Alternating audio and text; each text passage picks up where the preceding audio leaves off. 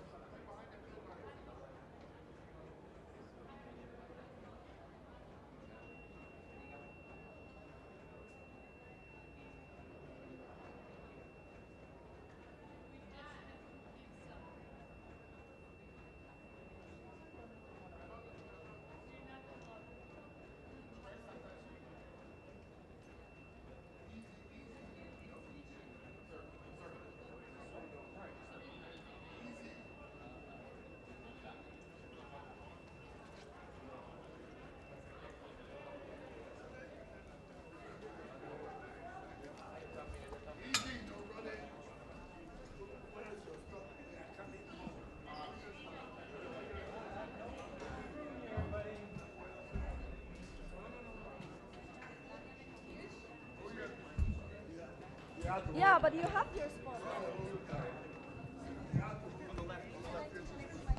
Yuri, mas a gente vai se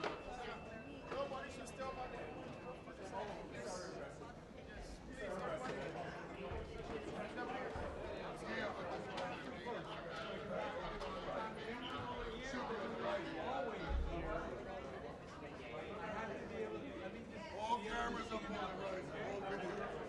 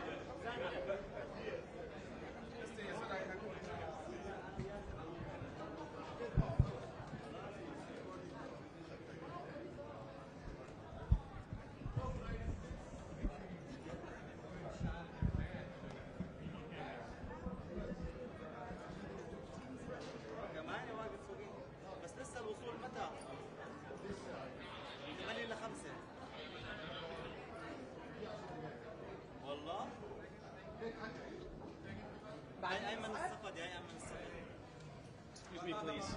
Excuse me.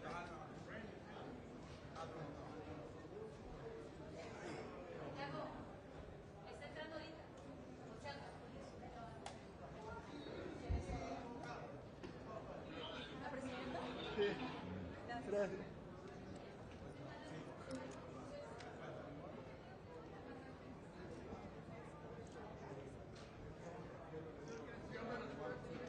Copy. Excuse me, please.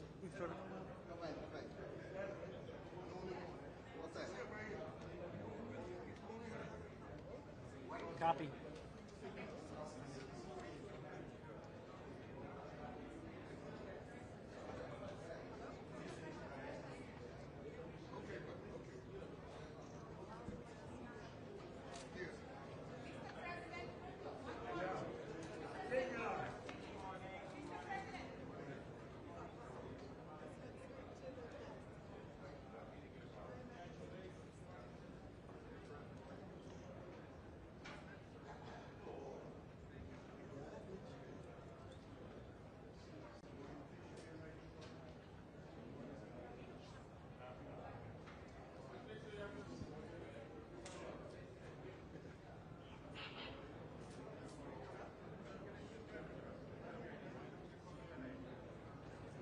Presidenta Boluarte, Presidenta Boluarte, Presidenta. A los oligarcos habla 2 minutos, por favor.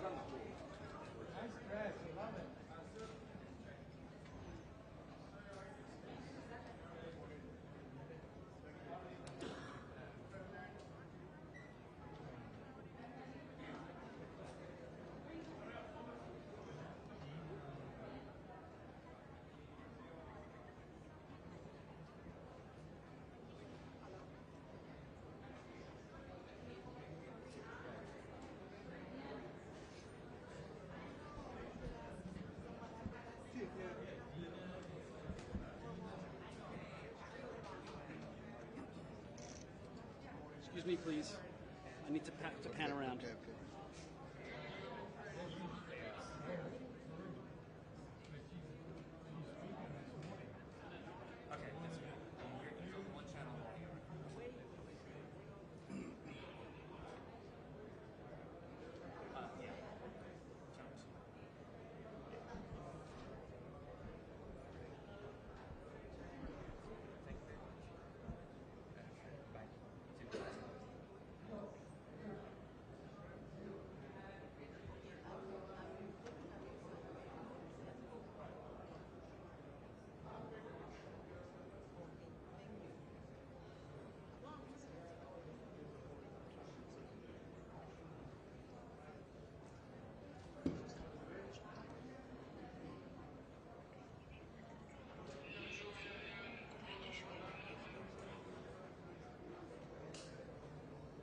روحي كيفك شو اخبارك؟ هل استوعبت روحي الاشراط على الفويس؟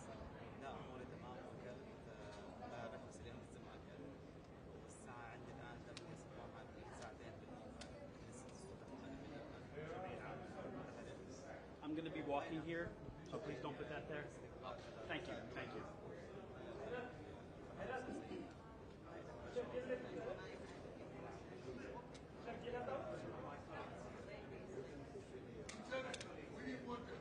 He's coming.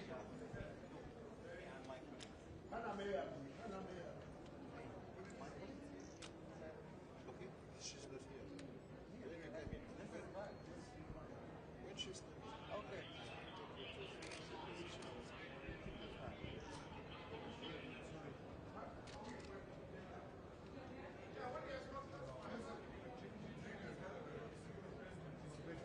والله Quick.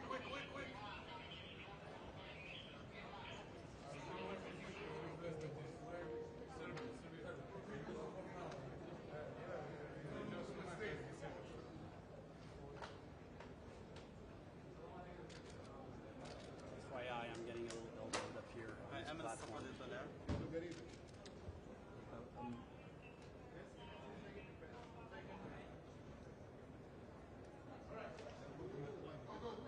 ما عليك Já está a chegar. Mas olha,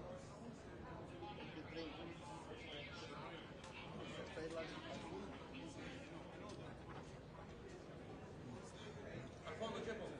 fondo. Llega al fondo.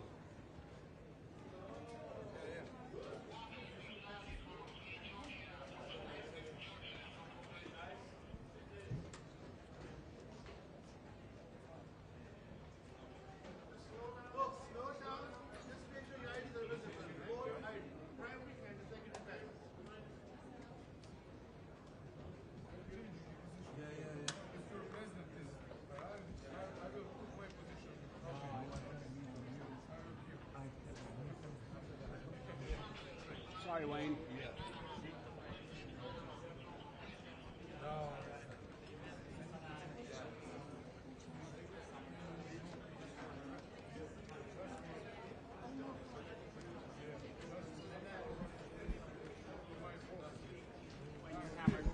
Your mic's right in the camera.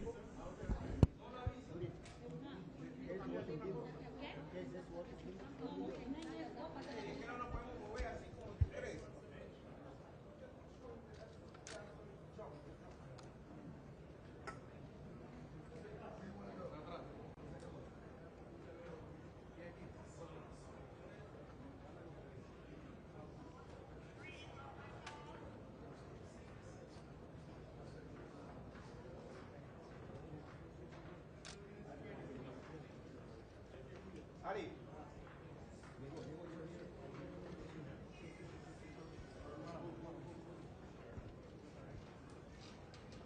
Buenos días, presidente.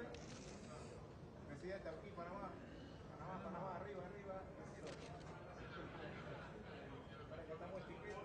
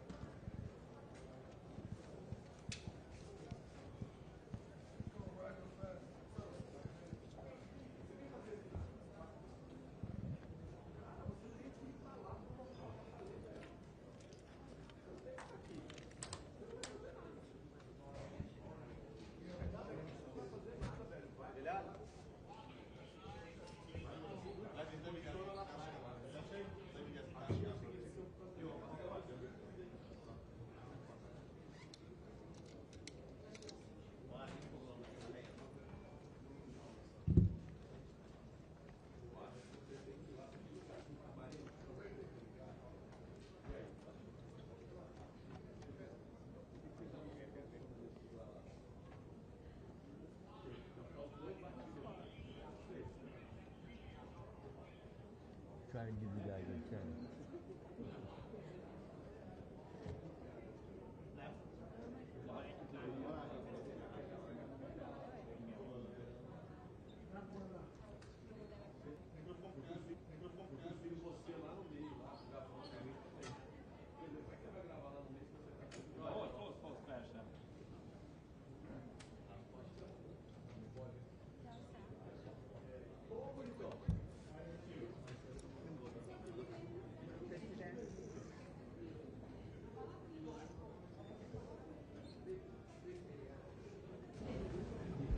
Audio. Mas diga-me, Sr. Presidente, o que é que Portugal traz a esta... São 80 anos. existência São das 80 Nações anos Unidas. e nós queremos mais 80 anos. Mas, Sr. Presidente, sabia que é inédito? 80 anos e a África é o único continente que não está representado Mas no sabe o que é que Conselho de Portugal Segurança. pensa? Nós achamos que tem de haver uma reforma do Conselho de Segurança com presença permanente africana, com presença dos sítios, com países como o Brasil e a Índia representas. Isto é, uma transformação profunda do Conselho de Segurança para corresponder ao mundo de hoje. O Conselho de Segurança corresponde ao mundo de 45. Exatamente. Já lá vai muito tempo. Então apoia a entrada. Claro, mas apoiamos há anos. Obrigada, Sempre. presidente. Beijinho. O discurso do presidente Lula junto ao presidente Trump, o senhor acha que os dois deveriam encontrar aqui, conversar? Aqui todo mundo se encontra com todo mundo. Ainda ontem encontrei o presidente Lula porque eu falei assim a ele. E, portanto, cruzamos-nos.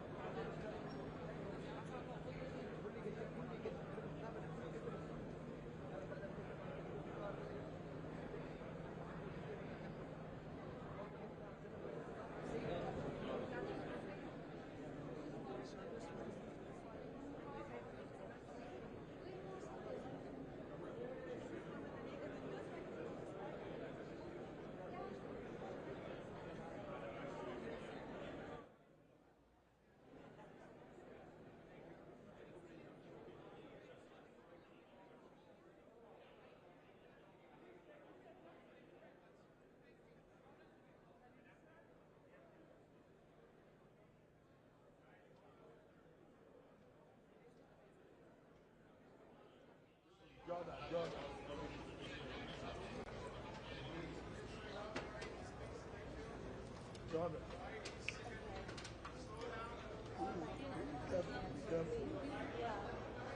You can't do all. Okay, you are doing it.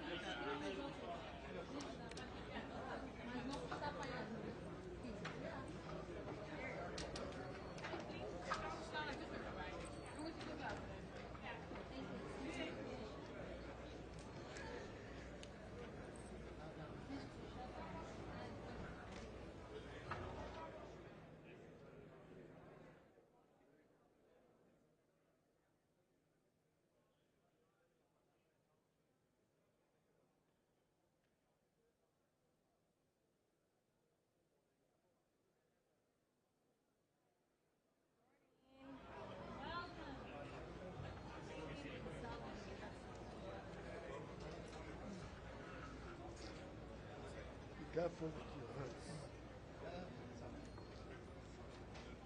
If you don't speak, do it. Yeah, you're right.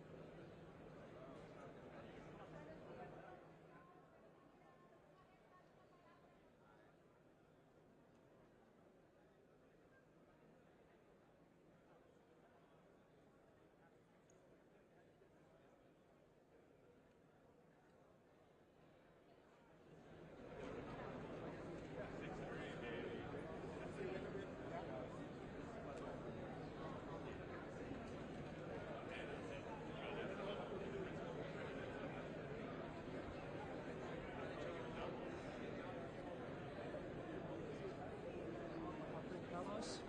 بنص.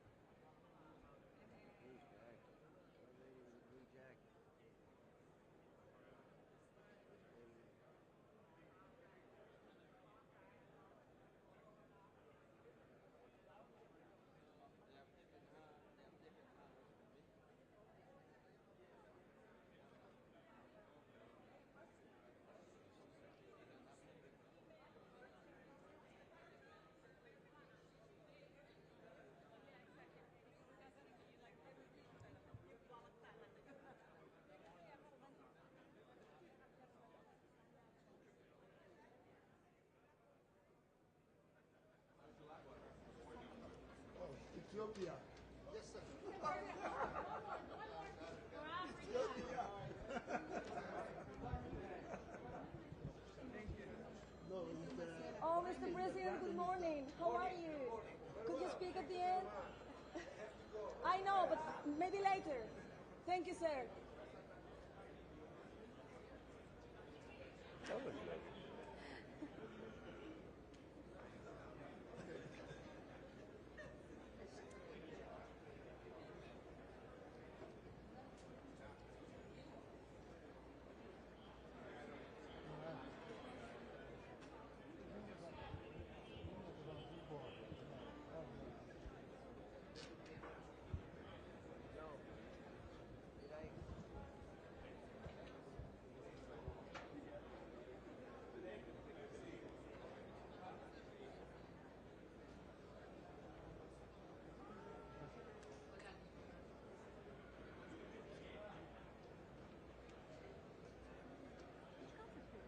Poland. Yeah, the new one. Karuna Bradley.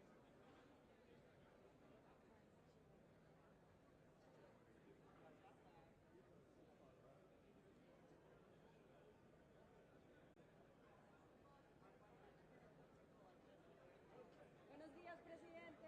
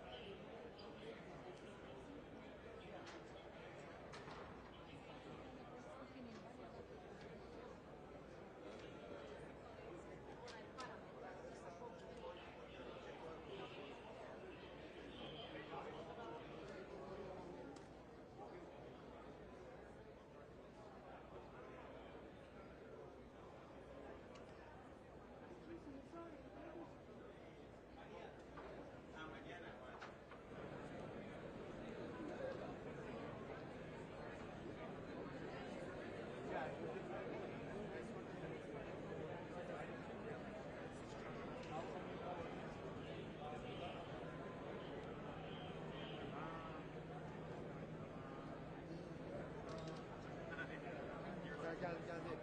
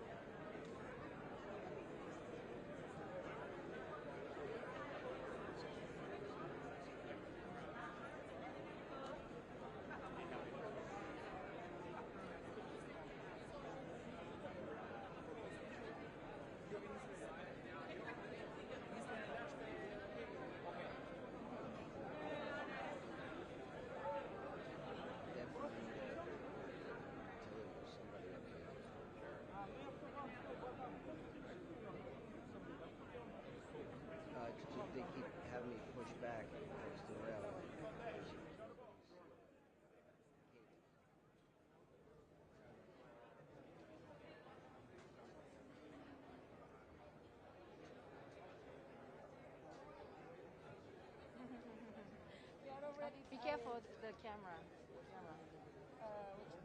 Yeah, you're on TV. We don't want.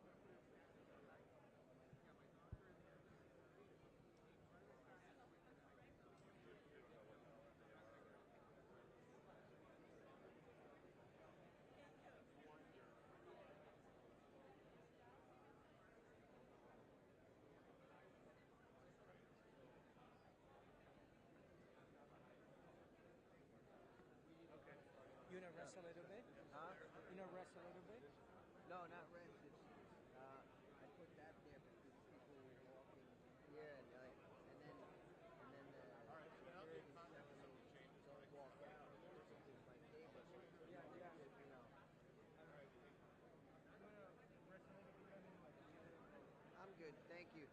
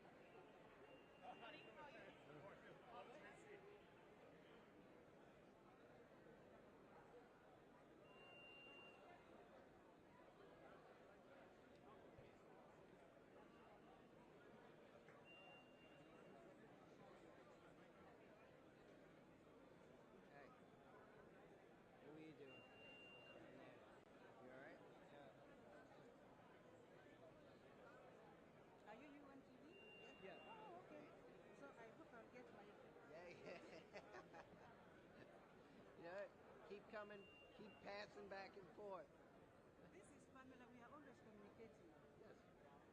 I'm always sending for the credentials, you know? Yep. Yeah. Okay. You just, Pamela.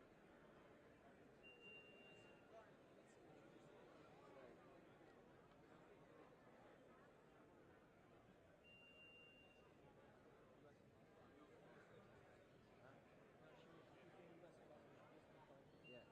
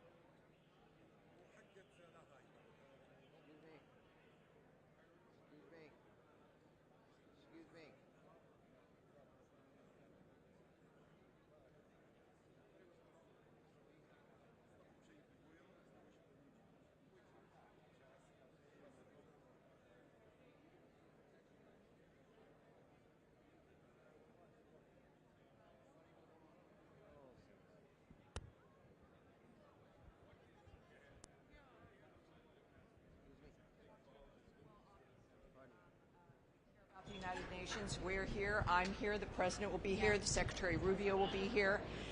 They're transparent. They've been very clear. The President obviously loves New York. We recognize the importance of the UN, the importance of the world working together, but it must be functional, efficient. It must reach the people who really needs it. It must be rapid. As the Secretary of State has said, Marco Rubio, we must operate at the speed of relevancy. So it's because we can is why you're going to hear messages about reform and restoration, things that will take us into the future. Do you think the President will address the peace in DRC? I'm not going to get ahead of the President. He will address everything of importance to us. It's clear. He's made a difference in the world. He'll continue to. It's going to be a very exciting day. The door is open to the future.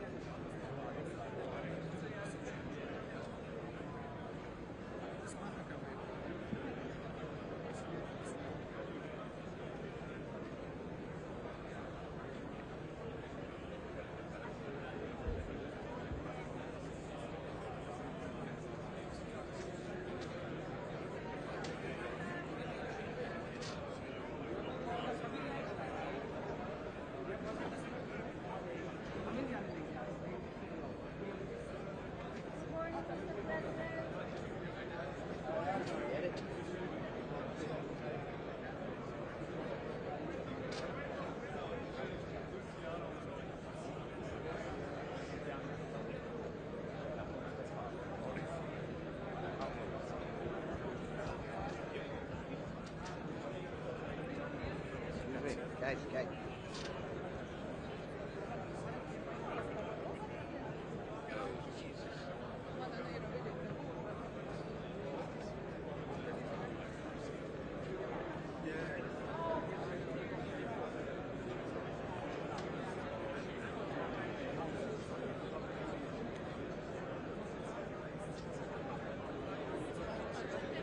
Pode ser interpretado.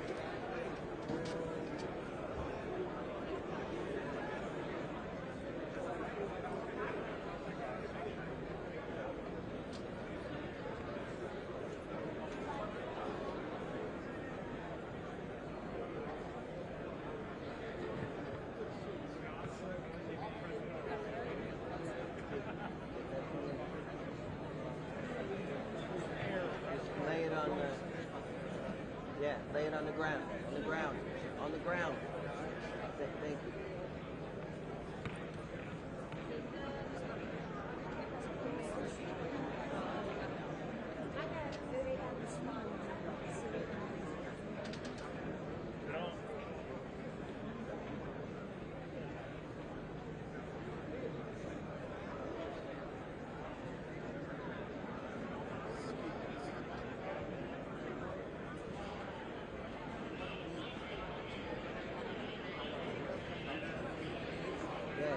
Disappeared before.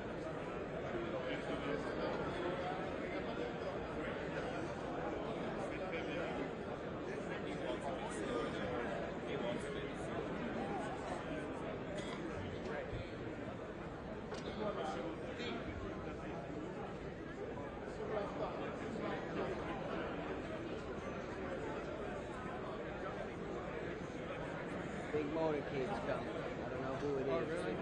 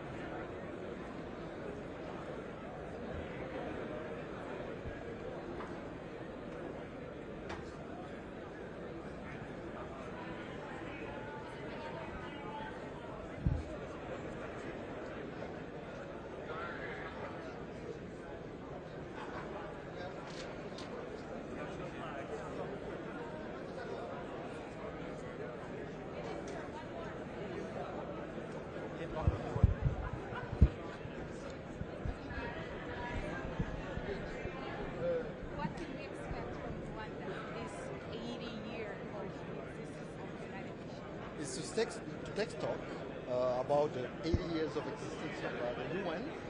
You remember that the UN was created after the Holocaust, a genocide. But there are failures that happened during the last 80 years, including the genocide against the Tutsi in Rwanda. So, and we are a bit concerned actually with the resurgence of genocide ideology in our region, especially in Syria.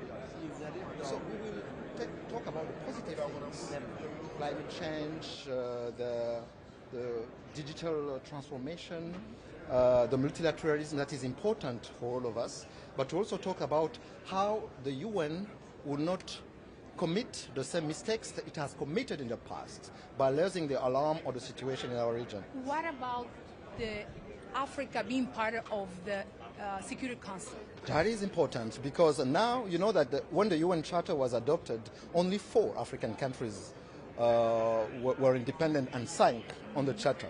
And now 2/3 of the items on the agenda of Security Council is about African conflict, African issues. Yet we don't have any single permanent member.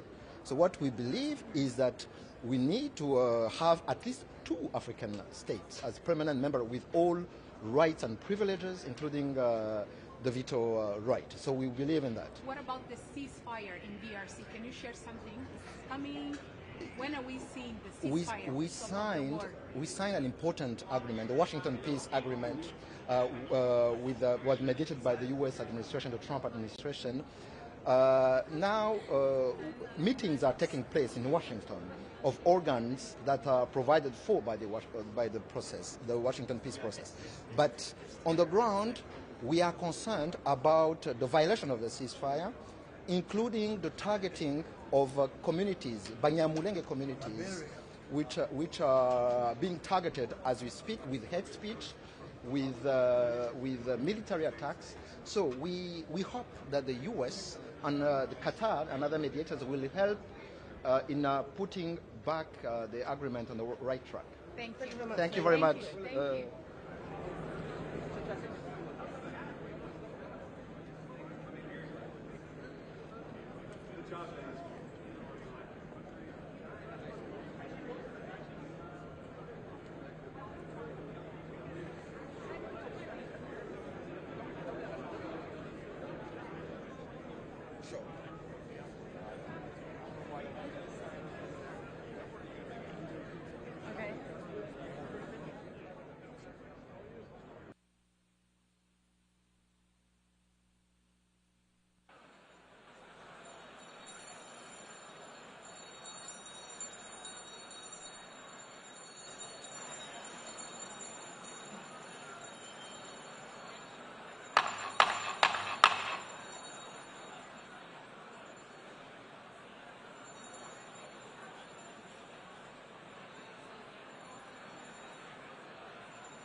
Name the aisle, actually.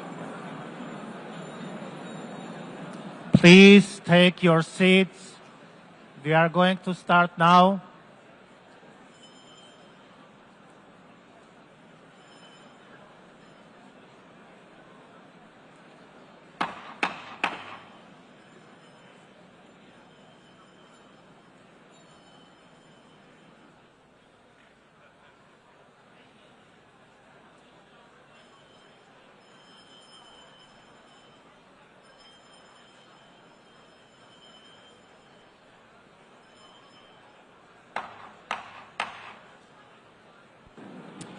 Good morning. Good morning, heads of states, excellencies, dear guests, people watching from home. The 4th plenary meeting of the General Assembly is called to order. After our intense Monday, today starts the general debate of the 80th session. Before proceeding to the general debate, the Assembly will hear an introduction by Secretary General of his annual report on the work of the organization. Under Agenda Item 110, in accordance with Resolution 51/241 of 31st July 1997. Please take your seat. I now give the floor to the Secretary General of the United Nations, His Excellency Antonio Guterres.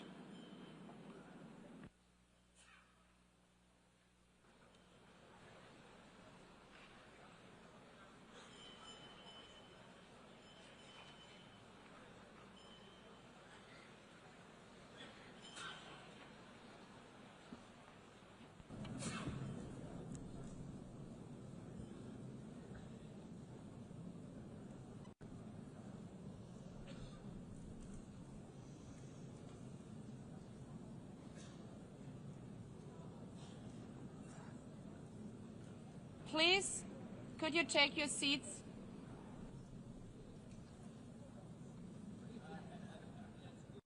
Let me begin with two words we have not been able to say often enough in this hall. Madam President.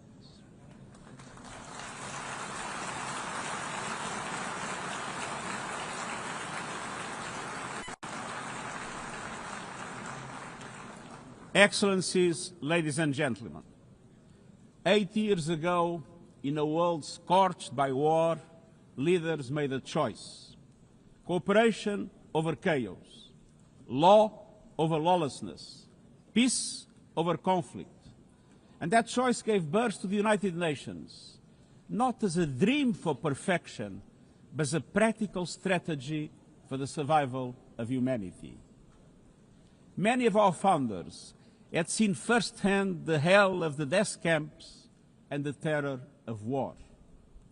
They knew that true leadership meant creating a system to prevent a replay of those horrors, a firewall against the flames of conflict and World War III, a forum for sovereign states to pursue dialogue and cooperation, and a concrete affirmation of an essential human truth: we are all in this together. And this General Assembly Hall is the heartbeat of that truth. It is why for decades world leaders have come to this one-of-a-kind podium. It is why you are here today. Because at its best, the United Nations is more than a meeting place. It's a moral compass, a force for peace and peacekeeping, a guardian of international law, a catalyst for sustainable development, a lifeline for people in crisis, a lighthouse for human rights, and a center that transforms your decisions, the decisions of member states, into action. 8 years on, we confront again the question our founders faced, only more urgent, more intertwined, more unforgiving. What kind of world do we choose to build together? Excellencies, we have our work cut out for us, as our ability to carry out that work is being cut from us. We have entered in an age of reckless disruption and relentless human suffering. Look around. The principles of the United Nations that you have established are under siege. Listen, the pillars of peace and progress are buckling under the weight of impunity, inequality, and indifference. Sovereign nations invaded, hunger weaponized, truth silence, rising smoke from bombed-out cities, rising anger in fractured societies, rising seas swallowing coastlines.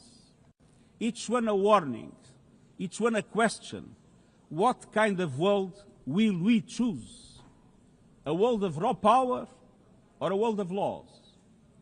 A world that is a scramble for self-interest or a world where nations come together?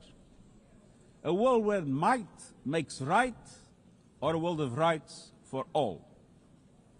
Excellencies, our world is becoming increasingly multipolar, and this is positive, reflecting a more diverse, dynamic global landscape. But multipolarity without effective multilateral institutions can court chaos, as Europe has learned the hard way, resulting in World War I. It was multipolar, but there was no multilateral institutions. So let's be clear. International cooperation is not naivete. It is hard-headed pragmatism. In a world where there's leap borders, isolation is an illusion. No country can stop a pandemic alone. No army can halt rising temperatures. No algorithm can rebuild trust once it is broken. These are global stress tests of our system, our solidarity, and our resolve. I'm convinced we can pass these tests, and we must. Because people everywhere are demanding something better, and we owe them a system worthy of their trust and a future worthy of their dreams. And so we must make the choice, an active choice, to reaffirm the imperative of international law, to reassert the centrality of multilateralism, to reinforce justice and human rights, and to recommit to the principles that gave rise to our organization, and to the promise contained in its first words, we the peoples. Excellencies, the choices we face are not part of an ideological debate. They are a matter of life and death for millions. As I scan the global landscape, we must make 5 critical choices. First, we must choose peace rooted in international law. Peace is our first obligation. Yet today, wars rage with a barbarity we vowed never to allow. Too often, the Charter is brandished when convenient and trampled when not. But the Charter is not optional. It is our foundation. And when the foundation cracks, everything built upon fractures. Around the world, we see countries acting as if the rules don't apply to them. We see humans treated as less than human, and we must call it out. Impunity is the mother of chaos, and it has spawned some of the most atrocious conflicts of our times. In Sudan, civilians are being slaughtered, starved, and silenced. Women and girls face unspeakable violence. There is no military solution. I urge all parties, including those in this hall, end the external support that is fueling this bloodshed. Push to protect civilians, because the Sudanese people deserve peace, dignity, and hope. In Ukraine, relentless violence continues to kill civilians, destroy civilian infrastructure, and threaten global peace and security. I commend recent diplomatic efforts by the United States and others. We must work for a full ceasefire and a just, lasting peace in accordance with the Charter, UN resolutions, and international law. In Gaza, the horrors are approaching a third monstrous year. They are the result of decisions that defy basic humanity. The scale of death and destruction are beyond any other conflict in my years as Secretary General. The International Court of Justice has issued legally binding provisional measures in the case named Application of the Convention on the Prevention and Punishment of the Crime of Genocide in the Gaza Strip. Since then, a famine has been declared and the killing has intensified. The measures stipulated by the ICJ must be implemented fully and immediately.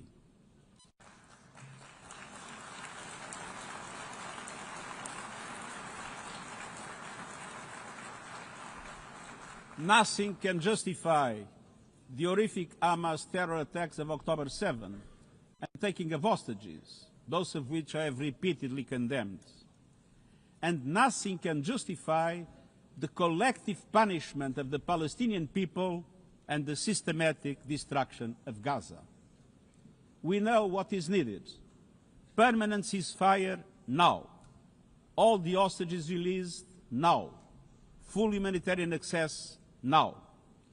And we must not relent in the only viable answer to sustainable Middle East peace, a two-state solution as so eloquently reaffirmed yesterday.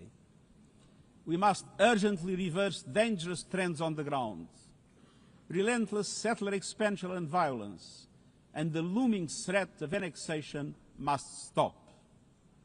Everywhere, from Haiti to Yemen, to Myanmar and the Sahel and beyond, we must choose peace anchored in international law. The past year has brought glimmers of hope, including the ceasefire between Cambodia and Thailand and the agreement between Azerbaijan and Armenia brokered by the United States. But far too many crises continue unchecked. Impunity prevails, lawlessness is a contagion, it invites mayhem, accelerates terror, and risks a nuclear free-for-all. When accountability shrinks, graveyards grow.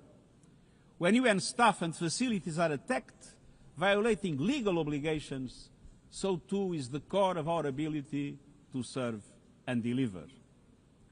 The Security Council must live up to its responsibilities. It must be more representative, more transparent, and more effective.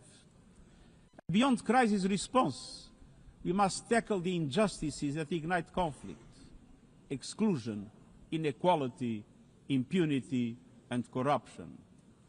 The surest way to silence the guns is to raise the volume for justice. Real security is born of fairness and opportunity for all. Excellences, cela m'amène au deuxième point. Nous devons choisir les droits humains et la dignité humaine. Les droits humains ne sont pas un ornement de la paix, ils en sont le socle. Les droits humains, sociaux, économiques, politiques, civiques et culturels sont universels, indivisibles et interdépendants. Choisir les droits, c'est plus que des paroles. C'est choisir la justice plutôt que le silence. C'est préserver la liberté et l'espace civique. Faire avancer l'égalité pour les femmes et les filles. Combattre le racisme et la discrimination sous toutes leurs formes. Protéger les défenseurs des droits humains, les journalistes et la liberté d'expression, et garantir les droits des réfugiés et des migrants afin que la mobilité soit sûre et conforme au droit international. Les droits humains sont un combat quotidien, en ligne comme hors ligne. Ils exigent de la volonté politique, mais la dignité ne se résume pas à la protection des droits. Elle exige pleinement concrétiser ces droits grâce à un développement inclusif et résilient. Des droits qui mettent fin à la pauvreté et à la faim. Des droits qui ouvrent de la voie de l'éducation, de la santé et des opportunités. Les objectifs de développement durable sont notre feuille de route commune pour concrétiser ces droits. Mais pour avancer sur cette voie, il faut du carburant. Ce carburant, c'est le financement, et nous savons ce qu'un développement bien mené peut accomplir. Au cours de la dernière décennie, des millions de personnes supplémentaires ont accédé à l'électricité, à des solutions de cuisson propres et à l'Internet. Le mariage des enfants recule, la représentation des femmes avance, mais les coupes dans l'aide au développement font des ravages. Pour un grand nombre de personnes, elles représentent une condamnation à mort. Pour tant d'autres, un avenir confisqué.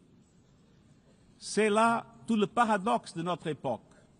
Nous avons les solutions, mais nous siphonnons le carburant qui nous permettrait d'avancer. Choisir la dignité, c'est choisir la justice financière et la solidarité. Nous devons réformer l'architecture financière internationale afin qu'elle soit au service du développement de toutes et de tous. Avant que des banques multilatérales de développement plus grandes et plus audacieuses, qui prêtent davantage et mobilisent plus de capitaux privés pour les pays en développement, avec des mécanismes d'allègement de dettes plus rapides et plus justes, couvrant tous les pays en difficulté, y compris ceux à revenus intermédiaires. une protection des ressources nationales en s'attaquant aux flux financiers illicites et aux pratiques fiscales abusives qui volent aux sociétés leur avenir, et des institutions financières mondiales à l'image du monde d'aujourd'hui, avec une participation bien plus forte des pays en développement dans sa composition et ses décisions. Alors faisons le choix d'une économie mondiale au service de toutes et tous. Faisons le choix des droits humains et de la dignité et donnons-nous les moyens d'une transition juste pour les peuples e la planeta. Excelências, esto nos leva a la tercera opción. Debemos elegir la justicia climática. La crisis climática se está acelerando, pero las soluciones también. El futuro de la energía limpia ya no es una promesa lejana, ya está aquí. Ningún gobierno, industria o interés especial puede detenerlo. Pero algunos lo están intentando, prejudicando a las economías, imponiendo precios más altos y desperdiciando una oportunidad histórica. Excellencies, fossil fuels are a losing bet. Last year, almost all new power capacity came from renewables, and the investment is surging. Renewables are the cheapest and fastest source of new power. They create jobs, drive growth, shield economies from volatile oil and gas markets, connect the unconnected, and can free us from the tyranny of fossil fuels. But not at today's pace. Clean energy investment remains uneven. 21st century grids and storage are not rolling out fast enough. And public subsidies, taking from taxpayer money, still flow to fossil fuels over clean energy by a factor of 9 to 1. Meanwhile, emissions, temperatures, and disasters keep rising. And those least responsible suffer the most. Science says limiting global temperature rise to 1.5 degrees by the end of this century is still possible, but the window is closing. The International Court of Justice has affirmed the legal obligation of states. We must step up action and ambition, especially through strengthened national climate plans. Tomorrow, I will welcome leaders to announce new targets. The G20, the biggest emitters, must lead, guided by common but differentiated responsibilities. But all countries must step up and do more as we head to the UN Climate Conference in Brazil. By accelerating action in energy, forests, methane and industrial decarbonization. By defining a credible roadmap to mobilize $1.3 trillion annually in climate finance by 2035 for developing countries. By supporting just transitions, by doubling finance for adaptation to at least $40 billion this year, and rapidly deploying proven tools to unlock billions more in concessional finance. And by capitalizing the Loss and Damage Fund with significant contributions. All of these requires government, international financial institutions, philanthropies, civil society, and the private sector to work together. To provide fiscal space to developing countries and unlock new innovative sources of finance at scale, including solidarity levies on high-emitting sectors and debt swaps. We have the solutions and tools, but we must choose climate justice and climate action. First, we must choose to put technology at the service of humanity. Artificial intelligence is rewriting human existence in real time, transforming how we learn, work, communicate, and what we can trust. And the question is not how to stop it, but how to steer it for the greater good. Technology must be our servant, not our master. It must promote human rights, human dignity, and human agency. Yet today, AI's advancement in outpacing regulation and responsibility and is concentrated in a few hands. And the risks are expanding to new frontiers, from biotech to autonomous weapons. We are witnessing the rise of tools for mass surveillance, mass social control, mass disruption, and even mass destruction.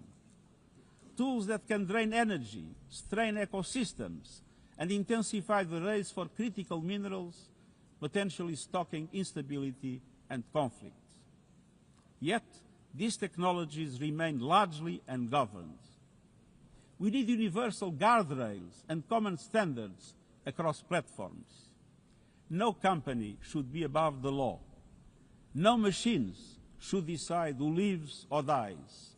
No system should be deployed without transparency, safety, and accountability.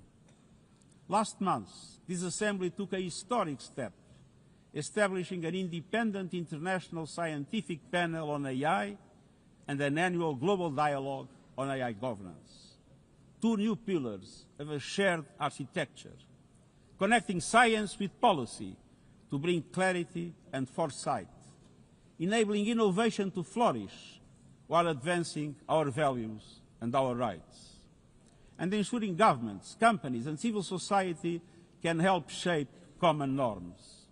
We must build on these mechanisms and close the capacity gap. All countries must be able to design and develop AI, not just to consume it. I have proposed voluntary financing options to build AI computing power, data, and skills in developing nations. No country should be locked out of the digital future or locked into systems it cannot shape or trust. And governments must lead with vision, and companies must act with responsibility. And we, the international community, must ensure that technology lifts up humanity. So let us choose cooperation over fragmentation, ethics over expediency, and transparency over opacity. Technology will not wait for us, but we can still choose what it serves. So let us choose wisely.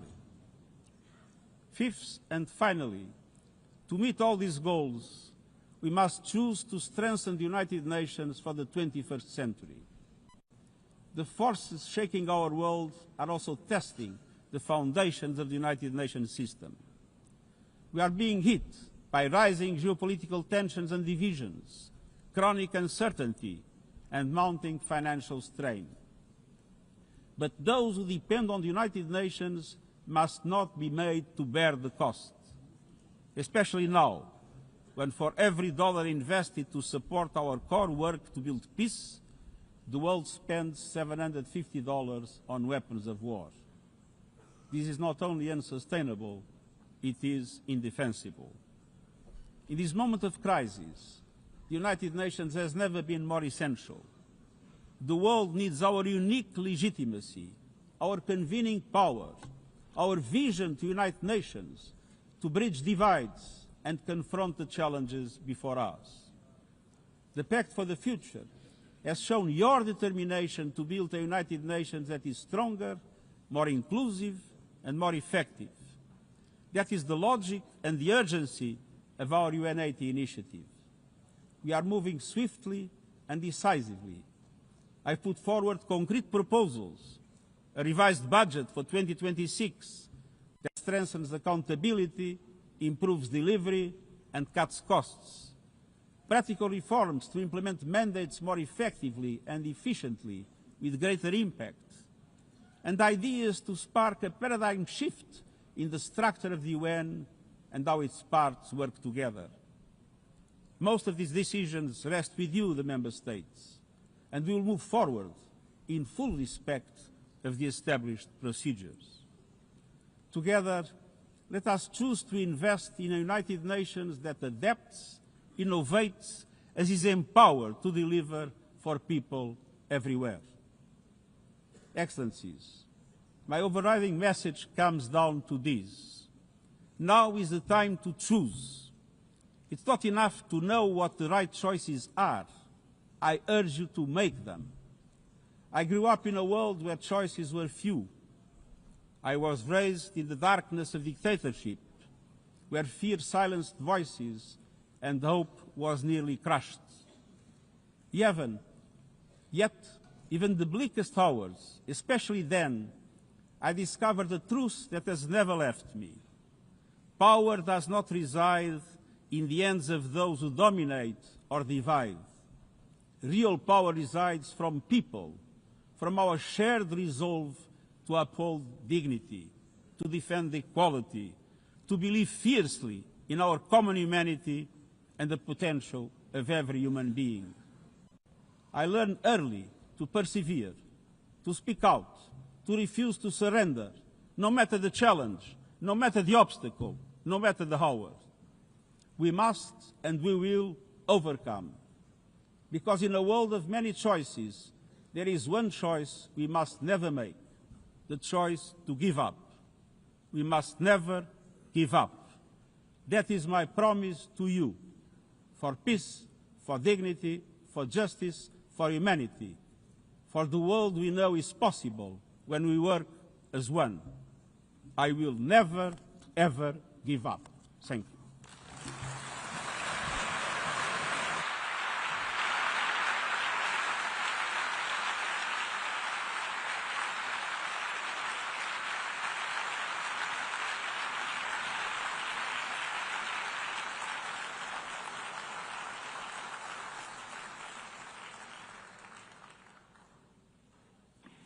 I thank the Secretary General. The Assembly will now turn to agenda item 8, entitled General Debate.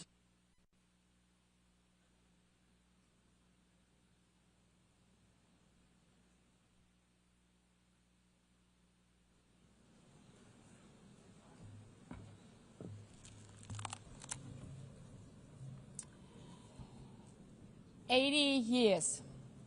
Longer than the average human life. This anniversary of the United Nations should have been a moment of celebration. But this is not an ordinary year.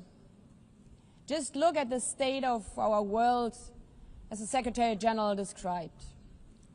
Thousands of orphans in Gaza are wandering around the rubble, eating sand, drinking contaminated water.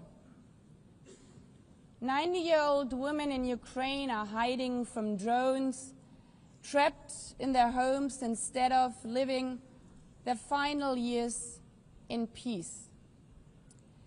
Children in Haiti, too afraid to walk to school, afraid they might be gunned down by gangs like their friends.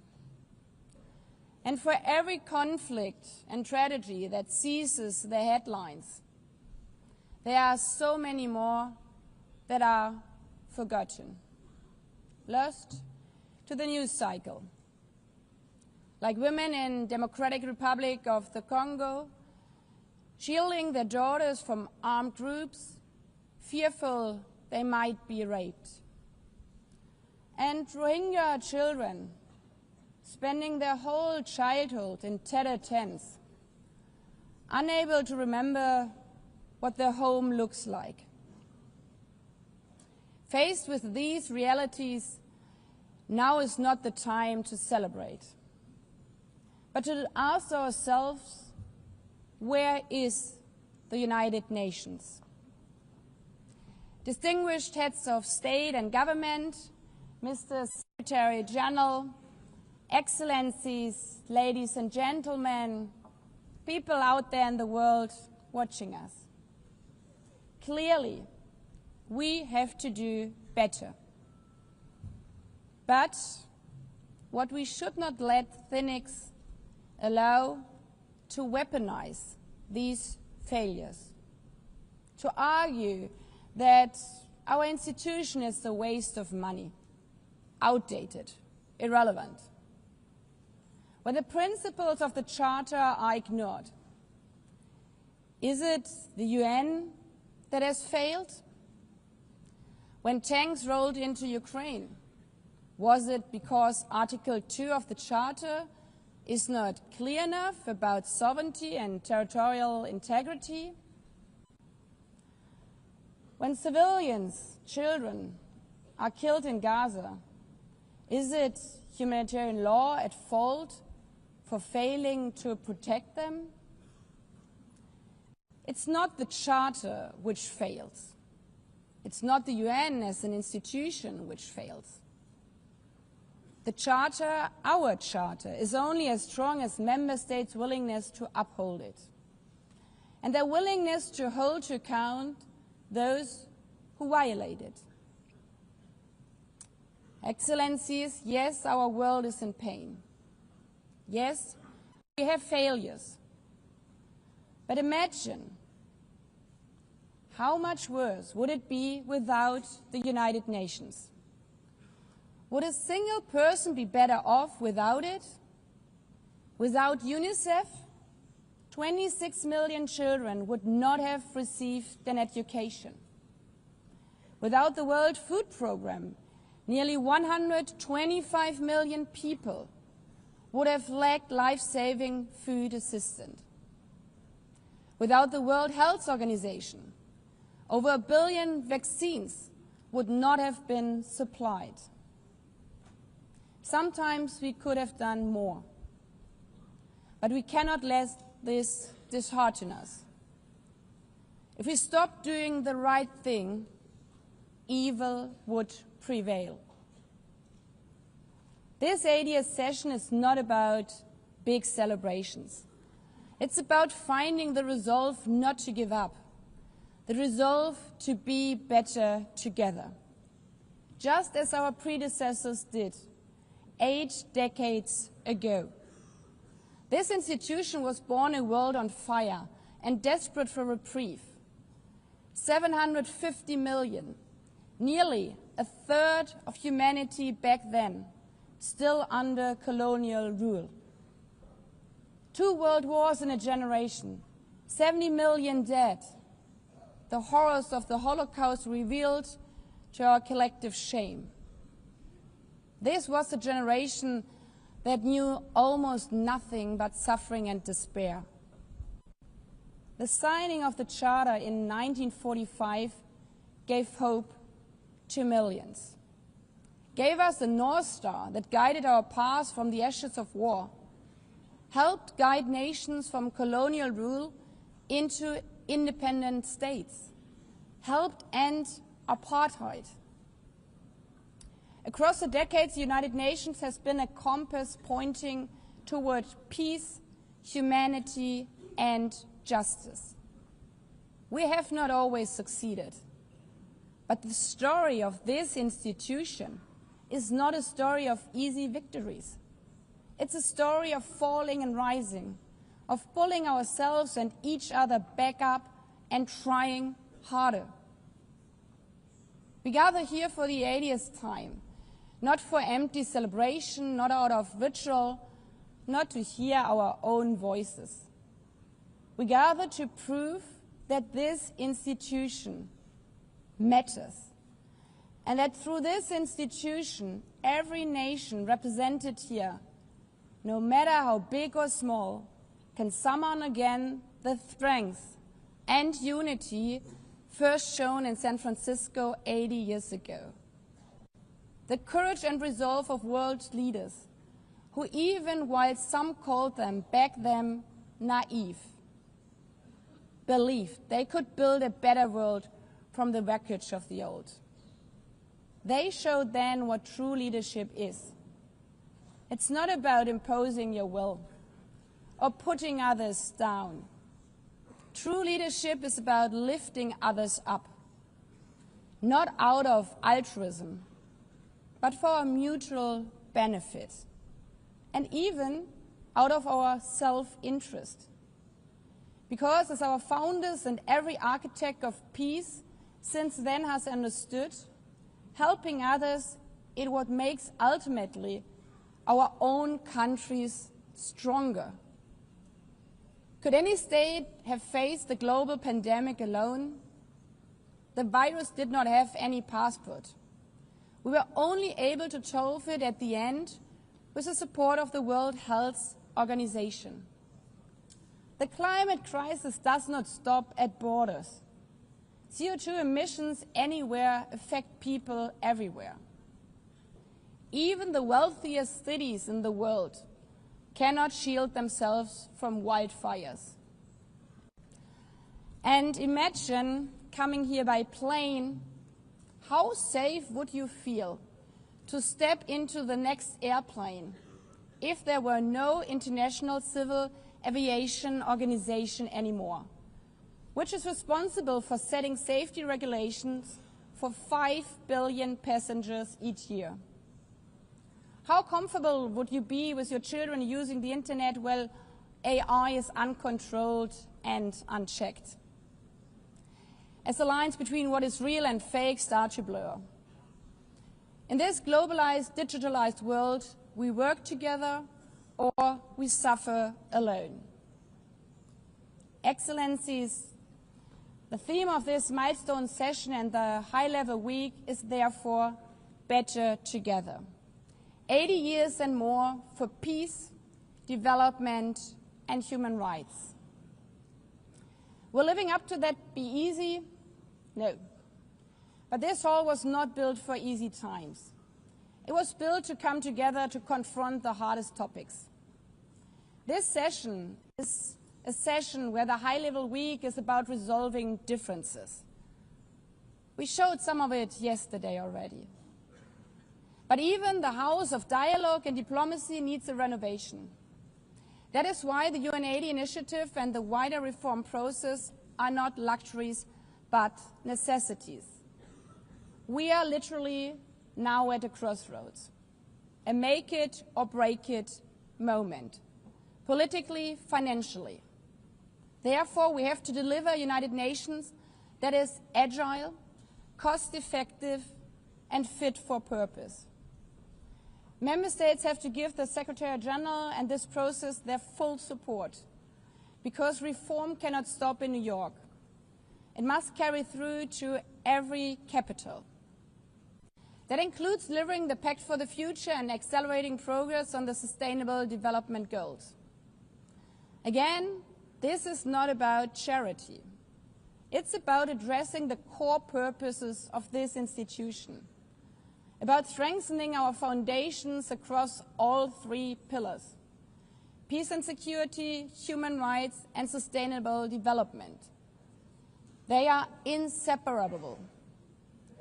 Leaving hundreds of millions trapped in extreme poverty, vulnerable to crisis, and denied their human rights is not only a moral failure, it's a recipe for global unrest, terrorism, and a tragic waste of humanity's greatest resource, its people. Put it simply, without the SDGs, there cannot be lasting peace. Excellencies, our future as an institution will also be shaped by the selection of the next Secretary General. And here we must pause and reflect. In nearly 80 years, this organization has never chosen a woman for that role. One might wonder how out of 4 billion potential candidates, there could not be found a single one. Of course,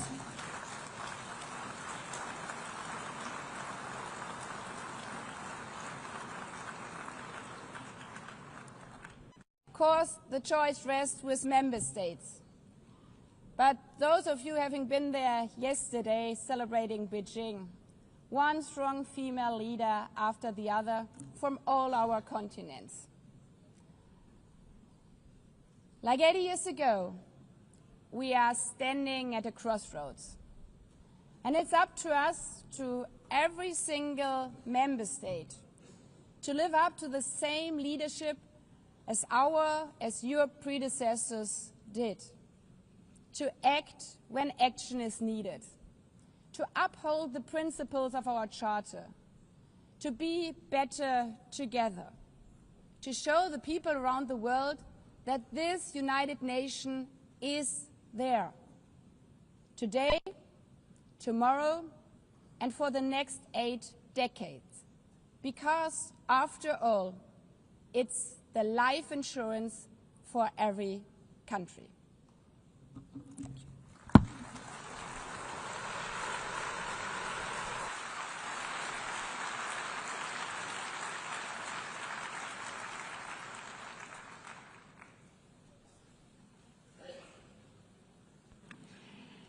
Before giving the floor to the first speaker for this morning, I would like to remind Member States that the list of speakers for the general debate has been established on the agreed basis that statements should be no longer than 15 minutes to enable all the speakers to be heard at a given meeting.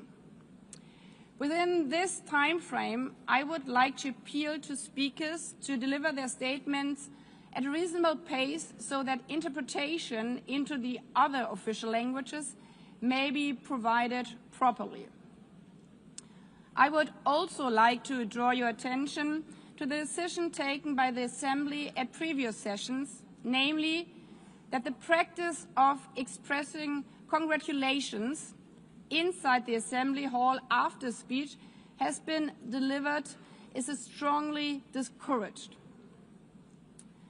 After delivering their statements from the rostrum, speakers are invited to exit the hall through room JA200, located behind the podium, before returning to their seats. May I take it that the Assembly agrees to proceed in this manner? It's so decided. Finally, I should like to draw the attention of Member States that during the general debate, official photographers are in the room and will take official photographs of all speakers by the Department of Global Communications. Members interested in obtaining these photographs are requested to contact the Photo Library of the United Nations. By this, the Assembly will hear an address by His Excellency Luiz Inácio Lula da Silva, President of the Federative Republic of Brazil. I request the protocol to escort His Excellency and invite him to address the Assembly.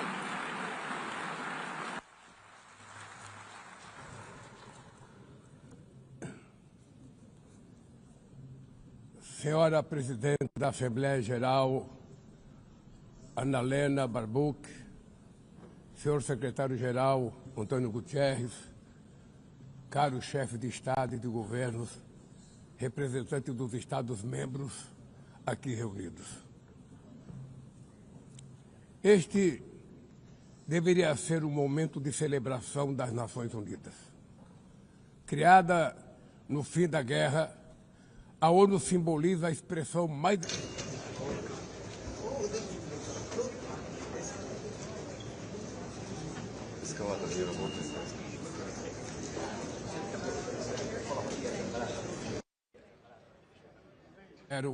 em toda a sua história.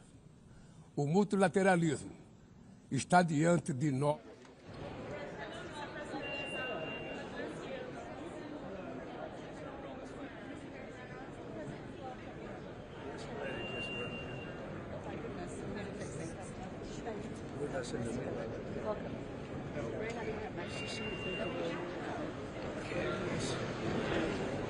Everyone's waiting? Okay, let's go.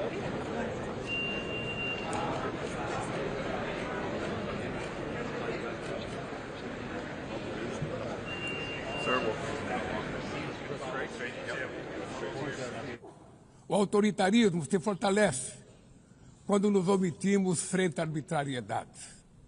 Quando a sociedade internacional vacila na defesa da paz, da soberania e do direito, as consequências são trágicas.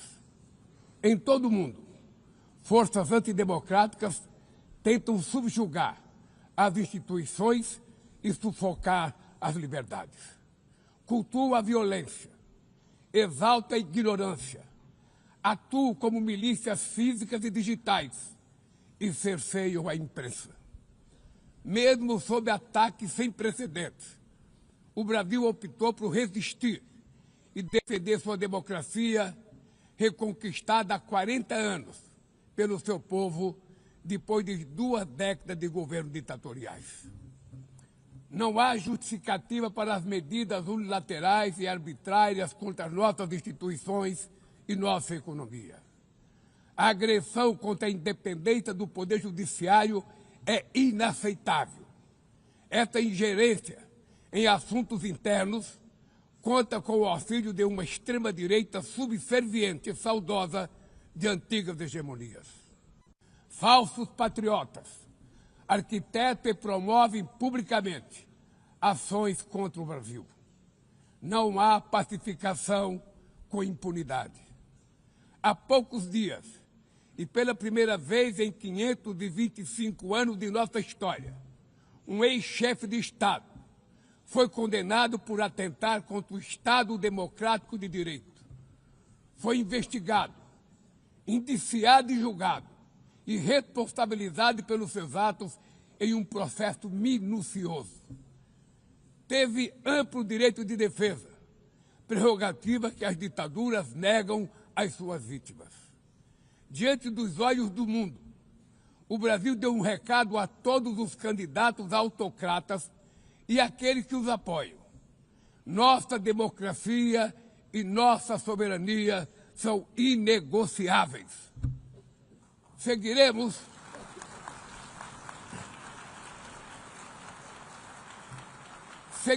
como nação independente e como povo livre de qualquer tipo de tutela. Democracias sólidas vão além do ritual eleitoral. Seu vigor pressupõe a redução das desigualdades, a garantia dos direitos mais elementares, a alimentação, a segurança, o trabalho, a moradia, a educação e a saúde. A democracia falha quando as mulheres ganham menos que os homens ou morrem pelas mãos de parceiros e familiares. Ela perde quando fecha suas portas e culpa migrantes pelas mazelas do mundo. A pobreza é tão inimiga da democracia quanto o extremismo. Por isso, foi com orgulho que recebemos da FAO a confirmação de que o Brasil voltou a sair do mapa da fome este ano de 2025.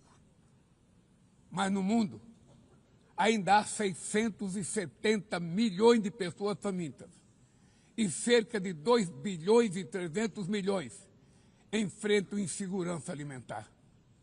A única guerra que todos podem sair vencedores é a que travamos contra a fome e a pobreza. Esse é o objetivo da Aliança Global que lançamos no G20 e que já conta com o apoio de 103 países. A comunidade internacional precisa rever suas prioridades, reduzir os gastos com guerras e aumentar a ajuda ao desenvolvimento, aliviar o serviço da dívida externa dos países mais pobres, sobretudo os africanos, e definir padrões mínimos de tributação global para que os super ricos paguem mais impostos que os trabalhadores. A democracia também se mede pela capacidade de proteger as famílias e a infância. As plataformas digitais trazem possibilidade de nos aproximar como jamais havíamos imaginado, mas têm sido usadas para semear intolerância, misoginia, xenofobia e desinformação. A internet não pode ser terra sem lei. Cabe ao poder público proteger os mais vulneráveis. Regular não é restringir a liberdade de expressão, é garantir que o que já é ilegal no mundo real seja tratado assim também no ambiente digital, no ambiente virtual. Ataques à regulação servem para encobrir interesses escusos e dar guarida a crimes como fraudes, tráfico de pessoas, pedofilia e investidas contra a democracia. O parlamento brasileiro, corretamente, apressou-se em abordar esse problema. Com orgulho, promulguei na última semana uma das leis mais avançadas do mundo para proteger para a proteção de crianças e adolescentes na esfera digital. Também enviamos ao Congresso Nacional projeto de lei para fomentar a concorrência nos mercados digitais e para incentivar a instalação de data centers sustentáveis.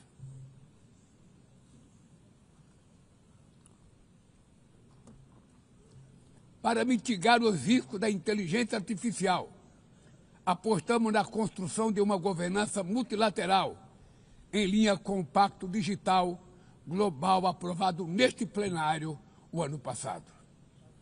Senhoras e senhores, na América Latina e Caribe, vivemos um momento de crescente polarização e instabilidade. Manter a região como zona de paz sempre foi e é a nossa prioridade.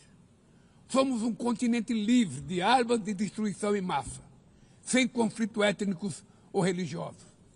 É preocupante a equiparação entre a criminalidade e o terrorismo. A forma mais eficaz de combater o tráfico de drogas é a cooperação para reprimir a lavagem de dinheiro e limitar o comércio de armas. Usar força letal em situações que não constituem conflitos armados equivale a executar pessoas sem julgamento. Outras partes do planeta já testemunharam intervenções que causaram danos maiores do que se pretendia evitar, com graves consequências humanitárias. A via do diálogo não deve estar fechada na Venezuela. O Haiti tem direito a um futuro livre de violência e é inadmissível que Cuba seja listada como país que patrocina o terrorismo. No conflito na Ucrânia,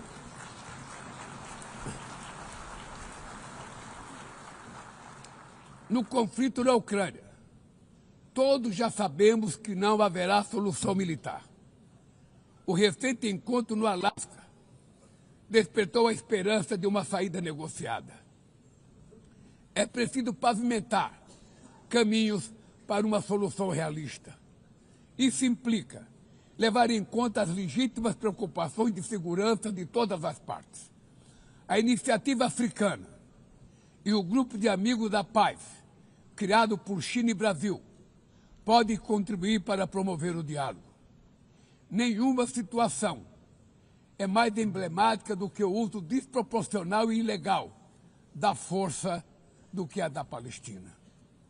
Os atentados terroristas perpetrados pelo Hamas são indefensáveis sob qualquer ângulo, mas nada, absolutamente nada, justifica o genocídio em curso em Gaza. Ali, sob toneladas de escombros, estão enterradas dezenas de milhares de mulheres e crianças inocentes.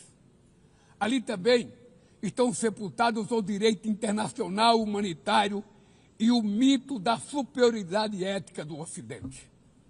Este massacre não aconteceria sem a cumplicidade dos que poderiam evitá-lo.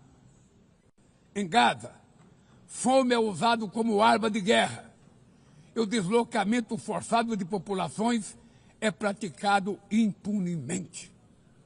Quero expressar minha admiração aos judeus que, dentro e fora de Israel, se opõem a esta punição coletiva. O povo palestino corre o risco de desaparecer. Só sobreviverá como um Estado independente integrado à comunidade internacional. Esta é a solução defendida por mais de 150 membros da ONU, reafirmada ontem aqui, neste mesmo plenário, mas obstruída por um único veto. É lamentável que o presidente Mahmoud Abbas tenha sido impedido pelo país anfitrião de ocupar a bancada da Palestina nesse momento histórico.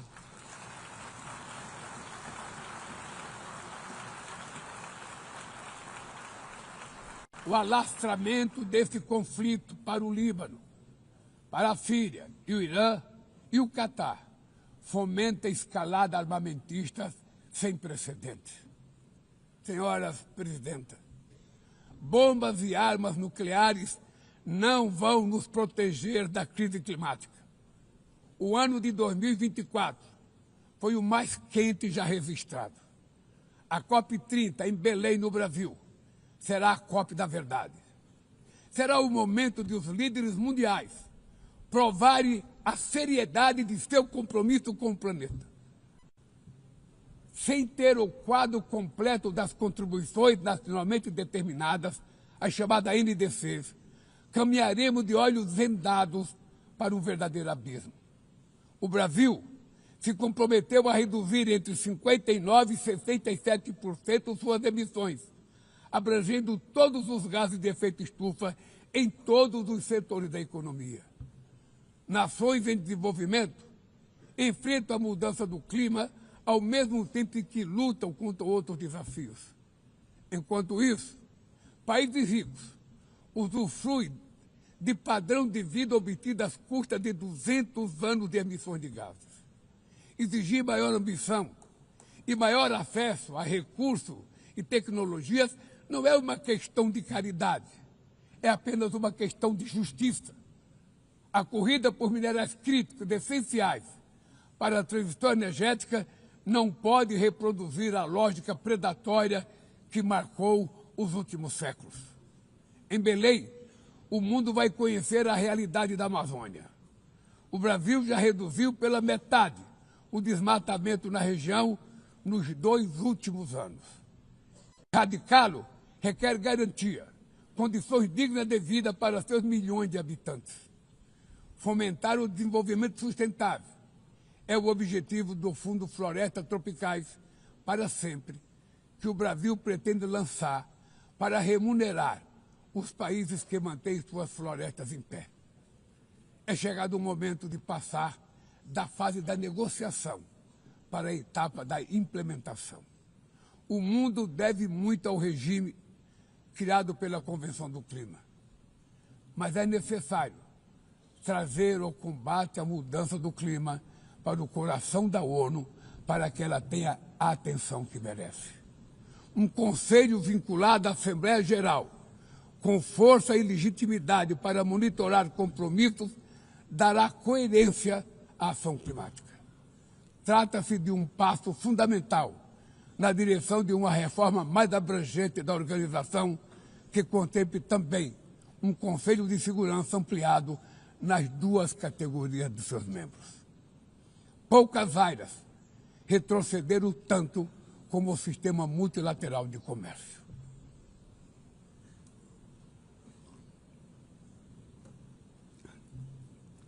Medidas unilaterais transformam em letra morta princípios basilares como a cláusula de nação mais favorecida.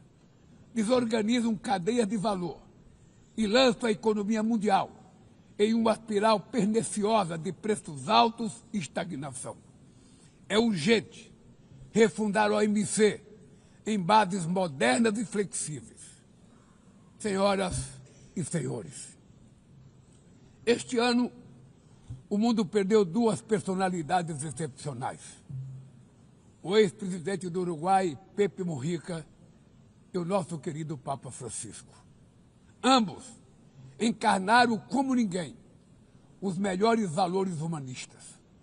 Suas vidas se entrelaçaram com as 8 décadas de existência da ONU. Se ainda estivesse entre nós, provavelmente usariam esta tribuna para lembrar que o autoritarismo, a degradação ambiental e a desigualdade não são inexoráveis. Que os únicos derrotados são os que cruzam os braços resignados.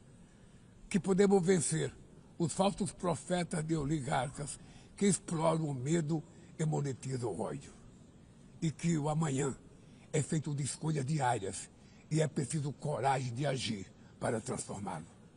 No futuro que o Brasil vislumbra, não há espaço para a reedição de rivalidades ideológicas ou esfera de influência. A confrontação é inevitável. Precisamos de lideranças com clareza de visão, que entendam que a ordem internacional não é um jogo de soma zero. O século XXI será cada vez mais multipolar. Para se manter pacífico, não pode deixar de ser multilateral. O Brasil confere crescente importância à União Europeia, à União Africana, à ASEAN, à CELAC, aos BRICS e ao G20. A voz do Sul global deve ser respeitada e ouvida. A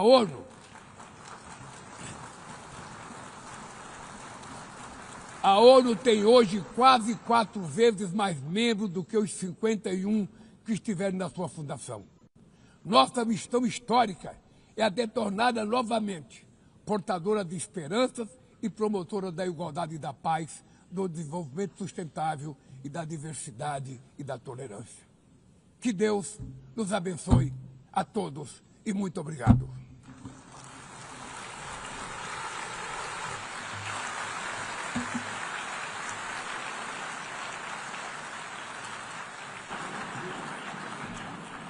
On behalf of the Assembly, I wish to thank the President of the Federative Republic of Brazil,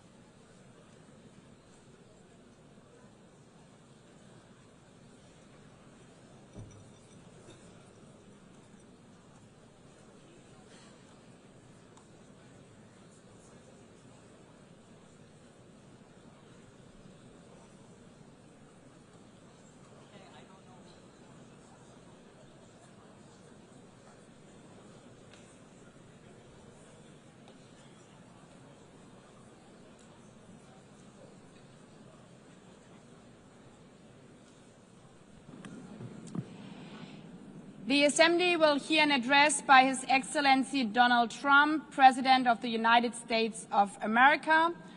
I request protocol to escort His Excellency and invite him to address the Assembly.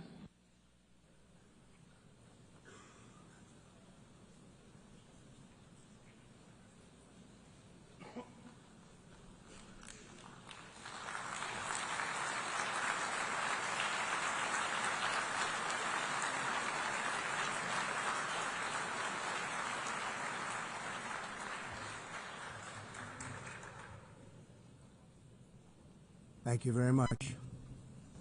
Very much appreciated.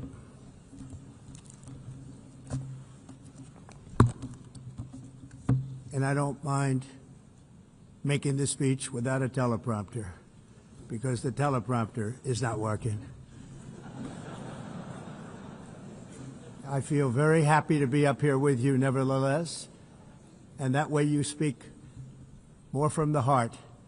I can only say that whoever's operating this teleprompter is in big trouble.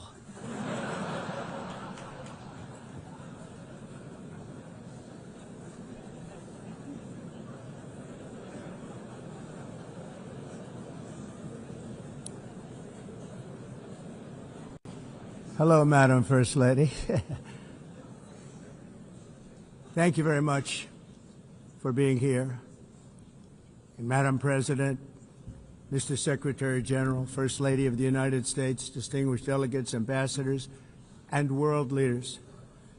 6 years have passed since I last stood in this grand hall and addressed a world that was prosperous and at peace in my first term. Since that day, the guns of war have shattered the peace I forged on 2 continents. An era of calm and stability gave way to one of the great crises of our time. And here in the United States, 4 years of weakness, lawlessness, and radicalism under the last administration delivered our nation into a repeated set of disasters. 1 year ago, our country was in deep trouble, but today, just 8 months into my administration, We are the hottest country anywhere in the world, and there is no other country even close.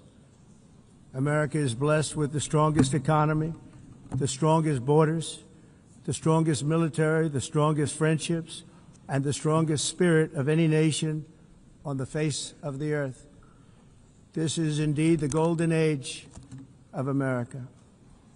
We are rapidly reversing the economic calamity we inherited from the previous administration, including ruinous price increases and record-setting inflation like we've never had before. Under my leadership, energy costs are down, gasoline prices are down, grocery prices are down, mortgage rates are down, and inflation has been defeated.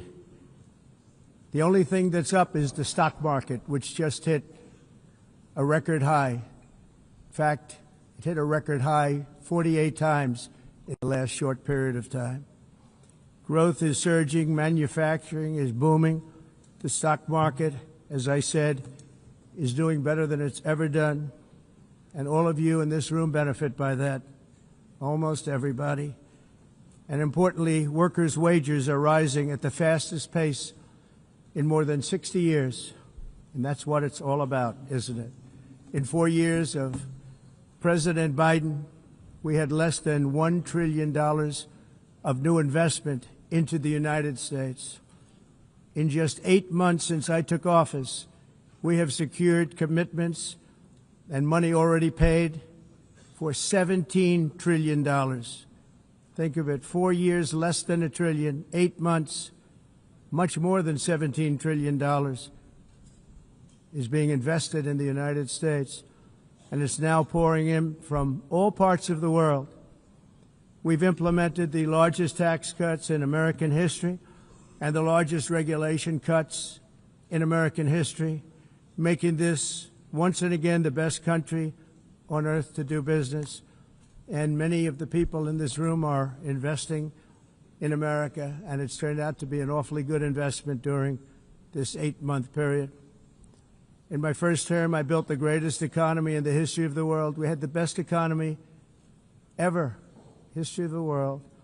And I'm doing the same thing again, but this time it's actually much bigger and even better. The numbers far surpass my record-setting first term. On our southern border, we have successfully repelled a colossal invasion. And for the last 4 months, and that's 4 months in a row, the number of illegal aliens admitted and entering our country has been 0.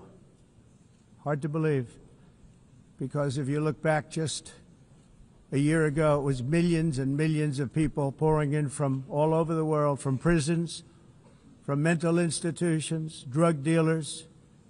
All over the world they came. They just poured into our country with the ridiculous open border policy of the Biden administration. Our message is very simple. If you come illegally into the United States, you're going to jail, or you're going back to where you came from, or perhaps even further than that. You know what that means. I want to thank the country of El Salvador for the successful and professional job they've done in receiving and jailing so many criminals that entered our country. And it was under the previous administration that the number became record-setting, and they're all being taken out. We have no choice. And other countries have no choice, because other countries are in the exact same situation with immigration.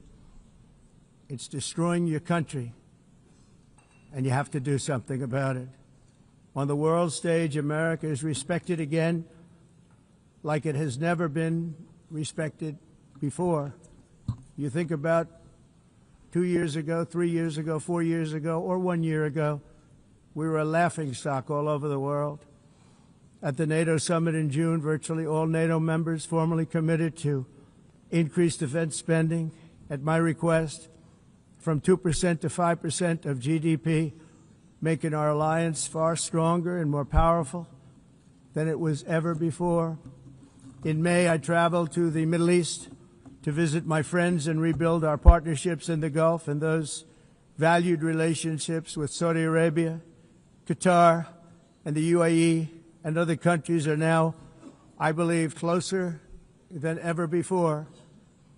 My administration has negotiated one historic trade deal after another, including with the United Kingdom, the European Union, Japan, South Korea, Vietnam, Indonesia, the Philippines, Malaysia, and many, many others. Likewise, in a period of just 7 months, I have ended 7 unendable wars. They said they were unendable. You're never going to get them solved. Some were going for 31 years, 2 of them, 31, think of it, 31 years. One was 36 years. One was 28 years. I ended 7 wars. And in all cases, they were raging with countless thousands of people being killed. This includes Cambodia and Thailand, Kosovo and Serbia, the Congo and Rwanda, a vicious, violent war that was, Pakistan and India, Israel and Iran, Egypt and Ethiopia, and Armenia and Azerbaijan. It included all of them. No president or prime minister, and for that matter, no other country has ever done anything close to that. And I did it in just 7 months. It's never happened before. There's never been anything like that. I'm very honored to have done it. It's too bad that I had to do these things instead of the United Nations doing them. And sadly, in all cases, the United Nations did not even try to help in any of them. I ended 7 wars, dealt with the leaders of each and every one of these countries, and never even received a phone call from the United Nations offering to help in finalizing the deal. All I got from the United Nations was an escalator that on the way up stopped right in the middle. If the First Lady wasn't in great shape, she would have fallen, but she's in great shape. We're both in good shape. We both stood. And then a teleprompter that didn't work. These are the 2 things I got from the United Nations, a bad escalator and a bad teleprompter. Thank you very much. And by the way, it's working now. It just went on. Thank you. I think I should just do it the other way. It's easier. Thank you very much. I didn't think of it at the time because I was too busy working to save millions of lives. That is the saving and stopping of these wars. But later I realized that the United Nations wasn't there for us. They weren't there. I thought of it really after the fact, not during these negotiations, which were not easy. That being the case, what is the purpose of the United Nations? The UN has such tremendous potential. I've always said it. It has such tremendous, tremendous potential, but it's not even coming close to living up to that potential. For the most part, at least for now, all they seem to do is write a really strongly worded letter and then never follow that letter up. It's empty words, and empty words don't solve war. The only thing that solves war and wars is action. Now, after ending all of these wars and also earlier negotiating the Abraham Accords, which is a very big thing for which our country received no credit, never receives credit. Everyone says that I should get the Nobel Peace Prize for each one of these achievements. But for me, the real prize will be the sons and daughters who live to grow up with their mothers and fathers, because millions of people are no longer being killed in endless and unglorious wars. What I care about is not winning prizes, it's saving lives. We saved millions and millions of lives with the 7 wars. And we have others that we're working on, and you know that. Many years ago, a very successful real estate developer in New York, known as Donald J. Trump, I bid on the renovation and rebuilding of this very United Nations complex. I remember it so well. I said at the time that I would do it for $500 million, rebuilding everything. It would be beautiful. I used to talk about, I'm going to give you marble floors. They're going to give you terrazzo. I'm going to give you the best of everything. You're going to have mahogany walls. They're going to give you plastic. But they decided to go in another direction, which was much more expensive at the time, and which actually produced a far inferior product. And I realized that they did not know what they were doing when it came to construction, and that their building concepts were so wrong, and the product that they were proposing to build was so bad and so costly.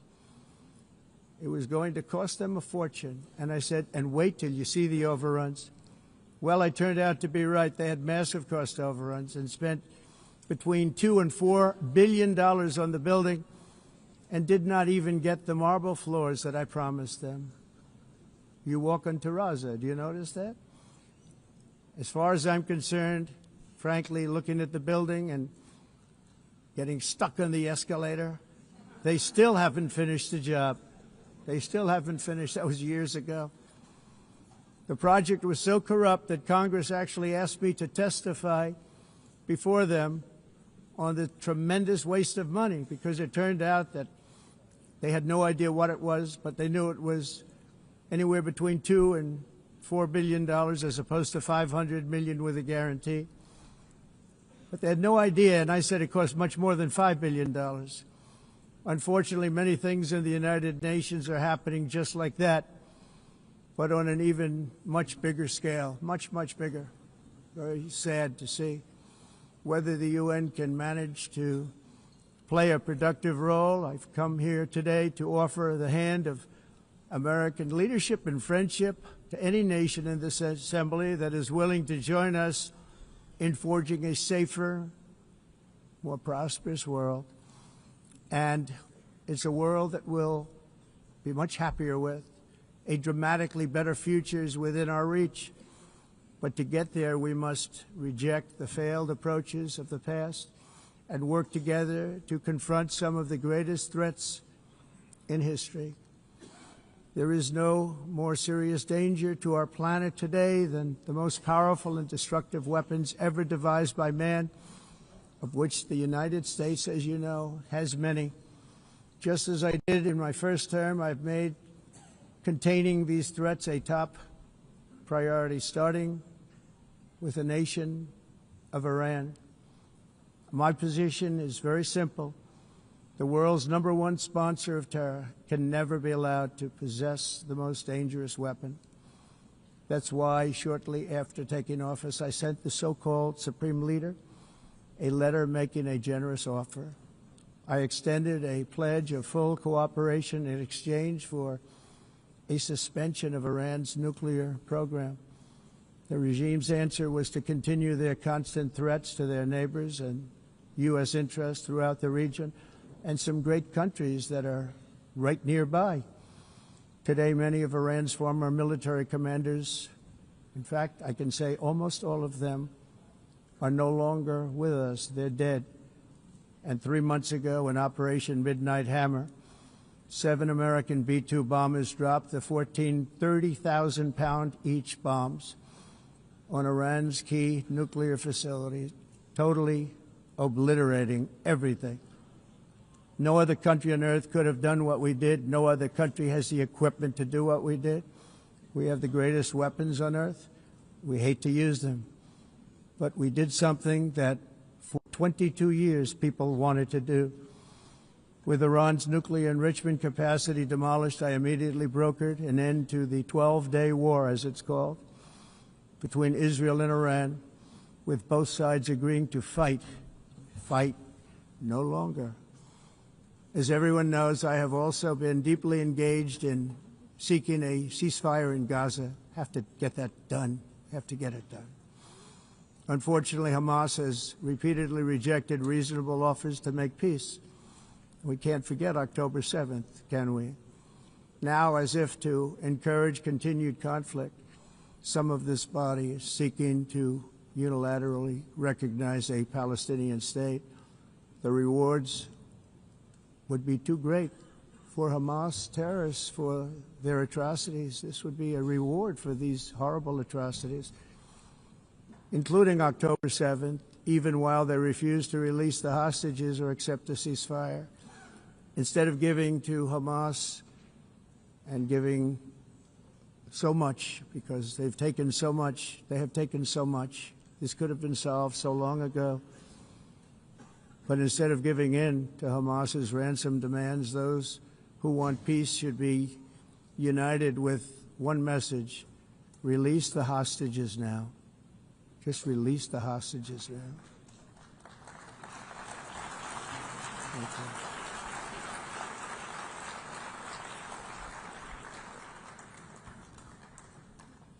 Thank you. As we have got to come together, and we will come together, going to get it done, we have to stop the war in Gaza immediately. We have to stop it. We have to get it done. We have to negotiate, immediately have to negotiate peace. We got to get the hostages back. We want all 20 back. We don't want 2 and 4. As you know, I got, along with Steve Witkoff and others that helped us, Marco Rubio, we got most of them back. We were involved in all of them. But I always said the last 20 are going to be the hardest, and that's exactly what happened. We have to get them back now. We don't want to get back 2, and then another 2, and then 1, and then 3. Have this process. No, we want them all back, and we want the actually 38 dead bodies back too. Those parents came to me, and they want them back, and they want them back very quickly and very badly. As though they were alive, they want them. They want them every bit as much as if their son or daughter were alive. I've also been working relentlessly, stopping the killing in Ukraine. I thought that would be, of the 7 wars that I stopped, I thought that would be the easiest because of my relationship with President Putin, which had always been a good one. I thought that was going to be the easiest one. But, you know, in war, you never know what's going to happen. There are always lots of surprises, both good and bad. Everyone thought Russia would win this war in 3 days, but it didn't work out that way. It was supposed to be just a quick little skirmish. It's not making Russia look good. It's making them look bad. No matter what happens from here on out, this was something that should have taken a matter of days, certainly less than a week, and they've been fighting for 3.5 years and killing anywhere from 5,000 to 7,000 young soldiers, mostly soldiers, on both sides, every single week, from 5,000 to 7,000 dead young people, and some in cities, much smaller numbers, where rockets are shot, where drones are dropped. This war would never have started if I were president. This was a war that should have never happened. It shows you what leadership is, what bad leadership can do to a country. Look what happened to the United States, and look where we are right now in just a short period of time. The only question now is how many more lives will be needlessly lost on both sides. China and India are the primary funders of the ongoing war by continuing to purchase Russian oil. But inexcusably, even NATO countries have not cut off much Russian energy and Russian energy products, which, as you know, I found out about 2 weeks ago, and I wasn't happy. Think of it. They're funding the war against themselves. Who the hell ever heard of that one? In the event that Russia is not ready to make a deal to end the war, then the United States is fully prepared to impose a very strong round of powerful tariffs, which would stop the bloodshed, I believe, very quickly. But for those tariffs to be effective, European nations, all of you are gathered here right now, would have to join us in adopting the exact same measures. I mean, you're much closer to this. We have an ocean in between. You're right there. And Europe has to step it up. They can't be doing what they're doing. They're buying oil and gas from Russia while they're fighting Russia.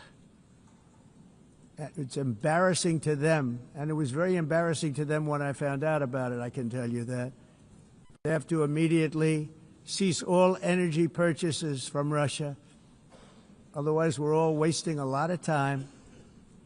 So I'm ready to discuss this. We're going to discuss it today with the European nations, all gathered here. I'm sure they're thrilled to hear me speak about it, but that's the way it is. I like to speak my mind and speak the truth. As we seek to reduce the threat of dangerous weapons today, I'm also calling on every nation to join us in ending the development of biological weapons, once and for all, and biological is terrible, and nuclear is even beyond, and we include nuclear in that. We want to have a cessation of the development of nuclear weapons. We know, and I get to view it all the time. Sir, would you like to see? And I look at weapons that are so powerful that we just can't ever use them. If we ever use them, the world literally might come to an end. There would be no United Nations to be talking about. There would be no nothing.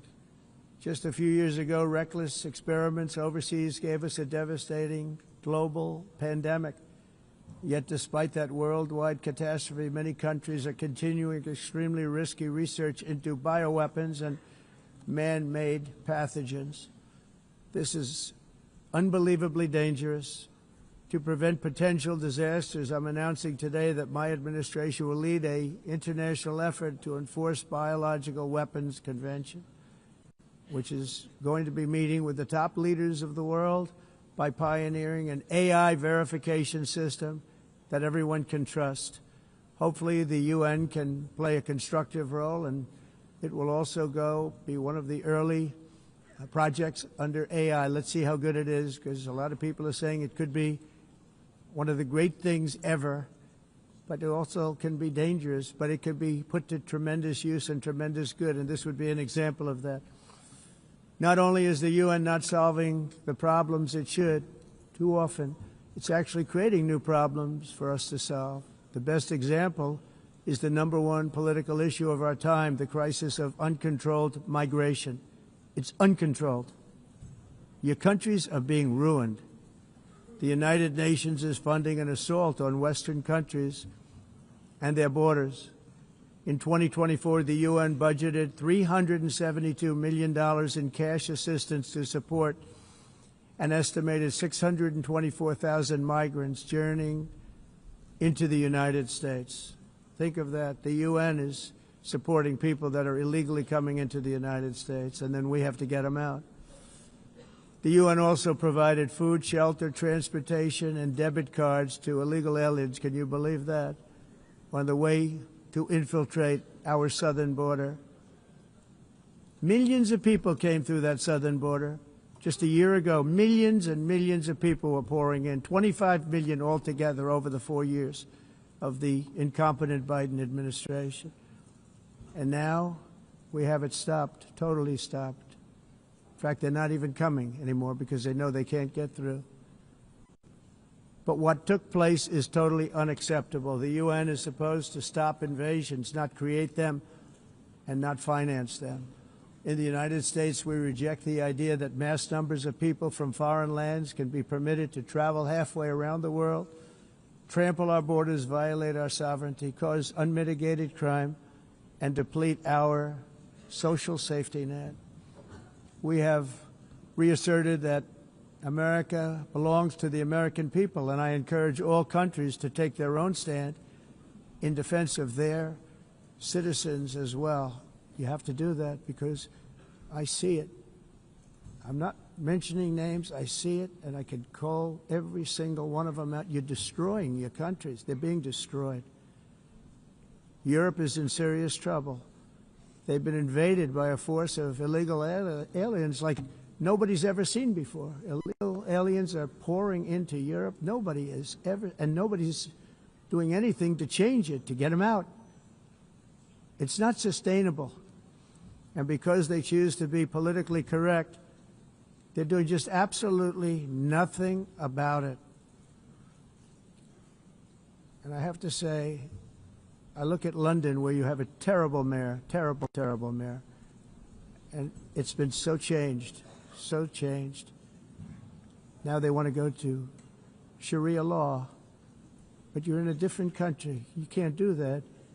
Both the immigration and their suicidal energy ideas will be the death of Western Europe if something is not done immediately. This cannot be sustained. What makes the world so beautiful is that each country is unique. But to stay this way, every sovereign nation must have the right to control their own borders. You have the right to control your borders, as we do now. and to limit the sheer numbers of migrants entering their countries and paid for by the people of that nation that were there and that built that particular nation at the time. They put their blood, sweat, tears, money into that country, and now they're being ruined. Proud nations must be allowed to protect their communities and prevent their societies from being overwhelmed by people they have never seen before, with different customs, religions, with different everything. Where migrants have violated laws, lodged false asylum claims, or claimed refugee status for illegitimate reasons, they should, in many cases, be immediately sent home. And while we will always have a big heart for places and people that are struggling and truly compassionate, answers will be given. We have to solve the problem, and we have to solve it in their countries, not create new problems in our countries. And we are very helpful to a lot of countries that are just not able to send their people anymore. They used to send them to us in caravans of 25,000, 30,000 people each. These massive caravans of people pouring into our country, totally unchecked and unvetted. But not anymore. According to the Council of Europe, in 2024, almost 50% of inmates in German prisons were foreign nationals or migrants. In Austria, the number was 53% of the people in prisons were from places that weren't from where they are now. In Greece, the number was 54%, and in Switzerland, beautiful Switzerland, 72% of the people in prisons are from outside of Switzerland. When your prisons are filled with so-called asylum seekers who repaid kindness, and that's what they did, they repaid kindness with crime, it's time to end the failed experiment of open borders. You have to end it now. See, I can tell you. I'm really good at this stuff. Your countries are going to hell. In America, we've taken bold action to swiftly shut down uncontrolled migration. Once we started detaining and deporting everyone who crossed the border and removing illegal aliens from the United States, they simply stopped coming. They're not coming anymore. We're getting a lot of credit, but they're not coming anymore. This was a humanitarian act for all involved, because on the trips up, thousands of people a week were dying. Women were being raped. Nobody's ever seen anything like it. Raped, horribly beaten, raped. On the trip up, the journey up, it was a long walk. It was a long, arduous journey, indeed. And it was also a historic victory against human trafficking throughout the region. What we did was a victory, and we saved so many lives of people that wouldn't make the journey. That journey was loaded up with death. Loaded up with death. Dead bodies all along the roads of jungles to get up. They go through jungles, they go through areas so hot you couldn't breathe. They were dying of suffocation, areas so hot that you couldn't breathe. Dead bodies all over. By them not coming, we're saving tremendous numbers of lives. My people have done a fantastic job in doing what they did, and the American public agrees with it. I mean, I was very proud to see this morning I have the highest poll numbers I've ever had. Part of it is because of what we've done on the border. I guess the other part is what we've done on the economy. Joe Biden's policies empowered murderous gangs, human smugglers, child traffickers, drug cartels, and prisoners from all over the world. The previous administration also lost nearly 300,000 children. Think of that. They lost more than 300,000 children, little children, who were trafficked into the United States on the Biden watch, many of whom have been raped, exploited, and abused, and sold. Sold. Nobody talks about that. The fake news doesn't write about it. With many others, young children who are missing or dead. And we found a lot of these children, and we're sending them back, and we've been sending them back to their parents. They said, nobody knows who they are. They said, where do you come from? And they'll give us a country, and we'll find out, and we'll figure it out, and we'll bring them back to their homes. And the mother and father rush to the door, and their tears in their eyes. They can't believe that they're seeing their son or daughter, their little son or daughter again. We've done almost 30,000 of them so far. Any system that results in the mass trafficking of children is inherently evil. Yet that is exactly what the globalist migration agenda has done, and it's what it's all about.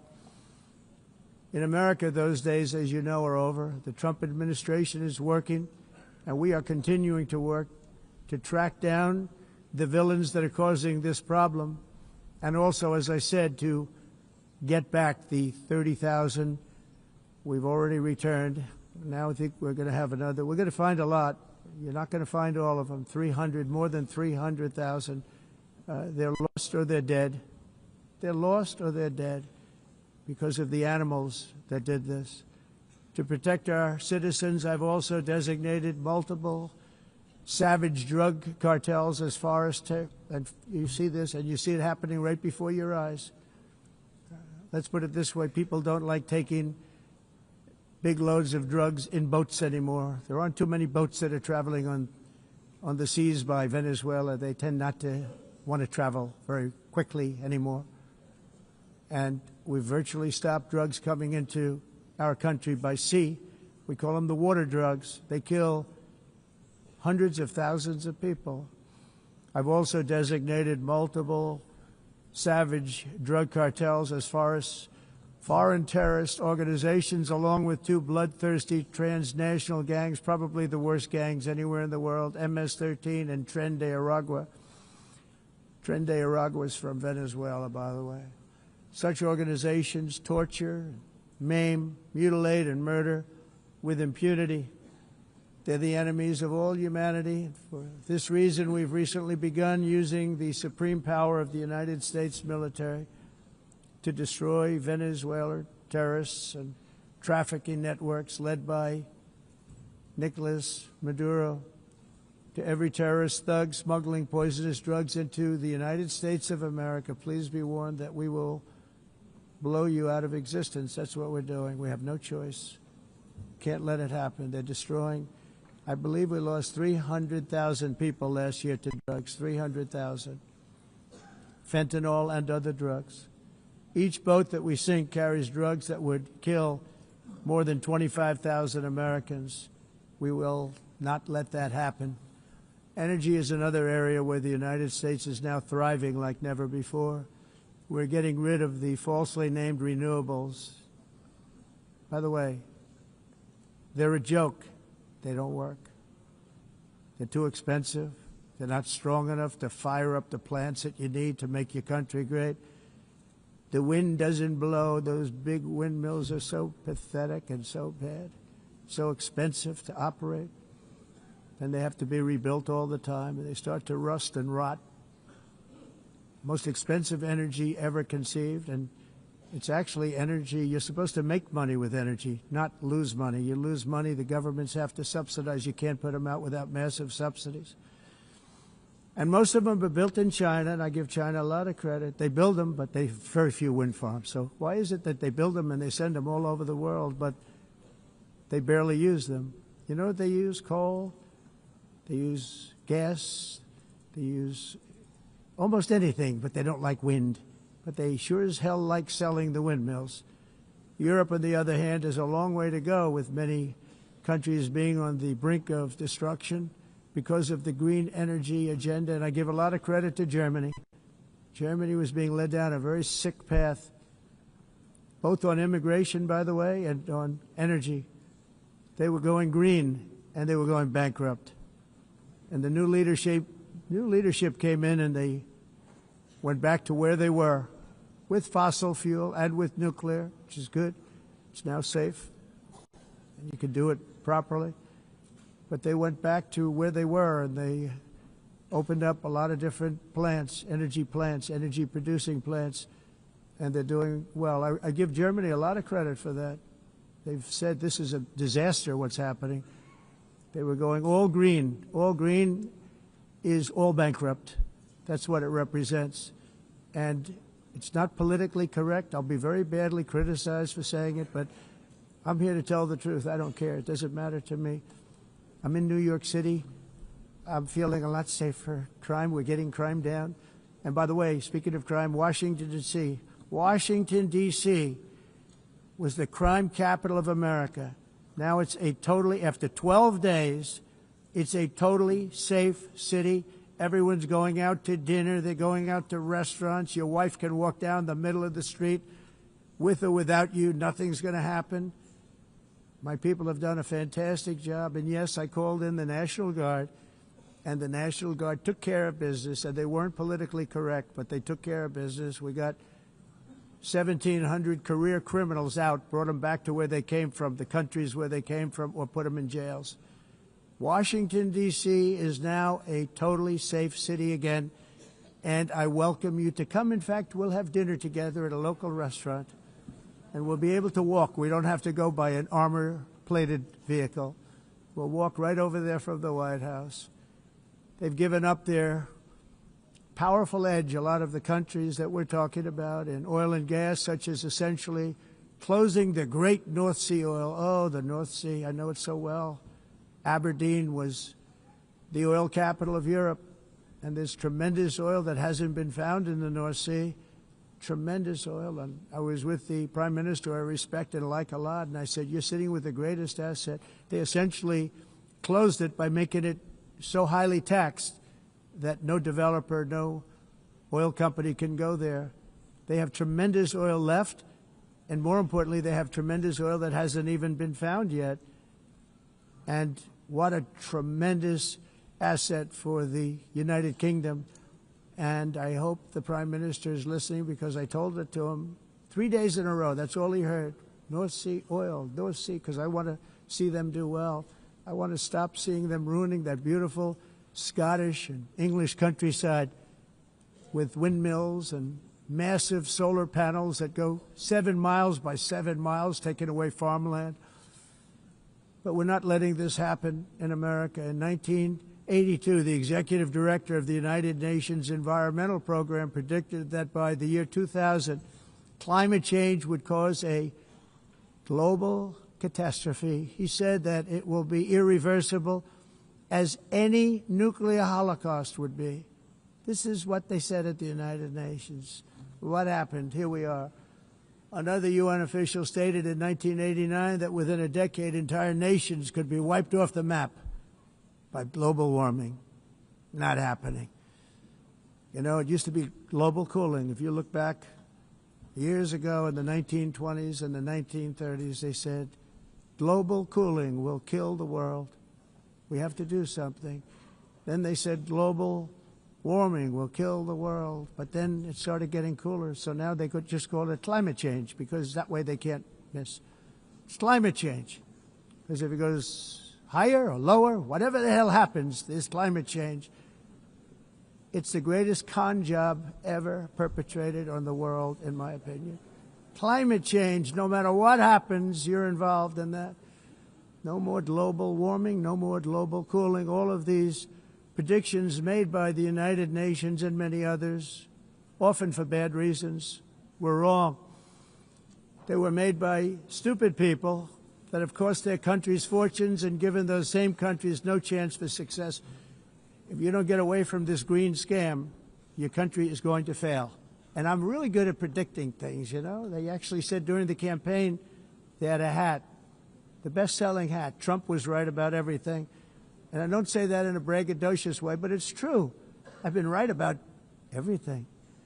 And I'm telling you that if you don't get away from the green energy scam, your country is going to fail. And if you don't stop people that you've never seen before, that you have nothing in common with, your country is going to fail. I'm the President of the United States, but I worry about Europe. I love Europe. I love the people of Europe. And I hate to see it being devastated by energy and immigration. This double-tailed monster destroys everything in its wake, and they cannot let that happen any longer. You're doing it because you want to be nice. You want to be politically correct, and you're destroying your heritage. They must take control strongly and immediately of the unmitigated immigration disaster and the fake energy catastrophe before it's too late. The carbon footprint is a hoax made up by people with evil intentions, and they're heading down a path of total destruction. You know, the carbon footprint was a big, big thing a few years ago. I remember hearing about the carbon footprint, and then President Obama would get into Air Force One, a massive Boeing 747, and not a new one, an old one with old engines that spew everything into the atmosphere. He'd talk about the carbon footprint, we must do so. Then he'd get in and he'd fly from Washington to Hawaii to play a round of golf. And then he'd get back onto that big, beautiful plane and he'd fly back and he'd talk about, again, global warming and the carbon footprint. It's a con job. At extreme cost and expense, Europe reduced its own carbon footprint by 37%. Think of that. Congratulations, Europe. Great job. You cost yourself a lot of jobs, a lot of factories closed, but you reduced the carbon footprint by 37%. However, for all of that sacrifice and much more, it's been totally wiped out and then some by a global increase of 54%. Much of it coming from China and other countries that are thriving around China, which now produces more CO2 than all the other developed nations in the world. So all of these countries are working so hard on the carbon footprint, which is nonsense, by the way. It's nonsense. You know, it's interesting. In the United States, we have still radicalized environmentalists, and they want the factories to stop. Everything should stop. No more cows. We don't want cows anymore. I guess they want to kill all the cows. They want to do things that are just unbelievable, and you have it too. But, you know, we have a border, strong, and we have a shape, and that shape doesn't just go straight up. That shape is amorphous when it comes to the atmosphere. And if we had the most clean air, and I think we do, we have very clean air. We have the cleanest air we've had in many, many years. But the problem is that other countries, like China, which has air that's a little bit rough, it blows. And no matter what you're doing down here, the air up here tends to get very dirty because it comes in from other countries where their air isn't so clean. And the environmentalists refuse to acknowledge that. Same thing with garbage. In Asia, they dump much of their garbage right into the ocean. And over about a 1 week and 2 week journey, it flows right past Los Angeles. You've seen it. Massive amounts of garbage, almost too much to do anything about, flowing past Los Angeles, past San Francisco, and then somebody will get in trouble because he dropped a cigarette on the beach. The whole thing is crazy. The primary effect of these brutal green energy policies has not been to help the environment, but to redistribute manufacturing and industrial activity from developed countries that follow the insane rules that are put down to polluting countries that break the rules and are making a fortune. They're making a fortune. European electricity bills are now 4 to 5 times more expensive than those in China, and 2 to 3 times higher than the United States. And our bills are coming way down. You probably see that our gasoline prices are way down. You know, we have an expression, drill, baby, drill, and that's what we're doing. We're going to be much lower in a year from now. But they've come way down over the last year. As a result, every air conditioner is like very uncommon to see one in some of these countries because the electric costs are so high. So while the U.S. has approximately 1,300 heat-related deaths annually, that's a lot, Europe loses more than 175,000 people to heat deaths each year because the costs are so expensive you can't turn on an air conditioner. What is that all about? That's not Europe. That's not the Europe that I love and know. All in the name of pretending to stop the global warming hoax. The entire globalist concept of asking successful industrialized nations to inflict pain on themselves and radically disrupt their entire societies must be rejected completely and totally, and it must be immediate. That's why in America I withdrew from the fake Paris Climate Accord, where, by the way, America was paying so much more than every country. Others weren't paying. China didn't have to pay until 2030. Russia was given an old standard that was easy to meet, a 1990 standard. But for the United States, we're supposed to pay like $1 trillion. And I said, this is another scam. The fact is, the United States has been taken advantage of by the world for many, many years, but not any longer, as you probably noticed. I unleashed massive energy production and signed historic executive orders to hunt for oil, but we don't have to do much hunting because we have the most oil of any nation anywhere, oil and gas in the world. And if you add coal, we have the most of any nation in the world. Clean, I call it clean, beautiful coal. You can do things today with coal that you couldn't have done 10 years ago, 15 years. So I have a little standing order in the White House. Never use the word coal, only use the words clean, beautiful coal. Sounds much better, doesn't it? But we stand ready to provide any country with abundant, affordable energy supplies if you need them, when most of you do. We're proudly exporting energy all over the world. We're now the largest exporter. In the United States, we want trade and robust commerce with all nations, everybody. We want to help nations. We're going to help nations. But it must also be fair and reciprocal. The challenge with trade is much the same with climate. The countries that followed the rules, all their factories have been plundered. It's really sad to watch. They've been broken. They've been broken by countries that broke the rules. That's why the United States is now applying tariffs to other countries, and much as these tariffs were for many years applied to us, uncontrollably applied to us. We've used tariffs as a defense mechanism under the Trump administration, including my first term, where hundreds of billions of dollars in tariffs were taken in. And by the way, we had the lowest inflation, and now we have very low inflation. The only thing different is that we have hundreds of billions of dollars flowing into our country. But this is how we will ensure that the system works for everyone and is sustainable into the future. We're also using tariffs to defend our sovereignty and security throughout the world, including against nations that have taken advantage of former U.S. administrations for decades, including the most corrupt, incompetent administration in history, the sleepy Joe Biden administration.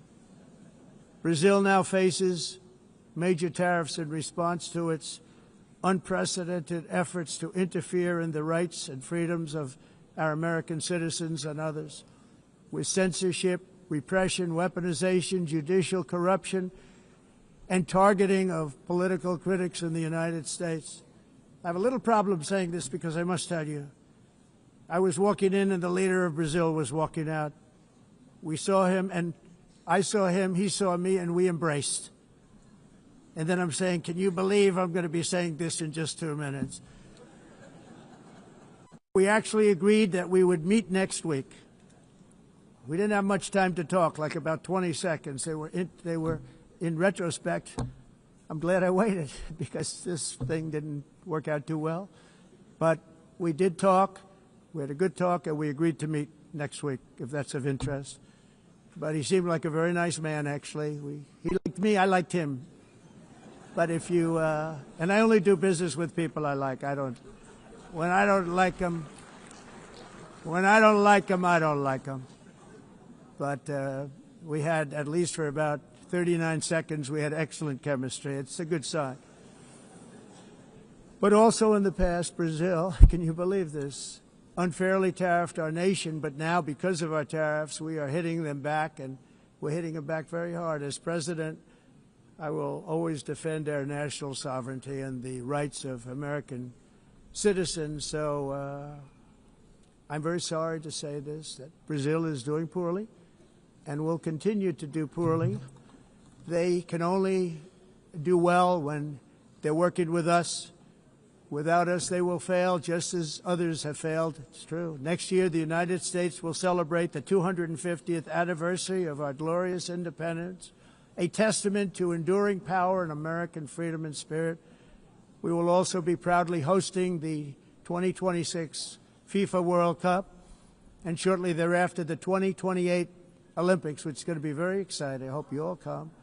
I hope that countless people from all over the globe will take part of these will be great celebrations of liberty and human achievement, and that together we all can rejoice in the miracles of history that began in July 4th, 1776, when we founded the light to all nations. And it's something really that an amazing thing came out of that date. It's called the United States of America. In honor of this momentous anniversary, I hope that all countries who find inspiration in our example will join us in renewing our commitment, values, and those values really that we hold so dear. Together, let us defend free speech and free expression. Let us protect religious liberty, including for the most persecuted religion on the planet today. It's called Christianity. And let us safeguard our sovereignty and cherish qualities that have made each of our nations so special, incredible, and extraordinary. In closing, I just want to repeat that immigration and the high cost of so-called green renewable energy is destroying a large part of the free world and a large part of our planet. Countries that cherish freedom are fading fast because of their policies on these two subjects. You need strong borders and traditional energy sources if you are going to be great again. Whether you have come from north or south, east or west, near or far, every leader in this beautiful hall today represents a rich culture, a noble history, and a proud heritage that makes each nation majestic and unique, unlike anything else in human history or any other place on the face of the earth. From London to Lima, from Rome to Athens, from Paris to Seoul, from Cairo to Tokyo and Amsterdam to right here in New York City, we stand on the shoulders of the leaders and legends, generals and giants, heroes and titans who won and built our beloved nations, all of our nations, with their own courage, strength, spirit, and skill. Our ancestors climbed mountains, conquered oceans, crossed deserts, and trekked over wide open plains. They charged into thunderous battles, plunged into grave dangers, and they were soldiers and farmers and workers and warriors and explorers and patriots. They built towns into cities, tribes into kingdoms, ideas into industries, and small islands into mighty empires. You're a part of all of that. They were champions for their people who never gave up and who never, ever gave in. Their values defined our national identities. Their visions forged our magnificent destiny. Everybody in this room is a part of it in your own way. Each of us inherits the deeds and the myths, the triumphs, the legacies of our own heroes and founders who so bravely showed us the way. Our ancestors gave everything for homelands that they defended with pride, with sweat, with blood, with life, and with death. Now the righteous task of protecting the nations that they built belongs to each and every one of us. So together let us uphold our sacred duty to our people and to our citizens. Let us protect their borders, ensure their safety, preserve their cultures, treasure, and traditions, and fight, fight, fight for their precious dreams and their cherished freedoms. And in friendship and really a beautiful vision, let us all work together to build a bright, beautiful planet, a planet that we all share, a planet of peace and a world that is richer, better, and more beautiful than ever before. That can happen. It will happen. It will happen, and I hope it can happen and start right now, right at this moment. We'll turn it around. We're going to make our countries better, safer, more beautiful. We're going to take care of our people. Thank you very much. It's been an honor. God bless the nations of the world. Thank you very much. Bye.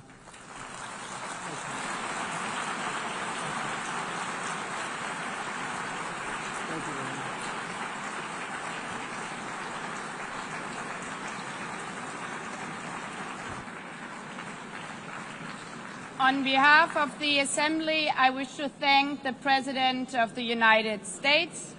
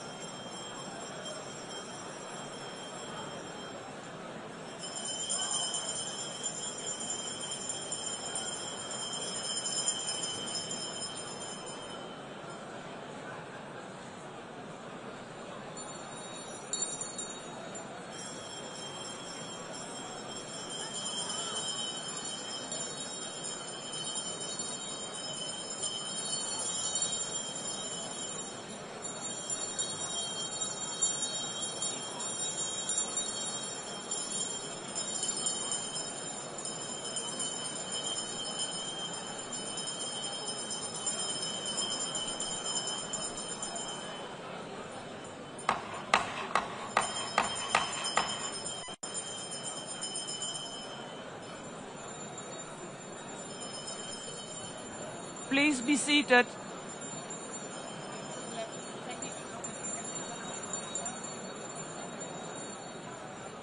Please be seated.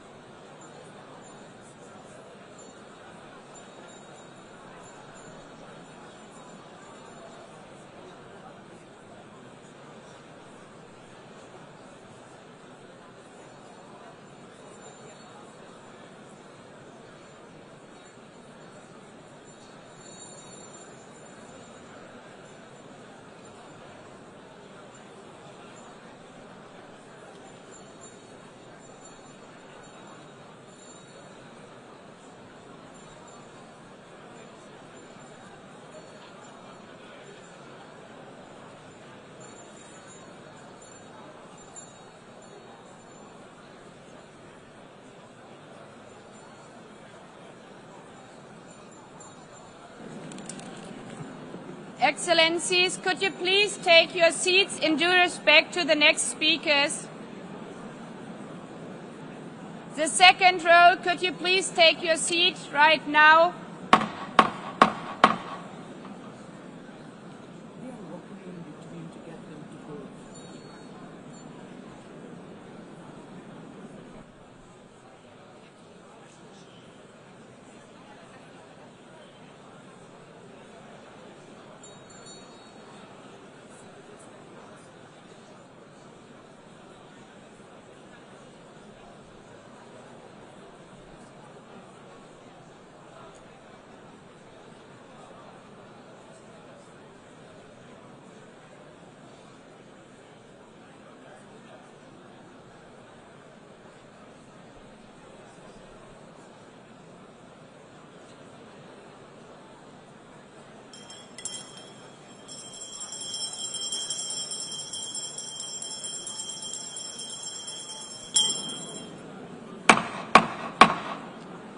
Please take a seat now.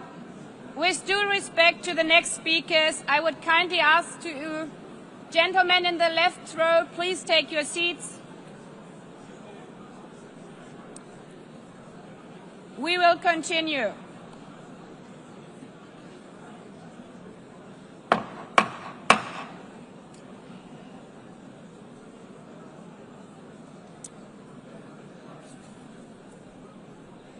Excellencies, as we are receiving queries, I would like to assure you that don't worry, the UN teleprompters are working perfectly.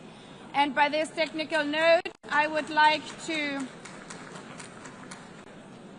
call on the next speaker. The Assembly will hear an address by His Excellency Prabowo Subianto, President of the Republic of Indonesia.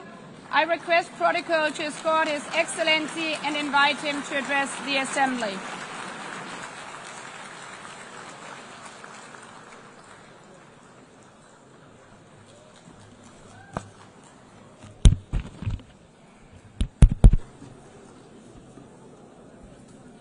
His Excellency Mr. Antonio Guterres, Secretary General of the United Nations, Her Excellency Madame Annalena Baerbock, President of the United Nations General Assembly, His Excellency Mr. Moses Abelian, Under-Secretary General for General Assembly and Management, Excellencies, Heads of States, Heads of Governments, distinguished delegates, ladies and gentlemen. It is indeed a great honor for me to stand in this august General Assembly Hall among leaders and representatives who represent almost all of humanity. We differ in race, religion, and nationality, yet we gather together today as one human family. We are here first and foremost as fellow human beings, each created equal, endowed with unalienable rights to life, liberty, and the pursuit of happiness. The words of the United Nations Declaration of Independence have inspired democratic movements across continents, including the French Revolution, the Russian Revolution, the Mexican Revolution, the Chinese Revolution, and Indonesia's own struggle and journey to freedom. It also gave birth to the Universal Declaration of Human Rights, adopted by the United Nations in 1948. All men are created equal was the creed that opened the way to unprecedented global prosperity and dignity. And yet, in our own era of scientific and technological triumphs, an era capable of ending hunger, poverty, and environmental ruin, we also continue to face today grave dangers, challenges, and uncertainties. Human folly, fueled by fear, racism, hatred, oppression, and apartheid, threatens our common future. My country knows this pain. For centuries, Indonesians lived under colonial domination, oppression, and slavery. We were treated less than dogs in our own homeland. We Indonesians know what it means to be denied justice and what it means to live in apartheid, to live in poverty, and to be denied equal opportunity. We also knew what solidarity can do. In our struggle for independence, in our fight to overcome hunger, disease, and poverty, the United Nations stood with Indonesia and gave us vital assistance. Decisions made here based on human solidarity by the Security Council and this Assembly gave Indonesia independence, international legitimacy, opened doors, and supported our early development through the efforts of the United Nations Children's Fund, the United Nations Food and Agriculture Organization, the FAO, the World Health Organization, and many, many other United Nations institutions. And because of that, Indonesia today stands on the cusp of shared prosperity and greater equality and dignity. Madam President, Excellencies, our world today is driven by conflict, injustice, and deepening uncertainty. Every day we witness suffering, genocide, and blatant disregard for international law and human decency. In the face of these challenges, we must not give up. As the United Nations Secretary General said, we cannot give up. We cannot surrender our hopes or our ideals. We must draw closer, not drift apart. Together we must strive to achieve our hopes, our dreams.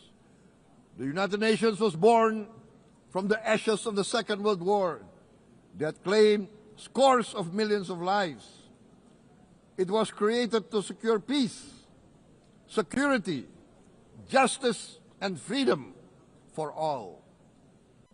We remain committed to internationalism, to multilateralism, and to every effort that strengthens this great institution.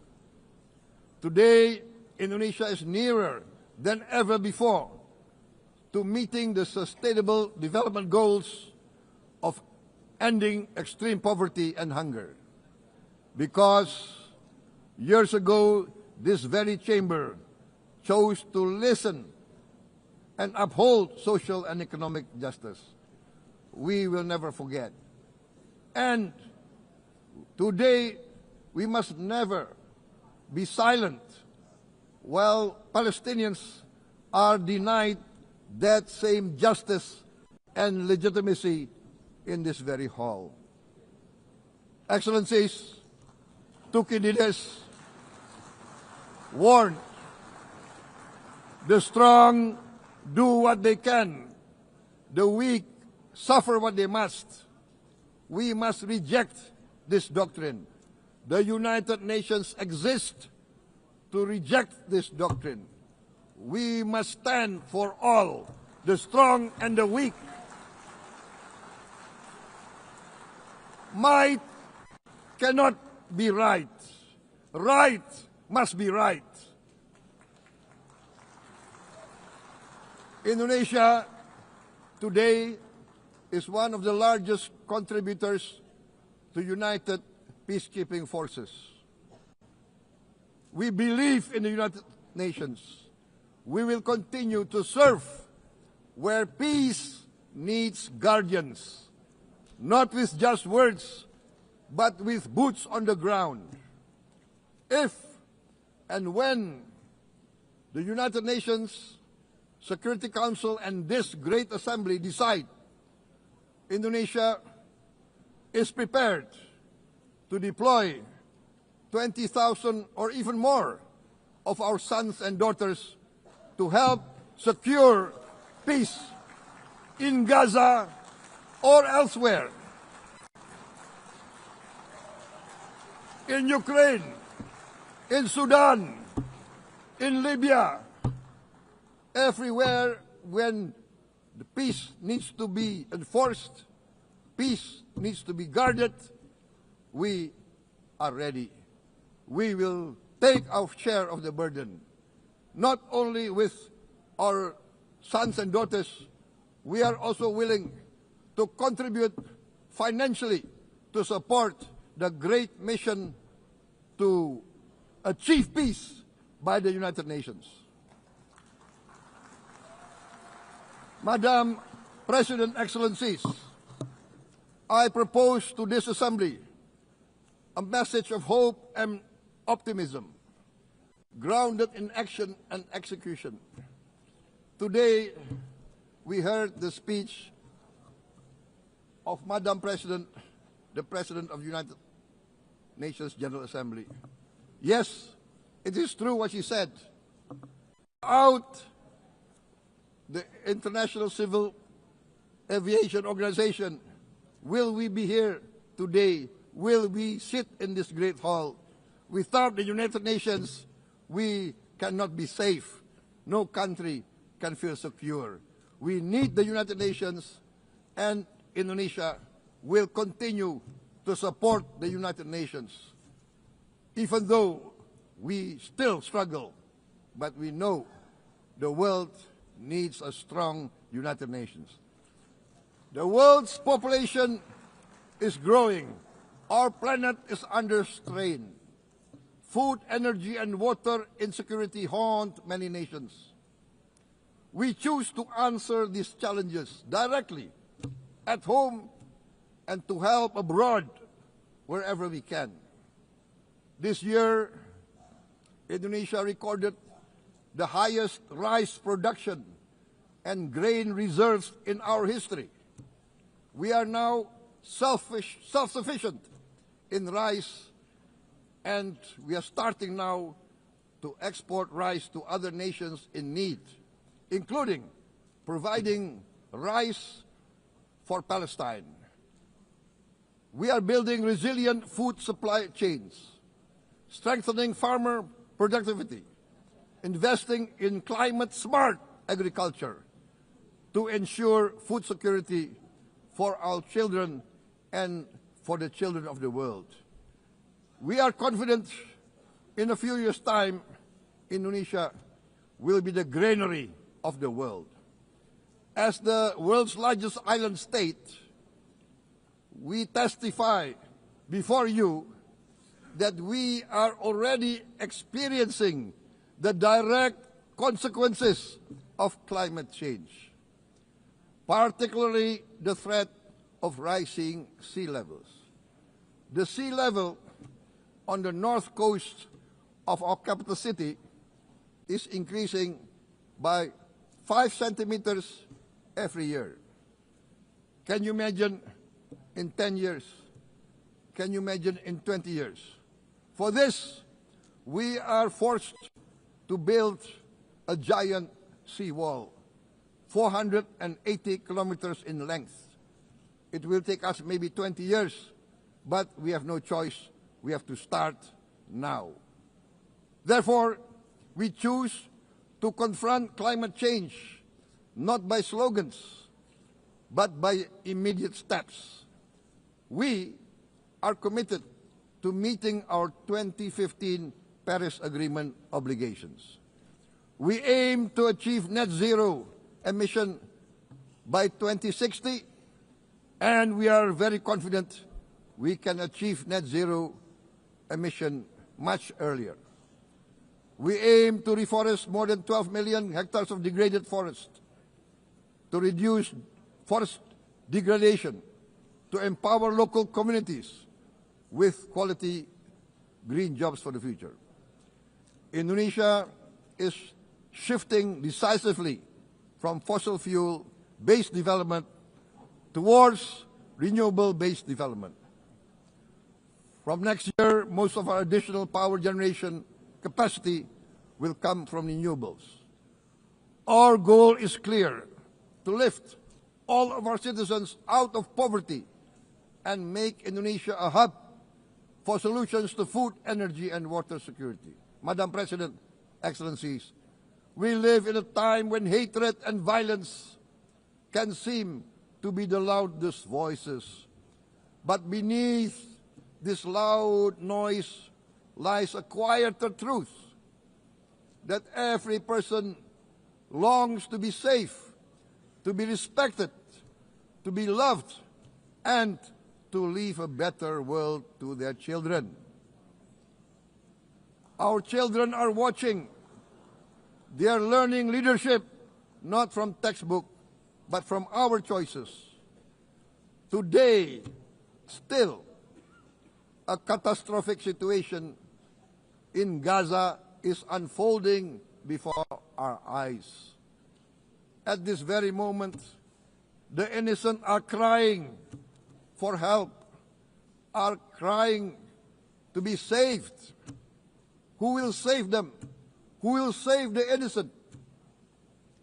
Who will save the old and women? Millions are facing danger at this very moment. As we sit here, they are facing trauma. They are facing irreparable damage to their bodies. They are dying of starvation. Can we remain silent?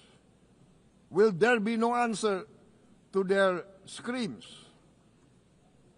Will we teach them that the human family can rise to the challenge? Madam President, we must act now. Many speakers have said that. We must stand for a multilateral order where peace, prosperity, and progress are not the privilege of a few, but the right of all. With a strong United Nations, we can build a world where the weak do not suffer what they must, but live the justice that they deserve. Let us continue humanity's great journey of ideals, the selfless aspirations that created the United Nations.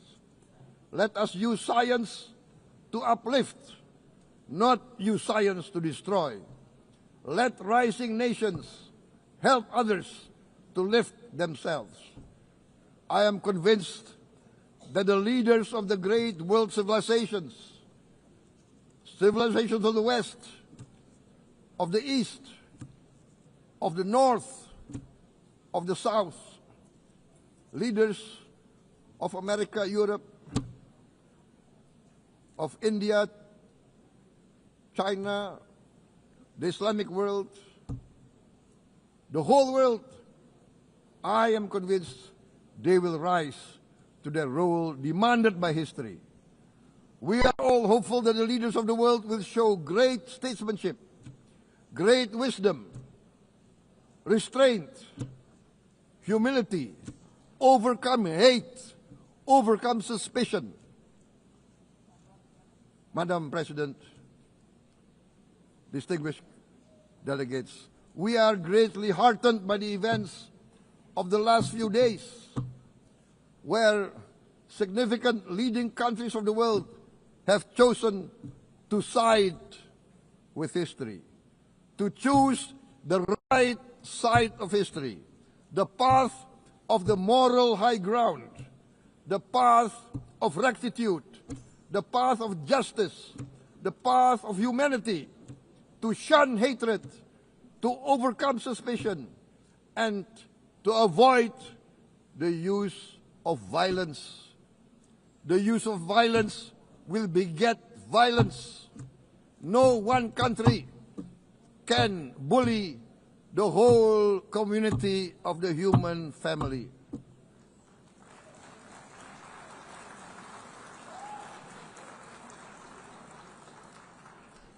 We may be weak individually, but the sense of oppression, the sense of injustice has proven in the history of mankind that this sense of injustice, this sense of oppression will unite into a strong force that will overcome this oppression, that will overcome this injustice.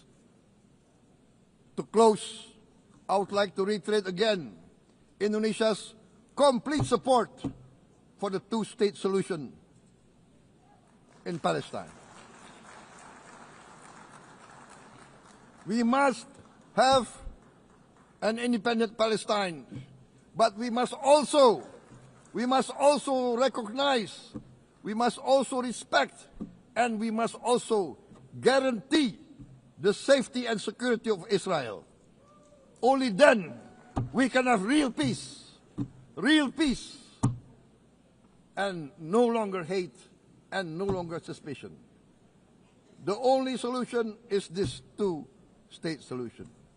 Two descendants of Abraham must live in reconciliation, peace, and harmony. Arabs, Jews, Muslims, Christians, Hindus, Buddhists, all religions, we must live as one human family. Indonesia is committed to being part of making this vision a reality. Is this a dream? Maybe, but this is the beautiful dream that we must work together towards. Let us work towards this noble goal.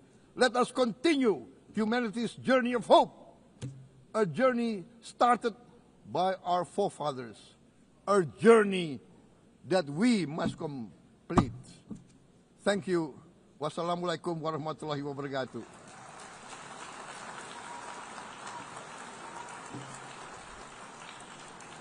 Shalom. Om Santi, Santi, Santi Om. Namo Buddhaya. Thank you very much. May God bless us all. May peace be upon us. Thank you very much. Thank you. On behalf of the Assembly, I wish to thank the President of the Republic of Indonesia.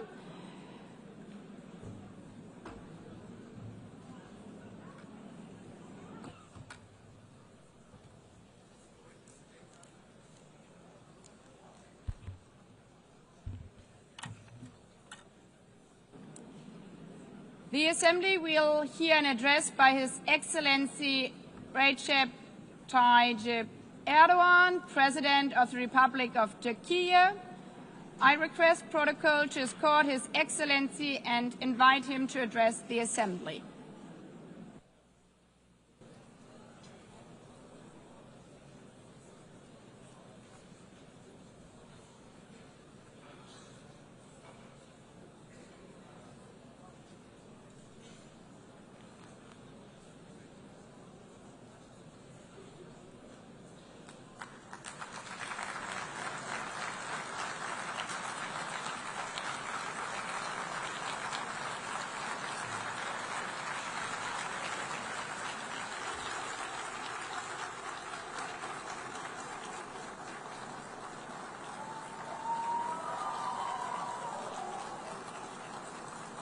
Sayın Başkan, değerli devlet ve hükümet başkanları, Sayın Genel Sekreter, kıymetli delegeler, sizleri şahsım ve milletim adına en kalbi duygularımla selamlıyorum.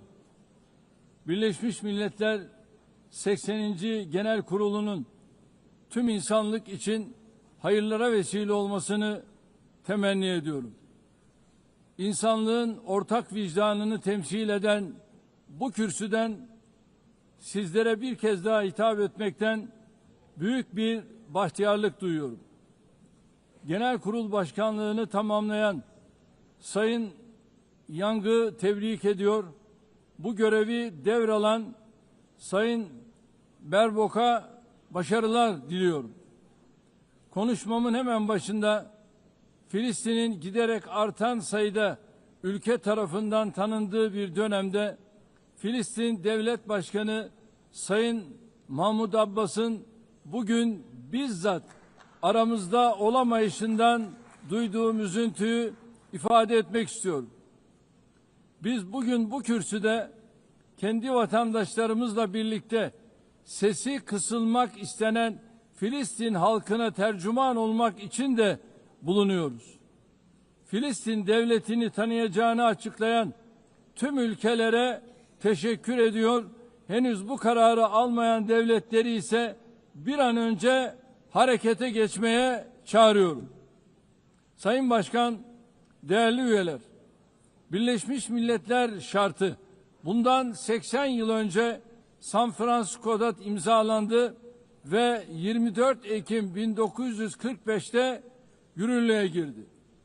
Birleşmiş Milletler Kuruluş Şartı'nın ilk maddesinin ilk kelimelerini burada tekrar hatırlatmak isterim. Birleşmiş Milletler'in amacı uluslararası barış ve güvenliği korumaktır. Evet, bizler bu salonda Birleşmiş Milletler'in 80. yaşını kutlarken dünyanın birçok bölgesinde kuruluş şartının ilk maddesinin ilk kelimelerine gölge düşürecek vahim hadiseler yaşanıyor. Özellikle Gazze'de gözlerimizin önünde 700 günü aşkın bir süredir soykırım devam ediyor. Biz toplantı halindeyken dahi Gazze'de şu anda siviller katlediliyor. Gazze'de ölen sivillerin sayısı 65 bini geçti. Enkaz altında kaç cenazenin olduğu henüz bilinmiyor. Ölenlerin 20 binden fazlası çocuk.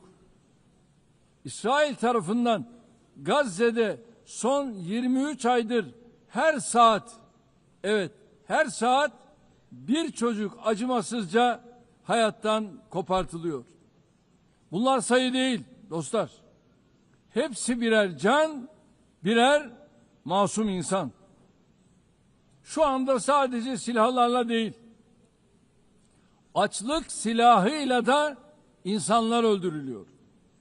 21. yüzyılda medeni dünyanın bakışları altında 146'sı çocuk, 428 kişi açlıktan hayatını kaybetti ve sayı her geçen gün artıyor. Şimdi size Gazze'deki günlük hayatı anlatan bir fotoğraf göstereceğim. Birinci fotoğraf,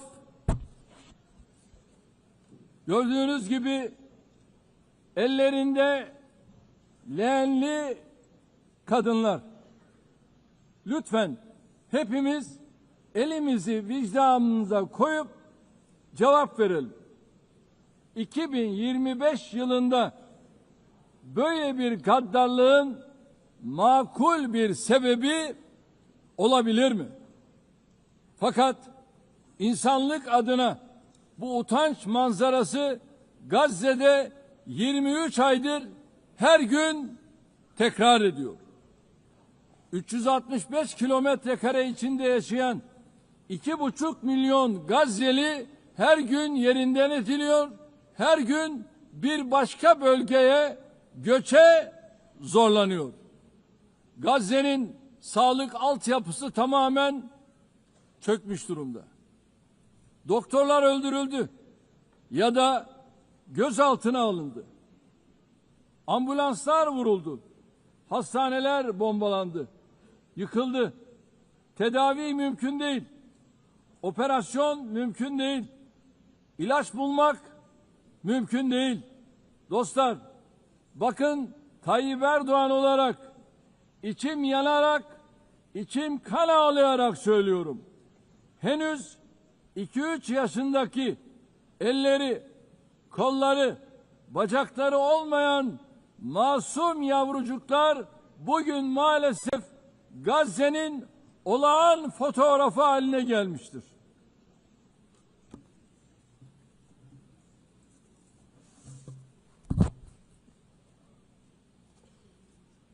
Buna hangi vicdan dayanır? Hangi vicdan buna sessiz kalabilir?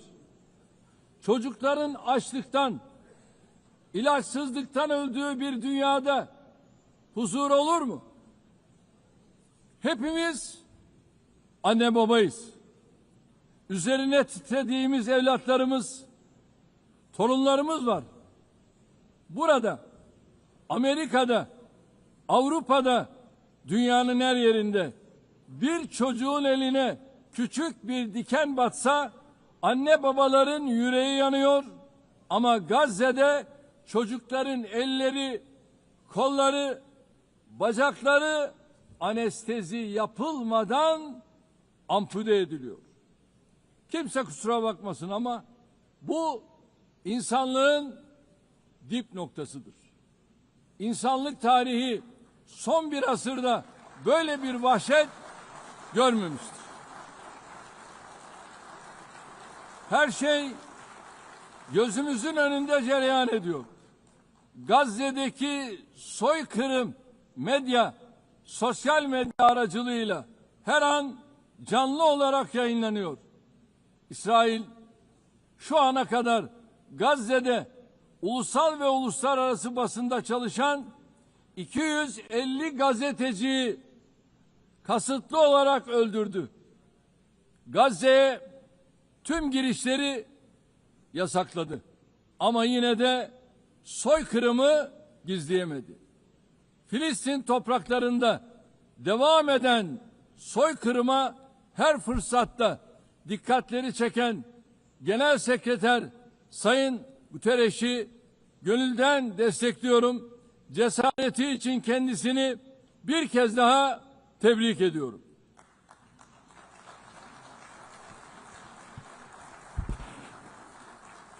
Ancak Birleşmiş Milletler Gazze'de kendi çalışanlarını dahi maalesef koruyamamıştır. Gazze'de insanlara yardım için koşturan 500 kişi öldürülmüştür. Ve bunların 326'sı Birleşmiş Milletler personelidir. Sayın Başkan, değerli üyeler, bakınız, soykırım tıpkı Holocaust gibi insanların toplu halde iması için kullanılan utanç verici, insanlık dışı, barbarca bir kavramdır. Oysa bugün Gazze'de sadece insanlar öldürülmüyor. Gazze'de hayvanlar hedef alınarak öldürülüyor. Gazze'de tarım alanları, bahçeler, ağaçlar, otlar, Gazze'de asırlık zeytin ağaçları yok ediliyor. Gazze'de sular yok ediliyor, kirletiliyor.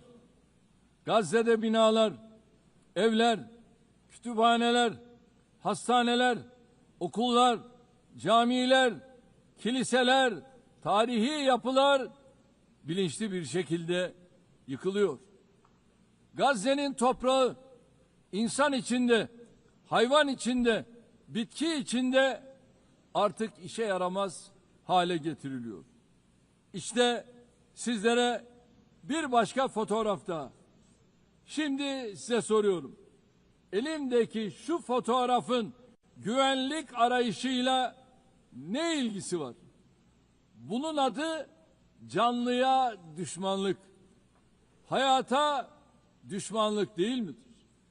Bu kürsüden açık açık ifade ediyorum. Gazze'de bir savaş yoktur. Gazze'de iki taraftan söz edilemez.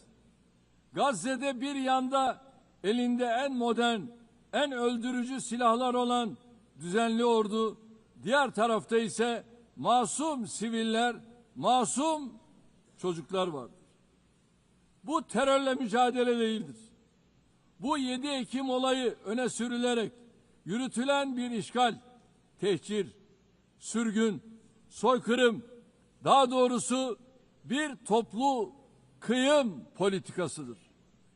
Bugün Gazze Hamas bahanesiyle yok edilirken eş zamanlı olarak Hamas'ın yönetimde olmadığı Batı Şeria'da adım adım işgal edilmekte, infazlarla masum siviller katledilmektedir. Üstelik İsrail Gazze ve Batı Şeria ile sınırlı kalmıyor, Suriye'ye, İran'a, Yemen'e, Lübnan'a saldırılar düzenleyerek bölge barışını da tehdit ediyor. En son arabulucu Katar'da ateşkes müzakereleri için toplantı yapan heyete İsrail saldırısı gerçekleşmiştir. Katar'a yönelik saldırı göstermiştir ki İsrail yönetimi tamamen kontrolü kaybetmiştir. Netanyahu'nun barış yapmaya da rehineleri kurtarmaya da niyetinin olmadığı bir kez daha anlaşılmıştır. Sadece komşuları değil, Orta Doğu'daki tüm ülkeler İsrail hükümetinin pervasız tehditlerine muhatap oluyor. Şunun da farkına varalım. İsrail'in artan saldırganlığı sebebiyle Avrupa başta olmak üzere Batı'da 2. Dünya Savaşı sonrası ortaya çıkan değerler de çok ağır yara almıştır. En temel insan hakları, ifade özgürlüğü, basın özgürlüğü, gösteri ve protesto özgürlüğü, kadın hakları, çocuk hakları, demokrasi, eşitlik, adalet gibi kavramlar rafa kaldırılmıştır. Gelinen noktada hepimiz şu gerçeği görmek zorundayız. Değerli dostlar, vaat edilmiş topraklar saplantısıyla hareket eden İsrail yönetimi yayılmacı bir politikayla bölge barışına ve insanlığın müşterek kazanımlarına kastetmektedir. 3 semavi dinin kutsal beldesi, insanlığın ortak mirası olan Kudüs-ü Şerif bu radikalizmin doğrudan hedefidir.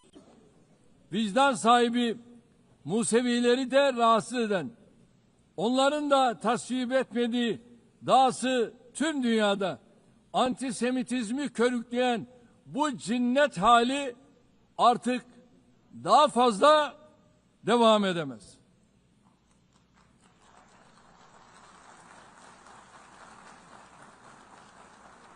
Gazze'de ateşkes bir an önce sağlanmalı, saldırılar durmalı, insani yardımların engelsiz girişine mutlaka izin verilmelidir.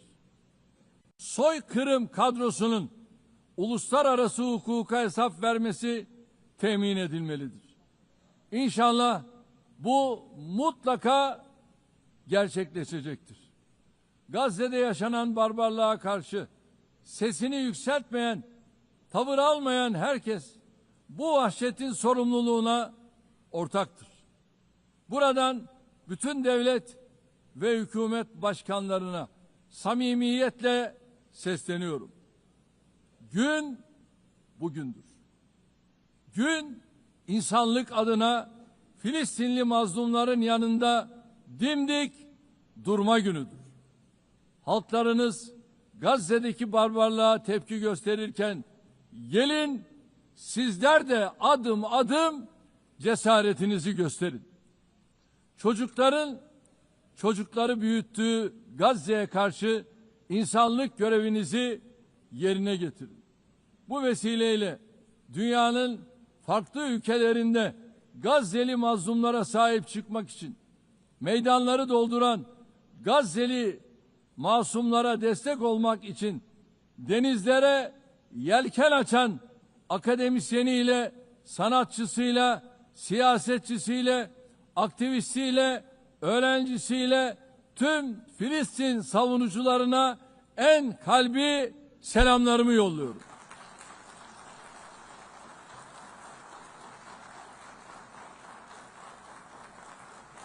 Kıymetli delegeler, 13 yıl boyunca sizlere bu kürsüden komşumuz Suriye'de yaşanan zulümden ve çatışmalardan bahsettim. Nasıl bugün Gazze'li mazlumlar için sesimizi yükseltiyorsak, 13 yıl süresince de Suriyelilerin feryatlarına dikkat çektik. Burada onların da sesi, nefesi olduk. 1 milyon insanın hayatına, milyonlarcasının da vatanlarını terk etmesine sebep olan zulüm, 8 Aralık devrimiyle birlikte hamdolsun artık tarihe karıştı. Suriyeli kardeşlerimiz 8 Aralık tarihi itibariyle yeni bir dönemin kapılarını açtılar. Eli kanlı bir rejime karşı mücadeleyi kazanan Suriye halkı, inanıyorum ki büyük bedeller ödeyerek elde ettikleri zaferi de inşallah menziline ulaştıracaktır. DAEŞ başta olmak üzere terörün hiçbir çeşidinin olmadığı, güvenliğin tesis edildiği bir ve bütün Suriye vizyonunu tüm imkanlarımızla destekleyeceğiz. Suriye'de istikrar kökleştikçe hiç şüphesiz bunun kazananı Suriyelilerle birlikte tüm komşu ülkeler, tüm bölgemiz olacaktır. Körfez'deki kardeş ülkelere de Suriye'nin toparlanmasına verdikleri katkılar için teşekkürlerimi iletiyorum. Bizimle aynı ilkeleri paylaşan tüm bölgesel ve uluslararası aktörlerle işbirliğimizi inşallah aynı şekilde sürdüreceğiz. Değerli dostlar, komşumuz İran'la ilgili nükleer dosyanın bir an evvel diplomasi yoluyla çözülmesini temenni ediyoruz. Unutulmamalıdır ki bölgemiz yeni bir krizi daha kaldıramaz. Komşumuz Irak'ın istikrarı, güvenliği ve refahı bölgemizin selameti bakımından fevkalade önemlidir. Kalkınma yolu projesi gibi kolektif refahı önceleyen stratejik hamlelere bu bakımdan büyük önem atfediyoruz. Kuzeyde her ikisi de komşumuz olan Rusya ve Ukrayna arasında İstanbul sürecine büyük bir iştiyakla ev sahipliği yapıyoruz. Doğrudan görüşmeler sayesinde çok sayıda esirin ve naaşın mübadelesine aracılık ettik. Taraflar arasında barış müzakerelerinin modalitelerini belirlemeye çalıştık. Unutmayın, savaşın kazananı adil bir barışın kaybedeni olmaz şiarıyla önümüzdeki dönemde de ateşkes için çaba göstermeye devam edeceğiz. Azerbaycan ve Ermenistan arasında barışın tesisi için tarafları en başından bu yana cesaretlendirdik. 8 Ağustos tarihinde iki ülke arasında kalıcı barışa giden adımların atılmasından memnuniyet duyuyoruz. Azerbaycan Cumhurbaşkanı Sayın Aliyev ile Ermenistan Başbakanı Sayın Paşinyan başta olmak üzere sürece katkıda bulunan Amerikan Başkanı Sayın Trump'ı burada bir kez daha tebrik ediyorum. Bu vesileyle ülkemizle Ermenistan arasındaki normalleşme sürecinin kendi rayında ilerlediğini de ifade etmek isterim. Diğer bir arabuluculuk faaliyetimiz olan Ankara süreci kapsamında Somali ile Etiyopya arasındaki ihtilafın halline yönelik gayretlerimizi sürdürüyoruz. Tarafların bu girişimi hızla, başarıyla neticelendirmelerini temenni ediyorum. Değerli delegeler, Karadeniz'de güvenliğin teminatı olan Montreux Sözleşmesi'ni tam 89 yıldır tarafsızlık içinde harfiyen uygulamaktayız. Ege Denizi'ni ve Doğu Akdeniz'i ilgili tüm tarafların meşru menfaatlerine riayet edilen bir istikrar ve refah havzası olarak görmek istiyoruz. Enerji ve çevre başta olmak üzere her konuda yapıcı işbirliğine hazırız. Komşularımızdan da aynısını bekliyoruz. Bu vesileyle Doğu Akdeniz'de Türkiye'yi ve Kuzey Kıbrıs Türk Cumhuriyeti'ni dışlayan projelerin başarılı olamayacağını burada özellikle vurgulamak istiyorum. Kıbrıs adasının batısında Türkiye'nin hak ve yetkileri, adanın etrafındaki alanlarda ise Kıbrıs Türklerinin meşru hakları vardır. Daha evvel de teklif ettiğimiz Doğu Akdeniz Konferansı müşterek bir zeminin bulunmasına katkı yapacaktır. Kıbrıs meselesinin çözümü daha önce defalarca denenmiş ancak Rum tarafının uzlaşmaz tutumu nedeniyle tüketilmiş federasyon modeli üzerine bina edilemez. Kıbrıs adasında iki ayrı devlet ve iki ayrı halk vardır. Kıbrıs Türkleri adanın eşit sahibidir ve azınlık olmayı kabul etmeyecektir. Uluslararası toplum Kıbrıs Türklerinin yarım asırdır maruz bırakıldıkları haksız izolasyona artık son vermelidir. Son 3 Birleşmiş Milletler Genel Kurulu'nda yaptığım çağrıyı bugün bir kere daha tekrarlıyor. Uluslararası toplumu Kuzey Kıbrıs Türk Cumhuriyeti'ni tanımaya, diplomatik, siyasi ve ekonomik ilişkiler kurmaya davet ediyorum. Sayın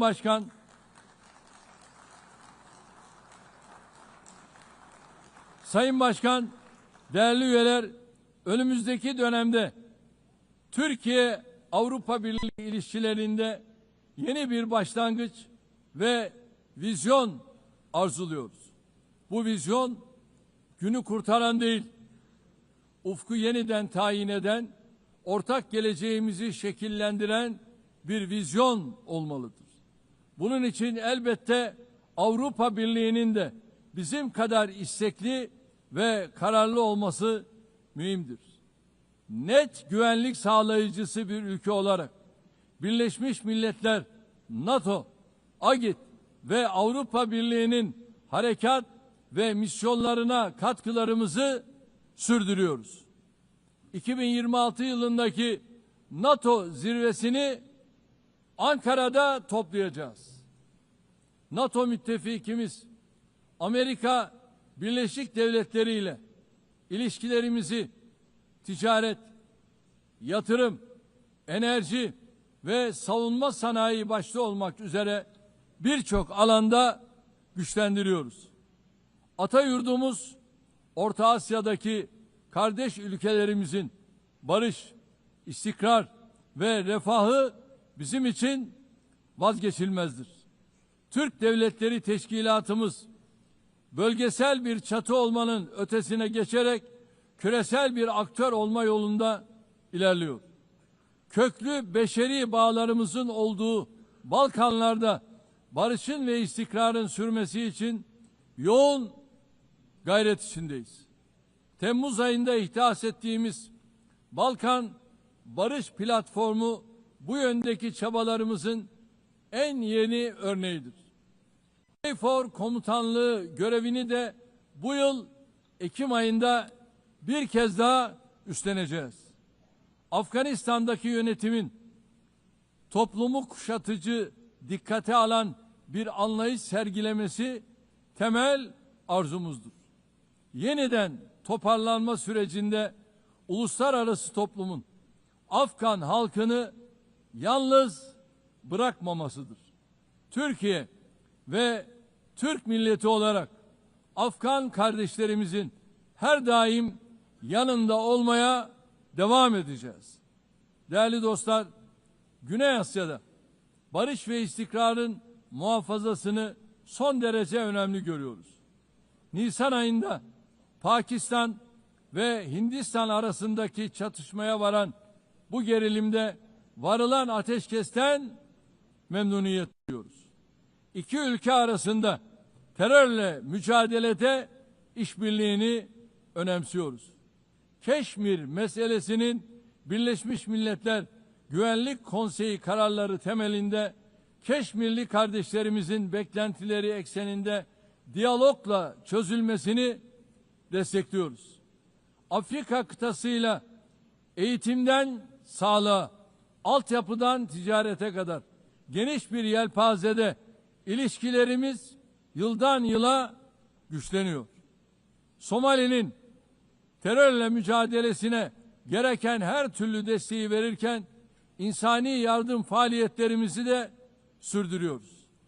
Sudan'da 2 yılı aşkın süredir devam eden çatışma ortamı bizleri ziyadesiyle üzmektedir.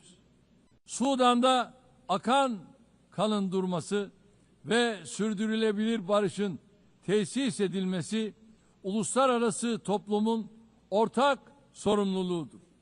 Bizim bu yöndeki çabalarımız devam edecektir. Büyük Göller bölgesi yıllardır süren istikrarsızlık ve çatışmalardan ziyadesiyle müzdarip olmuştur. Kongo Demokratik Cumhuriyeti'nin doğusunda yaşanan çatışmalar bir an önce çözülmelidir. Amerika'nın arabuluculuğu ve Katar'ın kolaylaştırıcılığında yürütülen gayretleri samimiyetle destekliyoruz. Batı Afrika'da bilhassa sahil havzasında artan terör faaliyetlerini de endişeyle takip ediyoruz. Tarihi bağlarımızın bulunduğu bu bölge halklarının huzura ve istikrara kavuşmaları için çabalarımız devam edecektir. İlhamını çift başlı Selçuklu Kartalı'ndan alan bizim de 360 derecelik yaklaşımla yürüttüğümüz Türk dış politikasında Asya ülkeleriyle ilişkilerimiz büyük stratejik öneme sahiptir. Yeniden Asya girişimimiz çerçevesinde ASEAN başta olmak üzere bölgesel kuruluşlarla angajmanımız giderek derinleşiyor. Latin Amerika ve Karayipler bölgesiyle münasebetlerimizi ortaklık ruhuyla ve kazan yaklaşımıyla geliştirmeye büyük önem atfediyoruz. Bölgedeki tüm ülkelerle kurmuş olduğumuz dostane bağları daha ileriye taşıma irademiz bakidir. Kıymetli delegeler, uluslararası ticarette artan korumacılık eğilimleri ve tedarik zincirlerinde yaşanan kırılmalar dünya ekonomisinde esaslı değişimlere yol açıyor. Mevcut sınamalarla başarılı mücadele için Dünya Ticaret Örgütü'nün yer aldığı kurallara dayalı uluslararası ticaretin reforme edilmesini destekliyoruz. Ucuz, güvenli ve sürdürülebilir enerjiye erişimi özellikle gelişmekte olan ülkelerin kalkınma hedeflerinin gerçekleştirilmesi için vazgeçilmez buluyorum. Çin'den Avrupa'ya uzanan ve stratejik önemi haiz Hazar geçişli Doğu-Batı ortak koridoru projesini ilerletiyoruz. Modern ulaştırma altyapımız ve Bakü-Tiflis-Kars hattıyla dünya ticaretinin gelişimine katkı sunuyoruz. Tabiata saygılı bir gelecek inşa etme hedefiyle çıktığımız yolda 2053 net sıfır emisyon hedefine doğru kararlılıkla ilerliyoruz. Eşim Emine Erdoğan'ın himayesinde yürüyen sıfır atık hareketinin tüm dünyada her yıl dalga dalga büyüyen, daha fazla insana ve kalbe ulaşan bir farkındalık halkasına dönüştüğünü görmek bizim için ayrı bir bahtiyarlıktır. Bu süreçte gelişmiş ülkelerin sorumluluklarını yerine getirmesi artık bir tercihten öte yükümlülük haline gelmiştir. Dünyada en fazla kalkınma yardımı yapan ülkelerden biri olarak Birleşmiş Milletler'in sürdürülebilir kalkınma hedeflerine ulaşılması için çaba harcıyoruz. 2030 hedeflerine erişmek ve dünyanın dört bir yanındaki yüz milyonlarca insanı onurlu yaşama kavuşturmak için küresel finansman mimarisinin kimseyi geride bırakmama anlayışıyla uyumlu hale getirilmesini savunuyoruz. Burada şunu da özellikle dikkatinizi çekerek söylemek istiyorum. Biz jeopolitik sınamalarla uğraşırken insanlık yapay zeka alanında olağanüstü bir sıçramaya şahitlik ediyor.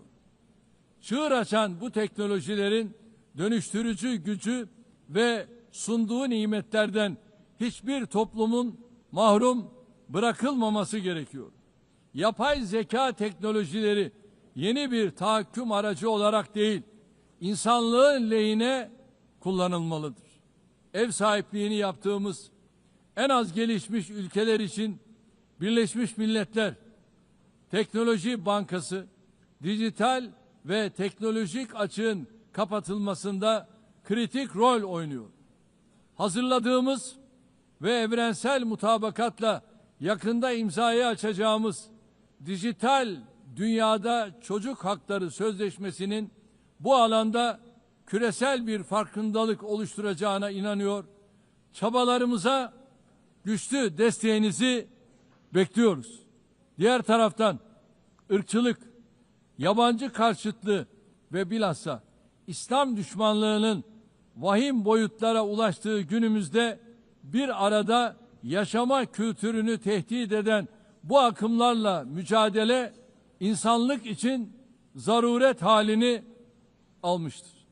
Medeniyetler İttifakı Yüksek Temsilcisi Sayın Moratinos'un Birleşmiş Milletler Genel Sekreterinin İslamofobi ile mücadele özel elçisi olarak da atanması kıymetlidir.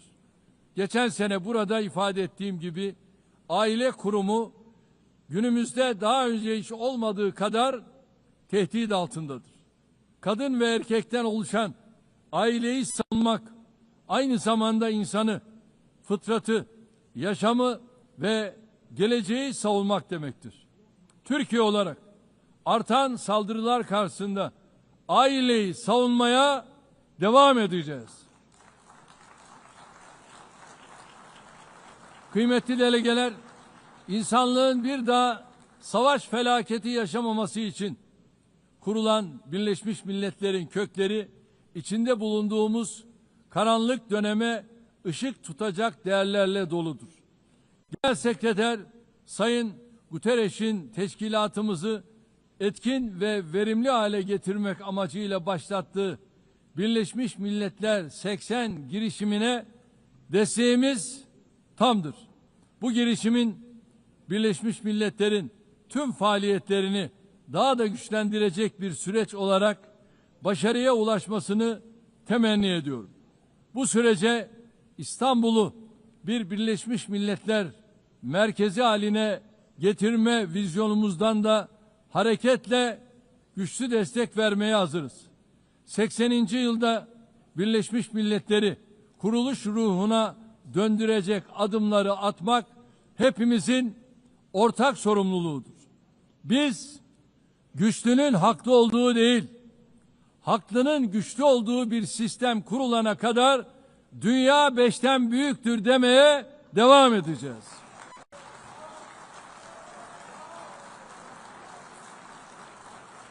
Görevimiz sistemi terk etmek değil, onarmak, yeniden işler hale getirmektir.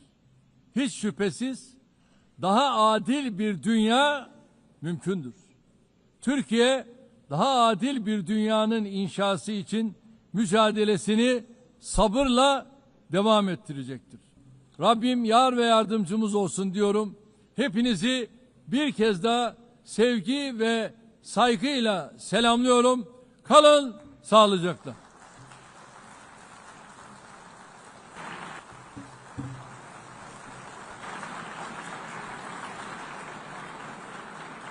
On behalf of the Assembly, I wish to thank the President of the Republic of Turkey.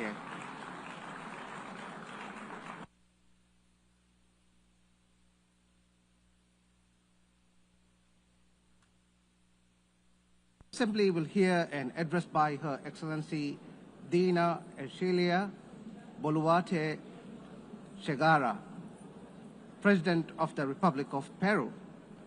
I request protocol to escort Her Excellency and invite her to address the Assembly.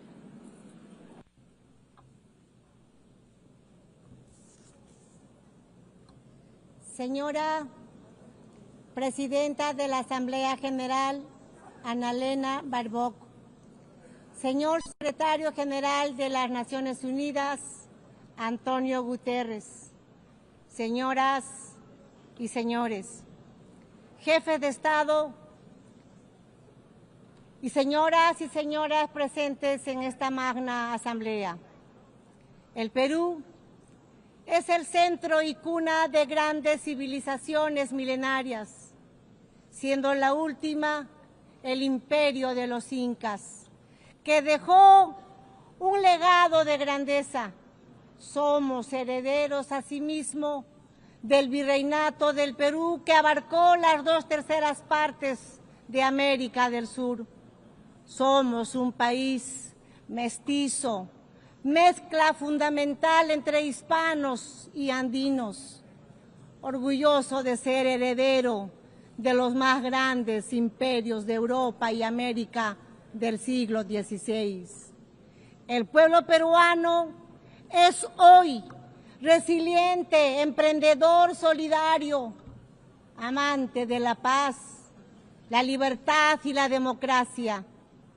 Nuestros grandes escritores, Mario Vargas Llosa y José María Arguedas, compartieron la idea de que el Perú es país de todas las sangres.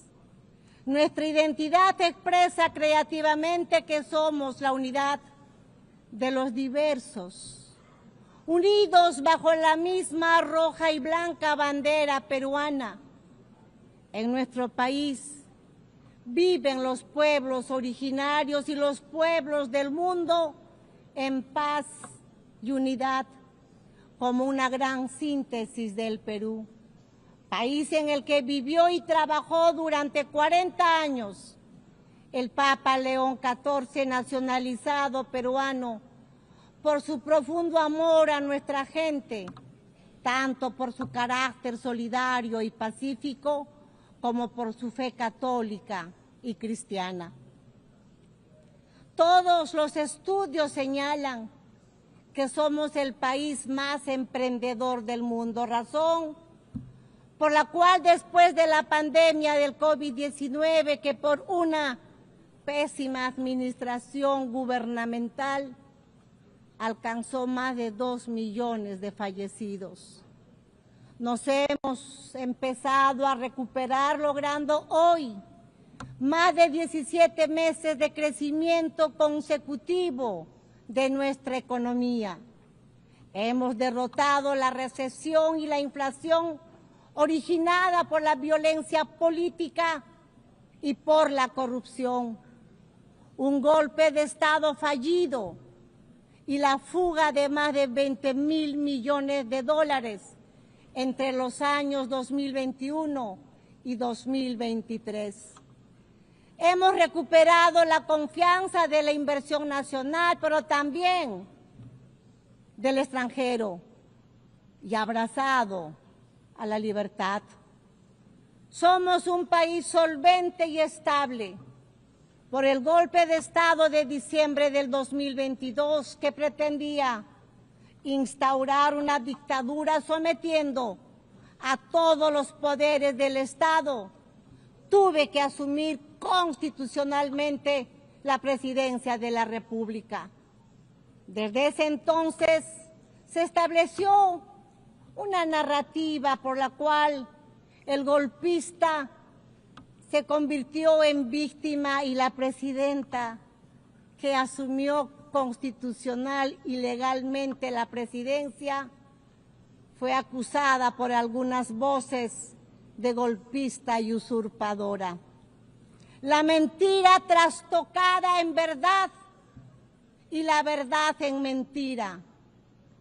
Este es uno de los temas de nuestro tiempo. La construcción de narrativas falsas que buscan armar proyectos políticos antidemocráticos. La reflexión es que las ideologías de odio, con sus proyectos de estados fallidos, que crecen como estados todopoderosos, requieren para imponerse una narrativa falsa para lograr su objetivo por medio de la violencia que en el poder aplasta las libertades, aplasta los medios de comunicación, a la oposición democrática, viola los derechos humanos y da inicio al control, confiscación y expropiación de las empresas privadas, creando una burocracia corrupta que destruye la economía, la sociedad y la moral pública. El primer paso para todo ello es la construcción de un relato en el que se miente, se engaña y se manipula. La ideología del odio de clases es muy hábil en trastocar la realidad y construir falsos relatos, pues utiliza el método totalitario de repetir ad infinitum una mentira, como se hiciera en el mundo antes de la Segunda Guerra Mundial y como se viene haciendo nuevamente, porque el totalitarismo se renueva, se presenta con otros rostros, porque lo que sigue siendo una grave amenaza para los países y para el mundo. El cínico relato se ve reforzado por el intervencionismo en los asuntos internos de los países, apoyando y difundiendo falsedades para destruir la democracia y eliminar la libertad.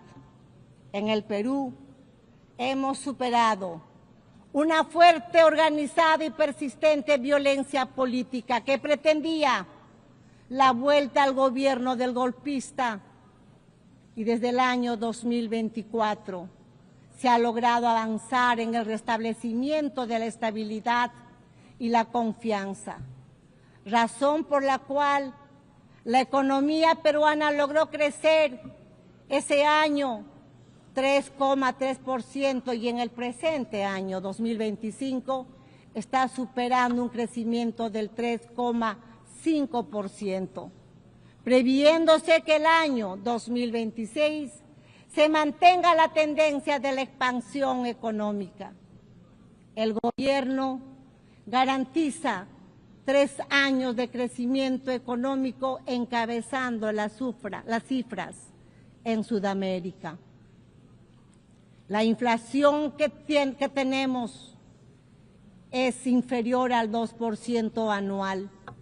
Las reservas internacionales son superiores a los 88.000 millones de dólares y nuestra moneda se mantiene estable y se fortalece cada día más.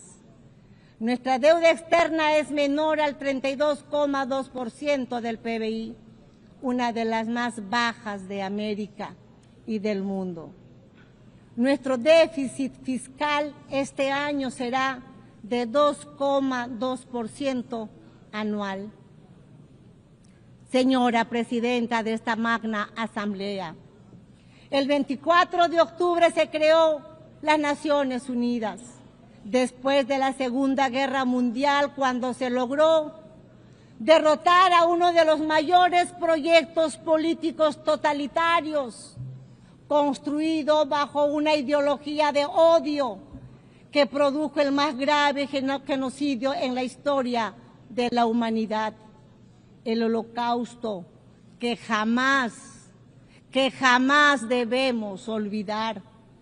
Esa nefasta guerra causó la muerte de 60 millones de seres humanos. Toda ideología de odio, el odio de clases y su elevación a principio y motor de la historia, el odio racial, el nacionalista, el odio religioso, étnico, el odio a las mujeres, entre otros, son los causantes de los peores crímenes en la historia humana. Las ideologías de odio construyen relatos como verdades absolutas que instrumentalizan a las personas y a los pueblos. La Constitución política de mi patria afirma que la defensa de la persona humana y su dignidad es el fin supremo de la sociedad y del Estado. El Perú rechaza, en consecuencia, los dos principales relatos de odio en el mundo: el odio de clases y el odio religioso, origen de guerras y violencia humana. En el Perú hemos sufrido más de 20 años de un terrorismo mesiánico, dogmático, violento y genocida, que le costó la vida a más de 70,000 peruanos. El terrorista odia las elecciones y el derecho ciudadano a elegir y a ser elegido. Cuando participa, lo hace para destruir la democracia desde adentro. Sin embargo, el relato que se ha querido imponer es una mentira flagrante. Las Fuerzas Armadas y policiales que defendieron la vida y la libertad de los peruanos son acusados de violar los derechos humanos, convirtiéndose así los héroes, defensores de la vida, la democracia y la libertad, en victimarios, y los terroristas en víctimas. Así, los héroes que defendieron la democracia son perseguidos en juicios que se prolongan por décadas, mientras que los terroristas son indemnizados y considerados víctimas. El mundo al revés. La ONU, Presidenta, ha sido un hito fundamental en el siglo XX, pero en el siglo XXI debemos estar más atentos. Es nuestro deber impedir que el mundo se precipite hacia nuevos genocidios y nuevas violencias. No es aceptable en un mundo civilizado que un país invada a otro, utilizando un relato falso para justificar una guerra que ataca principalmente a la población. No es admisible la matanza de civiles, la captura de centenares de jóvenes, mujeres y hasta niños para utilizarlos como rehenes. Vivimos ante la amenaza del crimen internacional organizado. En el Perú, la delincuencia internacional dedicada a la extorsión recurre a métodos terroristas como los atentados con explosivos para someter a los ciudadanos. Estas organizaciones criminales que utilizan armas de guerra han creado mecanismos financieros para lavar el dinero manchado de sangre, remitiendo grandes sumas a sus países de origen. Se pretende normalizar esta violencia que requiere para su derrota el reconocimiento por la ONU como organizaciones terroristas y una nueva legislación nacional e internacional que detenga su amenaza al sistema democrático y al desarrollo de los pueblos. Es imperativo, asimismo, actuar contra el narcotráfico y la minería ilegal que destruye el medio ambiente, contaminan los ríos y condena a los pueblos y a las personas a la esclavitud. El crimen internacional tiene sometidas a miles de mujeres extraídas de sus hogares, de sus países con violencia y engaños y explotadas y privadas de su libertad. Señoras y señores, vivimos momentos que nos recuerdan los episodios más oscuros de nuestra historia moderna y el Perú está convencido que el mundo no necesita menos ONU, sino más y mejor ONU. Una que esté acorde con los tiempos en los que las ideologías de odio que tanto daño causaron y causan a la humanidad se han refugiado en la mentira, en las informaciones falsas y en la penetración de las sociedades democráticas. El Perú, como miembro fundador, está comprometido con un sistema multilateral abierto, basado en el derecho internacional y los principios de la Carta de Naciones Unidas. El pilar, el modelo, la ONU, pero es momento de hacer un alto y mirar lo que está pasando en el mundo a nuestro alrededor. En este momento estamos aquí, pero al otro lado del mundo están matando niños, niñas, personas inocentes. La prosperidad al mundo debe ser en ese trabajo responsable y unido. Y que hoy debe ingresar a un proceso de adecuación frente a las nuevas amenazas.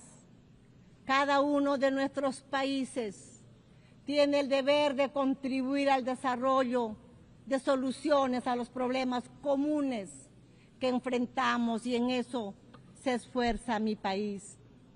Pero la interconexión de nuestras sociedades y economías hacen que solo a través de la cooperación internacional podamos resolver la crisis que enfrentamos. Si no reformamos las Naciones Unidas, nuestra casa común, para devolverle representatividad y efectividad a su acción, corremos el grave riesgo de ver desaparecer uno de los instrumentos más preciados que tiene la comunidad internacional para la estabilidad del mundo. Por ello, el Perú apoya los trabajos de la iniciativa ONU 80, iniciados por el secretario general, poniendo especial énfasis en la necesidad de volver a centrar la organización en sus funciones fundamentales, acercándola a las necesidades de los pueblos, a la vez que volviéndola más eficiente.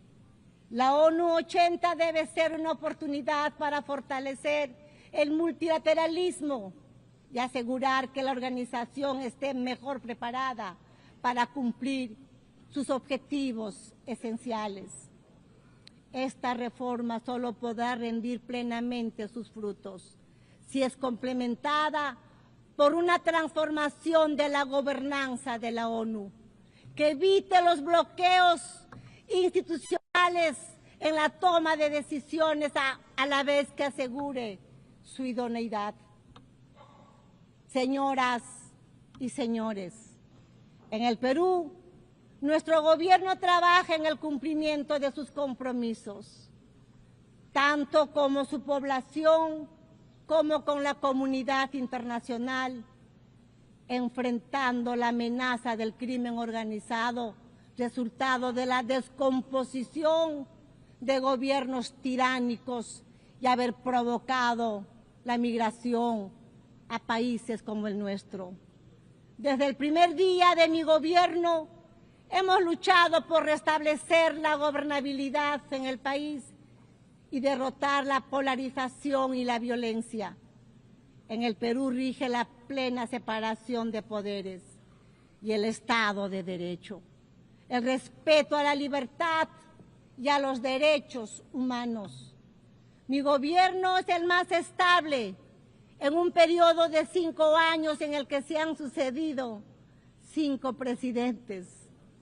Estamos luchando por la seguridad ciudadana, enfrentando a la delincuencia que aprovecha el alza del precio del oro y el narcotráfico, con resultados positivos que pueden ser verificados.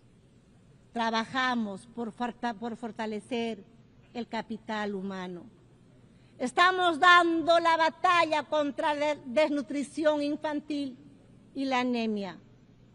Construimos escuelas y hospitales en todo el país, como no se ha hecho en los últimos años. La prioridad son los niños, las mujeres y la familia peruana. Estamos modernizando la infraestructura de mi país, puertos, aeropuertos, carreteras, puentes, diseñando una economía mejor conectada al mundo, así como una firme política de lucha contra la corrupción. Nuestro objetivo es garantizar elecciones libres e imparciales, derrotando el intento de una minoría violenta que busca su fracaso. Señoras y señores, la Organización de las Naciones Unidas ha estado siempre presente en la historia moderna de mi país, en particular en sus momentos más difíciles. Simultáneamente a lo que pasa en el mundo y a pesar de nuestros esfuerzos, el Perú hoy encuentra a sus instituciones democráticas y el Estado de Derecho atacados por la polarización de la política, causa y consecuencia del retorno de la violencia extremista. Padece el flagelo de la delincuencia organizada transnacional terrorista, que es causa de muertes, atentados e inseguridad, y del narcotráfico que destruye el tejido social.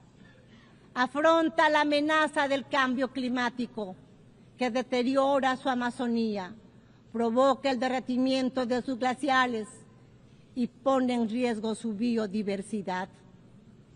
Fomenta un crecimiento inclusivo y sostenible en un contexto de oposición entre potencias. Pero ninguno de estos problemas es solamente nacional, sino global. Por ello, necesitamos que las Naciones Unidas vuelva a ser un ágora del diálogo y la cooperación. Deseo recordar el legado del embajador Javier Pérez de Cuéllar, quien logró ejercer una acción relevante de la organización a pesar de la Guerra Fría. Con ese ejemplo y en el apego de nuestra región a los propósitos de la Carta y en aras de una mejor representación, creemos que es tiempo de que quien ocupe la próxima Secretaría General provenga de Latinoamérica. Señoras y señores, el Perú está comprometido en lograr que esta Asamblea General no sea una simple efemérides, sino la reafirmación de nuestro compromiso hacia una acción colectiva que revitalice a las Naciones Unidas como herramienta que apoye la paz y la unidad global, así como el desarrollo. Tenemos que ser firmes en la verdad frente a los relatos que la escamotean, la pervierten o mienten abiertamente con el fin de ocultar agendas que no corresponden a nuestro tiempo y mucho menos al destino de la humanidad. Por ello, es imperativo fortalecer la verdad frente a los relatos basados en el odio, la mentira repetida que busca imponerse y que solo engendra destrucción. Pese a todos los obstáculos, la verdad se abre paso y nos hace libres. Paz y unidad para el Perú y el mundo. Huerajuchas del planeta. Cuscayan Yancasun. Ama Chicnicuspa. Ama Yuyacuspa. Buscando el desarrollo de nuestro pueblo. Señoras presidentes y presidentes del mundo, juntos trabajemos sin odiarnos, queriéndonos, procurando el desarrollo de nuestros pueblos. Sí a la vida, no a la violencia y no a la guerra. Muchas gracias.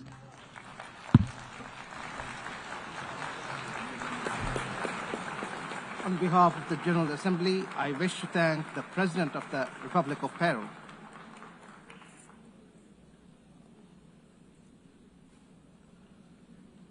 The Assembly will hear an address by His Majesty King Abdullah II Ibn al-Hussein, King of the Hashemite Kingdom of Jordan. I request protocol to escort His Majesty and invite him to address the Assembly.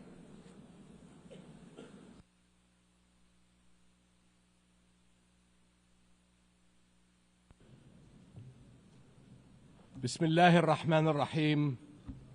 Madam President, Mr. Secretary General, Your Excellencies.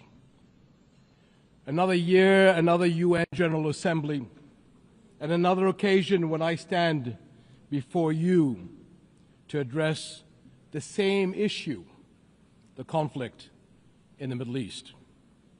And not for the first time, developments on the ground have made me question the worth and utility of words in capturing the magnitude of the crisis. Yet not speaking about it would signal acceptance of the situation and abandonment of our humanity. And that I will not do. Our UN General Assembly was born 80 years ago, pledging to learn from, not repeat, history. The world vowed never again. However, for almost as long, Palestinians have been living through a cruel cycle of yet again, bombed indiscriminately, yet again, killed, injured, and maimed, yet again, displaced and dispossessed, yet again. Denied rights, dignity, their basic humanity, yet again. So I must ask, how long? How long will it be before we find a resolution to this conflict, one that safeguards the rights of all sides and allows a level of normalcy in the lives of the families at its core? How long will it be before I stand before you and speak not of suffering and devastation in my region, but of prospect, prosperity, and potential? Sadly, this is not the only conflict in our world. And some may say that other wars are also devastating. But the Palestinian-Israeli conflict remains unique. It is the longest standing conflict in the world. An illegal occupation of a helpless population by a self-declared democratic nation, and a flagrant violation of repeated UN resolutions, international law, and human rights conventions. A failure that should have elicited outrage and action, especially from major democracies. Instead, it has been met with decades of inertia. My friends, the war in Gaza marks one of the darkest moments in this institution's history. But although it is today's horror, the injustice stretches back decades. The Palestinian-Israeli conflict has been on the UN agenda throughout its 8 decades of existence. How long will we be satisfied with condemnation after condemnation without concrete action? When it comes to the Palestinian-Israeli conflict, it seems that what unfolds in the halls of power is theory. The struggles and suffering on the ground is reality. For decades, we have seen several attempts to achieve a solution by interim agreements and temporary stopgaps, none that delivered on the end game. In fact, many would argue these processes served as a distraction as Israel grabbed more land, expanded illegal settlements, demolished homes, and displaced entire neighborhoods. Muslim and Christian holy sites in Jerusalem have been vandalized and desecrated by those under government protection. And throughout all these years, Israeli families, too, have not been able to live in true security because military action cannot bring the safety they need. Nowhere is that more evident than in Gaza. More than 60,000 Palestinians killed, 50,000 children injured or killed, miles of burnt-out rubble, neighborhoods, hospitals, schools, farms, even mosques and churches in ruins, widespread starvation. And what we are seeing is only a glimpse, because never in our modern history has the lenses of international media been obstructed like this from capturing the reality on the ground. Almost 2 years in, and the cruelty of this military campaign continues unabated. Furthermore, the current Israeli government's provocative calls for a so-called Greater Israel can only be realized through the blatant violation of the sovereignty and territorial integrity of its neighbors. And there is nothing great about that. I can't help but wonder if a similar outrageous call were made by an Arab leader, would it be met with the same global apathy? The international community must stop entertaining the illusion that this government is a willing partner for peace. Far from it. Its actions on the ground are dismantling the very foundations on which peace could stand, and intentionally burying the very idea of a Palestinian state. It has shown how little it respects the sovereignty of other countries, as we have seen in flagrant violations in Lebanon, Iran, Syria, Tunisia, and most recently, Qatar. And its hostile rhetoric calling for the targeting of Al-Aqsa Mosque will incite a religious war that would reach far beyond the region and lead to an all-out clash that no nation would be able to escape. How long before we hold all nations to the same standards? How long before we recognize the Palestinians as people who aspire to the same things you and I do, and we act on that recognition? How long before we recognize that statehood is not something Palestinians need to earn? It is not a reward. It is an indisputable right.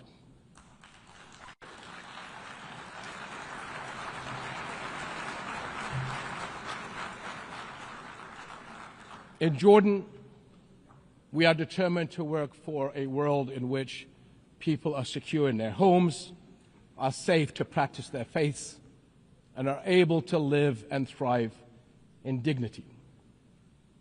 As custodians of Muslim and Christian holy sites in Jerusalem, we safeguard these holy places against actions that violate the city's legal and historical status quo. Compromising the delicate balance in the holy city will turn it into a tinderbox that ignites global conflict. And Jordan is serving as the main base for international humanitarian response in Gaza, working by all possible means to provide critical supplies of aid and food. And we appreciate our regional and international partners. I'm also immensely proud of the many Jordanians, including men and women of Jordan armed forces, who are at the heart of this effort. Ground convoys, aircraft crews, doctors, nurses, and mobile medical staff who work even under fire to provide relief.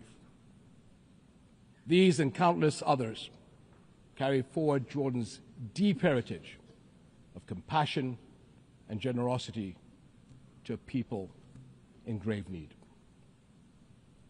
My friends, amid such darkness, there is a glimmer on the horizon.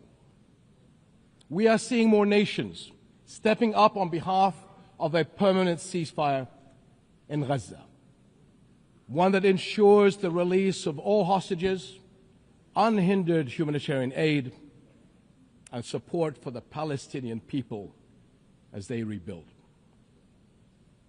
We all know that force is no foundation for security. It is a prelude for greater violence. Repeated wars are teaching generations of Israelis and Palestinians that their only recourse is the gun. Security will only come when Palestine and Israel begin to coexist.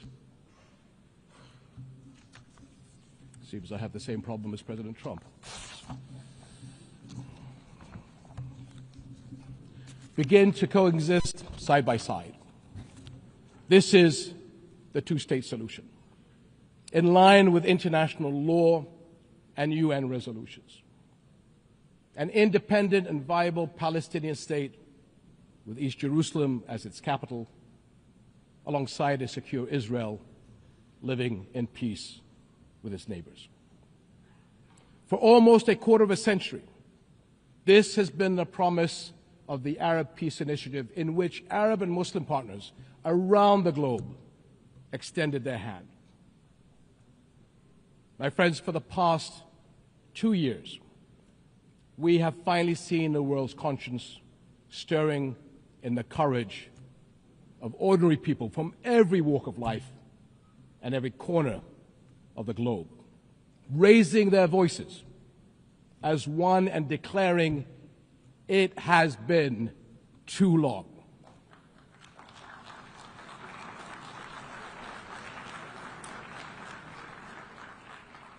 This United Nations must echo that call. It has been too long, and it must act on that call until peace is a reality. Thank you.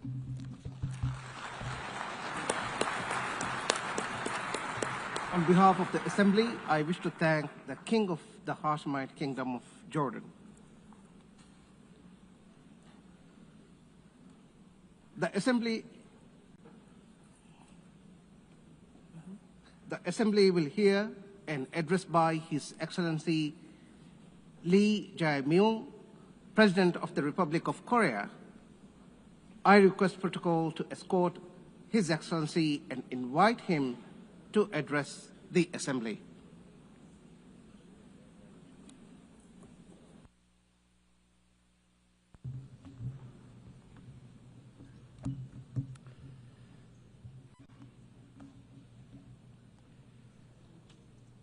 세계 평화와 공동 번영에 기여해온 모든 유엔 회원국과 유엔 직원 여러분께 먼저 존경과 감사의 말씀을 전합니다.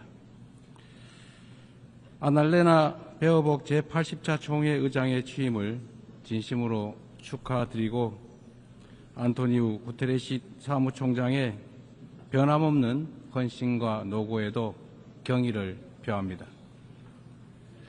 의장님과 사무총장님의 뛰어난 리더십 아래 이번 유엔 총회가 더욱 의미 있는 성과를 거둘 수 있기를 희망합니다. 의장님, 사무총장님 그리고 각국 대표 여러분, 올해는 유엔 창설 80주년이 되는 뜻깊은 해입니다. 유엔이 걸어온 지난 80년은 인류의 존엄과 가치를 지키고 미래 세대를 위한 길을 모색해온 소중한 여정이었습니다. 누군가 유엔이 이룬 성취가 무엇인지 묻는다면 대한민국의 80년 역사를 돌아보라 이렇게 대답하겠습니다. 도전과 응전으로 점철된 대한민국의 역사는 인류가 직면한 거대한 도전에 쉼없이 맞서온 유엔의 역사 그 자체라고 해도 결코 과언이 아닙니다.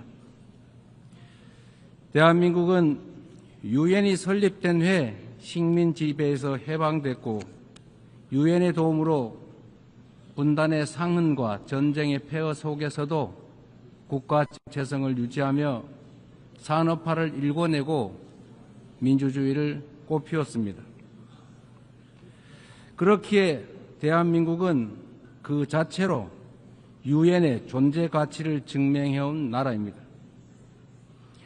대한민국이 참혹한 전쟁과 재난 속에서 우주의 무게만큼 고귀한 생명들의 희망을 되살릴 때마다 그 치열한 연대의 중심에서 유엔의 깃발이 나부꼈습니다. 유엔은 모든 이들에게 차별 없이 동등한 권리와 기회를 주기 위해 애썼고 어린이들의 삶을 피워낼 교육과 백신을 제공했습니다. 유엔과 국제사회의 지원으로 일어선 동방의 작은 나라가 세계의 주목을 받는 당당한 유엔 회원국으로 거듭났고 어느 나라보다 빠르게 국제사회 구성원으로서의 역할과 책임을 높여가고 있습니다. 한때 민주주의와 평화가 위기에 처했지만 대한민국은 그때마다 불굴의 저력으로 일어섰습니다. 친위 쿠데타로도 민주주의와 평화를 염원하는 대한국민들의 강렬한 의지를 결코 꺾을 수 없었습니다. 지난 겨울 내란의 어둠에 맞서 대한민국 국민들이 이뤄낸 빛의 혁명은 유엔 정신의 빛나는 성취를 보여준 역사적 현장이었습니다.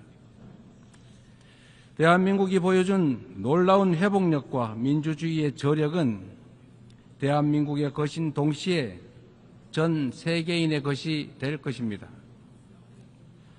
당신이 나를 밝은 쪽으로, 빛이 비추는 쪽으로, 꽃이 피고 있는 쪽으로 끌고 가기를 바랍니다. 노벨 문학상을 수상한 한강 작가의 말처럼 대한민국은 민주주의를 향한 여정을 함께할 모든 이들에게 빛의 이정표가 될 것입니다. 저는 오늘 세계 평화와 인류 공영의 미래를 논의할 이 유엔 총회에서 세계 시민의 등불이 될 새로운 대한민국이 국제사회에 완전히 복귀했음을 당당하게 선언합니다. 감사합니다. 유엔의 지원과 도움에 힘입어 성장한 우리 대한민국은 이제 민주주의 회복의 경험과 역사를 아낌없이 나누는 선도 국가로서의 역할을 마다하지 않겠습니다. 각국의 끊임없는 노력에도 불구하고 세계 평화와 안전 유지라는 80년 전 국제사회의 결의와 염원은 아직 끝나지 않은 우리 모두의 과제입니다. 여전히 2억 8천만 명의 인구가 극심한 기아 상태에 놓여 있고 우크라이나, 중동을 비롯한 세계 곳곳의 무력 분쟁, 이미 현실이 된 기후위기가 인류 생존을 위협하고 있습니다. 유엔을 창설한 선각자들의 지혜에 그리고 대한민국 국민이 증명한 길에 답이 있습니다. 방법은 하나, 더 많은 민주주의입니다. 대한민국의 국민 주권 정부는 집단 지성의 힘으로 더 나은 대안을 찾아내는 민주주의의 혁신을 끊임없이 시도하고 있습니다. 국제사회가 직면한 공동의 과제를 해결할 방법도 결코 다르지 않습니다. 같은 문제를 겪는 모든 국가가 이곳 유엔에 모여 함께 머리를 맞대는 다자주의적 협력을 이어나갈 때 우리 모두 평화와 번영의 밝은 미래로 함께 나아갈 수 있을 것입니다. 총장이 제시한 UN 80 이니셔티브가 이 시대적 요구에 발맞춰 유엔의 진화와 발전을 이뤄낼 비전으로 자리 잡기를 기대합니다. 유엔 안전보장이사회 또한 변화된 국제 환경을 반영해서 비상임 이사국을 확대하고 효과성과 대표성을 제고할 수 있기를 희망합니다. 대한민국은 2024년에서 25년 임기의 안보리 이사국으로서 안보리가 국제 평화와 안보 위협에 능동적으로 대응할 수 있도록 노력하고 있습니다. 의장님, 총장님, 그리고 존경하는 각국 대표단 여러분, 민주주의를 회복한 대한민국은 이제 더 나은 미래를 꿈꿉니다. 대한민국은 유엔이 표방하는 자유와 인권, 포용과 연대의 가치를 굳건하게 수호하는 글로벌 책임 강국으로서의 역할을 다해 나갈 것입니다. 대한민국에 거주하는 내 외국인 모두가 사회의 동등한 구성원으로서 삶의 모든 현장에서 존중받을 수 있도록 제도와 문화를 더욱 발전시켜 나갈 것입니다. 대한민국은 인권 존중의 가치를 실현하면서 국제사회와의 협력을 강화하고 또 주도해 갈 것입니다. 당장의 생존이 위급한 시대에 연대와 상생, 협력이란 다소 생경하게 느껴질 수도 있습니다. 하지만 인류는 언제나 깊은 절망만큼 높은 희망을 꿈꾸었고 더 나은 내일을 향한 열정으로 지금의 진보를 이뤄냈습니다. 어려운 시기일수록 인류 보편 가치에 대한 믿음이라는 유엔의 기본 정신으로 돌아가야 합니다. 전쟁의 참화를 물려주지 않겠다는 일념이 유엔 창립으로 이어져 분쟁을 예방하고 평화를 지켜냈던 것처럼 미래의 인류가 살아갈 더 나은 세계를 위해 오늘의 우리는 더 협력하고 더 신뢰하고 더 굳게 손잡아야 합니다. 지속 가능한 미래를 향한 다자주의적 협력의 길, 우리 민주 대한민국이 앞서가겠습니다. 평화는 무엇보다 중요한 가치입니다. 대한민국에서도 전 세계 어디에서도 평화는 민주주의와 경제 발전의 기본적 토대가 됩니다. 지금 우리가 직면하고 있는 분쟁과 갈등은 인간의 존엄과 지속 가능한 발전의 이상이 평화가 없다면 얼마나 쉽게 무너질 수 있는지를 선명하게 설명해 줍니다. 오늘날 대한민국은 유엔의 평화 유지 및 평화 구축 활동에 있어 핵심적인 기여국으로서 책임을 다하고 있습니다. 분단 국가인 대한민국을 흔들림 없이 수호한 우리의 용사들이 유엔이 주도하는 지속 가능한 평화의 길을 돕고 있습니다. 평화를 위협하는 것은 물리적인 요소만이 아닙니다. 인공지능 기술이 안보 역량을 결정하고 사이버 공격이 국가 안보를 위협하는 시대, 우리는 이제 보이는 적을 넘어 보이지 않는 적과 맞서야 합니다. AI 시대의 변화에 수동적으로 끌려다닌다면 기술 악용으로 인한 인권 침해의 그 어두운 그림자를 떨쳐내지 못한 채 양극화와 불평등 심화라는 디스토피아를 맞이하게 될 것입니다. 그러나 변화에 능동적으로 대처한다면 높은 생산력을 동력 삼아 혁신과 번영의 토대를 세우고 직접 민주주의를 강화하는 유용한 기반을 만들 수 있습니다. 내일 안보리 의장으로서 주재하는 공개 토의 자리가 인공지능의 책임 있는 이용을 촉진하는 국제사회의 노력에 큰 보탬이 될 것으로 확신합니다. 아울러 다음 달 대한민국 경주에서 열릴 APEC 정상회의에서 APEC AI 이니셔티브를 통한 AI 미래 비전을 공유하고자 합니다.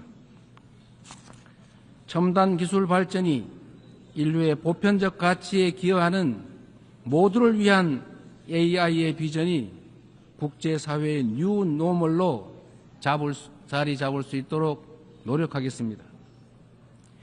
AI가 주도할 기술 혁신은 기후위기 같은 전 지구적 과제를 해결할 중요하고 또 새로운 도구가 될 것입니다. 지난 80년간 지속 가능한 발전의 길을 열어젖히고 인류의 존망이 걸린 기후위기 대응을 선도해온 유엔의 노력에 세계 각국이 화답해야 합니다. 대한민국은 과학기술과 디지털 혁신을 활용해 에너지 효율을 높이고 재생에너지 비중을 확대하면서 에너지 대전환을 추진하고 있습니다. 올해 안으로 책임감 있는 국가 온실가스 감축 목표를 제출하여 국제사회의 단합된 의지에 동참할 것입니다.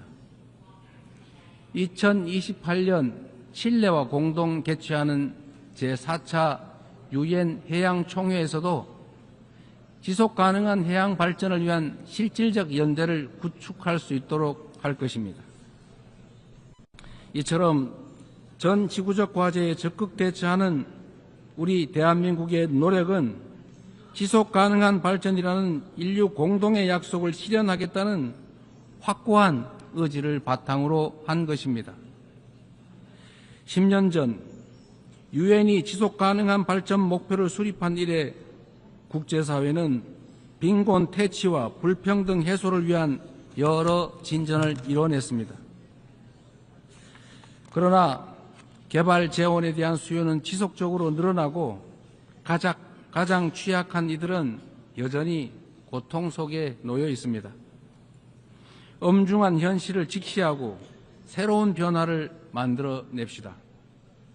글로벌 개발 거버넌스를 구조적으로 개혁하는 동시에 재원의 질을 높이는 방향으로 나아가야 합니다.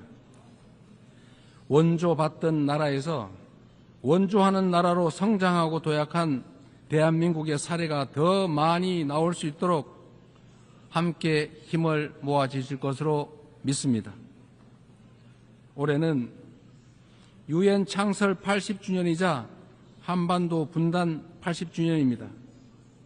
새로운 도전과 함께 미완의 과제가 우리를 기다리고 있습니다. 민주 대한민국은 평화 공존, 공동 성장의 한반도를 향한 새로운 여정을 시작합니다.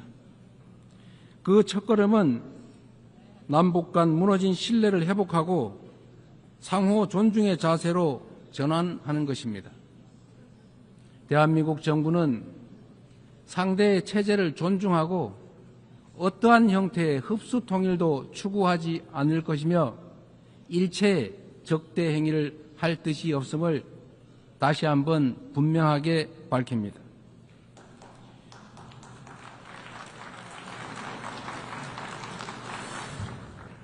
이 세 가지 원칙을 바탕으로 우선 남북 간 불필요한 군사적 긴장과 적대 행위의 악순환을 끊어내고자 합니다.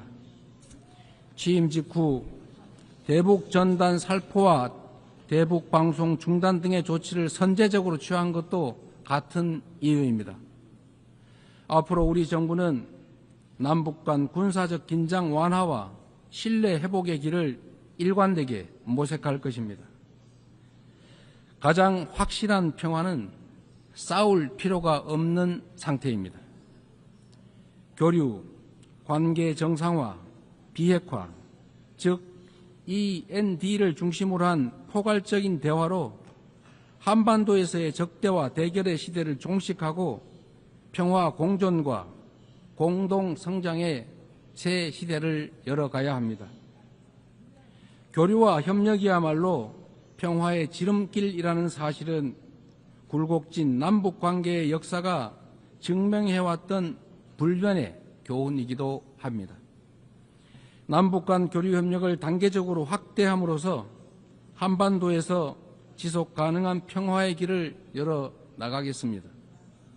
한반도 평화는 남북은 물론 국제사회가 함께 만들어가는 게 중요합니다.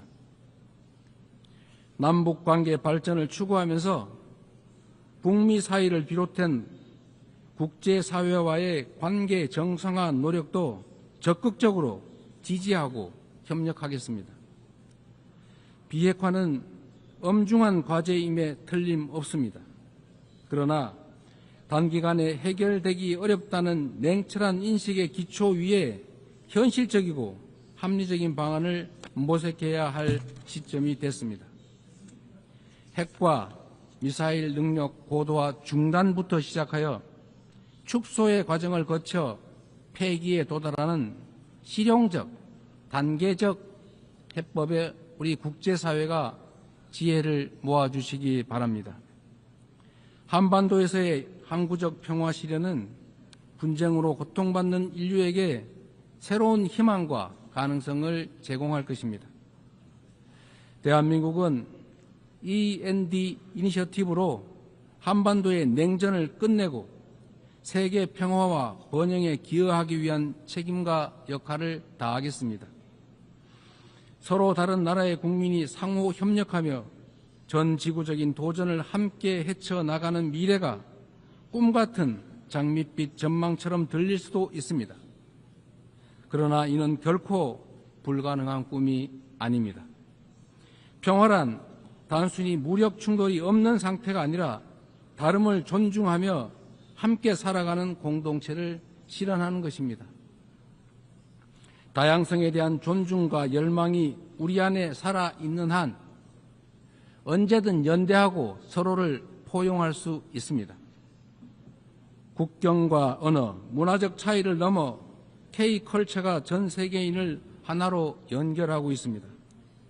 K컬처의 성공과 확산은 모든 배경의 차이를 넘어 인류 보편의 공감이 가능하다는 점을 입증하고 있습니다.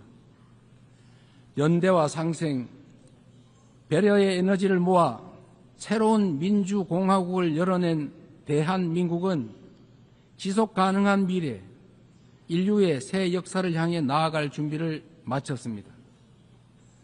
험난한 여정이 예상되지만 시련이 있어도 도전을 멈추지 않았기에 인류는 한 단계씩 성장하며 오늘 여기까지 올 수 있었습니다.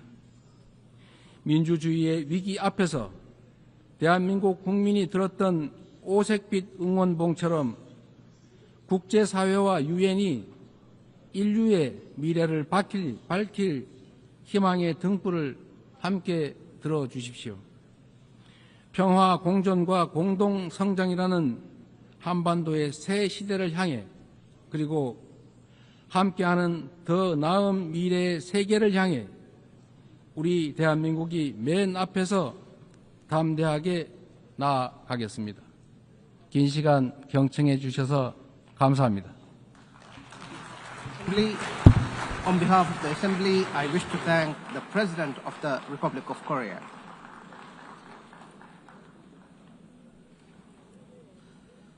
The Assembly will hear an address by His Highness Sheikh Tamim bin Hamad Al Thani, Amir of the State of Qatar.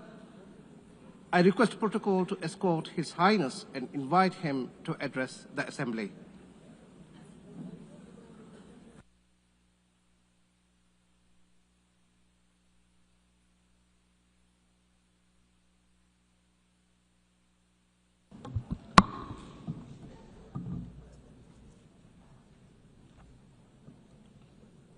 بسم الله الرحمن الرحيم. سعادة رئيسة الجمعية العامة، سعادة الأمين العام، الحضور الكرام، السلام عليكم ورحمة الله وبركاته. لقد أنشأت منظمة الأمم المتحدة منذ 8 عقود بناء على عدد من القواعد والمبادئ التي توصلت إليها الإنسانية بعد حربين عالميتين، وتقوم هذه القواعد على الحفاظ على السلم والأمن الدوليين واحترام كرامة الإنسان وسيادة الدول وشؤونها الداخلية والتعاون الدولي لما فيه خير شعوبنا والبشرية. إن تراجع منطق النظام الدولي هذا أمام منطق القوة، يعني السماح بتسيد حكم الغاب، حيث تغدو مفاهيم القانون والعدالة نافلة خارج السياق، وحيث يحظى المتجاوز على الآخرين بامتيازات لمجرد أن بوسعه فعل ذلك. هذه هي الواقعية السياسية الجديدة التي اختزل تعريفها ليصبح مقتصرا على مسايرة القدرة على فرض الأمر الواقع. ثمة قصر نظر كارثي في هذا السلوك، فمرتكب التجاوزات في العلاقات الدولية يعتبر أن التسامح معه ضعف، ويعد المتسامح مع تجاوزاته عاجزا. إن الموضوع الذي ينبغي أن يتصدر النقاش في المؤسسات الدولية حاليا هو كيفية استعادة نظام الأمن الجماعي قوته وفقا لميثاق الأمم المتحدة وعودة الفاعلية للشرعية الدولية. الحضور الكرام، كما تعلمون تعرضت الدوحة يوم 9 سبتمبر إلى اعتداء غادر استهدف خلاله اجتماع للوفد المفاوض لحركة حماس في مسكن أحد أعضائه في حي سكني يضم مدارس وبعثات دبلوماسية، وقد سقط جراء هذا العدوان 6 شهداء، من ضمنهم مواطن قطري يخدم في قوة الأمن الداخلي الأخوية، وأصيب 18 بجراح. كان هذا العدوان انتهاكا خطيرا لسيادة دولة وخرقا سافرا وغير مبرر للأعراف والمواثيق الدولية، لكن العالم بأسره صدم أيضا بسبب ملابسات هذه الفعلة الشنعاء التي صنفناها إرهاب دولة. فخلافا لادعاء رئيس حكومة إسرائيل، لا يدخل هذا العدوان ضمن حق مزعوما في ملاحقة الإرهابيين أينما كانوا، بل هو اعتداء على دولة وساطة صانعة سلام كرست دبلوماسيتها لحل الصراعات بالطرق السلمية، وتبذل منذ عامين جهود مضنية من أجل التوصل إلى تسوية توقف حرب الإبادة التي تشن على الشعب الفلسطيني في قطاع غزة، وهو أيضا محاولة لقتل سياسيين أعضاء وفد تفاوضه إسرائيل، وهم عاكفون في دراسة ورقة أمريكية للرد عليها. فكما تعلمون تستضيف قطر بصفتها دولة وساطة خلال المفاوضات وفودا من حركة حماس وإسرائيل. وقد أنجزت الوساطة فعلا بالتعاون مع الشقيقة مصر والولايات المتحدة الأمريكية تحرير 148 من الرهائن.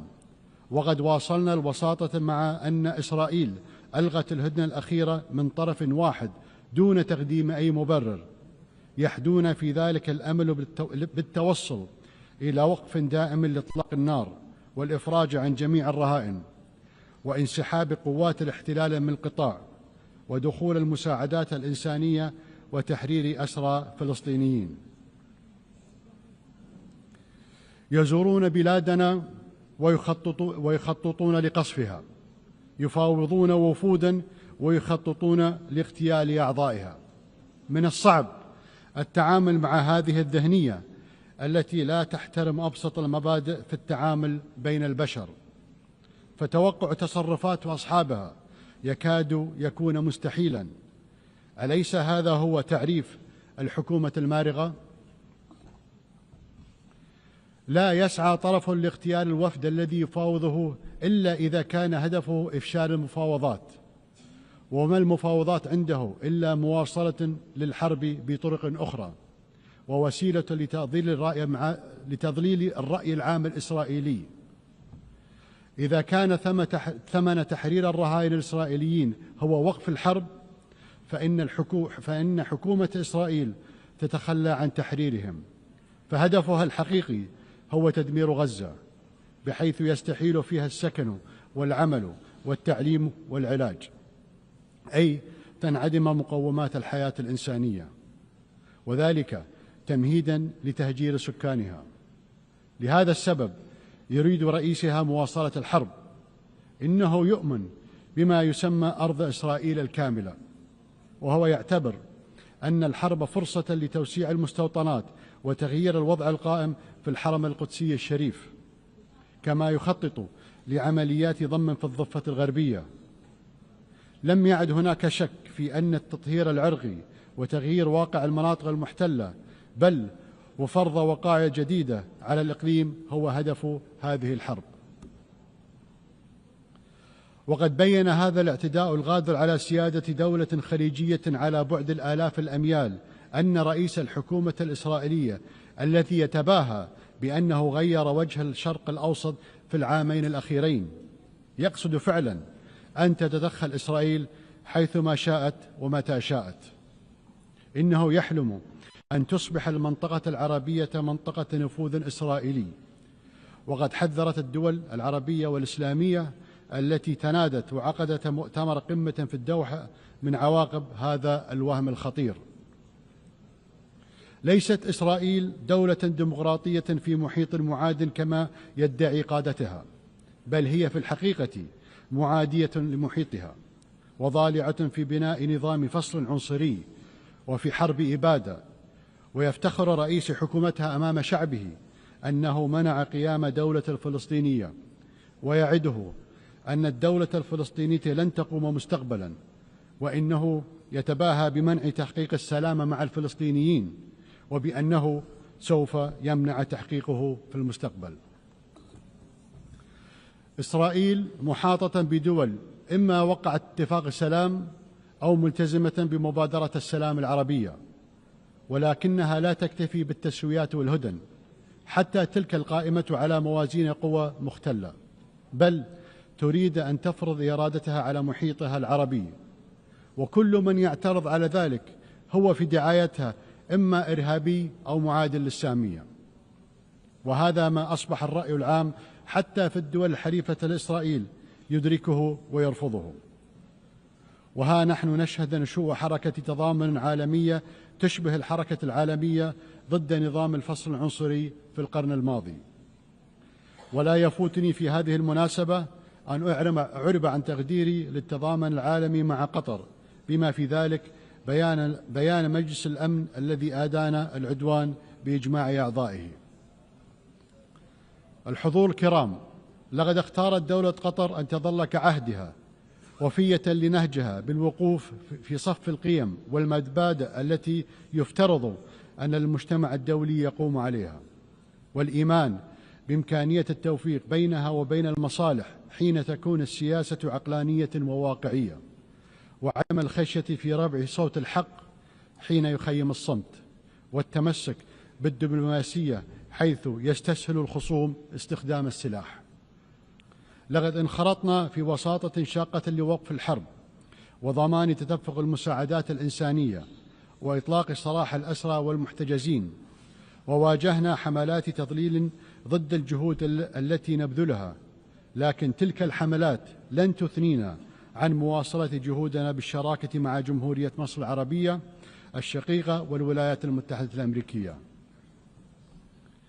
إن قناعتنا راسخة بأنه لا يمكن تحقيق السلام في منطقتنا دون اتخاذ المجتمع الدولي ولا سيما مجلس الأمن موقفا حازما بالانتقال من انقياده لإيقاع الاحتلال في فرض الوقائع في حروبه المتتالية إلى حل القضية الفلسطينية على أساس إنهاء احتلال الأراضي الفلسطينية والسماح للشعب الفلسطيني بممارسة حقه في تغيير مصيره وإقامة دولته المستقلة وعاصمتها القدس الشرقية على حدود عام 1967 وفقا للقرارات الشرعية الدولية وحل الدولتين الذي توافق عليه المجتمع الدولي.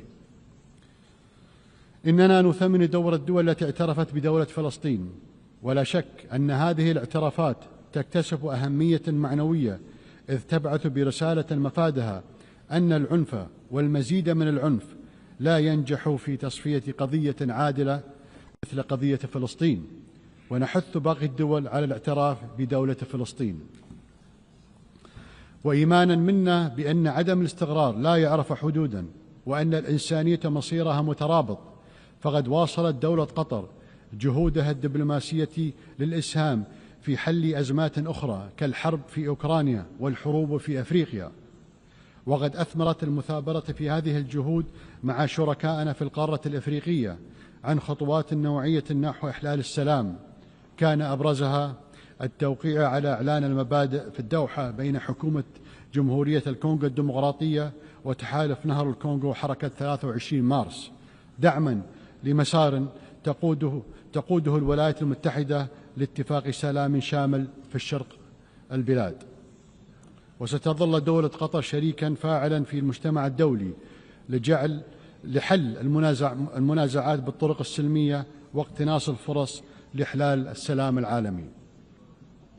الحضور الكرام، ما زالت بعض الدول في منطقتنا تعاني من غياب الاستقرار والأمن، ولكن ما يبعث على الأمل حدوث بعض التطورات الإيجابية.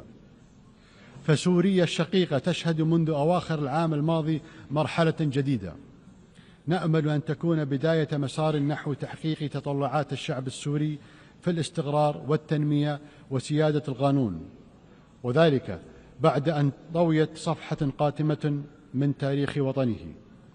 وقد وقفت قطر إلى جانب الشعب السوري على نحو مثابر طوال السنوات السابقة، وكنت أذكر بقضيته من على هذا المنبر حتى حين بدا وكأنها أسقطت من جدول أعمال السياسة الدولية. ويتعين على المجتمع الدولي استغلال الفرصة المتاحة حاليا للوقوف إلى جانب سوريا لتجاوز هذه المرحلة الانتقالية بنجاح، ويحظى السوريين بحياة طبيعية بعد عقود من المعاناة. وقد علمتنا التجربة في بلدان عربية أخرى أن بناء مؤسسات الدولة وكذلك إرساء العلاقات بين الدولة وعموم الناس على أساس المواطنة المتساوية مع احترام التنوع الديني والإثني والثقافي يكتسبان أهمية قصوى في هذه المرحلة. ولن تدخر دولة قطر وسعا في تقديم الدعم اللازم للشقيقة سوريا، وإنني على ثقة بقدرة الشعب السوري على التغلب على مصاعب المرحلة الانتقالية ونبذ الطائفية بأشكالها كافة والعنف وعناصر الشقاق الأخرى، ورفض التدخل الخارجي ولا سيما المحاولات الإسرائيلية لتقسيم سوريا والتصرف وكأن المناطق الواقعة جنوب دمشق هي مناطق نفوذ إسرائيلية. كما شهد لبنان الشقيق تطورات إيجابية تمثلت في انتخاب الرئيس العماد جوزيف عون رئيسا للجمهورية وتعيين دولة الدكتور نواف سلام رئيسا للحكومة، مما يشكل خطوة هامة نحو استقرار الأوضاع في البلاد. وتواصل دولة قطر الوقوف إلى جانب لبنان وشعبه ومؤسساته ودعم الجيش اللبناني، ونؤكد على ضرورة تنفيذ قرار مجلس الأمن 1701 وانسحاب القوات الإسرائيلية من المواقع التي احتلتها خلال الحرب الأخيرة، ووقف تدخلها في شؤون لبنان الداخلية. وبالنسبة للسودان الشقيق، فإن شعبه ما زال يعاني من أزمة إنسانية غير مسبوغة نتيجة استمرار العنف، ونحن ندعو مجددا جميع الأطراف إلى إعلاء المصلحة الوطنية العليا والانخراط في حوار شامل يقود إلى سلام مستدام ويحفظ وحدة السودان واستغلاله وسيادته، ويحقق تطلعات شعبه في الأمن والاستقرار والتنمية. ونعرب عن دعمنا للجهود الإقليمية والدولية الرامية إلى تحقيق هذه الغاية. الحضور الكرام، لطالما كانت الدوحة عاصمة عالمية تحتضن الفعاليات الكبرى السياسية والاقتصادية والرياضية، ومركزا يجمع القادة وصناع القرار من مختلف أنحاء العالم للتشاور وصياغة حلول واقعية للتحديات العالمية المشتركة. وسوف تستضيف مؤتمر القمة العالمي الثاني للتنمية الاجتماعية خلال الفترة من 4 إلى 6 نوفمبر 2025، ونتطلع للترحيب بكم خلال هذا المؤتمر. ولا شك أن ثقة المجتمع الدولي بنا إنما تقوم على سجل من النجاحات التنظيمية التي حققتها دولة قطر على مر السنوات، وبناء على هذا الإرث الراسخ قدمت ملف ترشحها لاستضافة دورة الألعاب الأولمبية 2036، إيمانا منا بأن الرياضة ليست مجرد منافسة، بل جسر يربط بين الشعوب ومنصة لترسيخ قيم السلام والتفاهم. ولقد أثبت تنظيمنا لبطولة كأس العالم لكرة القدم 2022 أننا قادرون على جعل الأحداث الرياضية الكبرى ساحة للتواصل والتقارب بين الثقافات المختلفة. وختاما، إن دولة قطر وهي تعي جسامة التحديات التي يواجهها المجتمع الدولي تؤكد أنها ستظل وفية لالتزاماتها في مناصرة الحق وبناء جسور السلام وتعزيز العدالة في العلاقات الدولية. أشكركم والسلام عليكم ورحمة الله وبركاته.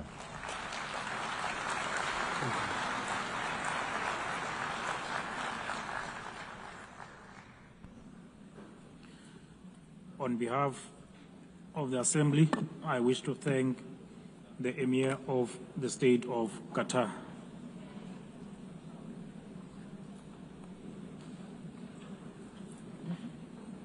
The Assembly will now hear an address by Her Excellency Jennifer Gillings-Simons, the President of the Republic of Suriname. I request the protocol to escort Her Excellency and invite her to address the Assembly.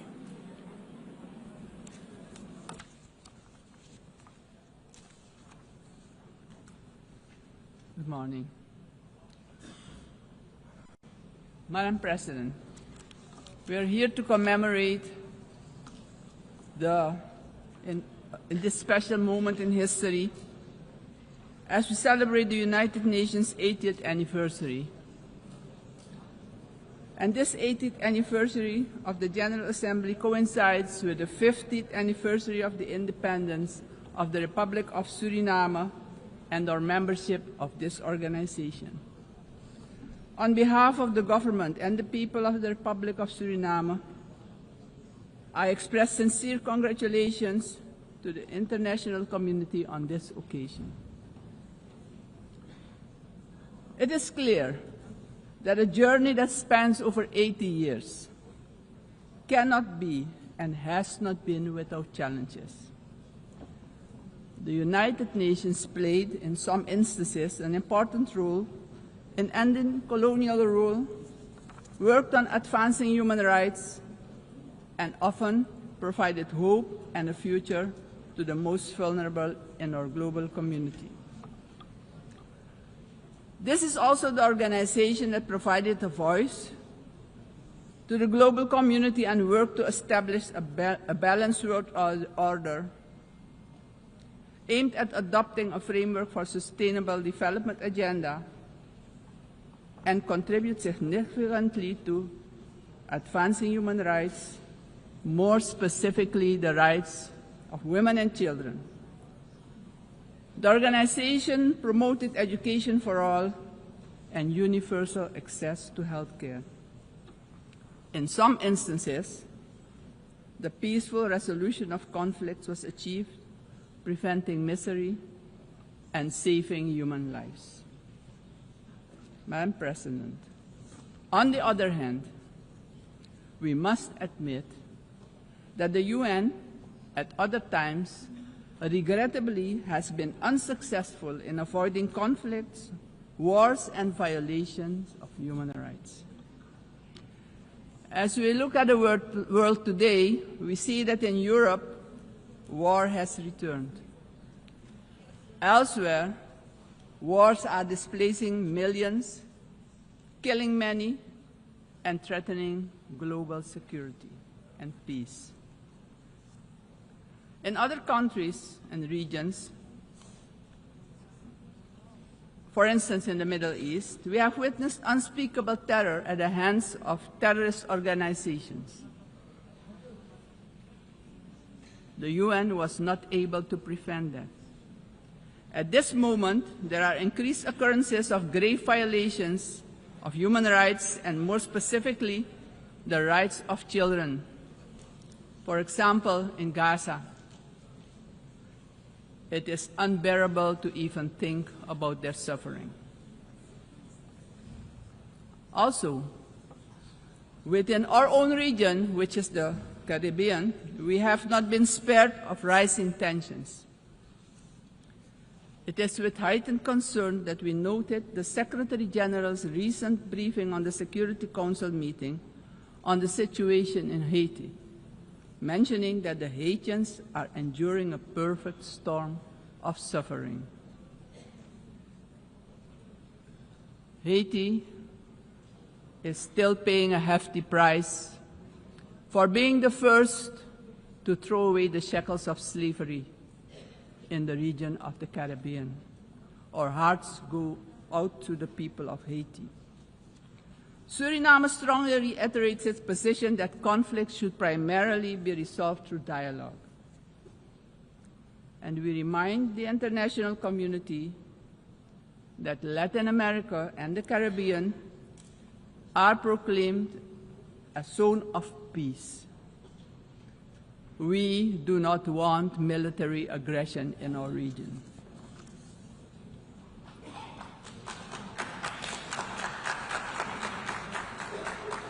Madam President, this is the moment, on the 80th anniversary, we should reflect and ponder on the next 80 years. What do we have to change and what needs to be done differently? We all must underscore and repeat it ceaselessly today that the United Nations will only be successful if all nations, without exception, adhere to the resolutions we adopt.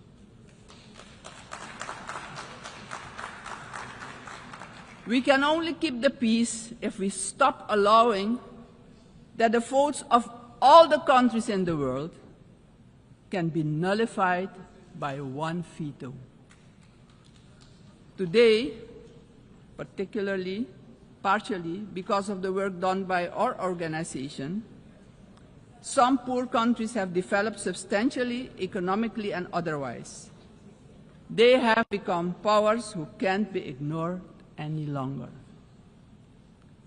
We have to remind ourselves that the world in which the United Nations was established 80 years ago does no longer exist. The task ahead, therefore, is that we, in the first place, renew our vows, recommit to the principles and objectives of the Charter of our organization, and recognize all the voices in the world, because people from all regions should have opportunities for a dignified life. Furthermore, the UN should adjust to the world we currently live in. This means, for example, the Security Council should expand to include all nations who exert major influence in the world. Exclusion of these players will only increase the risk of conflict and obstruct the beneficial cooperation necessary for humanity to develop and prosper. It is of great importance that all economically and otherwise strong nations and countries maintain a healthy competition that promotes the scientific advancement we need for sustainable development. On the other hand, these countries need to work together to guarantee global peace, so crucial for the existence and growth of the developing states and for their own countries.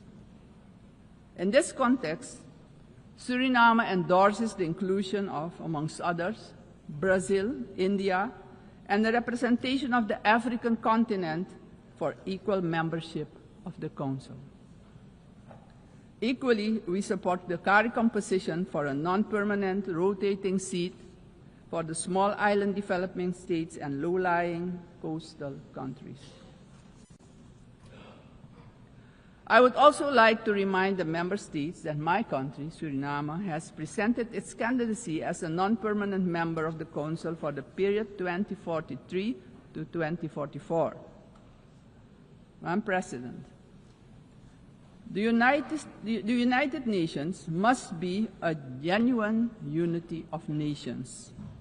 If our organization, moving forward, wants to play a crucial role in creating a prosperous future for humanity, we have no choice than to genuinely unite, all of us.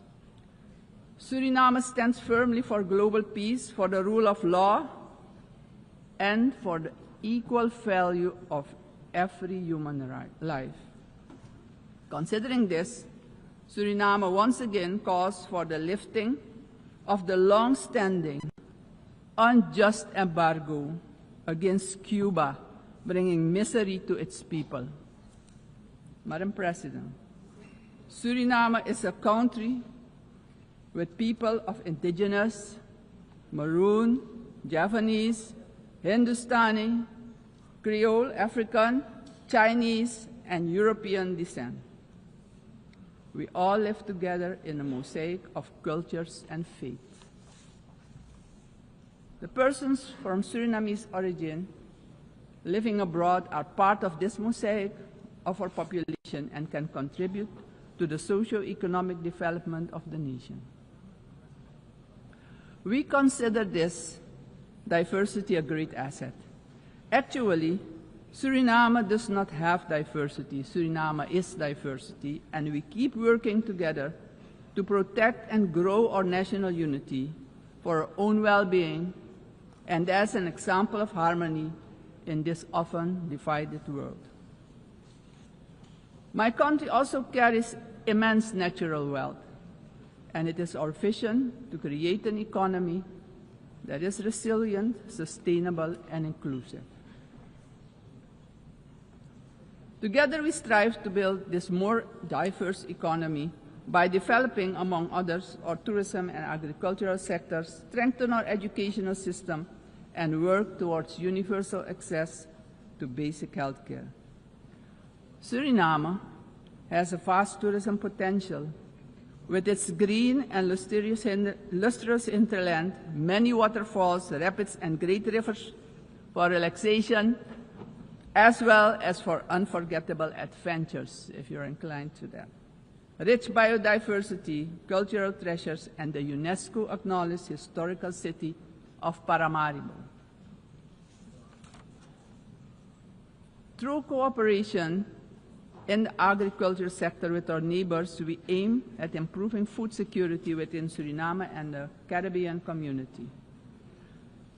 My government views energy security as a strategic priority for national development, regional stability, and economic resilience. With an investment of more than $10 billion, For the development of our offshore oil and gas, the country is getting a new beginning, a new start that will contribute significantly to our economic growth. However, we know oil and gas revenues should not be the sole fundament of our economic development. Hence, we need investments in relevant sectors in our country. We are steadily advancing our energy transition. While we already source about 50% of our energy needs through hydropower, we are moving toward natural gas and other forms of renewable energy as part of our long-term vision, because we know climate change is a fact. Madam President, I firmly believe that education is the foundation upon which every prosperous society is built. We are committed to invest in our education system, our teachers, our children and youth. The future of any country depends on the talent and skills of its people.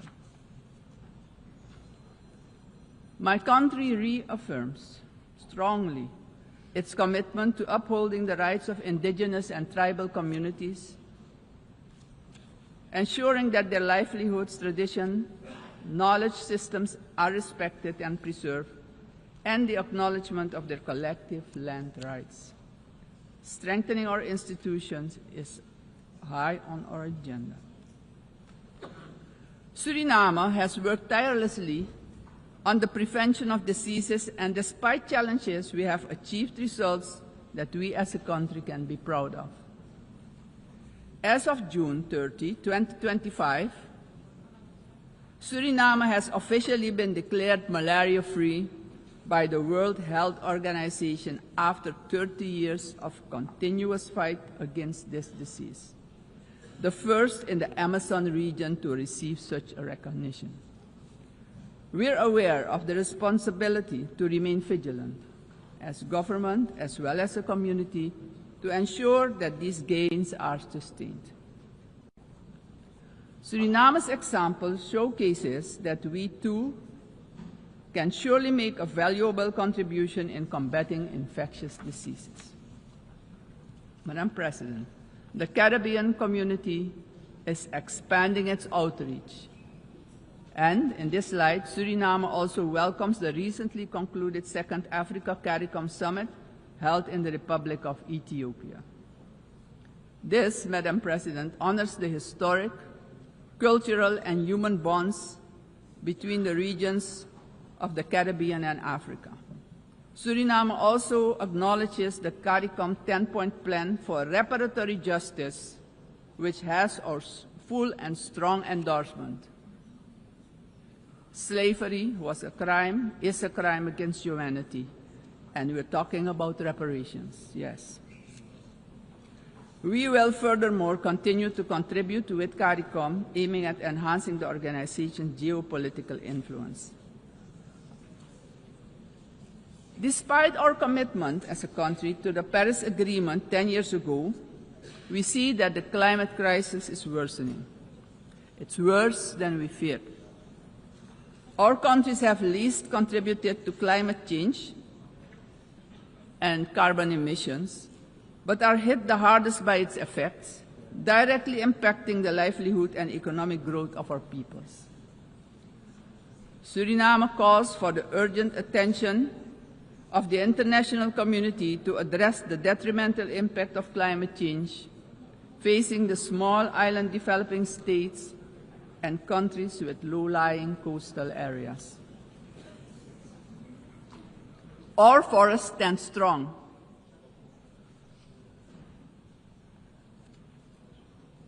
More than 90% of our land is covered by rainforest. And this makes us the most forested country in the world. Your eyes have never seen so much green. Suriname is one of the 3 carbon-negative countries on Earth. Since 1992, our forest has absorbed nearly 290 million tons of carbon, and each year we capture more than we emit, and we want to keep it that way. The protection and conservation of our forests has been a priority. It doesn't stand by default, but by design. We have been logging sustainably for decades, and did so with the Sustainable Tropical Rainforest Management System developed in Suriname, an ecological approach to forestry. Also, the indigenous and tribal communities protect the forest by their continued stewardship. We are proud of the way we did it, but pride alone does not pay the bills and does not develop the indigenous and tribal communities. Madam President, we must not forget that these forests, our forests, are in competition with vast resources such as gold, diamond, bauxite, and more. We will need to make difficult choices. We want to keep our forest coverage at a minimum of 90%. But we cannot do it alone. The time has come for the world's largest emitters to share this responsibility, not only with words, but with action, justice, and finance.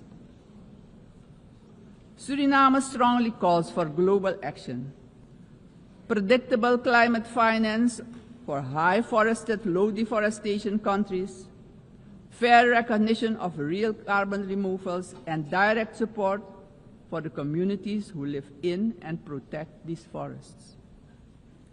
Suriname, Madam President, therefore endorses the initiative of the COP30 presidency to launch the Tropical Forest Forever facility and calls upon the international community to contribute to its success. Suriname, as mentioned previously, takes pride in being an example of peaceful coexistence, having different cultures, religions, and the traditions to live together in respect and solidarity. This is our gift to the world. The second gift, because we also have a forest that is delivering services to the whole world. This gift proves that harmony can prevail. As stated upon our admission to the United Nations in 1975, our republic indicated our willingness to engage with the international community. My country reiterates its strong commitment to multilateralism, one of humanity's most important achievements, which needs our protection in this time of change. In closing, aggression and military force should be replaced with peaceful resolution and dialogue, because it doesn't solve problems, it creates destruction and misery. As a matter of urgency, I call on every member state to keep the peace, protect the planet and all human rights. Suriname has shown the world that living sustainably together is possible. We are really better together. Thank you, Grand Tanye, and may God be with you.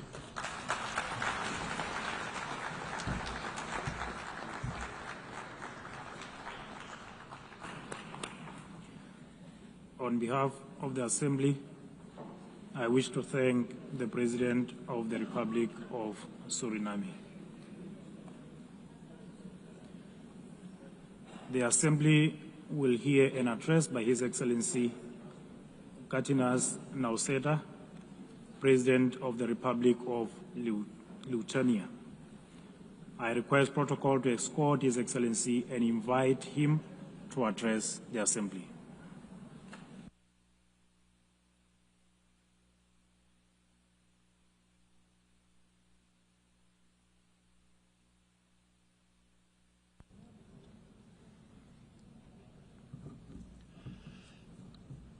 Dear Mr. Chairman, Excellencies, ladies and gentlemen. 80 years ago, humanity, emerging from the Second World War, embarked on a long road towards peace. Building on the solid foundation of the rules-based international order, our forefathers created the United Nations and its institutional system. This system was never perfect. Many nations, Lithuania included, had to struggle for decades, seeking freedom, independence, and sovereignty. Many people suffered war, famine, and premature death. And yet, it was the best international order that we have ever.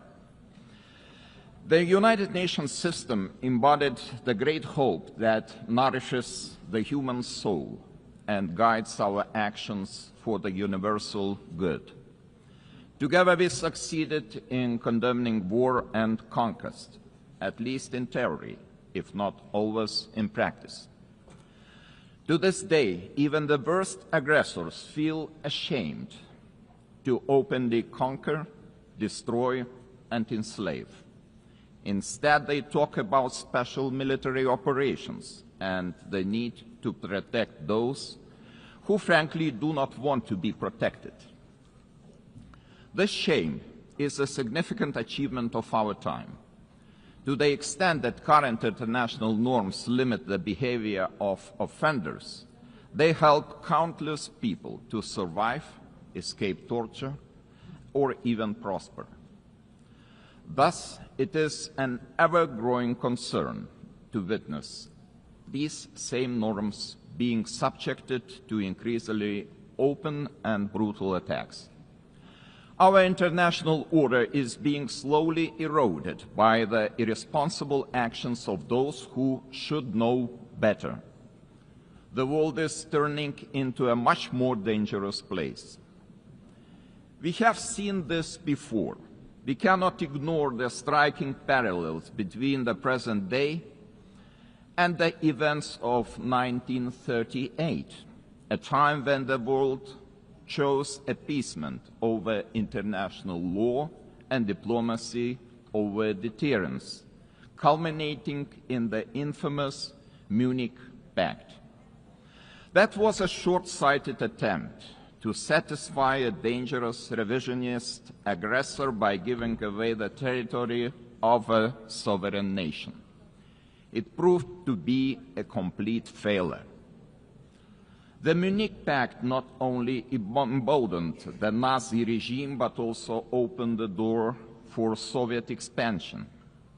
Soon after, the secret protocols of the Molotov-Ribbentrop Pact carved Europe into spheres of influence and sealed the fate of many independent states. As Europe descended into another great war, Lithuania and the other Baltic states were illegally occupied, annexed, and brutalized. After regaining the independence 35 years ago, Lithuania feels a duty to guard the bitter memory of past mistakes. Never again will we place our hopes in appeasement. Never again will we stand aside. Never again shall Pandora's box be opened. In 1938, it was Czechoslovakia that was abandoned. Today, we cannot abandon Ukraine alone. The war in Ukraine is well into its 4th year. The international community has not done enough to stop aggressor. This is a quest that goes far beyond the usual lines that keep different nations apart. What matters is not the distinction between large and small, or between global North and global South nations, but the basic principles of the UN Charter, which guarantee peace and security across the globe. If one UN member is attacked with impunity year after year, by a permanent member of the Security Council, what does that mean for the rest of us? When power replaces law and fear silences the truth, the foundations of the global order begin to crack. And then nobody can feel safe anymore. Ladies and gentlemen, the effects of Russia's war against Ukraine are being felt across the world. This war has sparked crises in energy, migration, and food security, while also deepening global poverty, hunger, environmental damage, and climate change. It all began with the illegal occupation of Crimea in 2014 and escalated into a full-scale invasion marked by systematic war crimes. The targeted destruction of civilian infrastructure, indiscriminate missile attacks, and the forced deportation of thousands of Ukrainian children are not isolated abuses.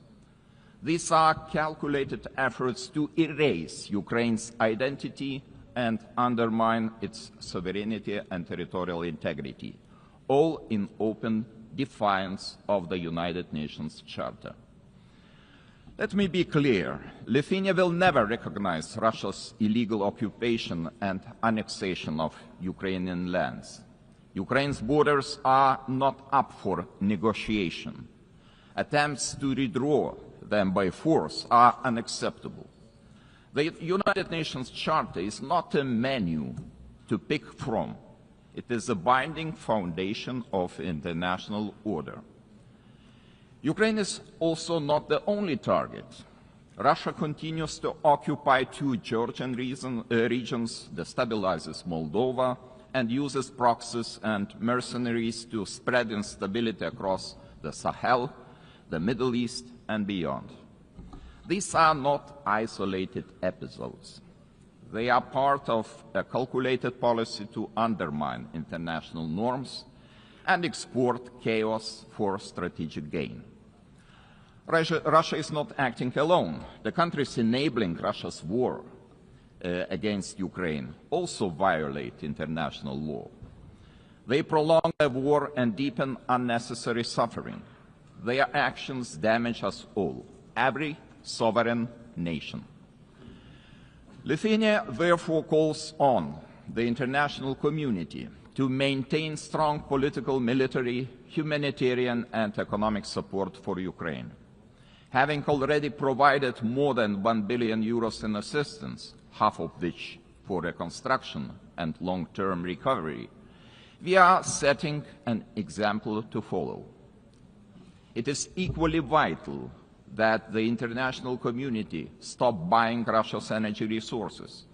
Without all that oil and gas money, Moscow's war machine would finally stop. If history is any indicator, Russia will never stop using energy for its geopolitical goals. Wherever Russian energy resources flow, corruption, blackmail, and sabotage will follow. Let me remind you, this is a country that understands only the language of force. Ukraine's ability to deter aggression will be the decisive factor in the future. Moreover, peace will never be sustainable without justice. Russia's numerous war crimes, from mass killings and attacks on hospitals to the abduction, deportation, and indoctrination of children, demand accountability. My country strongly supports the Special Tribunal for the Crime of Aggression under the auspices of the Council of Europe. We call on all states to endorse this initiative. Accountability must have real consequences, legal, political, and financial. As a co-founder of Register of Damage for Ukraine, Lithuania calls on all eligible states to join this vital effort. Russia's frozen assets must eventually be used to help Ukraine defend itself and rebuild. I also cannot stress strongly enough that the return of all deported Ukrainian children and illegally detained civilians must be a global priority. We urge all states and institutions to strengthen international efforts and to ensure their safe homecoming. Ladies and gentlemen, as crucial as Russia's war of aggression against Ukraine is, it is only part of the broader global upheaval. Lithuania watches the current situation in the Middle East with deep concern. We join the international community in calling for the full and immediate implementation of the ceasefire in the Gaza Strip. To prevent starvation, humanitarian aid must be allowed to reach those in need without obstruction. At the same time, the unconditional release of all remaining Israeli hostages remains a crucial step towards ending hostilities. Lithuania is firmly committed to a just and lasting peace in the Middle East. We condemn all the actions that undermine this goal. The ongoing mediation efforts led by the United States, Qatar, and Egypt deserve our full support. There is no alternative but to revitalize a credible political process towards a two-state solution, ensuring that the state of Israel and an independent, democratic, contiguous, sovereign and viable state of Palestine can live side by side in peace, security and mutual recognition, with Jerusalem as the future capital of both states. Sadly, many states remain trapped in cycles of conflict, crisis and long-term fragility. It is our shared responsibility to support those in need as destabilization spreads far and wide across international borders, regions, and continents. Our attention must also focus on the growing challenge of disinformation, which is increasingly being used to undermine democratic institutions and destabilize entire nations and societies.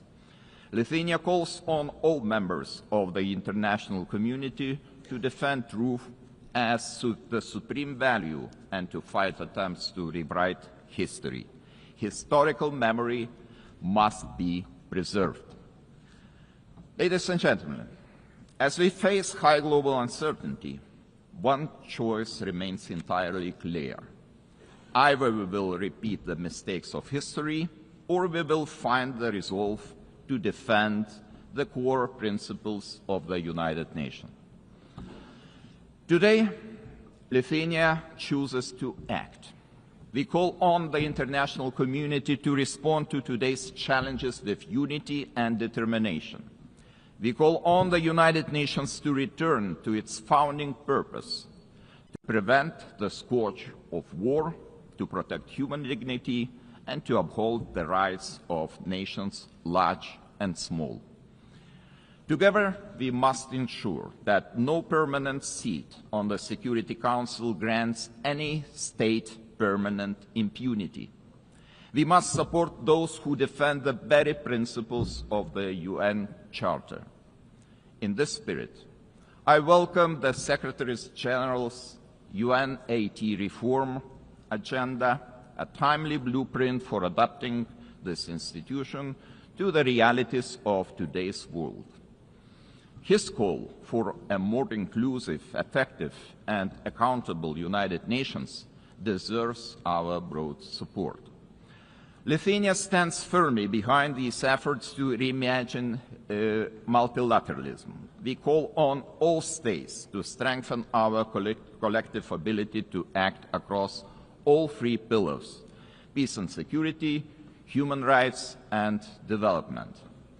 Our message must be simple and straightforward. Aggression cannot win, and the principles of the UN Charter must prevail. Let us rise to the demands of this moment. Thank you very much.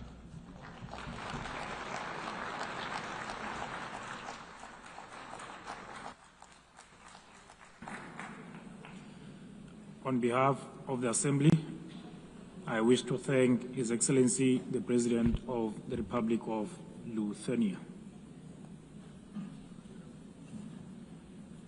The Assembly will hear an address by His Excellency Marcelo Rebelo da Sousa, the President of the Portuguese Republic. I request protocol to escort His Excellency and invite him to address the Assembly.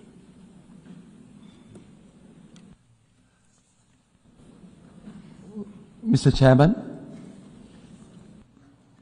Excellencies, symbolic moment this one for United Nations, the celebration of 80 years, and for us, Portuguese, 70 years of membership. It's a time of judgment, of compromise, of renewal, multilateral ambition. Portugal is today what always aspired to be, an open country to the world, listening, dialoguing, building bridges, deeply multilateralist and guided by the Charter of the United Nations. A world with more cooperation and respect for international law is safer, more predictable, stable, peaceful, prosperous, plural, representative, and able to respond collectively to global challenges. 70 years ago, we were living still in dictatorship. And we found in this community the space to rediscover the real values and contributing to global solutions. And even now, in a changed world, fragmented, polarized, unpredictable, this community is a key community to defend basic principles of a coexistence between nations, cultures, civilizations. And it is with this coherence and the sense of responsibility, with the conscience of the need of contributing, acting and deciding, guided by values and principles, that will be candidates to the Security Council in 27-28, a decision we formalized in 2013. Excellencies, let me pay tribute to the former President of the General Assembly for his support to the adoption of the Pact for the Future. Let me congratulate the present President of this session, wishing the success in her term. But I would very specifically, and in Portuguese this time, say a word about the remarkable work of the Secretary-General António Guterres. O seu humanismo, his humanism, o apego ao direito internacional, his attachment to international law, as reformas por que tem lutado, the reforms that he's been defending since 2017, que inclui agora o UN 80, o Pacto para o Futuro, UN 80 and the Pact for the Future, são a sua marca e o seu legado. His mark and legacy. It is a pride for me, é orgulho para mim, having a Portuguese as Secretary-General of the United Nations, ter português como Secretário-Geral das Nações Unidas. Someone that is projecting a Portuguese way of acting in international relations, uma forma portuguesa de estar nas relações internacionais. He will always be supported by Portugal. Contará sempre com o apoio de Portugal. And I must congratulate him for his speech, because he said, I will never give up. I know him ever since we were teenagers. He never gave up, ever. And he's right. It's true we live at a time of multiple crises and persistent crises. Division, polarization, violations of international law, cleavage between power exercise and responsibility, technology and ethics, urgency of crisis and capacity of response and action. United Nations faces an existential moment. Without change, without renewal, the United Nations will be marginalized, and we could be left to the law of force. No G1, no G2, no G3, no G1+1 1 plus 2 or 2 plus 1 will be an alternative. No absence of multilateralism will avoid the need of multilateralism. The world is multipolar, will be multipolar. Just think of the situation in Ukraine or the situation in Middle East. In Ukraine, for years, and now for months, for 8 months, one is waiting the mediation of the most powerful in the world. Do we have a ceasefire? No, we don't. In the case of Middle East, we waited and waited for the intervention of the most powerful in the world. Did we have a ceasefire? Without the multipolar, multilateral intervention of so many countries, here in New York, with the recognition of the existence of the state of Palestine, some Europeans, others non-Europeans, we won't change soon. This means we need United Nations, we need multilateralism, we need dialogue between countries from every continent. And the same for international law. We need international law. We need international law for the reform of United Nations. We need international law as a foundation of peace and justice. A world governed by rules is a safer and more predictable and equitable world. We need a Charter of United Nations as a common compass.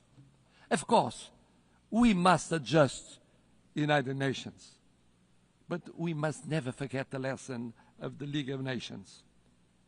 When one forgets the principles, when one abandons the principles on account of pure realpolitik, I mean the power or the powers of the moment, one forgets that no power is eternal. No personality is eternal. Empires went up and went down. We know by experience it. Colonial empires, European empires inside Europe, all kinds of empires went up and went down.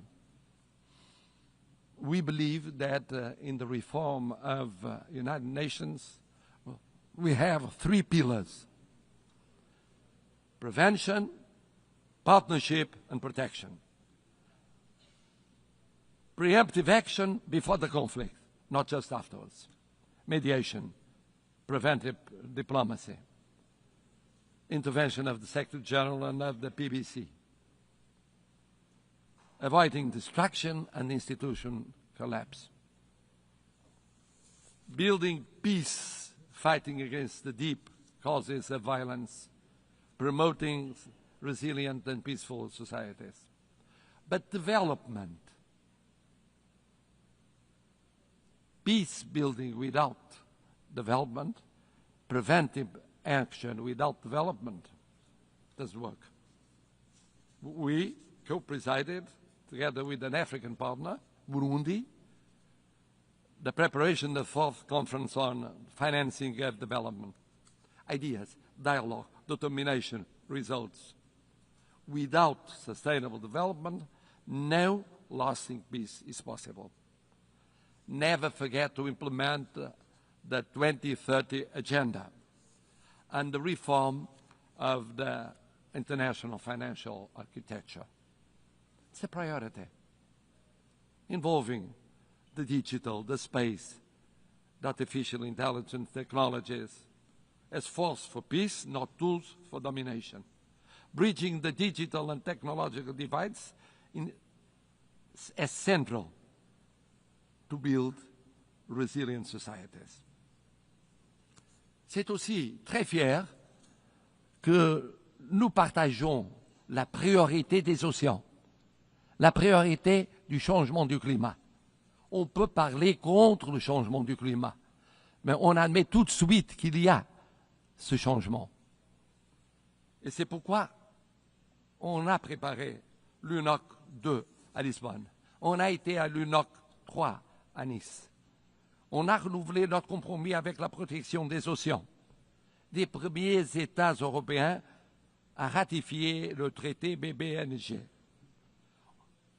Protégeant 27% de notre surface maritime, juste à une distance de 3% de l'objectif en 2030. Excellencies, speaking of the pillar of partnership, the United Nations must deepen partnerships, strategic partnerships with regional organizations. Portugal has the experience that is very specific. Nós temos a experiência da comunidade de países de língua portuguesa, the experience of the Portuguese-speaking community, present in 9 countries, 4 continents, 1 language, presentes em 9 países, 4 continentes, uma língua, uma plataforma com voz própria na ONU. Nós acolhemos o Fórum Global da Aliança das Civilizações. We received the Forum for the Alliance of Civilizations. Also, the UN Conference on Racism. Portugal organizou a primeira conferência da ONU sobre racismo. E promovemos a aplicação da Declaração de Durban em todo o mundo. Nós outros formamos parte da comunidade ibero-americana. Portugal se siente hermano de América Latina, compartiendo prioridades comunes como el multilateralismo inclusivo, el desarrollo sostenible y la cohesión social. A nossa parceria, our partnership with the Global South, is made of respect and solidarity. Lançamos as primeiras cimeiras União Europeia e União Africana. We have had the initiative of the first and second summits between European Union and the African Union. We cooperate actively with the PMA, CITES, and LLDC. At the same time, we think that protecting means also protecting the role of women, youth as agents of change, the access to education, leadership, political participation. The world needs more women and more youngest as leaders in the procedures of decision. Third pillar, protection. We participate for 65 years in peacekeeping. Thousands of armed forces and security forces participated in 25 missions in 4 continents, mostly in Africa. Peacekeeping now with 4 peace operations, a quick reaction force, punctual payment, example of intervention in every continent, defense of a predictable and stable financing, including for the missions that are promoted by Security Council or accepted by Security Council, but initiative of African Union. This year, we celebrate the 25th anniversary of the additional protocol to the Convention of Rights of Children involved in armed conflicts. It's a drama. It's a drama. Children going on being victims in every war scenario. We have the legal duty, the political and the moral duty of protecting them. And then, of course, humanitarian international law. One spoke of it, about the situation in areas of conflict. Geneva Conventions are not suggestions. They involve duties. We participated in the 6th Commission preparing the Convention on Crimes Against Humanity. Human rights. Human rights. Human rights mean personal rights, political rights, freedom of expression, economic rights, social, cultural rights, universal, interdependent, and inseparable. Não podemos ficar indiferentes. We cannot be indifferent concerning major crises. We just declared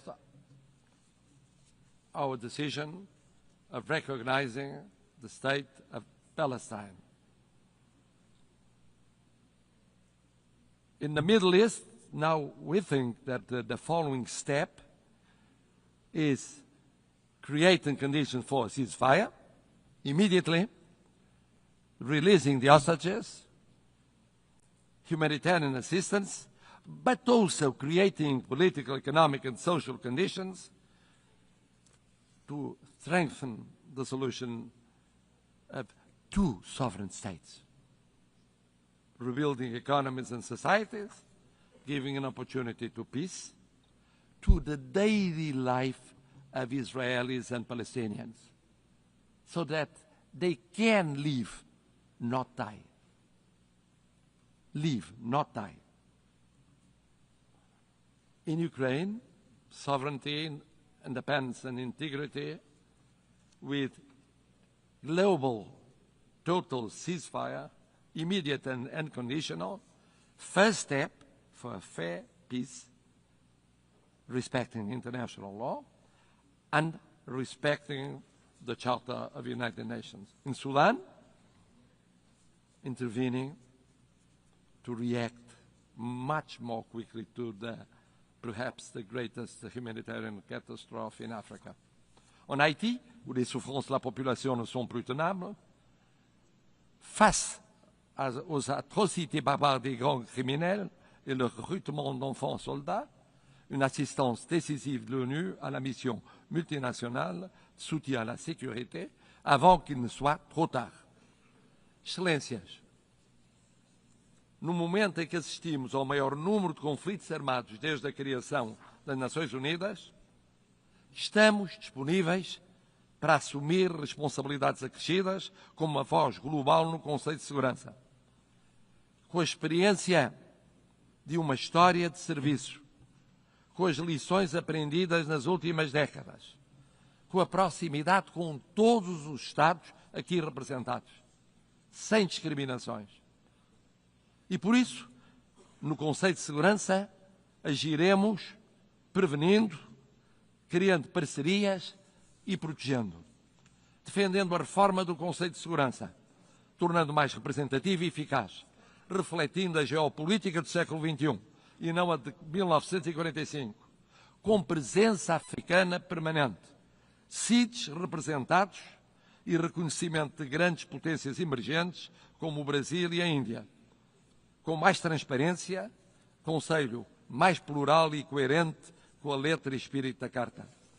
Em 2024, o Conselho reuniu mais vezes do que desde 1989 e, no entanto, tendo reunido mais vezes, menos deliberações aprovou e mais vetou deliberações, mesmo implicando o sofrimento de pessoas concretas em todo o mundo. É incompreensível que o uso do veto continue a paralisar decisões essenciais perante o sofrimento humano. A Carta é clara. Uma parte no conflito não pode ser juiz no próprio caso. Portugal apoia o Código de Conduta do Grupo ACT, as medidas de restrição ao uso do veto, todas as iniciativas que reforcem a transparência e prestação de contas dentro do Conselho. Excellencies, a last word. Portugal is presenting itself to the Security Council without hidden agendas, but rather with an agenda aligned with the values and objectives of the UN, with humility, but with confidence. contributing to a council that is more effective, representative, and close to those who expect protection from it. We are a predictable country, a bridge builder, a reliable partner, an uncompromising defender of the UN Charter. It is in this spirit that we want to serve, that we reaffirm our commitment to the United Nations today, and that we hope will earn your trust for the future of the United Nations, but mostly for the future of the world, more peaceful, more just, more respectful of dignity, human dignity, in so many conflicts that represent a shame for all of us. Thank you.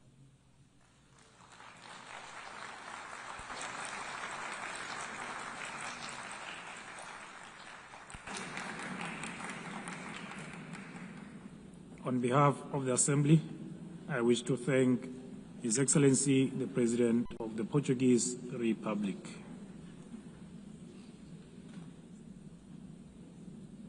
The Assembly will hear an address by His Excellency Yomandu Usi, President of the Eastern Republic of Uruguay. I request protocol to escort His Excellency and invite him to address the Assembly.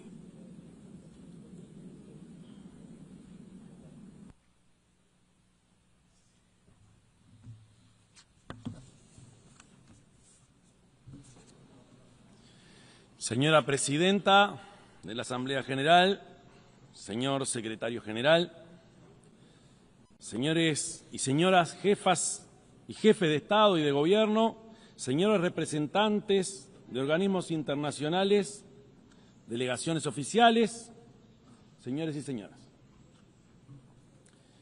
Vengo de una república situada al oriente del río Uruguay que el mapa, la historia y la cultura ubican en una pequeña esquina del sur del mundo. Un país pradera con balcón al mar, donde la tranquilidad y hospitalidad de su gente es una de sus principales señas de identidad. Vengo de un país donde ya es práctica corriente que un presidente concurra a países vecinos acompañado por sus antecesores o con sus antecesores de otros partidos políticos. Un país donde la alternancia de los partidos en un gobierno no se traduce en una crisis de carácter institucional. Es más, esa alternancia se constituye en un acto de pura normalidad. Vengo de un país cuyo presidente puede caminar sin custodia entre la gente, puede disfrutar de un partido de fútbol en una tribuna como un hincha más. Vengo de un país cuyos partidos políticos, casi todos ellos con más de medio siglo de historia, siempre están dispuestos a acordar soluciones nacionales a urgencias también nacionales. Soluciones, como decimos nosotros, a la uruguaya. Con estos gestos quiero expresar que Uruguay lleva en su vida cotidiana una vocación profunda de paz y de respeto. Vivo en un país, por supuesto, que no está a las puertas del paraíso, porque enfrenta nuevos desafíos en términos de pobreza infantil, seguridad pública o desigualdad social, y sobre estos temas también hay en líneas generales un consenso nacional. La histórica solidez institucional y política ha permitido que Uruguay aún se destaque en la región por su alto nivel de desarrollo humano o sus políticas de distribución del ingreso, y que sea un país de reglas estables, donde los contratos se cumplen, donde se honran los compromisos internacionales, donde la estabilidad macroeconómica es una política de Estado. Pero esta acumulación positiva también se expresa más allá de nuestras fronteras, porque Uruguay es reconocido en el mundo por su vocación de paz, su incansable lucha en pos de la solución pacífica de los conflictos, su respeto irrestricto al derecho internacional como a la mayor garantía para la soberanía de los pueblos y por ser una tierra fraterna y hospitalaria con los migrantes de todas las latitudes. Desde ese pequeño país que cultiva la tolerancia y el diálogo y cultiva el acuerdo como clave histórica de convivencia y que está inserto en un continente sin conflictos ni guerra entre estados, venimos a esta asamblea a sumar esfuerzos para contribuir con la estabilidad y la paz en el mundo cada vez más convulsionado y desafiante. La creciente tensión geopolítica y el aumento de conflictos, sumados al desfinanciamiento de los esfuerzos por un orden global pacífico y basado en reglas, plantea enormes retos a escala planetaria. Para ejemplificarlo, basta mencionar algunos datos. Según el Índice Global de Paz de 2025, en 2023 hubo 59 conflictos interestatales, el número más alto desde el fin de la Segunda Guerra Mundial. Para el 2024, el gasto militar global sufrió un aumento de casi un 10% en términos reales comparado con 2023, lo que representa el mayor incremento anual desde el fin de la Guerra Fría. Estamos hablando de un gasto militar de 2.7 o 2,7 millones de dólares. No solo se trata de un mayor aumento de conflictividad entre naciones, ni de un gasto militar que crece aceleradamente para sustentarlo. Se trata también de nuevas formas de crueldad y muerte que están adquiriendo las guerras actuales. Sabemos bien que desde el nacimiento mismo de las civilizaciones, la ausencia de violencia o la ausencia de guerra es quizás una quimera. Pero en nuestros días, los avances tecnológicos aplicados han desencadenado otras lógicas mucho más perversas, como el uso de prácticas militares destinadas a sembrar el miedo, el terror y la muerte en la población civil. Que quede muy claro, condenamos toda forma de terrorismo, ya que constituye, entre otras cosas, una despreciable actitud de cobardía.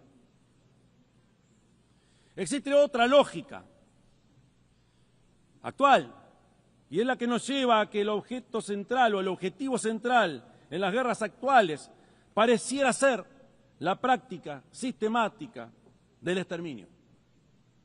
El fin nunca justificó los medios. Debemos desterrar aquel viejo precepto de que la guerra es la continuación de la política por otros medios. Toda guerra es criminal, sin importar dónde ocurra, sin importar el Dios que se invoque para justificarla, y merecerá siempre nuestra más visceral condena. Es cierto que toda nación tiene el derecho a un territorio y a un gobierno propios. Es cierto que tiene derecho a establecer un nivel de autodeterminación que le permita la convivencia con los demás pueblos. Eso es real. Y el valor de las Naciones Unidas es justamente garantizar que estos principios se concreten de manera pacífica y civilizada. Ningún Estado que se precie de democrático y de vivir bajo el mandato del derecho internacional puede, aún bajo el legítimo derecho de defenderse contra el terrorismo, ejercer la barbarie sobre ninguna población civil, menos aún contra personas especialmente vulnerables e indefensas. Desde 1948, Uruguay ha mantenido una posición coherente y firme que va en línea con los principios de autodeterminación y coexistencia pacífica. Y bien conocidas son nuestras posturas históricas con respecto a los principales conflictos a escala mundial, en especial el que se desarrolla en Oriente Medio. Siempre Uruguay sostuvo la posición: dos naciones, dos pueblos, dos estados. Y en este sentido, además, el gobierno uruguayo toma muy en serio los informes que desde la comunidad internacional se elaboran en referencia a los territorios palestinos e instamos a implementar las recomendaciones formuladas por la ONU e instamos a la suspensión inmediata de las operaciones militares, a la suspensión de las muertes de civiles inocentes e instamos a la liberación de los rehenes. En nuestro mundo también persisten y se agravan otros dramas más extendidos y permanentes, a tal punto que la Declaración Universal de Derechos Humanos, votada en el marco de esta Asamblea hace ya 77 años, constituye un manifiesto revolucionario ante los tiempos que estamos viviendo. Empezando por su artículo primero, que proclama: todos los seres humanos nacen libres e iguales en dignidad y derechos y, dotados como están de razón y conciencia, deben comportarse fraternalmente los unos con los otros. ¿Cuán lejos estamos de nuestros propios principios y compromisos cuando vemos que la distancia entre quienes más tienen y quienes más sufren es cada vez mayor? ¿Cuán lejos estamos cuando observamos que los principios de libertad e igualdad están cada vez más divorciados y que se suele hablar mucho más de un supuesto individuo libre que de sociedades igualitarias en términos de ingresos o goce de derechos? ¿Cuán lejos estamos del sentido humano cuando olvidamos que nuestra principal vocación debe ser estar del lado de las mayorías, poniendo oído ante cada problema o angustia de nuestros pueblos y entendiendo incluso y fundamentalmente al que piensa distinto? Señora Presidenta, vengo de un país con una tradición a prueba de toda trazabilidad y archivo en materia de política internacional. Esa tradición incluye un firme apoyo al multilateralismo en todas sus facetas, política, económica, cultural, como la mejor y única forma de enfrentar los desafíos a los que hacía referencia. También incluye, por supuesto, el compromiso permanente con el derecho internacional, la apuesta al diálogo y la construcción de la paz, como una de nuestras mayores contribuciones en el contexto de un mundo fragmentado y polarizado. Todo el sistema político de mi país se enorgullece de contribuir decisivamente en tareas globales, como el mantenimiento de la paz y la seguridad internacionales, la consolidación y el desarrollo del derecho internacional mediante la participación en ámbitos de elaboración normativa y cortes internacionales, con el apoyo al desarme, la seguridad alimentaria, la salud global y el compromiso con el cambio climático. En este contexto, quiero destacar especialmente un compromiso histórico de mi país con el sistema multilateral de mantenimiento de la paz. En los últimos 35 años, y de manera ininterrumpida, Uruguay ha desplegado batallones en diversas operaciones de paz de las Naciones Unidas. A tal punto hemos asumido esta tarea que nos hemos convertido en el principal país de América Latina y el segundo per cápita a nivel mundial en contribuir a este tipo de misiones. Pero además, lo hemos hecho con una particularidad, porque nuestros contingentes se han especializado en la función más emblemática que llevan adelante estas operaciones de paz: la protección de civiles en conflictos armados. Bien saben las naciones que integran esta Asamblea que mi pequeño país está muy lejos de caracterizarse por su poderío militar o su predominio económico. Y es allí, paradojalmente, que reside nuestra fortaleza, porque somos incapaces de estorbar a nadie. Por el contrario, nuestra fortaleza radica en capacidades intangibles, pero que este mundo mucho necesita, porque somos un país muy confiable en la promoción del diálogo y de la paz. En primer lugar, porque estos principios nos definen como república y se expresan en el respeto a la separación de poderes y el Estado de Derecho, la fortaleza del sistema democrático y el respeto y promoción de los derechos humanos y la equidad social, entre otros. Y en segundo lugar, porque esa ha sido nuestra conducta histórica en los foros internacionales. Ya en 1907, por ejemplo, mi país llevó una postura firme a la Conferencia de La Haya sobre el arbitraje como mecanismo esencial y obligatorio para resolver los conflictos entre Estados. Unos años después, 1921, Uruguay fue el primer Estado del mundo en aceptar la jurisdicción de la Corte Permanente de Justicia Internacional, predecesora de la Corte Internacional de Justicia. En función de estos y otros antecedentes históricos, me permito afirmar que Uruguay está en condiciones inmejorables de ofrecerse al mundo como un anfitrión de negociaciones, como promotor de redes de diálogo y mediación que conduzcan a la construcción de la paz y prevención de conflictos. Créanme que estamos preparados para este reto cada vez más urgente, para este reto cada vez más necesario.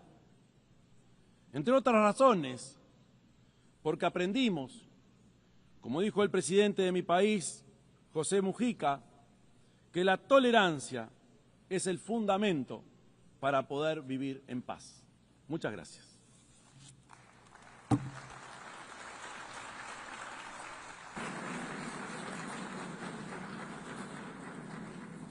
On behalf of the Assembly, I wish to thank the President of the Eastern Republic of Uruguay. The Assembly will hear an address by Her Excellency Nataša Pirc-Musar, the President of the Republic of Slovenia. I request protocol to escort Her Excellency and invite her to address the Assembly.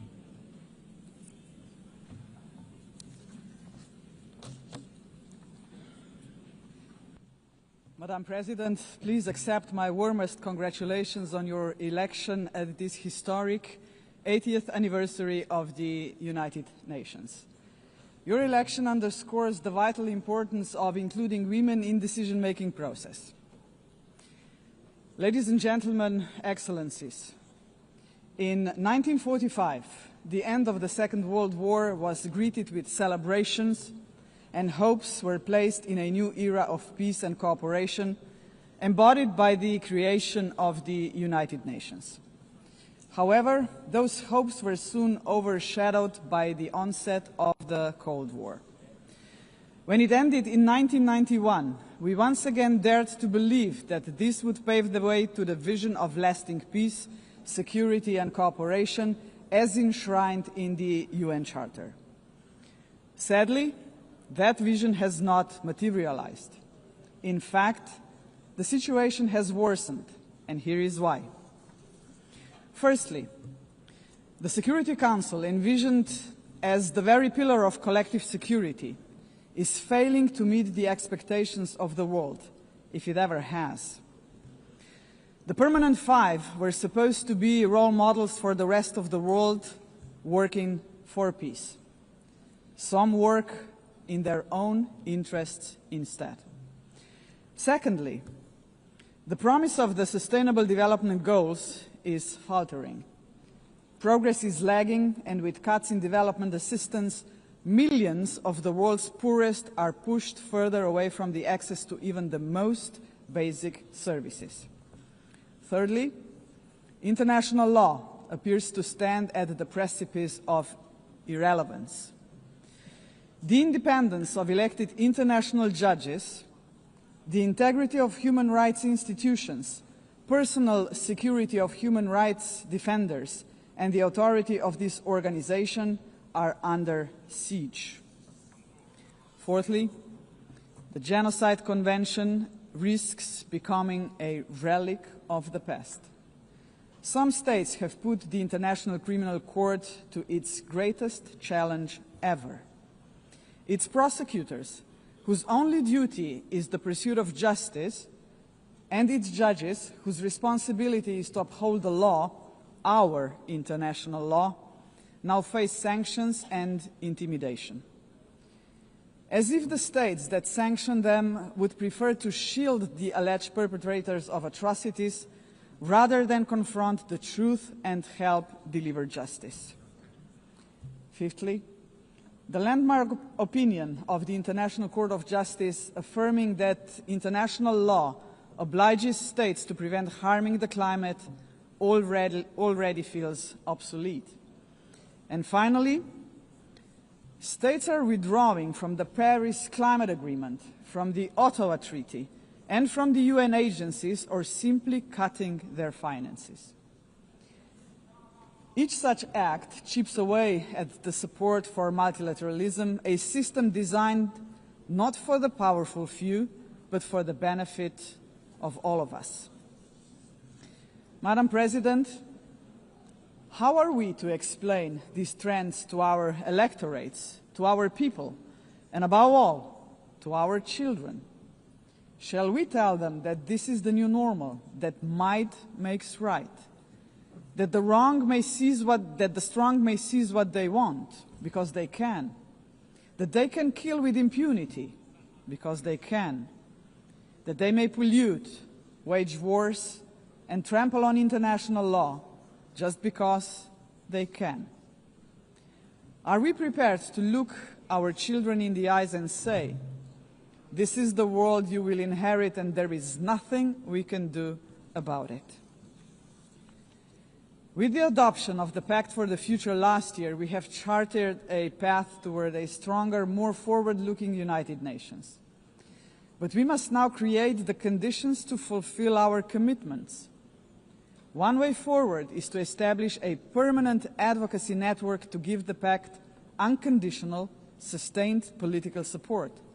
To this end, I propose the creation of a global forum for the future, an inclusive movement of states committed to multilateralism, mutual respect, and the defense of our shared vision. A movement determined to stand up for the Pact and drive its implementation at every level. As states consider how to implement the Pact for the Future, some solutions may be seen as inconvenient today, but in the long run, ladies and gentlemen, they are not optional. They are systemically necessary. The first example is the reform of the Security Council. We all recognize that it is the principal organ entrusted with the maintenance of international peace and security. But what it is not, and must never be, is a body that stands above international law to defend the interests of some at the expense of others. Jus cogens norms must be safeguarded as a matter of principle. If the prohibitions against genocide and crimes against humanity are accepted as jus cogens norms, can any permanent member claim a legitimate veto right in such circumstances? Member states have attempted to address this question through many reform proposals, but with minimal progress. This is why we must dare to go further now. We, the General Assembly, must take a bold step and request an advisory opinion from the International Court of Justice on this very question. Second, we must confront the gap between our words and actions on gender equity. Progress has been made, but far too modestly. Over the past 80 years, 13% of leaders in multilateral organizations have been women. And no woman has ever served as Secretary General of the United Nations. And this, ladies and gentlemen, must change. So, Excellencies, ladies and gentlemen, let us make history. Today, the 80th session of the General Assembly is led by only the 5th woman to hold the presidency. By the end of this session, she would be joined by a Madam Secretary General-elect, a living proof to 4 billion women that even the most impossible job is not beyond their reach. But gender representation is not enough. What we must achieve is actual gender equity because it benefits not only women and girls, but entire societies. True equity requires systemic change, And so women's empowerment must remain at the heart of our global agenda. International organizations must weave a gender perspective into every strand of policy making. And that should be a result of effective participation of women and girls themselves. Electing a Madam Secretary General would be historic, but it must only be the beginning of a much deeper transformation. Madam President, the Pact for the Future sets out clearly what must be done to change our world for the better. I have mentioned only two of the many challenges we must confront decisively. But we can only succeed as a community if we accept that there is no future for humanity without a fundamental change. The mandate of the Global Forum for the Future would be to push towards such a change. This is why it must be inclusive. It must not be merely a coalition of countries. It must inspire hundreds of millions of people.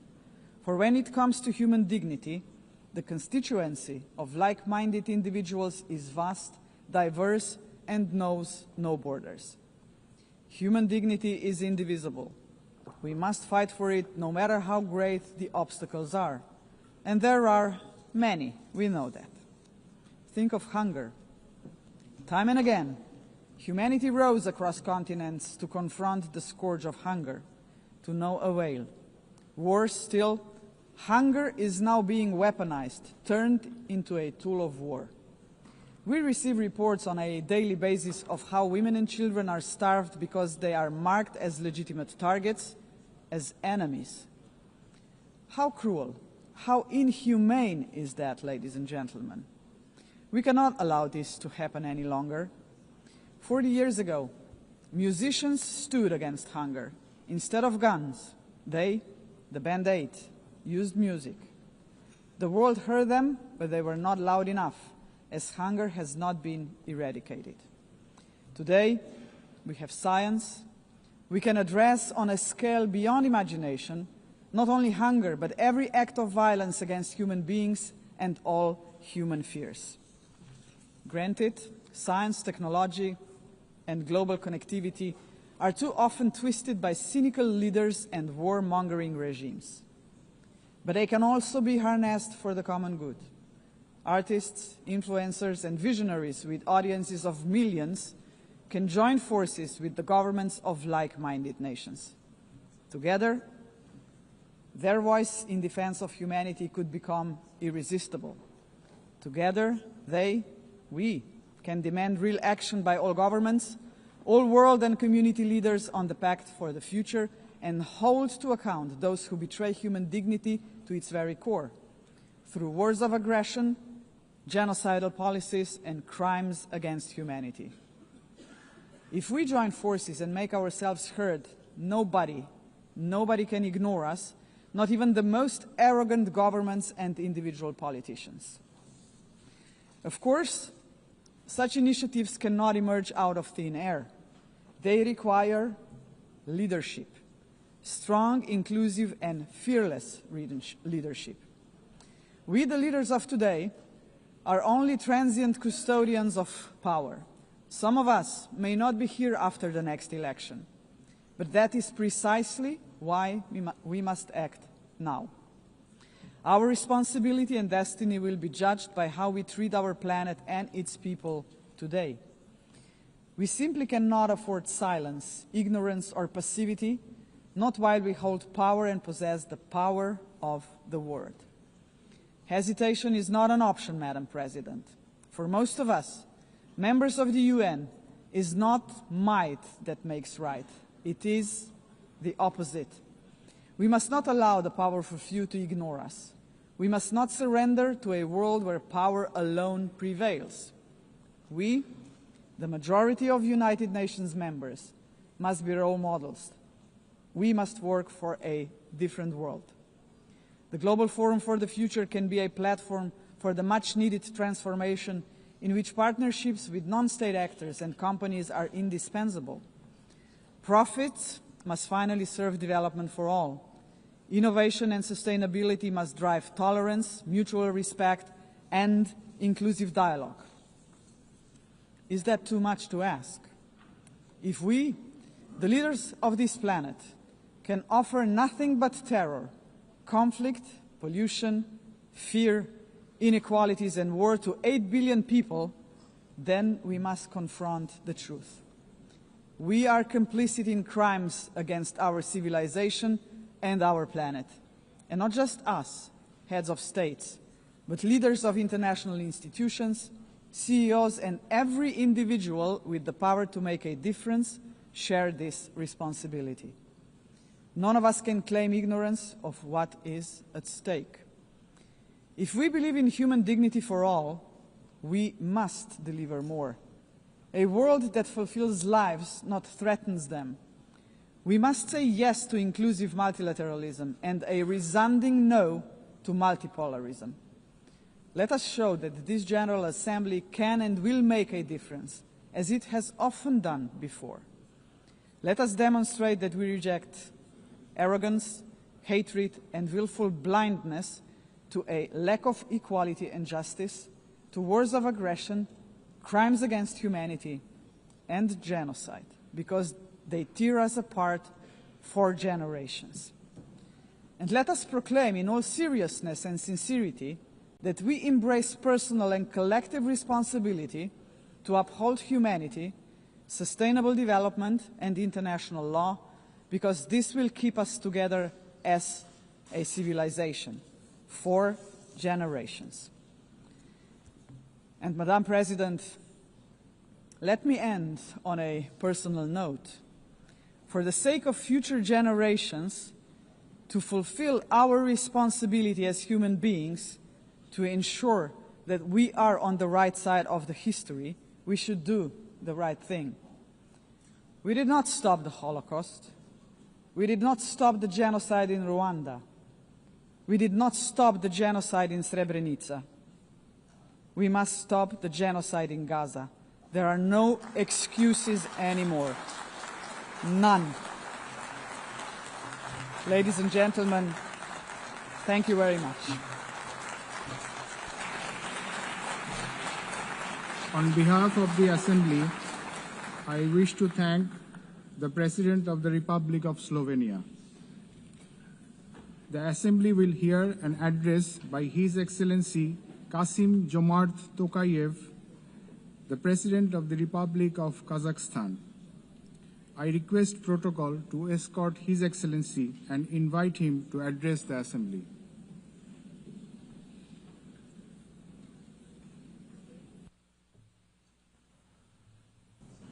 Madam President, Mr. Secretary General, distinguished delegates, for 8 decades, the United Nations has played a pivotal role in combating humanity's global challenges.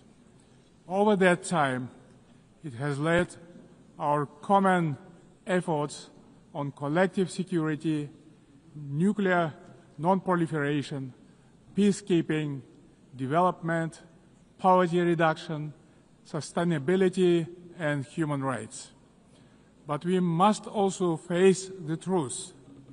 The world around us has changed profoundly and, unfortunately, not for the better. That's why the United Nations remains today a symbol of hope for millions around the globe. This historic meeting is a unique opportunity to recommit ourselves to the founding principles and goals of our universal and truly indispensable organization. However, we cannot turn a blind eye to the real crisis thrust in multilateral institutions. Serious violations of international law have become new normality, which undermines global stability and erodes confidence between peoples, between political leaders, and between states. In this challenging time, we all must empower the United Nations to make it more adjustable to the realities of today's unpredictable world. The spirit of mutual understanding and eagerness to cooperate must prevail over dangerous warmongering. State leaders have a responsibility to move toward making peace. A failure of the current generation of leaders to act is not an option, because future generations will pay a much greater price. In this regard, comprehensive reform of the United Nations is a strategic necessity, not a subject for endless contemplations. We need to establish a new group of truly dedicated people who will highly professionally and without any hesitations make concrete proposals for reforming the United Nations to make it better suited to the challenges of today and objectives of tomorrow. A central pillar of this bold effort to renew the United Nations should be a reform of the Security Council. Major powers of Asia, Africa, and Latin America should be represented in the Security Council on the rotational basis. In addition, Kazakhstan strongly believes that the voices of responsible middle powers also need to be seriously amplified in the Security Council. In fact, they have already started to play a larger positive role in international relations, bringing balance and building trust. They can act as bridges within the United Nations when major powers are divided or failing to resolve pressing issues of common concern. Above all, a credible United Nations for the 21st century requires member states to take concrete steps toward durable peace and security. Otherwise, the United Nations is doomed to forever mitigate consequences while root causes forever proliferate. We can begin this process already today by reaffirming our steadfast commitment to the Charter of the United Nations. The founding principles of sovereignty, territorial integrity, and peaceful resolution of disputes must be upheld without exception. Selective application of the Charter undermines its credibility.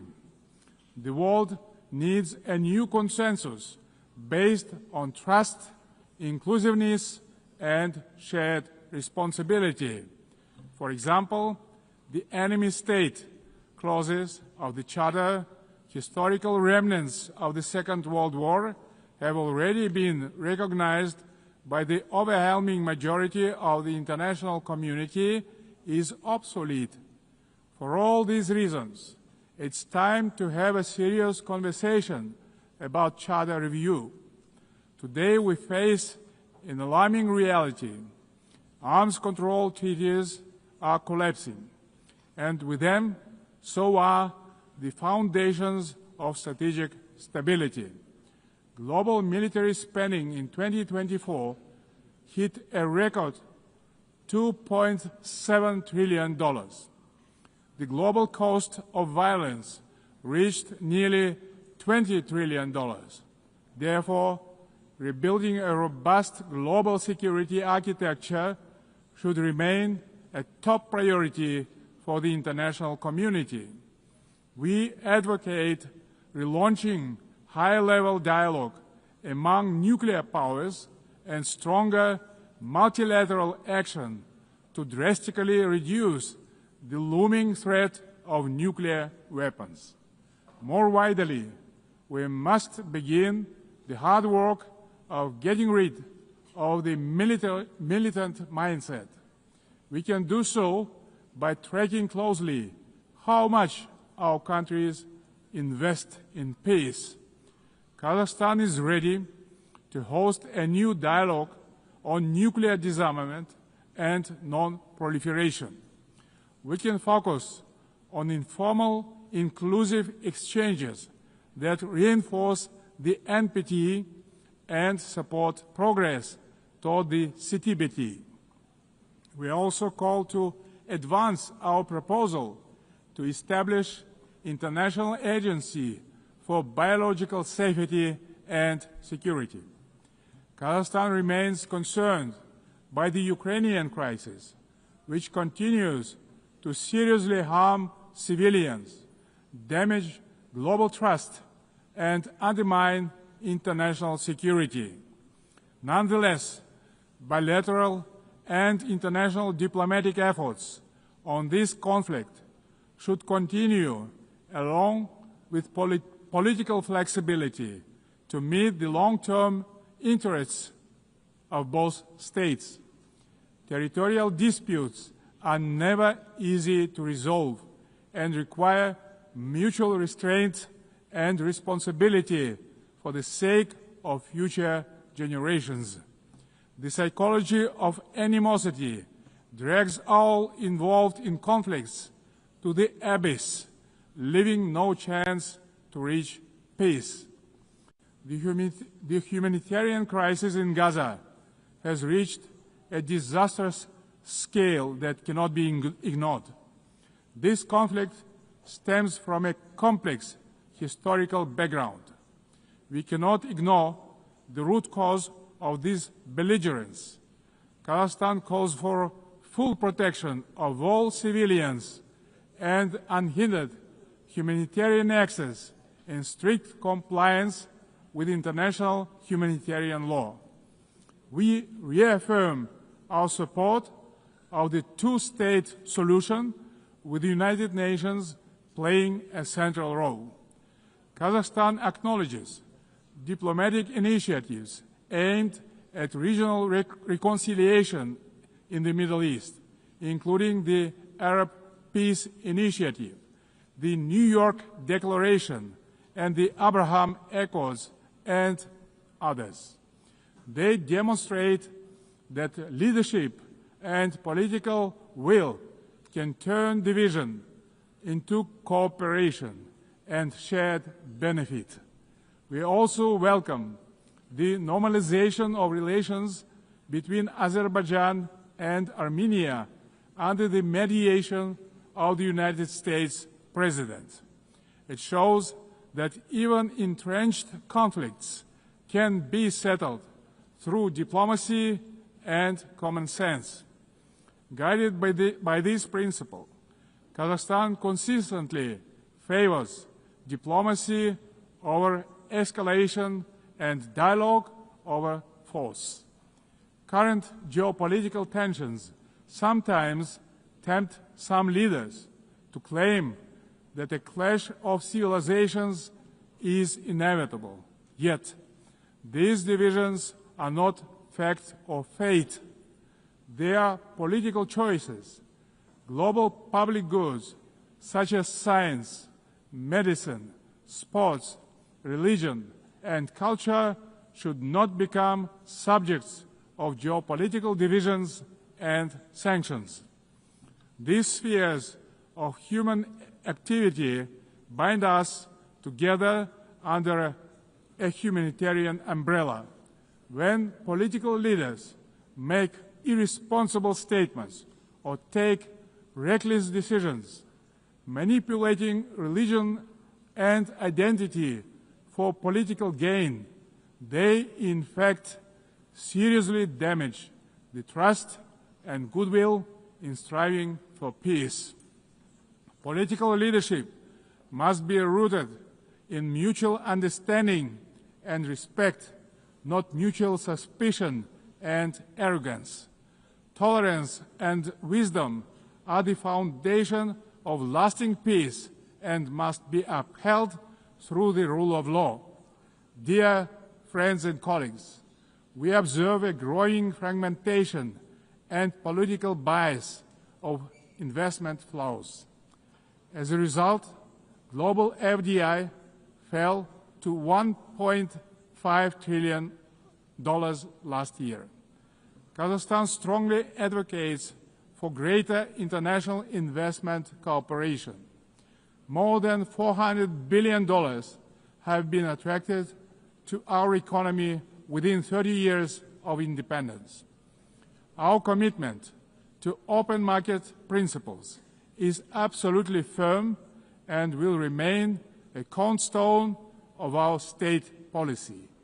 Located in the very center of Eurasia, Kazakhstan is poised to play a crucial role as a logistic hub, handling 80% of all overland transit between Asia and Europe.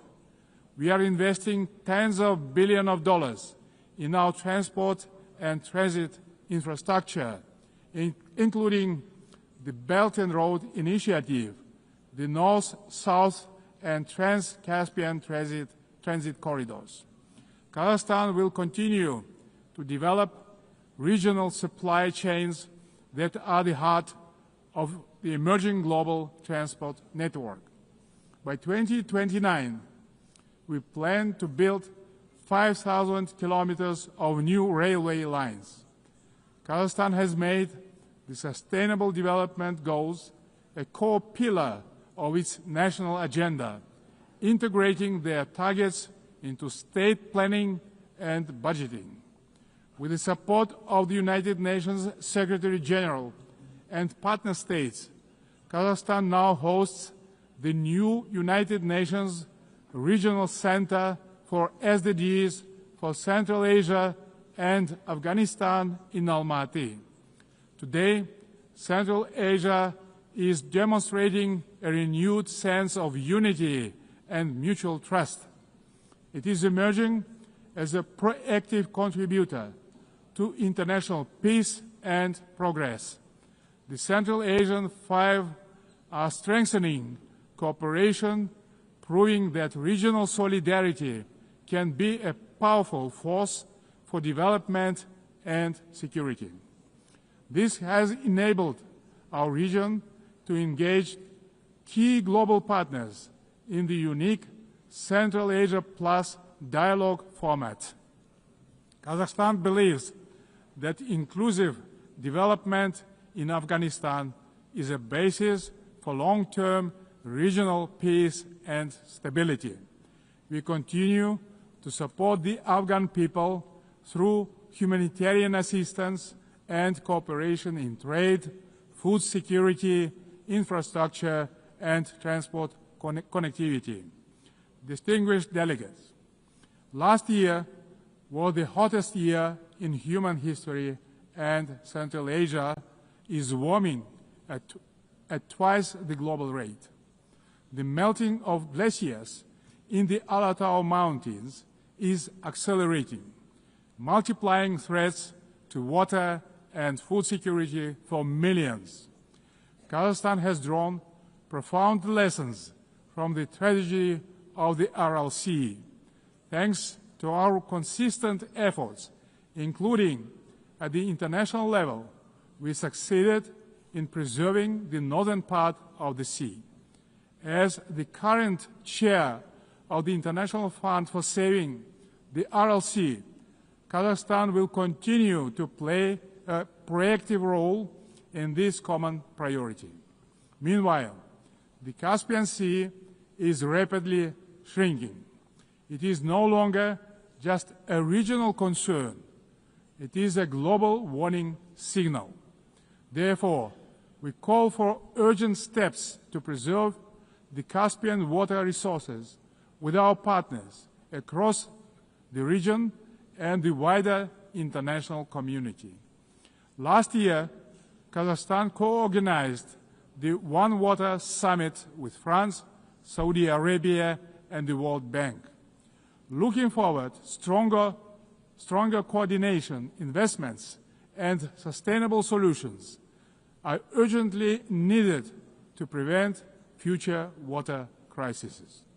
To help advance this agenda, Kazakhstan will host a regional ecological summit in Astana in April next year to be convened in partnership with the United Nations and other international organizations. As part of our broader environmental commitment, Kazakhstan is implementing a nationwide Clean Kazakhstan campaign. This national movement mobilizes millions of volunteers in cleanup actions, waste reduction, and eco-education. At this initiative of Kazakhstan, the United Nations declared 2026 the International Year of Volunteers for Sustainable Development. We invite all member states to collaborate on this important endeavor. In this spirit, I propose that the General Assembly adopt a resolution proclaiming April 22 as the International Day of Greening the Planet. Dear friends, Kazakhstan views artificial intelligence not as one more technological advancement, but as a major breakthrough that can be a true engine of human progress. Yet, as artificial intelligence accelerates, so do the related risks, specifically deepening technological, economic, and geopolitical divides. At the same time, we should not let ethical norms fall behind this rapid evolution. Pressing questions of fairness, accountability, and individual rights must be addressed with clarity and urgency. We must act collectively to ensure that every country can benefit from AI. Kazakhstan welcomes the establishment under UN auspices of the Global Dialogue on AI Governance. We stand ready to actively contribute to this platform to help ensure that AI remains safe, inclusive, and human-centered. In Kazakhstan, artificial intelligence will be integrated across all sectors of economy and public services. The basic infrastructure to deliver this plan is being built, and our bright young people are getting ready to turn this vision into reality. Our strategic goal is to transform Kazakhstan into a fully digital power within the next 3 years. Large-scale digitalization and widespread use of AI have become a national priority in Kazakhstan. E-government is an important pillar of our national development strategy. Around 90% of public services are already digitalized. Kazakhstan has recently launched its fastest national supercomputer ever. But AI and automation are expected to threaten jobs in many countries. That's why digital progress must go hand in hand with professional education. Therefore, Kazakhstan believes it is imperative not just to increase employment, but to valorize the technical professions. Ladies and gentlemen, amid global turbulence, Kazakhstan is pursuing a bold national renewal to build a truly just and fair state. Over the last 3 years, we have carried out large-scale political and economic reforms that are unprecedented in our part of the world.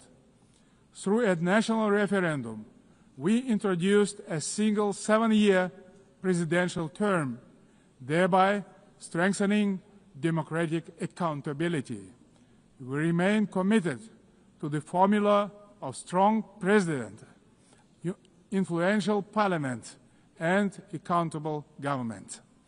Guided by strong wish to modernize Kazakhstan, I have proposed a single-chamber parliament for a national referendum to consider.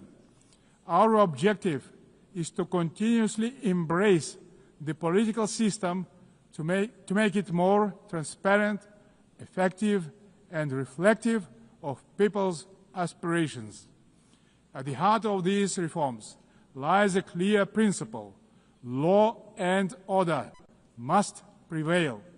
We believe that only governance rooted in common sense and the rule of law can ensure public order and protect the rights of all citizens. It creates good conditions for international investment, trade, cooperation, and more broadly, the dynamic development of our country.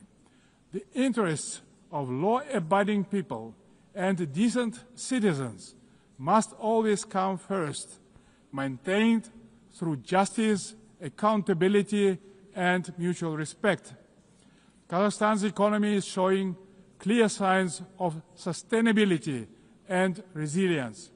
This year, economic growth is expected to exceed 6%, underscoring the sustainability of our economy as the largest in our part of the world. But we are not complacent. We will continue our efforts to ensure a long-term growth.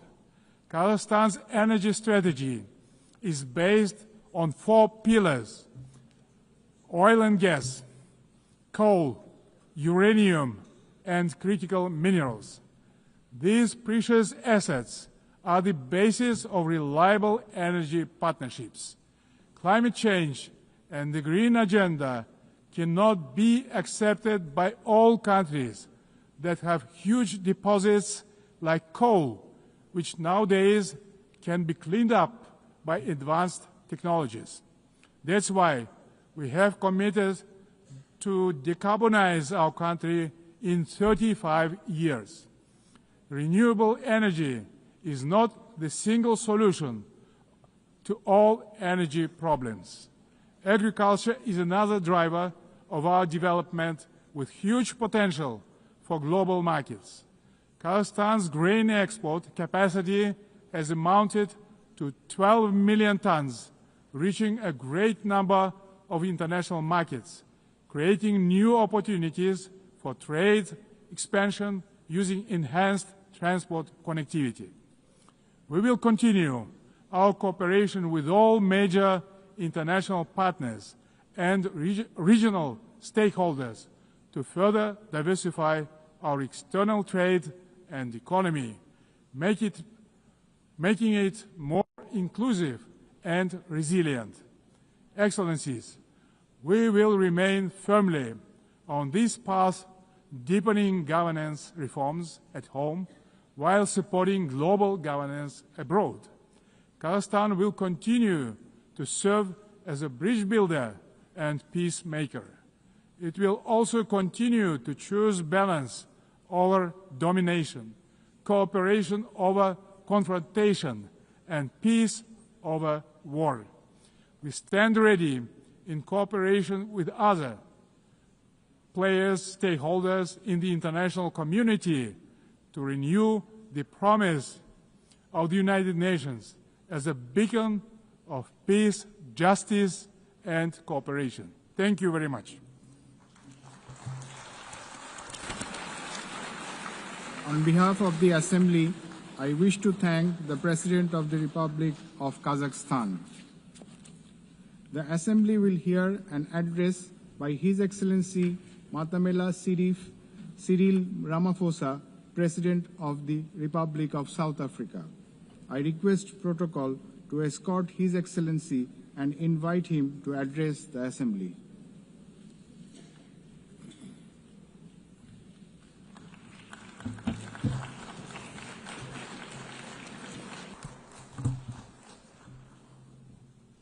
Thank you, President of the 80th session of the UN General Assembly, United Nations Secretary General, Excellencies, Heads of State and Government, and ladies and gentlemen.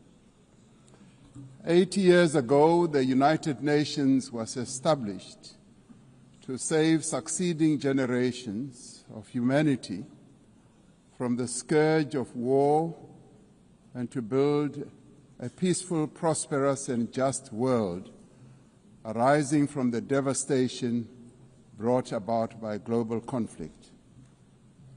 Through the UN Charter, the nations of the world pledge to uphold peace, development, and human rights, which would be underpinned by international law.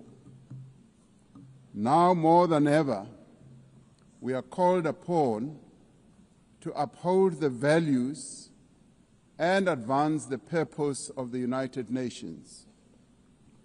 We are also called upon to advance cooperation and solidarity between nations. We are called upon to promote multilateralism and safeguard the institutions that enable it.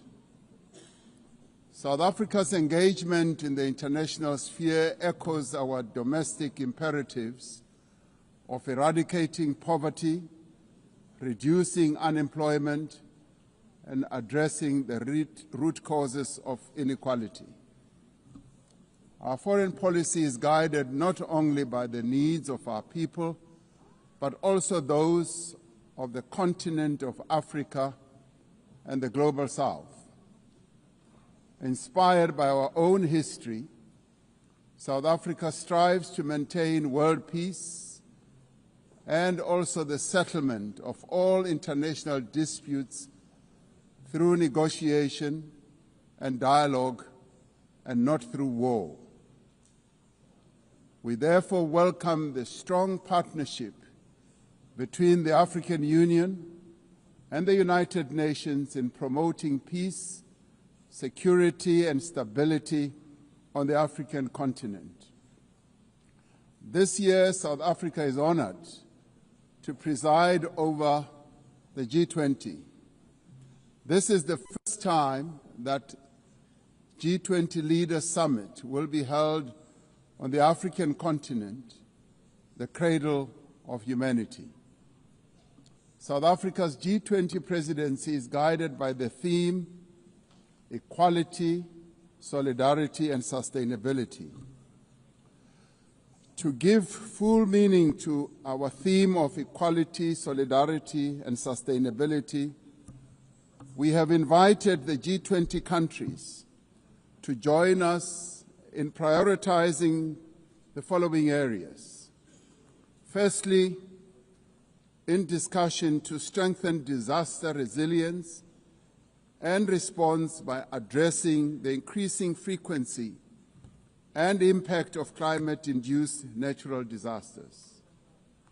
Secondly, to ensure that we have debt sustainability for low-income countries by crafting innovative ways to support countries to have low levels of debt to maintain economic stability. Thirdly, to discuss how to mobilize finance for a just energy transition by encouraging investments in renewable energy and sustainable technologies, without foregoing what we would call base load energy sources. Fourthly, by harnessing critical minerals for inclusive growth and sustainable development through the value addition processes, that is, beneficiation of these minerals at the source where the minerals are extracted, to foster the development of communities where these minerals are found. These priorities reflect South Africa's commitment to addressing global challenges and promoting inclusive growth and sustainable development. Our country's G20 presidency is a significant opportunity for South Africa to advocate for Africa's development agenda and to amplify African voices in global economic governance for a continent that is irreversibly on the rise. As member states of the United Nations, we have all adopted the Sustainable Development Goals.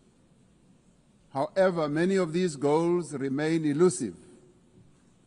There are many reasons that hold many countries back from fulfilling and implementing these development goals.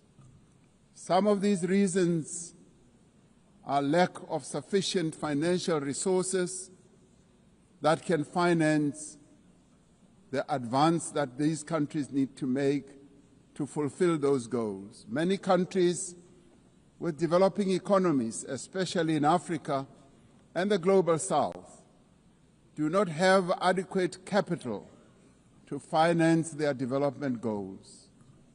They are indebted and are paying much more on debt servicing than they do on health and education. In fact, these countries pay much more than countries in the north for their debt.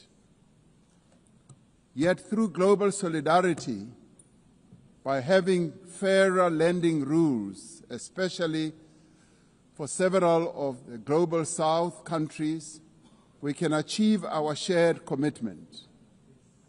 Through the G20 process, we are working towards building consensus on how this problem can be tackled, including the reform of international financial institutions, particularly multilateral development banks, to better tackle global challenges that many countries face. The multilateral trading system needs to be reformed as we reconfirm that the World Trade Organization remains the only multilateral body that is capable of managing differences and coordinating positions in global trade. Trade is one of the most important instruments to mobilize domestic resources for development. It is concerning that geopolitical shocks and unprecedented trade policy volatility are destabilizing the global economy and jeopardizing a critical source of development finance. In fact, trade is now being used as a weapon against a number of countries in the world. We must redouble our efforts to strengthen the link between trade and development. Unilateral trade practices and economic cohesion have a detrimental impact on many nations. This includes the economic embargo against Cuba, which has caused untold damage to the country's economy over the years. This unfair embargo must be lifted, and we want it lifted sooner rather than later.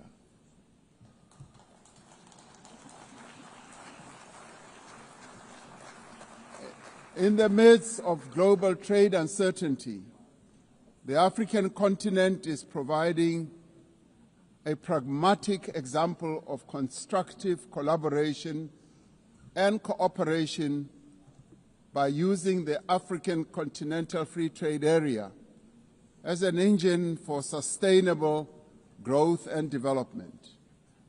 This will, with commitment, become the central pillar of economic cooperation and integration for our continent.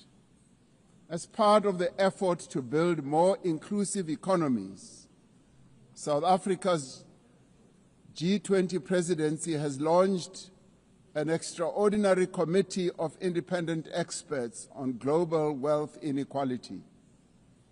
This committee, chaired by Professor Joseph Stiglitz, a Nobel laureate, will deliver the first ever report on global inequality to G20 leaders when they meet in November in Johannesburg in South Africa. Climate change is an existential threat. We are failing future generations by our inability to reduce global warming. Climate change is reversing economic growth and development gains in many countries, especially in the global south.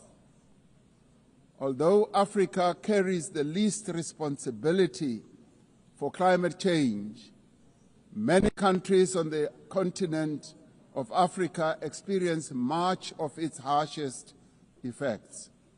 Extreme weather events like floods and droughts are driving food insecurity, displacing populations, causing damage to infrastructure, and leading to the unnecessary loss of livelihoods.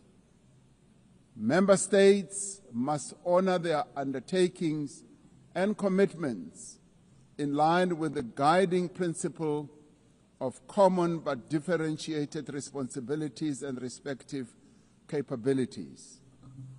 The Secretary General recently reported that global military expenditure has reached historic highs, just as the world is falling behind on its core development promises. We are building weapons when we should be building social infrastructure that advance the lives of our people. We are fighting wars that cause death and destruction when we should be fighting poverty and developing the livelihoods of vulnerable people.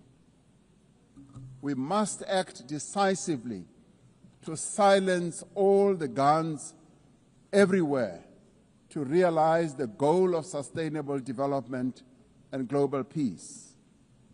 And I do believe that this is an objective that is possible to reach.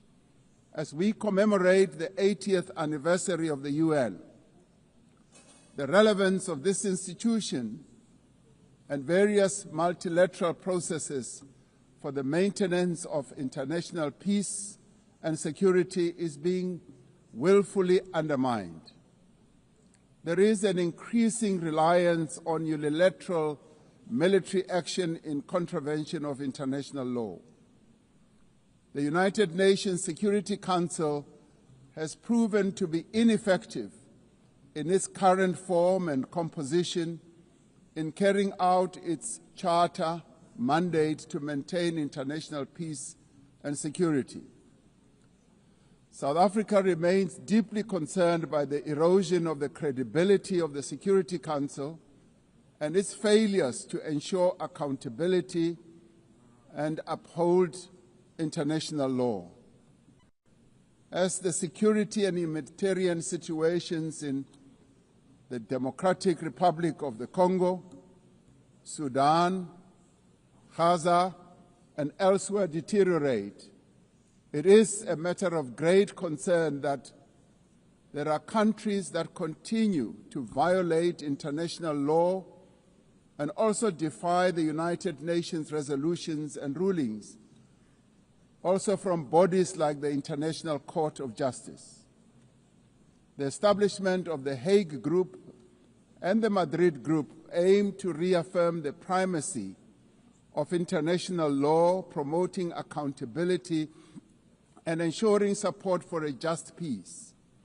We cannot and should not accept that members of this organization continue willfully to violate without consequence the charter that we have all agreed to uphold.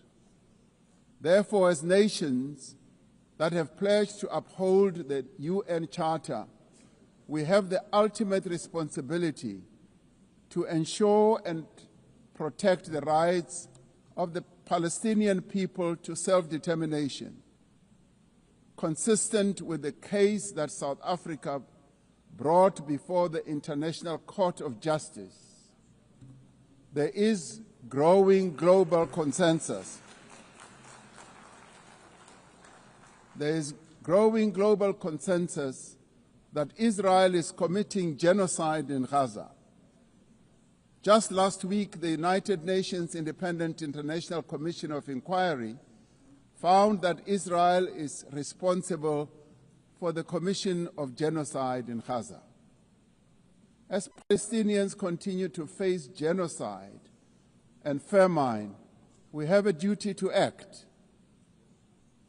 South Africa has acted in the interests of saving lives by insisting that the International Court of Justice should make a ruling that indeed genocide is being committed in Gaza and that it should stop.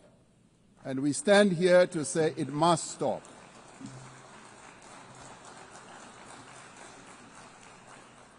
We welcome the historic high-level meeting held yesterday on the two-state solution yesterday in this very chamber.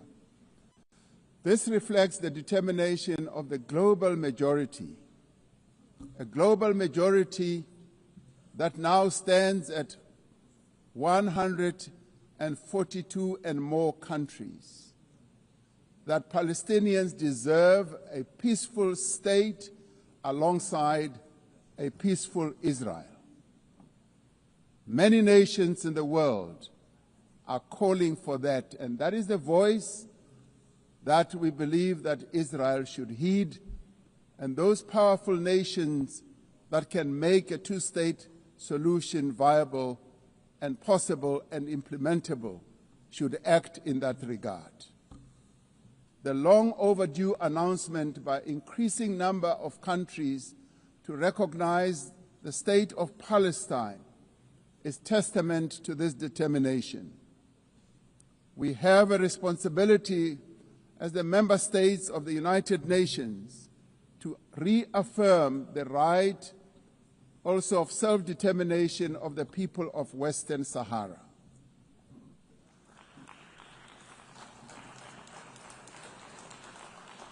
The very first resolution of the United Nations General Assembly in January of 1946 called for the elimination of atomic weapons.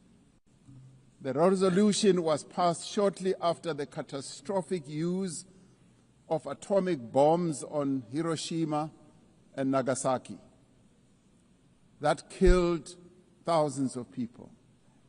Decades later, we have not made significant progress in the fulfillment of the commitment to nuclear disarmament. In 2026, next year, South Africa will be presiding over the first review conference of the Treaty on the Prohibition of Nuclear Weapons.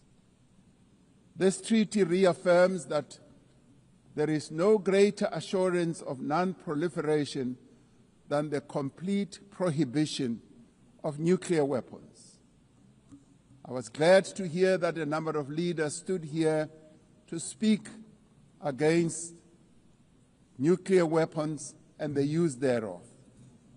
This year we celebrate the 30th anniversary of the Beijing Declaration and Platform for Action as a roadmap for the achievement of gender equality, the empowerment of the women and girls of the world. South Africa reaffirms its unwavering commitment to the empowerment of women and their full, equal, and meaningful participation in all spheres of life. Yes, we would support also the election of a female Secretary General of the United Nations. The Beijing conference milestone reminds us of our shared responsibility to advance human rights, dignity, and justice for all. We are all equal, men and women, and there is no reason that we continue to hold the women of the world backwards. The right to development must be central to the policies and operational activities of the United Nations and its specialized agencies, programs, as well as funds. It must be at the core of the policies and strategies of the international financial and multilateral trading systems. As we celebrate 80 years of the United Nations, we must seize the opportunity to build a better United Nations for the next 80 years. What is needed now is a stronger and more capable United Nations, a United Nations that is based on the renewed commitment to its founding principles.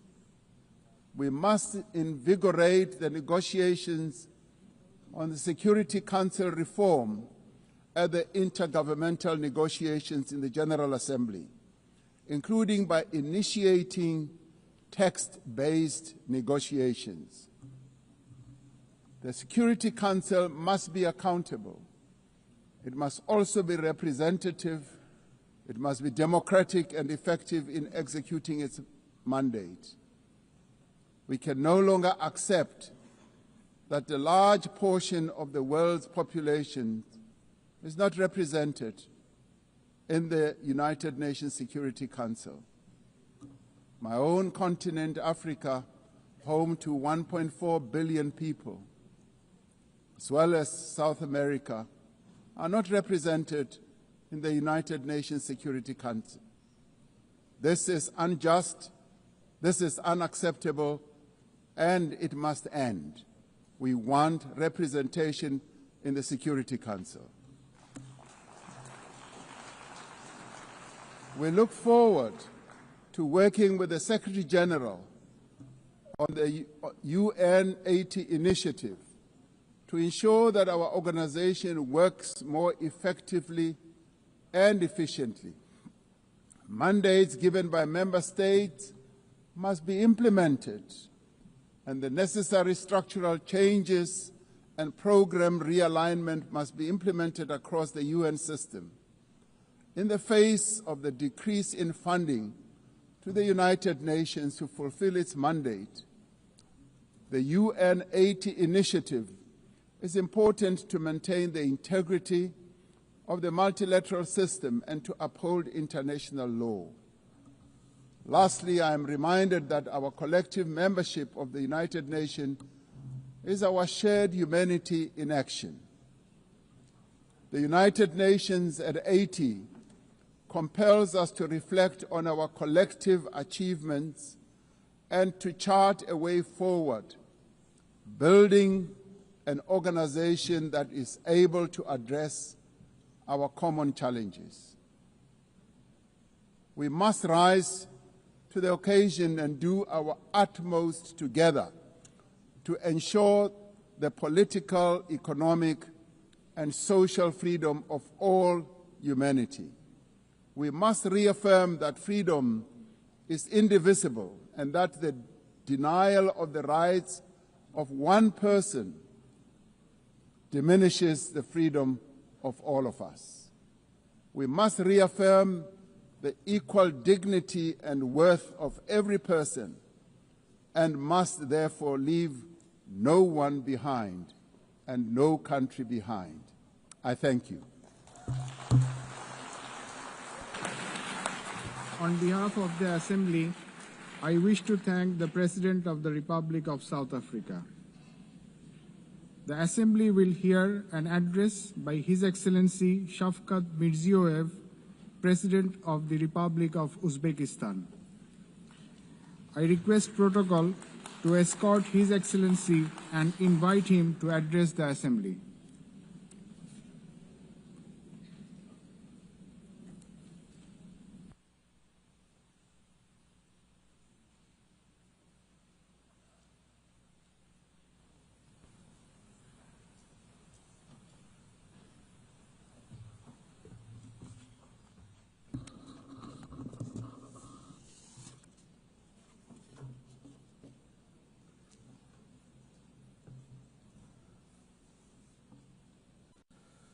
Hurmatli rais xonimlari, hurmatli bosh kotib janoblari, delegatsiya rahbarlari, xonimlar va janoblar. Birlashgan Millatlar Tashkiloti Bosh Assambleyasining yubiley anjumani 80-sessiyasi bilan sizlarni qutlashdan mamnunman. Bugungi yig'ilishimiz shiddat bilan o'zgarayotgan murakkab global vaziyatda o'tmoqda. Bu esa tashkilotimiz faoliyati va uning kelajagiga yangicha yondashuvlar va bilan qarashga chorlamoqda. Hozirgi kunda dunyoda xalqaro institutlarning o'rni va roli zaiflashmoqda. Qarama-qarshilik, nizo va urushlar kuchaymoqda. Texnologik va ijtimoiy tengsizlik keskin oshmoqda. Iqtisodiy va gumanitar inqirozlar ortib bormoqda. Bularning hammasi mutlaqo yangi xavotirli geosiyosiy voqelikning vujudga keltirmoqda. Biz bosh kotib Antonio Guterres janob oliylarining tashkilotimizning eng og'ir va o'tkir global masalalarni murosa bilan hal etish uchun asosiy platforma sifatida saqlab qolishga qaratilgan sa'y-harakatlarini yuksak baholaymiz. Bu borada BMT 80 tashabbuslarini to'liq qo'llab-quvvatlaymiz. Kelajak uchun paktga qat'iy sodiqligimizni tasdiqlaymiz. Biz zamonaviy xavf-xatarlarni qarshi samarali kurashish, rivojlanayotgan davlatlarning manfaatlarini himoya qilish maqsadida Birlashgan Millatlar Tashkiloti Xavfsizlik kengashini transformatsiya qilish va uning tartibini kengaytirish tarafdorimiz. Hurmatli sessiya ishtirokchilari, biz barqaror rivojlanish maqsadlariga xomahang holda demokratik, huquqiy, ijtimoiy va dunyoviy yangi O'zbekistonni barpo etish siyosatini olib bormoqdamiz. Ortga qaytmas islohotlarimizning izchil davom ettiryapmiz. Ustuvor maqsadimiz mamlakatimizda yashayotgan har bir oilaning, har bir fuqaroning hayotini tubdan o'zgartirish, inson qadrini va farovonligini oshirishdir. So'nggi yillarda O'zbekistonda kambag'allik darajasi 35% dan 6.6% gacha qisqartirishga erishdik. Bunga avvalo ta'lim va ilm-fan sohasini o'zgartirish, innovatsion tarmoqlar va texnologik sanoat korxonalarini barpo etish, yashil energetika va transport infratuzilmasini modernizatsiya qilish, kichik biznesni har tomonlama rivojlantirish va natijada millionlab ish o'rinlarini yaratish orqali erishmoqdamiz. Mamlakatimizda maktabgacha ta'lim qamrovi 27% dan 78% gacha oshdi. Yoshlarimizni oliy ta'lim bilan qamrovi esa 9% dan 42% ga yetdi. Eng asosiysi, o'qituvchi va ustozlik kasbining obro'si va nufuzini keskin oshirishga hal qiluvchi masala sifatida qaramoqdamiz. Pedagoglarning o'zaro tajriba va bilim almashish uchun yagona xalqaro platformani yaratish maqsadida O'zbekistonda butun jahon professional ta'lim sammitini o'tkazishni taklif etamiz. Shuningdek, mamlakatimizda ilg'or sog'liqni saqlash tizimini yaratmoqdamiz. Ertaga Birlashgan Millatlar Tashkiloti bosh qarorgohida tashabbusimiz bilan bolalar saratoni va boshqa og'ir kasalliklarga qarshi kurashga bag'ishlangan yuqori darajadagi tadbir o'tkaziladi. Unga barcha xorijiy hamkorlarimizni taklif etamiz. Yana bir muhim yo'nalish gender siyosati. Mamlakatimizning ijtimoiy, siyosiy va hayoti va tadbirkorlik sohasidagi xotin-qizlarning roli bundan buyon ham mustahkamlashni maqsad qilganmiz. Keng mintaqamiz miqyosida esa Osiyo xotin-qizlar forumini doimiy platformaga aylantirib, muntazam o'tkazib borish tarafdorimiz. Yana bir bor ta'kidlamoqchiman.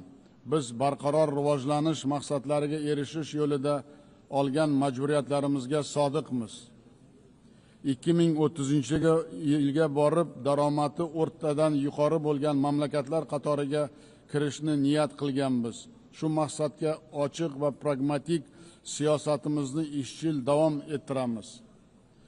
Hurmatli xonimlar va janoblar, bundan 8 yil muqaddam biz ushbu yuksak minbardan turib Markaziy Osiyoni tinchlik, yaxshi qo'shnichilik, sheriklik makoniga aylantirishga qat'iy qaror qilganimizni e'lon qilgan edik. Bugun chuqur mamnuniyat bilan ta'kidlash mumkinki, biz bu strategik maqsadga erishdik. yopiq chegaralar, hal etilmagan bahs va nizolar davri tarixda qoldi. So'nggi yillarda mintaqamizda o'zaro savdo, investitsiyalar va transport tashuvlari hajmi 5 baravargacha ko'paydi.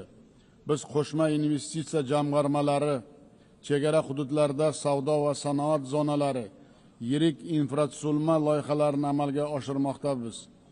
Markaziy Osiyo davlat rahbarlari maslahat uchrashuvlari mintaqaviy integratsiyani chuqurlashtirish yo'lida samarali mexanizmga aylanganini ham umumiy yutug'imiz sifatida e'tirof etamiz.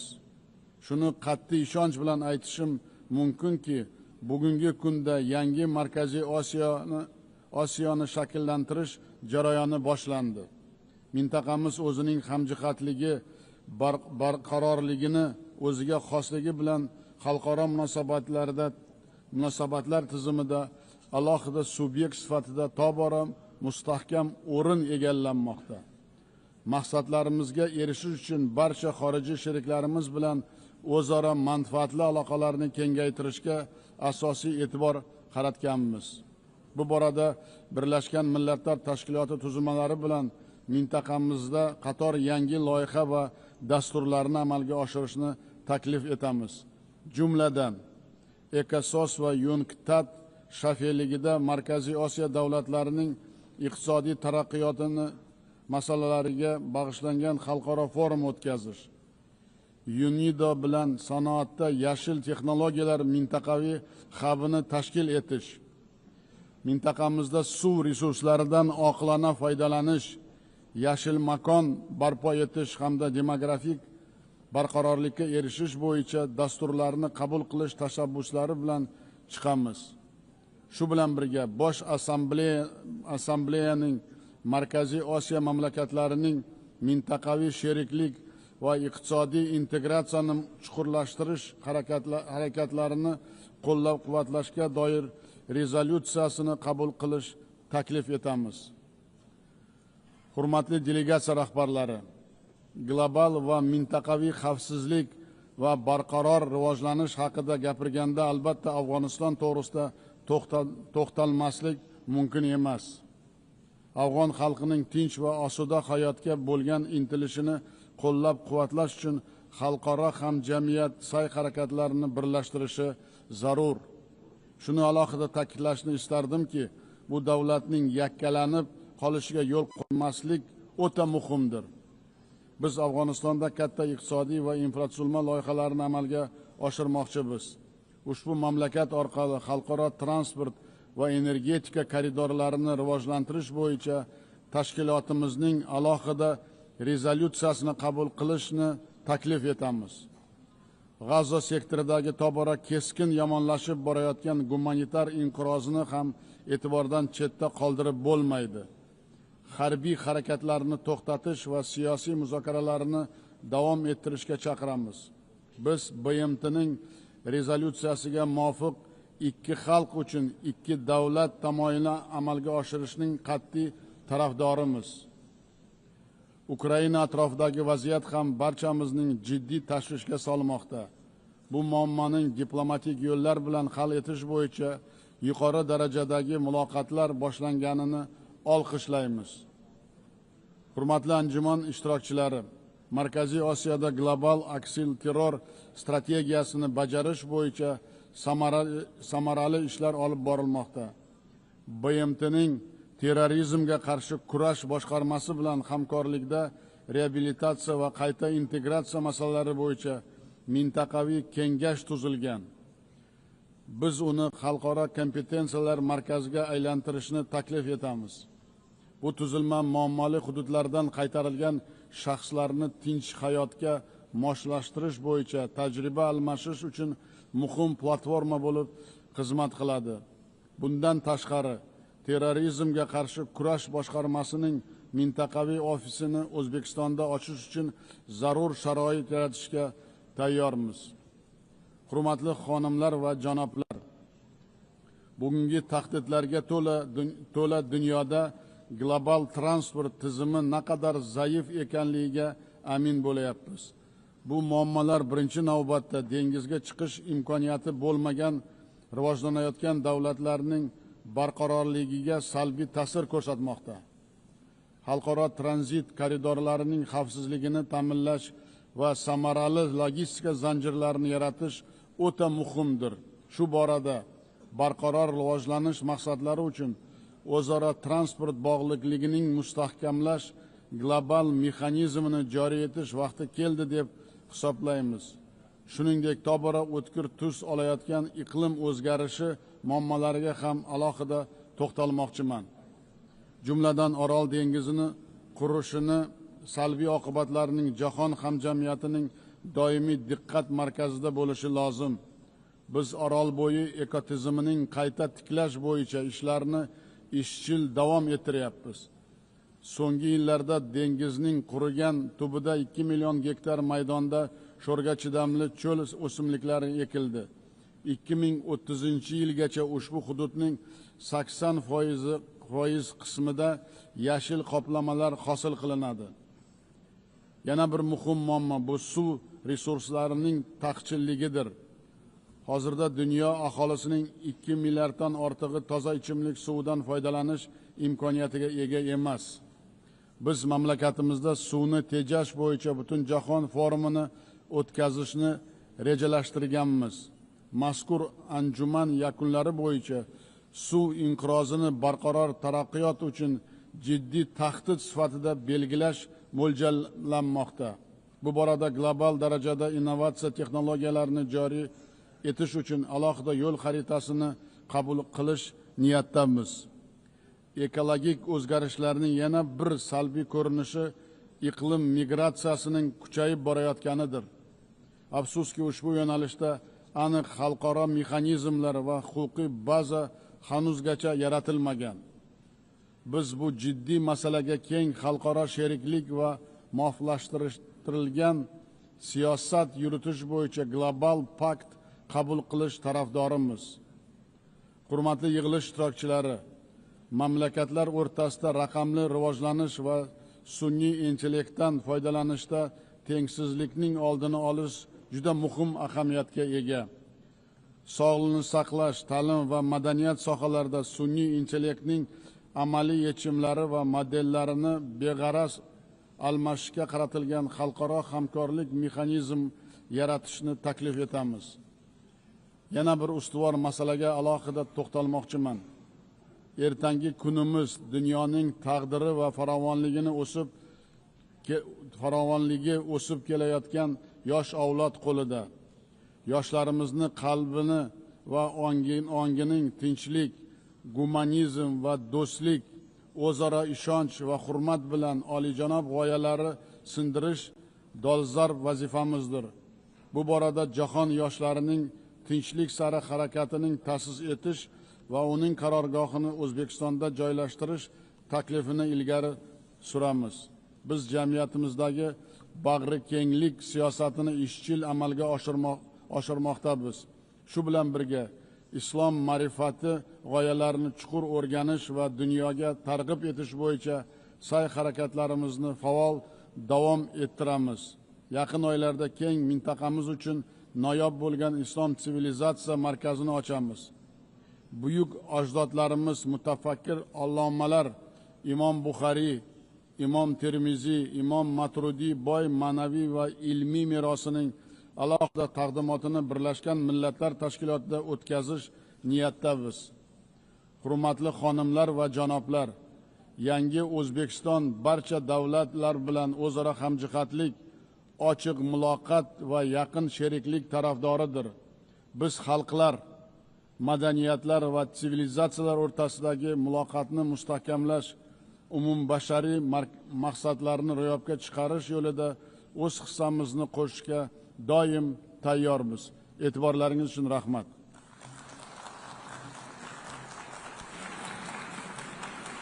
On behalf of the Assembly, I wish to thank the President of Republic of Uzbekistan. We have heard the last speaker in the general debate for this meeting. The next plenary meeting to continue with the general debate will be held immediately following the adjournment of this meeting. The meeting is adjourned.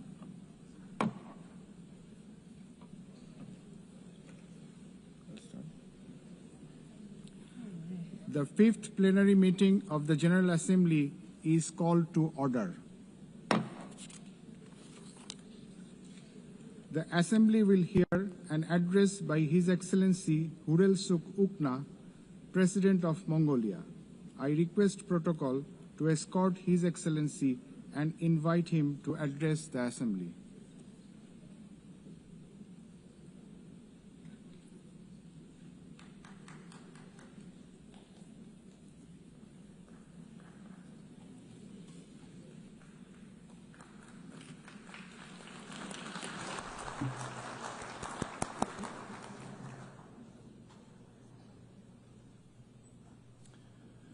Эрхэм хүндэт чуулганы төлөөлөгчдөө, эрхэм хүндэт ерөнхий нэрийн бичгийн дарга, хатагтай ноёдоо, юуны өмнө нэгдсэн үндэсний байгууллага үүсгэн байгуулагдсны түүхт 80 жилийн босгон дээр зохион байгуулагдаж буй энэхүү чуулганы даргын хариуцлагатай үргийг хүлээн авсан хатагтай Анна Лена Бербок танд чин сэтгэлийн баяр хүргэж чуулганы үйл ажиллагаанд өндөр амжилт хүсье. Тэртех 800-ны өмнө их эзэн Чингис хаан их Монгол улсыг байгуулж, монголчууд бидний өвөг дээдэс өрөнд орныг төрт ёс, хууль цаазын дор төвшөлтгөн, Евразийн өргөн удам нутагт Монголын их амар амгаланг цогцлоож, хүн төрлөختөн хөгжин дэвжих үндэс суурийг тавьсан түүхтэй юм. Энэхүү Монголын их амар амгалан өнөөгийн дэлхийн дахны инх тайван, доктортой байдлыг сахин хамгаалахын төлөөх хамтын хүчин чармаалтын үндэс суурь болох үс дэвшилтэд үзэл санааг агуулж байсан юм. Тэгвэл 8.1 тэртех дэлхийн дайны утаа замхраагүй хүн төрлөختний төгшүүр арилаагүй байсан тэр цаг үед нэгдсэн үндэсний байгууллага хэмээх их айл дайны дэлхийн их тайван аюулгүй байдлын баталгаа дэлхийн улс орнуудын итгэл найдварын их өргөө болон сөндөрлөн болсон түүхтэй юм. Тэр цагаас хойш энэхүү байгууллага хүн төрлөختний зам мөрийг гэрэлтүүлж, улс орнууд инх таймнаар зэрэгцэн хамтдаа хөгжих итгэл найдварын гал галант болон оршсоор ирлээ. Олон улсын найрамдал, олон улсын нөхцөл байдал хувьсамтгай бэрхшээл сорилтоор дүүрмэн хэвээр байгаа энэ цаг үед Ерөнхий Ассамблей 80 дугаар чуулган ерөнхий санал шүүмжлийн сэдвийг хамтдаа хүчтэй 80 жил инх тайван, хөгжил дэвшил, хүний эрхийн төлөөх илүү сайхан ирээдүй хэмээн тодорхойлсныг бид талархан дэмжиж байна. Чухамдаа энэхүү сэдв нь нэгдсэн үндэсний байгууллагын өнгөрсөн 80 жилийн ололт амжилт, алдаа оноог дүгнэн цэгнэж, үйл ажиллагаа нь түүний дүрм, олон улсын эрх зүйн зарчмуудын дагуу улам бүр бэхжүүлж, цаашид илүү тодорхой үр дүн гаргахын төлөө санал бодол, үйл хэрэгэ нэгтгэхэд биднийг уриалан дуудаж байна. Эрхэм хүндэт төлөөлөгчдөө, Монгол улс аливаа улсын тусгаар тогтнол бүрэн эрх, нутаг дэвсгэрийн бүрэн бүрэмтэн байдлыг хүндэтгэж, маргаантай асуудлыг эв зүгээр шийдвэрлэх, хүний эрх, эрх чөлөө, дээдлэх, эрх тэгш, харилцан ашигтай хамтран ажиллах тухай нэгдсэн үндэсний байгууллагын дүрм, нийтэд хөрлөөн зөвшөөрсөн олон улсын эрх хэмжээ зарчмыг тууштай баримтсаар ирсэн. Монгол улс нэгдсэн үндэсний байгууллагын бүрэн эрхт гишүүнээр илссэн 1961 оноос хойш олон улсын инх тайван аюулгүй байдлыг бэхжүүлэхийн төлөөх нэгдсэн үндэсний байгууллагын хүчин чармаалт, түүний дотор зэвсэг хураах, үл дэлгэрүүлэх санаачлагыг тууштай дэмжиж ирсэн бөгөөд өөрийн газар нутгийг цөмийн зэвсэггүй статустай болгон зарласан юм. Мөн зүүн хойд Азийн яриа хэлцээрийн механизм байгуулахыг ирмэлзэж, нэгдсэн үндэсний байгууллагын инхийг сахиулах ажиллагаанд оролцсон, нийгэм эдийн засгийн хөгжил, үрээлэн буй орчин, уур амьсгалын өөрчлөлтийн асуудаар хөгжлийн бодлого, зорилгоодыг ханган хэрэгжүүлэх чиглэлээр олон арван санал санаачлага гарган бүх төвшөнд хамтран ажиллаж ирсэн билээ. Нэгдсэн үндэсний байгууллагын ерөнхий нэрийн бичгийн дарга Антонио Гутерриш 2022 онд манай улсад ажиллахдаа Монгол улс бол зөрчил тэмцэлтэй дэлхийн ертөнцид инх тайвны бэлэг тэмдэг болсон улс хэмээн хэлсэн нэгдсэн үндэсний байгууллагын үйл ажиллагаа түүний инхийн үйл хэрэгт Монгол улсын оруулсан хувь нэмэр хичээл зүтгэлийг өндөрөөр үнэлсэн явдал болсон юм. Монгол улс өнгөрсөн 23 жилийн хугацаанд нэгдсэн үндэсний байгууллагын энхийг сахиулах ажиллагаанд зэвсэг түвшний алба хаагчдаа тасралтгүй илгээн дэлхийн нийтийн болон бүс нутгийн их тайван аюулгүй байдлын төлөөх үйл хэрэгт хувь нэмрээ оруулсаар ирлээ. Энэ хугацаанд нэгдсэн үндэсний байгууллагын энхийг сахиулах 16 ажиллагаанд манай улсын 23,000 гаруй энхийг сахиулагчид оролцсон бөгөөд Монгол улс нэгдсэн үндэсний байгууллагыг энхийг сахиулах ажиллагаанд цэрэг цагдаа илгээгч 120 гаруй улсаас тогтмол эхний 20 дотор эрэмблэгдэж ирлээ. Мөн Монгол улс нэгдсэн үндэсний байгууллагын энхийг сахиулах ажиллагаанд үүрэг гүйцэтгэх эмэгтэй цэргийн албан хаагчдын тоог үе шаттайгаар нэмэгдүүлэн 14% хүргэснийг нэгдсэн үндэсний байгууллагын аюулгүй зөвлөлийн эмэгтэйчүүд, энх тайван, аюулгүй байдалд тогтоол батлагдсны 25 жилийн босгон дээр тэмдэглэн хэлэхэд бас таатай байна.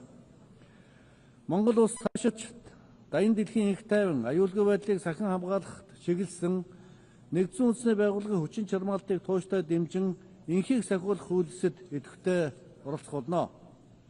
Эрхэм хүндэт зочид төлөөлөгчдөө, тогтвортой хөгжлийн 2030 хөтөлбөр дуусахаар болоход ердөө 5 жил үлдээд буй энэхүү шийдвэрлэх цаг үед тогтвортой хөгжлийн зорилтуудын хэрэгжилт дэлхийд дахинаа дөнгөж 17%-тай байна. Тэгвэл тогтвортой хөгжлийн 2025 оны ихтгэл дурдсанаар Монгол улсын тогтвортой хөгжлийн зорилтуудын хэрэгжилт 66.7% хүрч нэгдсэн үндэсний байгууллагын олон талт хамтын ажиллагааны индексээр 14-р байранд орсон бидний олон 10 жилийн хүчин чармаалтын үр дүн зохих амжилт юм а. Олон улсын хамтын нийгэмлэг гишүүн орнууд тогтвортой хөгжлийн зорилтуудыг хэрэгжүүлэхийн төвшинг нэмэгдүүлэхийн тулд бүхэн хүчин чармаалтаа дайчлан ажиллаж байна. Хэдхэн сарын өмнө Испани улсын Севилийн хотноо болсон хөгжлийн санхүүжилтийн асуудлаар олон улсын 4-р хурлаар тогтвортой хөгжлийн зорилтуудын амин чухал асуудал бол санхүүжилт гэдэг дээр улс орнууд санал нэгдэж хөгжиж буй улс орнуудын оролцоог нэмэгдүүлэх, олон улсын санхүүгийн өнөөгийн бүтцийг шинжлэх талаар олон санаачлага гаргасныг хэрэгжүүлэхээр тогтсонд баяртай байна. Уг баг хурлаас баталсан Севилягийн үүрэг амлалт баримт бичгийг хэрэгжүүлэх ажлын хүрээнд олон улсын хөгжлийн хамтын ажиллагааг хамгийн хэрэгцээтэй нэн эмзэг бүлгийн хүмүүсийг дэмжин туслах, үүнтэй холбоотой сорилт бэрхшээлүүдийг шийдвэрлэхэд чиглүүлэх нь нэн чухал байна. Түүнчлэн Монгол улс нэгдсэн үндэсний байгууллагын хүрээнд далаад гарцгүй хөгжиж байгаа орнуудын ашиг сонирхлыг хамгаалах, эдгээр улс орнуудын тусгай хэрэгцээ шаардлага, онцлог байдлыг олон улсын хамтын нийгэмлэг таниулах, тэдэнтэй хамтран эрх ашигаа хамгаалах, дэлхийн нийтэд дуу хоолойгоо хүргэх чиглэлээр идэвхтэй мандайлан ажилласаар ирснийг тэмдэглэн хэлэхэд бас таатай байна. Далаад гацгүй хөгжиж буй орнуудын асуудлаарх нэгдсэн үндэсний байгууллагын 3-р баг хурал өнгөрсөн 8 сард Туркменистан улсын Аваза хотноо зохион байгуулагдаж 2024-өөс 2034 оны Авазагийн үйл ажиллагааны хөтөлбөрийг баталсан. Газар зүүн байршлаар шалтгаалж худалдаа эдийн засгийн хувьд ямагт сорилт бэрхшээлтэй тулгарч байдаг далаад гарцгүй хөгжиж буй орнуудын хөгжлийн ирэх 10 жилд тодорхой хэмжээгээр угшлуулах, тэдгээр улс оронд амьдарч буй 600 гаруй сая хүмүүсийн амьдрал ахуйд эерэг өөрчлөлт авчрах тус хөтөлбөрийн хэрэгжилтийг хангах үүрэг амлалтыг улс орнууд бас авсан. Авазагийн үйл ажиллагааны хөтөлбөрийг бодит ажил хэрэг болгохын тулд далаад гацгүй хөгжиж буй орнууд уг хөтөлбөрийг өөрийн үндэснийхээ хөгжлийн хөтөлбөрүүдэд уялдуулахын сацуу бүх талын нөөц болцоог ашиглан бүс нутгийн интеграцтал хамтын ажиллагааг эрчимжүүлэх нь нэн чухал шаардлагатай байна. Мөн далаад гацгүй хөгжиж буй орнуудыг дэмжин бодиттой дэмжлэг туслалцаа үзүүлэн хамтарч ажиллахыг олон улсын хамтын нийгэмлэг, банк санхүүгийн байгууллага, хөгжлийн түншүүдтэй бас уриалж байна. Эрхэм хүндэт зоч төлөөлөгчдөө, их дэлхий бол хүн төрлөختөн та бидний цорын ганц гэр орон. Гэтэл хүн төрлөختөн бид их дэлхий байгаль орчиндөө хонцын сэтгэлээр хандсны уршгаар их дэлхийн оршин тогтнохуйд төгшүүрийн харга дэлдэж сэхэний тасагт амь тэмцэн хэвтэх өвчтөн мэт болсныг бид бүхэн бүгдээрээ харж байгаа. Хэрвээ та бид дэлхийн ертөнцийн хамгаалах эрс шийдэмгий замыг яг одоо сонгохгүй юм бол их дэлхий цаашид та бидэнгүүгээр оршин тогтнох өөрийн замаа сонгох нь давтай. Монголчууд бид эртээр үеэс Тэнгэрийн доорх юмс бүхэн амьтаа хэмээн үзэж, уул ус, ургамал амьтан бүхэнд хүндэтгэлтэй хандаж, сав шивийн ертөнцийн зохиолдлого нь хүмүүний дотоод ертөнц ухамсарын үйлдэлээс салшгүй хамааралтай хэмээн үзэж ирсэн билээ. Өдөөгөөс 2000 жилийн тэртээ монголчууд бидний өвөг дээдэс хөнөөгийн хаан модон шаниу газар бол улсын үндэс хэмээн айлдсан бөгөөд байгаль дэлхийгээ шүтэж ирсэн манай улс, манай ард түмний уламжлалыг ЮНЕСКО уул овоо тахих Монгол зан үйл хэмээн нэрлэж дэлхийн соёлын өвөд бүртгэсэн билээ. Монголчууд бид их болсон байгаль дэлхийтэйгээ зүү зохистой шүтэлцэн амьдарч, онгон дагшнаар нь хадгалан хамгаалах хандлага сэтгэлгээг өсөх наснаас нь үр хөвгтдээ төлөвшүүлэн сургаж ирсэн сайхан уламжлалтай ард түмээ. Тиймээс их Монгол улс байгуулагдсны түүхт 800 жилийн ойг тохиолдуулан Нэгдсэн үндэсний байгууллагын ерөнхий ассамблеийн 2005 онд гаргасан тогтоолд монголчуудын хүн төрөлхтний түүхэнд оруулсан хувь нэмрийг өндөрөөр үнэлсэн төдийгүй монголчуудын соёл иргэншилд уламжлагдсан ирсэн байгаль дэлхийтэйгээ зохицон амьдрах ёсны ач холбогдол өнөөгийн дэлхийн ертөнцид улам бүр өсөн нэмэгдэж буйг онцлон тэмдэглэж байна хэмээн зохон тэмдэглэсэн юм а. Өнөө цаг үед монголчууд бид энэхүү өв соёл их дэлхийтэйгээ шүтэн амьдрч ирсэн уламжлалт мэдлэг туршлагаа дэлхий дахинаа хуваалцаж уур амьсгалын өөрчлөлтөд дасан зохицох, төсвөрлөх байдлыг нэмэгдүүлэхэд өөрсдийн хувь нэмрээ оруулахыг зорж байна. Монгол улс 2026 онд зохион байгуулах зөвлөлтөө тэмцэх тухай Нэгдсэн үндэсний байгууллагын конвенцуудын талуудын 17 дугаар баг хурал болон бэлчээр нүүдлийн мал аж ахуй эрхлэгчдийн олон улсын жилийн хүрээнд манай улс Нэгдсэн үндэсний байгууллагатай хамтран дэвшүүлж буй олон улсын 10 жилийн бэлчээрийн тэргүүлэх санаачлагыг дэмжин хамтран ажиллахыг та бүхнээс уриалж байна. Амьдралын их бол усны их бол мод хэмээн манай ард түмэн ярьдаг. Дэлхийд даяар усны хангамж хүртээмж буурч дэлхийн 3.6 тэрбум хүн усны хомсдолд өртөөд байна. Тиймээс улс орнууд газар болон усны нөөцийн нэгдсэн менежментийг уялдаа холбоотой хэрэгжүүлэх, усны хомсдлоос сэргийлэхэд онцгойлон анхаарч ажиллах шаардлага зүй ёсоор тавигдж байна. Уур амьсгалын өөрчлөлтөд дасан зохицсон усны нөөцийг хамгаалах, нэмэгдүүлэх, цөлжилт, газрын дөрөөтлийг бууруулах цогц хийдлийг эрэлхийлэх зорилготой Улаанбаатар хотноо 2026 онд зохион байгуулагдах Нэгдсэн үндэсний байгууллагын цөлжилтөд тэмцэх конвенцийн талуудын 17 дугаар баг хуралд та бүхнийг өндөр түвшин өргөн бүрэлдэхүүнтэй оролцохыг бид бүхэн урьж байна. Эрхэм хүндэт зоч төлөөлөгчдөө, монголчууд бид хорвоод мэндэлсэн цагаасаа эхлэн морин дил дээр өсөн торниж, хөлөг мортойгоо хамт дэлхийн дайдад суу алдраа хүрт түгээж, хүн төрлөختний багтам дүүхийг бичлэлсэн ард түмэн билээ. Ийм учраас монголчууд төрийнхөө сүлдэнд хөлөг мороо дээдлэн залж, арамг хордон хөлгийнхөө дил сүүлээр төрийн тугаа нандинан урлаж, морин хуурийнхаа аялгуугаар хорвоо дэлхийг уяраадаг хосгүй өв соёлтой үндэстэй. Хүн төрлөختний аж амьдрал, соёл иргэншил, хөгжил дэвшил эртээр үеэс адуу, үлэмжих үүрэг гүйцэтгэж ирсэн түүхтэй юм а. Тиймээс адууны өв соёл уламжлалыг хадгалан хамгаалах, хүн төрлөختний ахуй амьдралд гүйцэтгэж буй үүрэг ач холбогдлыг нь сурчлан таниулах, түгээн дэлгэрүүлэх зорилгоор Монгол улс жил бүрийн 7 дугаар сарын 11-ний өдрийг дэлхийн адууны өдөр болгон тэмдэглэж байх тогтоолыг санаачилсан бөгөөд Нэгдсэн үндэсний байгууллагын ассамблеийн 79 дугаар чуулганы 6 дугаар сарын 3-ны өдрийн бүгд хуралдаанаар амжилттай батлуулсан.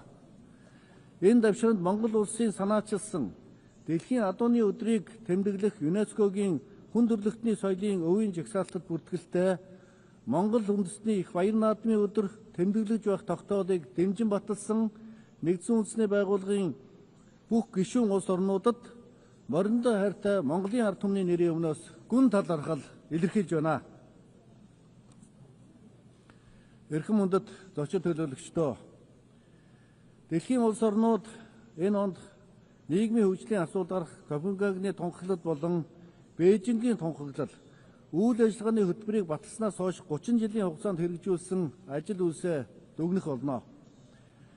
Монгол улс эдгээр болон холбогдох эрх зүйн баримт бичгүүд тогтвортой хөгжлийн 2030 хөтөлбөр тусгасан нийгмийн хөгжлийн зорилтуудыг тууштай хэрэгжүүлэх, түүний дотор ядуурлыг бууруулах, нийгмийн тэгш эрх оролцоог хангах, гэр бүл, хүүхэд залуучуудын хөгжлийг дэмжих, ахмад настан хөгжлийн бэрхшээлтэй иргэдийн эрхийг хамгаалахын төлөө олон талт бодлого, үйл ажиллагаа хэрэгжүүлж ирлээ. Түүний дотор гендрийн эрх тэгш байдлыг хангах төрийн бодлого нь эмэгтэй эрхтэй хүний тэгш эрх, тэгш боломж, тэгш хандлагын баталгааг хангах, нөхцөлийг бүрдүүлэх, гендрийн ядварлан гадуурхалтаас урьдчилан сэргийлэх, түүнийг арилгахад чиглэж байна. Тухайлбал манай улс сүүлийн жилүүдэд шийдвэр гаргах төвшөнд гендрийн тэгш байдал, эмэгтэйчүүдийн оролцоог нэмэгдүүлэх чиглэлд ихээхэн анхаарал хандуулсны үр дүнд парламентын гишүүдийн 25%-ийг эмэгтэй гишүүд эзлэх боллоо. Дэлхийн энх эдийн засгийн форумын гендрийн зөрүүтэй байдлын үнэлгээний 2025 оны тайланд Монгол улс өнгөрсөн оноос 20 байраар урагшилж 65 дугаар байрт орсон бөгөөд Аз номхон далайн бүс нутагт 5 дугаар байрт эрэмблэгдэж байгааг тэмдэглэн хэлэх бас сайхан байна. Монгол улс сүүлийн жилүүдэд эмэгтэйчүүдийн олон улсын арга хэмжээг уламжлалт болгон эх орондоо амжилттай зохион байгуулж байгаа бөгөөд 2022 онд ихийг сахиулах эмэгтэйчүүдийн олон улсын баг хурлыг, 2023 онд гадаад хэргийн эмэгтэй саадны уулзалтыг, 2024 онд нэгдсэн үндэсний байгууллагатай хамтран дэлхийн эмэгтэйчүүдийн чуулга уулзалтыг Улаанбаатар хотноо зохион байгуулсан. Тэгвэл энэ оны 8 сард урам зориг өгөх, нөлөөлөл үзүүлэх, хөрөнгө оруулалт хийх гэсэн урайнд ор дэлхийн эмэгтэй бизнес хэрэгжлийн чуулга уулзалтыг амжилттай зохион байгуулж явууллаа. Энэхүү арга хэмжээг дэмжин идэвхтэй санаачлагтай оролцсон нийт улс орнуудад бас гүн талархал илэрхийлье. Эмэгтэйчүүдийн нийгэм улсын мандаалалд үүрэг оролцоо бүх төвшөнд нэмэгдүүлэх чиглэлээр Монгол улс ямагт түншлэл, хамтын ажиллагаа, эв нэгдлийн бат бөх гүүр байх болно.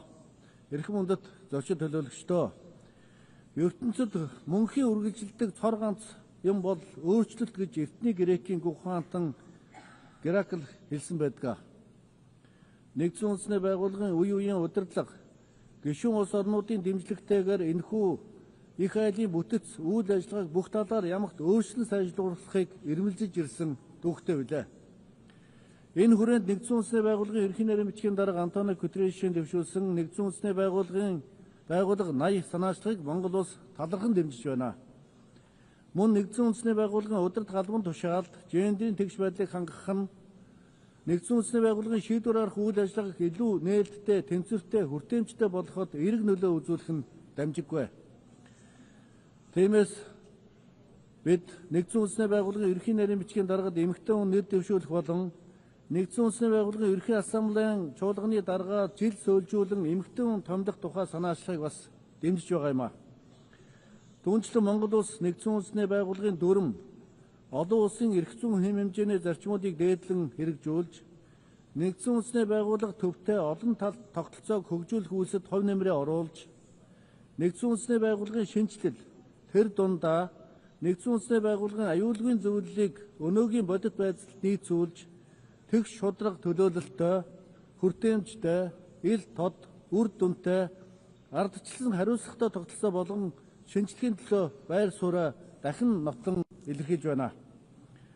Өнөөдөр дэлхийн ертөнц зөрчил тэмцэлдээний мөргөлдөөний аянг цахилж, үл итгэлцлийн хан улам өндөрсөж, үл ойлголцны ангал улам гүнзгэрч байгаа энэ цаг үед олон улсын харилцааг талцал хуваагдал руу чиглүүлсэн олон туйлт бус харин аливаа улс орны үүх дүүх, соёл иргэншил, үндэсний язгуур эрх ашиг, хөгжлийн замлаас үүдэлтэй олон ургалч үзлийг хүндэтгсэн олон тулгуурт зарчмаар цогцлон хөгжүүлэх нь улам чухал болж байна. Нэгдсэн үндэсний байгууллага одоогоос 80 жилийн өмнө хүн төрөлхтнийг дайн дажнаас ангижруулж, даян дэлхийн энх тайван аюулгүй байдлыг сахин хамгаалах зорилгоор үүсэн байгуулагдсан түүхтэй юм а. Тэгвэл дэлхийн улс орнууд нэгэн дээвэр дор инх тайван, эв найрамдалтай зэрэгцэн орших үнд суурь болсон нэгдсэн үндэсний байгууллагыг ижил тэгш хэрэгтэй, адил нөлөөтэй, олон тулгуурт гам бат багнаар бэхжүүлэн хүчрэгжүүлэх шаардлага бас зүй ёсоор тавигдж байна. Тиймээс бид бүхэн 8-10-ны тэртех нэгдсэн үндэсний байгууллагын анхлан тунхагласан эрхэм зорилго бүрэн хэрэгжиж чадсан эсхийг нухацтай эргцүүлэн бодож, 800-ны тэртээ улс орнуудад инх тайвнаар зэрэгцэн оршиж, хүн төрлөختөн хөгжин дэвжих үнд суурийг тавьсан Монголын их амар амгалангийн үзэл санааг шингэн Пагас глобалика буюу дэлхийн нийтийн амар амгалан тогтоож чадах хүчрэг нэгдсэн үндэсний байгууллага болохын төлөө бүх гишүүн улс орнууд хамтдаа зүтгэцгээе. Энэхүү экзэгтэй цаг үед дэлхийн улс орнуудын харилцсан ойлголцол, харилцсан итгэлцэл, харилцсан хүндлэлийг улам бэхжүүлж, дайн дажингүй, амар амгалан, инх тунх, тогтвортой, хамтдаа хөгжин дэвжихэд нэгдсэн үндэсний байгууллагын гүйцэтгэх үүрэг оролцоо урд урдаас улам илүү чухал болж байгааг нэгдсэн үндэсний байгууллага үүсэн байгуулагдсны түүхт 80 жилийн ойвор онцон тэмдэглэхийг бас үсэж байна. Монгол улс инхийг эрхэмлсэн, олон тулгуурт гадаад бодлогоо тууштай баримталж, олон улсын инх тайван, тогтвортой хөгжил бодиттой хувь нэмрээ оруулсаар ирсэн бөгөөд цаашид энэхүү хариуцлагатай үүргээ нэр төртөө биелүүлэх болно. Та бүхэнд нэгдсэн үндэсний байгууллага үүсэн байгуулагдсны түүхт 80 жилийн баярын мэндийг өргөн дэвшүүлье. Мөнх тэнгэр хүн төрлөختөн биднийг үн мөнхөд ивэж, даян дэлхий амар амгалан байх болтугай. Анхаарал тавьсанд баярлалаа.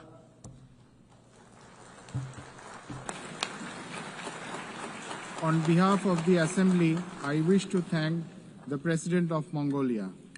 The Assembly will hear an address by His Excellency Sardar Bardi Muhammadov, President of Turkmenistan. I request Protocol to escort His Excellency and invite him to address the Assembly.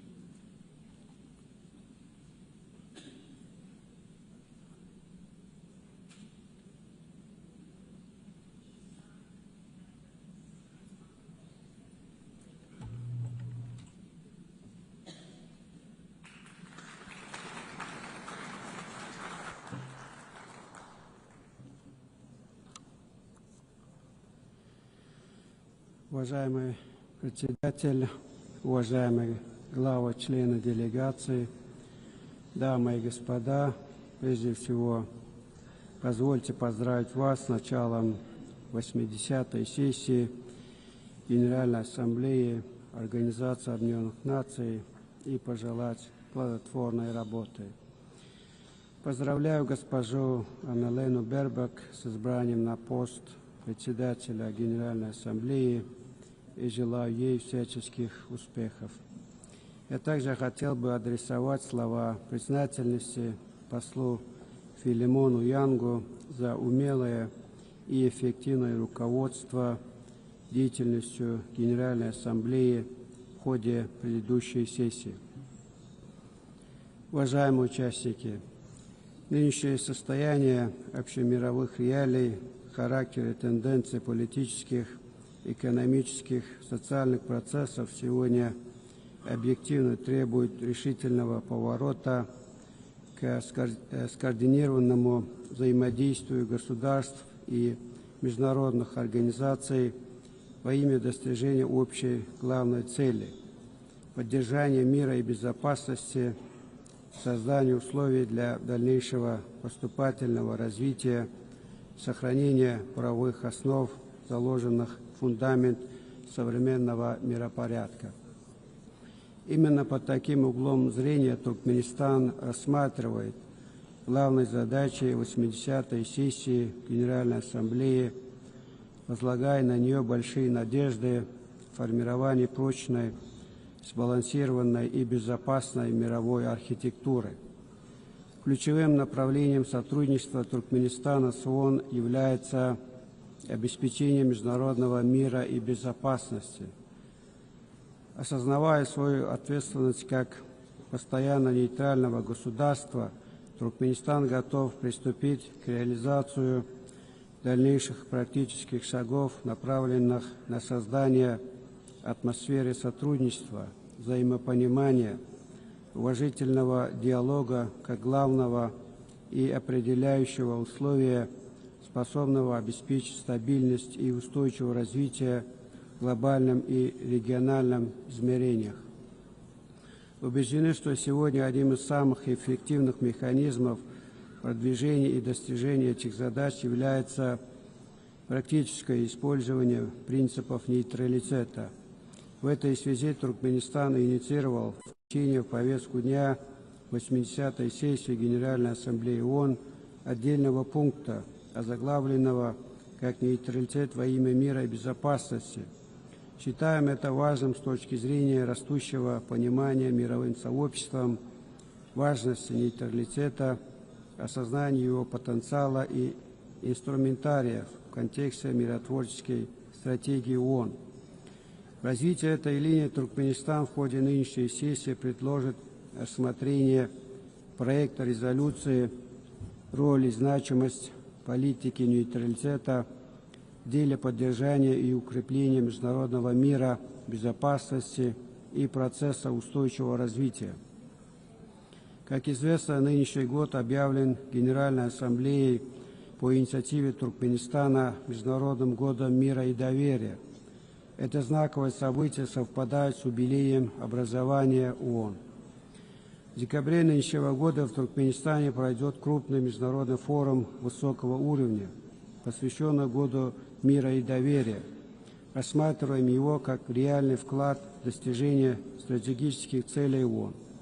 Рассчитываем на широкое и представительное международное участие. Считаем, что процесс сближения государственных подходов к тенденциям мирового развития, установлению и укреплению доверия и взаимопонимания должен иметь системный и последовательный характер. В этой связи Туркменистан инициирует проведение Всемирного саммита по вопросам культуры, мира и доверия. Одной из ключевых задач саммита видим разработку глобального кодекса международного доверия, который послужит универсальной основой для выстраивания отношений между странами на принципах уважения суверенитета и территориальной целостности, а также сотрудничества и совместного решения мировых проблем. Рассматриваем вопросы обеспечения всеобщего мира и взаимопонимания с неразрывной связи с цивилизационными аспектами современного развития, необходимостью сохранения и сближения культурных и духовных связей. В этом контексте Центральная Азия, на протяжении столетий выполнявшая объективную роль цивилизационного моста между Востоком и Западом, сегодня призвана возродить свою историческую миссию, стать пространством для диалога, сотрудничества, сближения ценностных и мировоззренческих установок. Исходя из этого, Туркменистан в ходе нынешней сессии предложит проведение в сотрудничестве с ООН Международного форума «Центральная Азия. Пространство мирного сосуществования» с участием стран региона, других заинтересованных государств и международных институтов. Туркменистан также представит на рассмотрение Генеральной Ассамблеи проект резолюции о провозглашении Международного дня посредничества, которая подчеркнет значимость дипломатии и нейтральных площадок предотвращения и урегулирования конфликтов. Одним из приоритетов нашей страны остается деятельное участие в реализации целей устойчивого развития, наращивание сотрудничества в таких его ключевых направлениях, как транспорт и энергетика.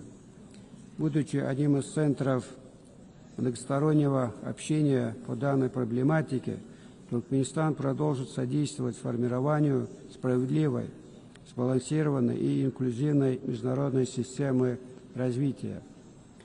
Инициируем на нынешней сессии провозглашение десятилетия ООН по устойчивому транспорту на период 26 и 35 годов, представив соответствующий проект резолюции.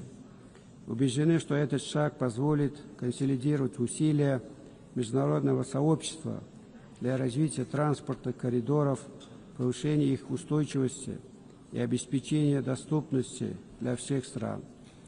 Наша страна также представит на рассмотрение Генассамблеи ООН проект резолюции «Ключевая роль надежной и стабильной энергетической связуемости в обеспечении устойчивого развития». В настоящее время в ряду приоритетных вопросов повестки развития стоит цифровая трансформация. Убеждены, что этот процесс должен иметь сбалансированный характер, отражать реалии и законы интересов всех государств, в том числе развивающегося мира, быть свободным от политизации и однобокости. В данной связи Туркменистан намерен выступить с инициативой создания всемирной платформы по цифровой интеграции, основанной на принципах равноправия, доверия и недопустимости использования информационно-коммуникационных технологий в ущерб миру, безопасности и устойчивому развитию. В ходе 80-й сессии Туркменистан продолжит работу по экологической и климатической проблематике, добиваясь ее системного рассмотрения в качестве базового подхода к обеспечению безопасности, созданием многосторонних механизмов мониторинга и реагирования на климатические, экологические и техногенные катаклизмы. Туркменистан инициирует создание регионального центра по борьбе с опустыниванием для стран Центральной Азии. Исходим из того, что создание такого центра будет способствовать консолидации регионального потенциала, укреплению сотрудничества в сфере охраны окружающей среды, а также внесет значимый вклад в достижение целей устойчивого развития, в частности в борьбе с изменением климата и сохранении экосистем суши. Наша страна будет продвигать Каспийскую экологическую инициативу, выдвинутую на 78-й сессии Генассамблеи ООН, которая призвана стать международной платформой для сохранения экосистемы Каспийского моря. Важным шагом в этом направлении призван стать Каспийский экологический форум, провести который предлагаем в 2026 году. Убеждены, что сегодня очень важно усилить роль ООН в налаживании широкого гуманитарного сотрудничества, содействовать сближению и взаимопониманию между народами, преодолению ценностных и духовных барьеров, задействованию эффективных каналов культурной дипломатии. Для развития межкультурного диалога и практической реализации резолюции Генассамблеи по поддержанию многоязычия в международных отношениях предлагаем провозгласить Международный день многоязычной дипломатии. Уважаемые главы и члены делегации, все свои международные шаги, инициативы Туркменистан всегда соизмеряет и соотносит с уставом и основополагающими документами ООН, ее долгосрочными целями. Не случайно мы всегда подчеркиваем, что сотрудничество с ООН является стратегическим приоритетом Туркменистана. Говорим об этом с убежденностью в том, что ООН – единственная международная организация, обладающая универсальной легитимностью. В этом качестве она и должна оставаться гарантом мира и развития, каркасом безопасности и устойчивости глобальной архитектуры. Туркменистан продолжит последовательно выступать за усиление центральной роли ООН в международных делах. Ключевым фактором этого считаем укрепление верховенства международного права, совершенствование международной нормативной базы и повышение эффективности реализации конвенций, договоров, соглашений и других многосторонних документов ООН.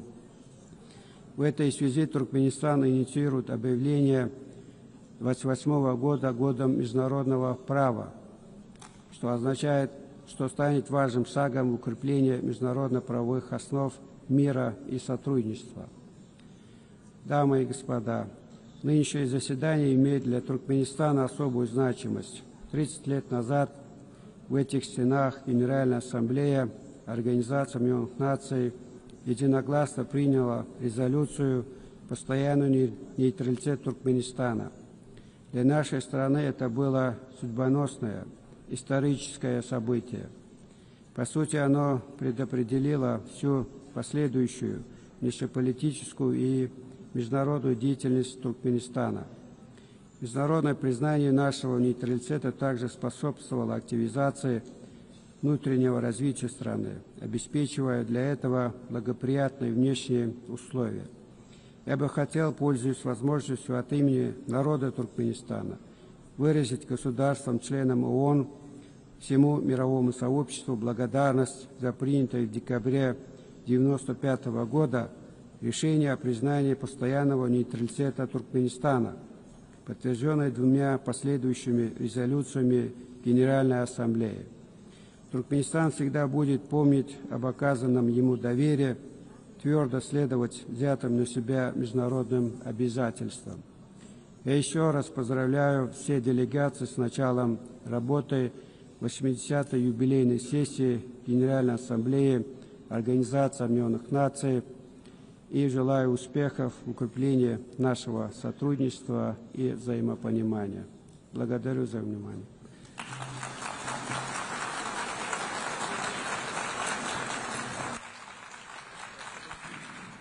On behalf of the Assembly, I wish to thank the President of Turkmenistan. The Assembly will hear an address by His Excellency Gabriel Boric Font, President of the Republic of Chile. I request protocol to escort His Excellency and invite him to address the Assembly.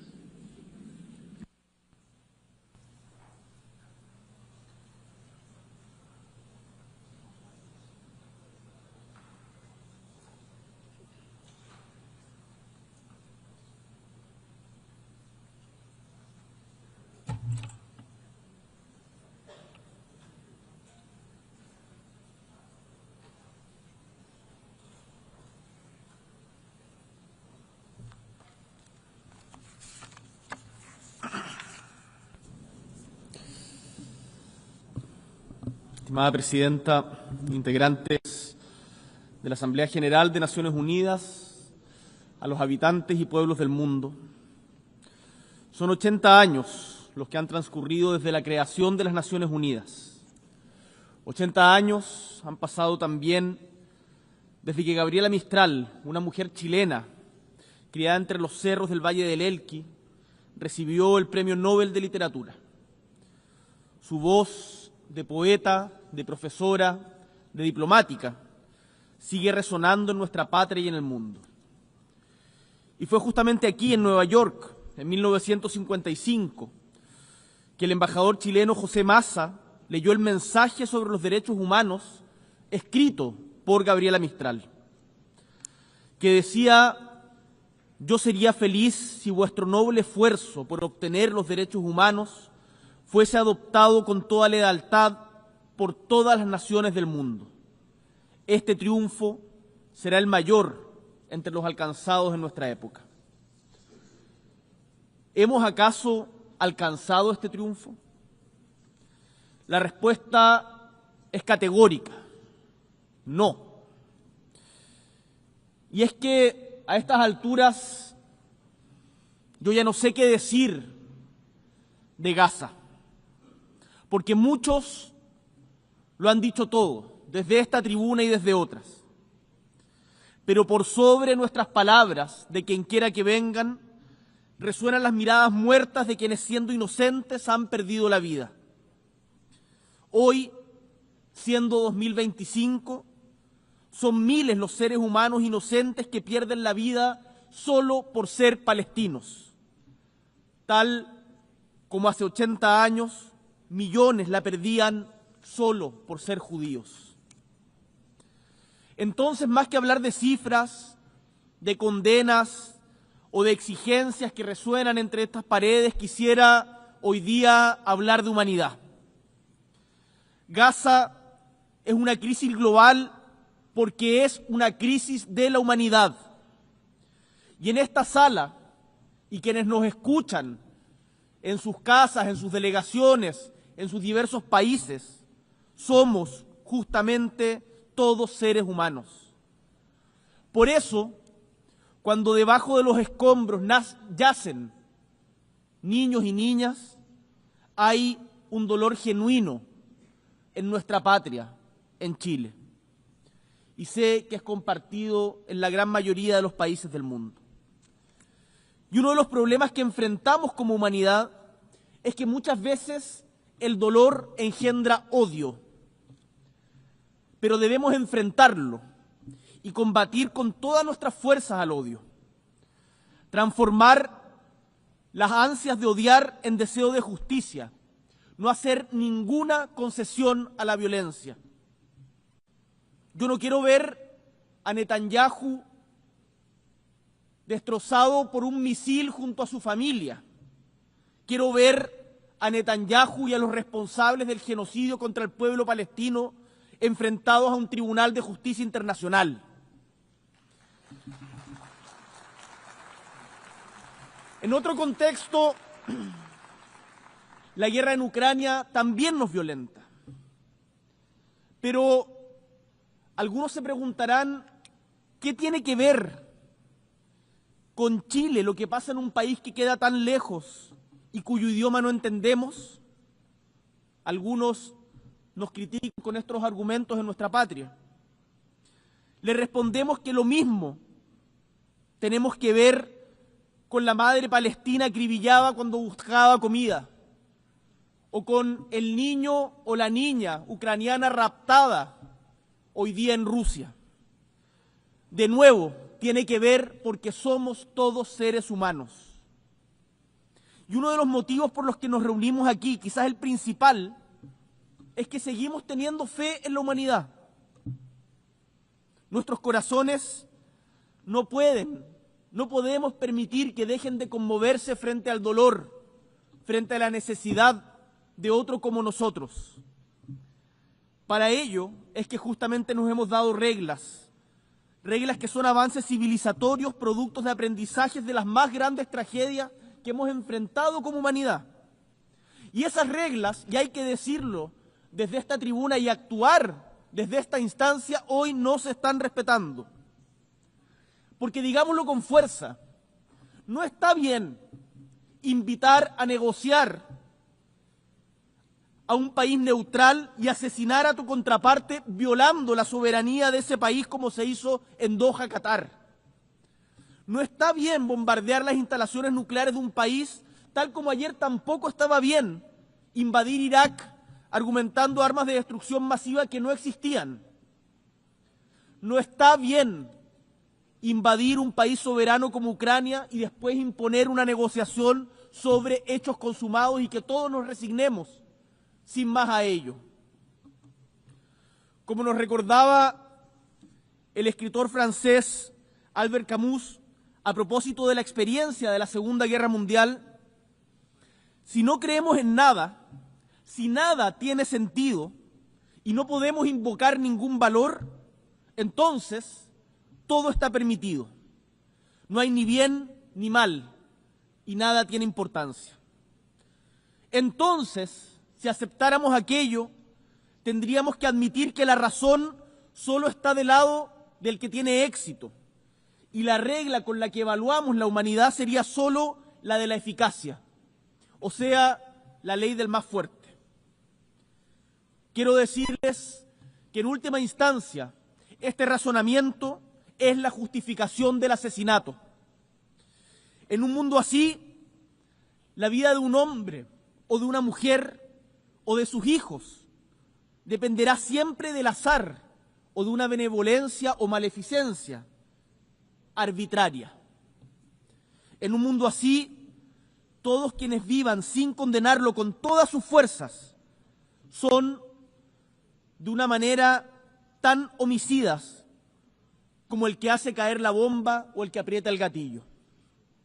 Especialmente teniendo la voz y el poder de decir basta, como precisamente lo tenemos todos los líderes que estamos en esta sala. Tenemos una responsabilidad mayor. Nos negamos en dar la razón a quienes poseen la fuerza o el dinero, y cuando afirmamos esto se nos tilda de utópicos. Pero ¿qué es la historia sino un permanente viaje utópico? Habrá quienes prefieran solo emprender las tareas que dan resultado en el corto plazo, pero por lo general los atajos conducen a precipicios. Y es que No hace falta tener éxito en el sentido en que se entiende el éxito hoy, al menos en el mundo occidental, para seguir luchando por un mundo más justo. Porque sabemos que justamente esta porfía que compartimos, la que ha permitido cambiar el mundo para que haya más justicia, más libertad, más igualdad, más inclusión, más solidaridad.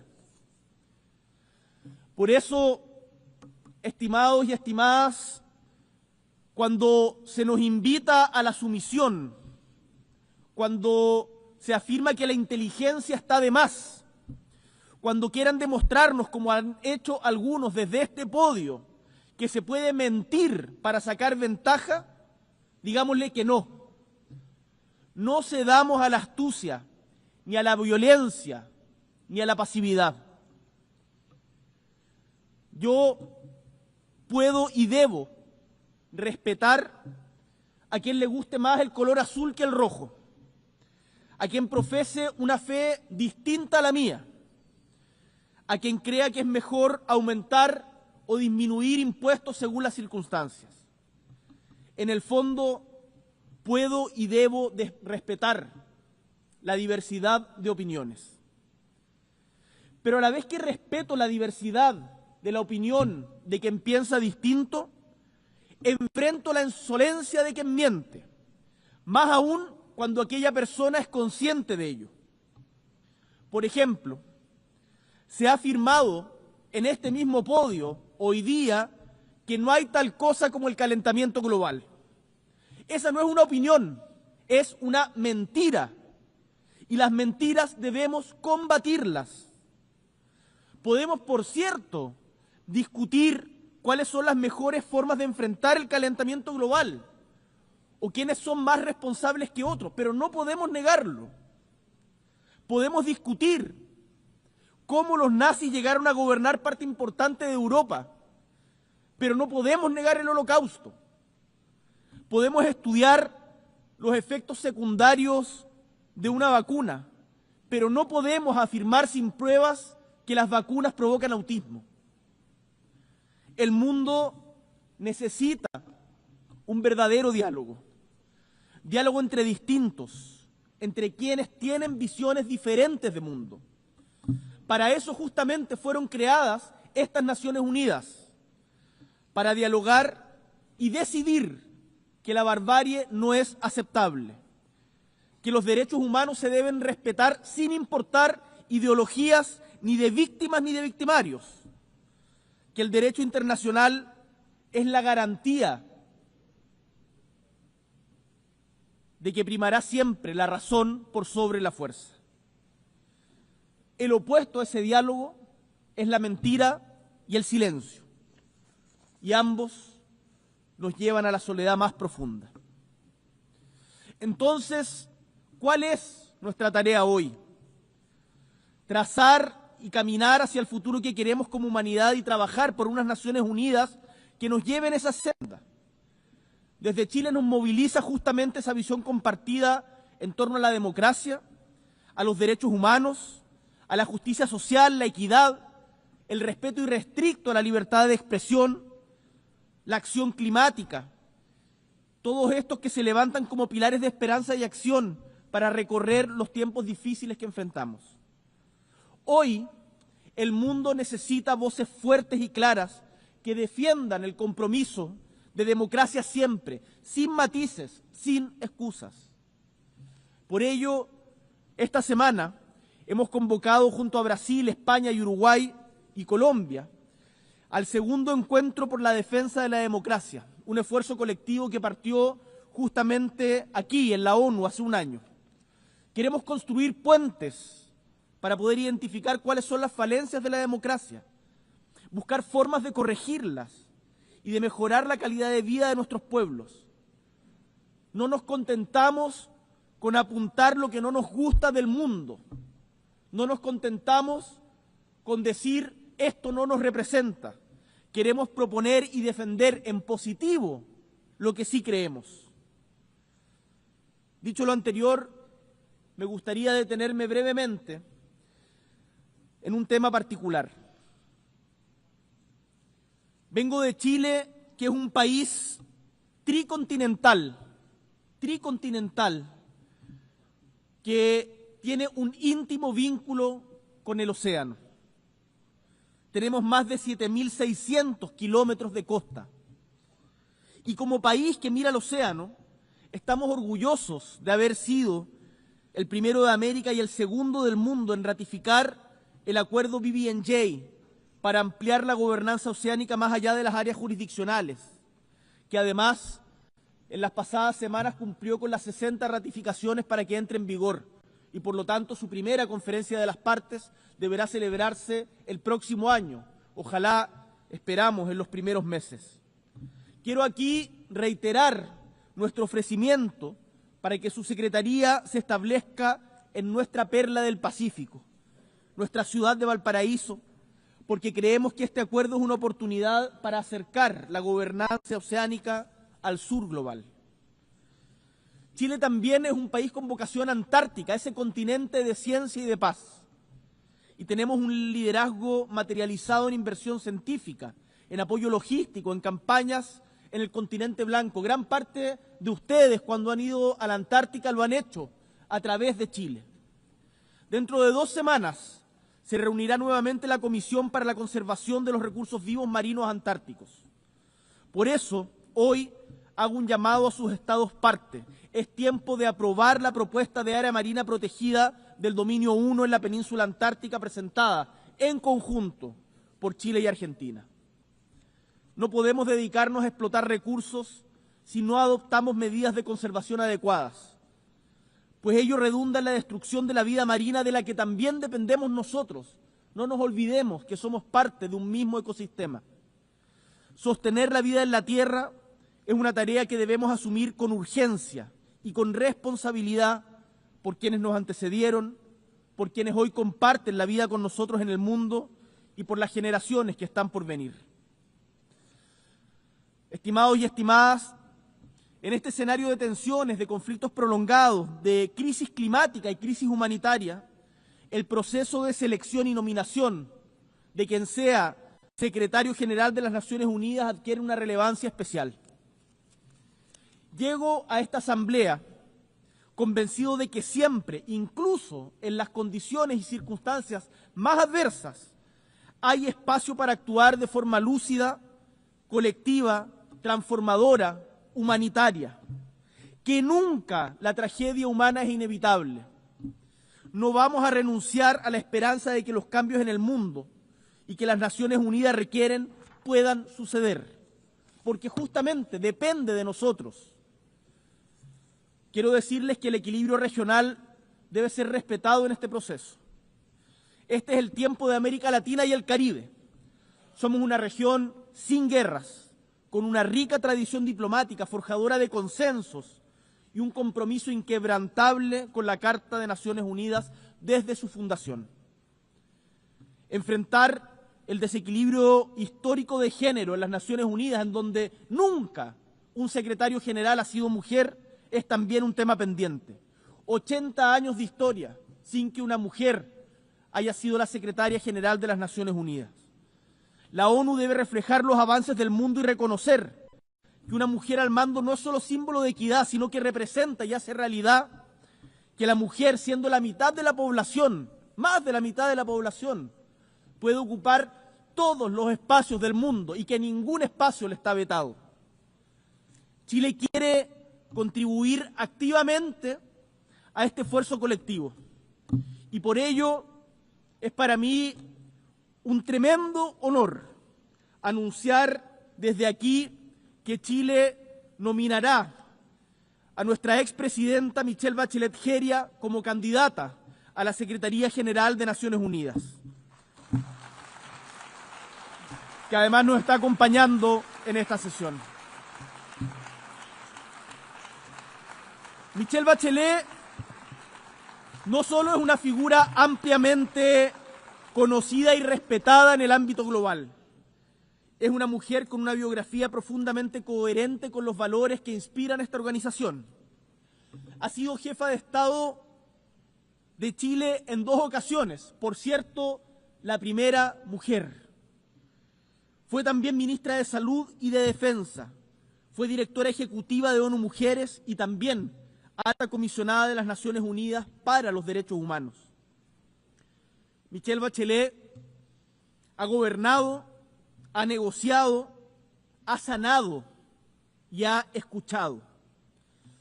Su trayectoria vital combina la empatía con la firmeza, la experiencia con la apertura y todas ellas con la capacidad ejecutiva de decidir, de hacer. En tiempos de fragmentación y desconfianza, tengo la convicción, y sé que esto es compartido en mi país, que Michelle Bachelet representa una figura capaz de tender puentes entre el norte y el sur, entre oriente y occidente, entre la urgencia de las soluciones y la defensa de los principios. Con su liderazgo, las Naciones Unidas podrán recuperar credibilidad, eficacia y propósito frente a los desafíos de nuestro tiempo, trabajando, por cierto, sobre el legado de Antonio Guterres, quien me consta ha dado lo mejor de sí por la dignidad de la humanidad toda desde esta institución.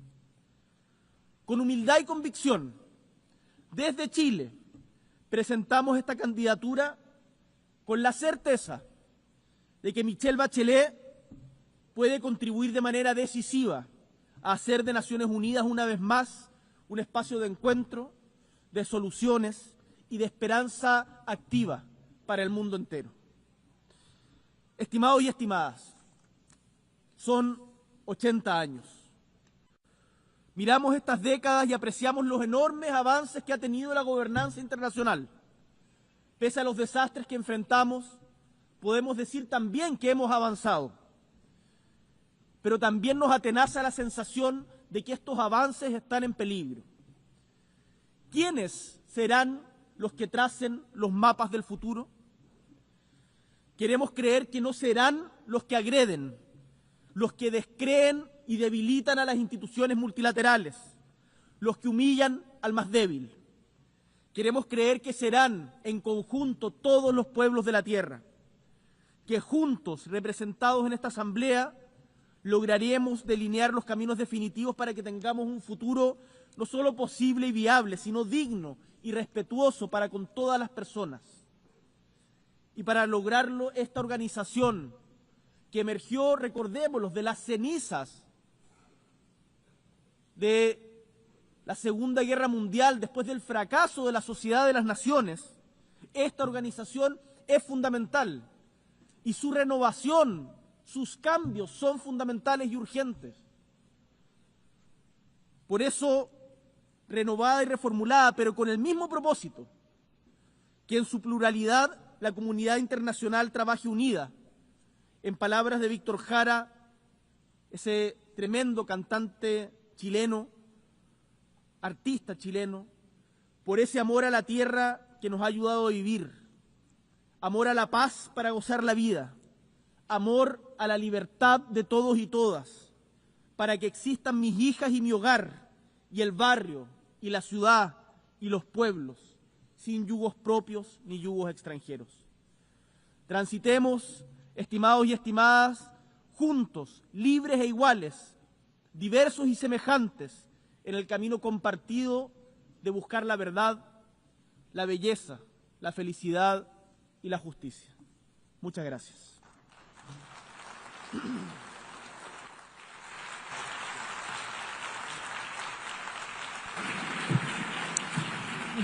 Muchas gracias. On behalf of the Assembly, I wish to thank the President of the Republic of Chile.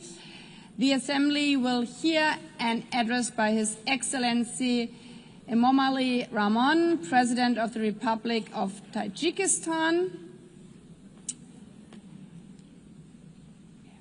I request the protocol to escort His Excellency and invite him to address the Assembly.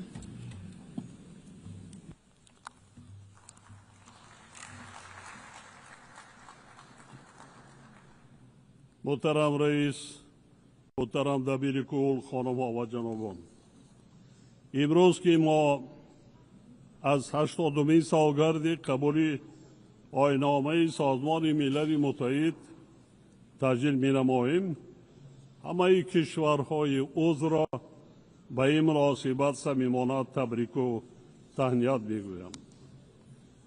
پوشیده نیست که عین حال جهان معاصر به حالت نااستواری و نامعینی و پیچیدگی های روز افزون روبرو گردیده است. اختلافات گیاسیاسی، تلاش های از نوسازی نظامی، مناسبت های بین المللی، مخالفت و نزاعها در منطقه های گوناگون عالم و دیگر خف و خطرهای امنیتی برای صلح و آسایش پایدار تهدیدهای جدی ایجاد کردند. در برابر این عاقبت‌های تغییریابی اقلیم و افزایش نابرابری اجتماعی به روند رشد استوار گلوبالی محدودیت‌ها وارد می‌کنند. در چنین شرایط مرکب و تغییریابنده نقش سازمان ملل متحد همچون منبر مکالمه، همکاری و تحکیم صلح و امنیت در جهان بیش از پیش اهمیت پیدا می‌کند. از این لحاظ کشورهای ما را ضرور است که در عملیه بین المللی جهت حفظ این اصالت بازگشت بر رعایت کامل حقوق بین المللی یکجا و پیوسته تلاش ورزند. در این روند اینچنین تحکیم همکاری برابر حقوق میان دولت‌های خرد و بزرگ همچون اقدام مهم و سری وقتی ارزیابی می‌گردد. محترم رئیس، استراتژی ملی رشد تاجیکستان تا سال 2030 با هدف‌های رشد استوار کاملا همصدا است و ما جانبدار تطبیق پوره و سری وقتی این بند روزنامه جهانی میباشد. متاسفانه دولت‌های رو به ترقی خصوصا کشورهای کوهستانی و محصور در خشکی در راه دسترسی به این هدفها با دشواری‌ها و مشکلات زیاد روبرو میباشد. آنها بخصوص کشورهای آسیب پذیر ضرورت اندیشیدن چاره‌های جدی را جهت تأمین مبلغ‌زایی، رشد استوار و بهتر نمودن دسترسی به منبع‌های مالیوی احساس می‌کنند. با وجود تلاش‌های دستجمعانه در این جهت حجم مبلغ‌زایی جامعه جهانی برای رشد استوار همانا طلبات موجوده را قانع کرده نمی‌تواند. چنین حالت واکنش سری وقتی جدا نبودن مبلغ‌های علاوه‌ای و بازنگری روش‌ها را وابسته به نظام بین المللی مالیوی تقاضا می‌نماید. تاجیکستان از اصلاحات مؤثر و عادلانه وسیله‌های مالیوی بین المللی جانبداری می‌کند. در مرحله کنونی ما شاهد سطح نابرابری رشد اقتصادی دولت‌ها میباشیم و در عملیه رفع این حالت نقش کشورهای مترقی و ساختارهای بین المللی مالیوی میتواند مؤثر باشد. بسیاری از کشورهای رو به ترقی و کم ترقی آسیب پذیر همانا زیر تأثیر پیامدهای بحرانهای اقتصادی و مالیوی، کمبزاعتی، بیماری‌های سرایتی از جمله کووید، آفت‌های طبیعی و ناامنی آذوقه‌واری قرار دارند. آنها به اندیشیدن تدبیرهای مؤثر در سمت دستگیری مالیوی از جمله ساقط کردن قرضها نیاز دارند. از نگاه ما امروز وقتی آن رسیده است که سر این موضوع عمده جداً فکر کنیم. حاضرین گرامی، امروز مشکلات مربوط به تغییر آبی اقلیم در کشورهای گوناگون سیاره از جمله تاجیکستان باعث ایجاد مانع‌های جدی در راه نائل شدن به هدف‌های رشد استوار گردیدند. کشور ما نیست که 93% حدودش از کوهستان عبارت است. از پیامدهای منفی این روند نگران می‌باشد. تغییریابی دور هیدرولوژی و آبخیزی و خشکسالی‌های پی در پی، اینچنین خاکباریش‌های شدید در طول چند ده ساله اخیر به ذخیره‌های آبی و انرژتیکی و امنیت آذوقه‌واری تاجیکستان تأثیر بی‌واسطه می‌رسانند. ما بر اثر آفت‌های طبیعی مربوط به آب همه ساله ضرر جدی مادی و مالیوی می‌بینیم. متاسفانه این حادثه ها در اکثر موارد باعث تلفات جانی و از بین رفتن انفراستراکچور حیاتاً مهم می‌گردند. عاقبت‌های تغییریابی اقلیم و بالاروی حرارت باعث آبشوی با سرعت پیریخ‌ها و بد شدن حالت اکوسیستم‌های بحر و اقیانوس‌ها گردیدند. می‌خواهم یادآور شوم که تابستان سال جاری تاجیکستان از کنفرانس سطح بلند عاید به حفظ پیریخ‌ها در شهر دوشنبه میزبانی کرد. این همایش اهل جامعه جهانی را با مقصد بررسی مسائل مربوط به مشکلات کریاسفر گردی هم آورد. لازم به یادآوری است که تا امروز از 14,000 پیریخ تاجیکستان که یکی از سرچشمه‌های اساسی آب آشامیدنی در منطقه می باشد، زیاده از 1,300 عدد آن پر آب شده است و سرعت آبشوی پیریخ‌های ما در حال افزایش قرار دارند. این در حالی است که پیریخ‌ها و دیگر منبع‌های آب تاجیکستان تا 60% ذخیره‌های آب آسیای مرکزی را تشکیل می‌دهند. ما را می‌باید در روند حل مشکلات وابسته به سرچشمه حیات انسانیت یعنی آب بی‌طرف نباشد. حاضرین ارجمند، تاجیکستان در ساحه دیپلماتی آب موقعی فعال دارد. کشور ما در دایره ابتکار نوبتی خود در ساحه آب در چارچوب تطبیق 10 ساله بین المللی عمل آب برای رشد استوار سالهای 2018-2028 در همکاری با شریکان بین المللی خویش تدبیرهای عملی می‌اندیشد. من از کشورهای عضو و جانبهای منفعتدار دعوت می‌نمایم تا در کار چهارمین نوبتی روند آب دوشنبه کنفرانس بین المللی سطح بلند که سال آینده در تاجیکستان برگزار می‌گردد شرکت فعال داشته باشد. این چهارمین بی‌شبهه به ادامه عزم و تلاش‌های مشترک ما در دایره روزنامه عمل عاید به آب تکانی تازه خواهد داشت.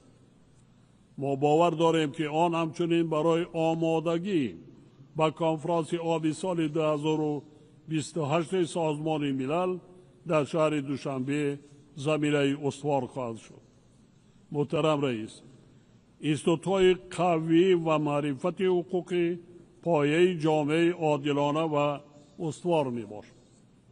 امروزها جامعه جهانی شاهد نادیده گرفتن و پایمال شدن معیارهای حقوق بین المللی گردیده است که پایدیوار نظم و نظام و صلح و ثبات در جهان به حساب می روند.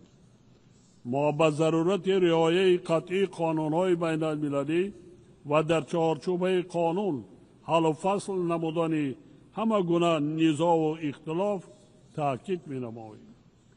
با درک عمیق این واقعیت تاجیکستان پیشنهاد می‌نماید که مجمع عمومی سازمان ملل متحد امکانیت اعلان نمودن سال بین المللی معرفت حقوقی را مورد بررسی قرار دهد.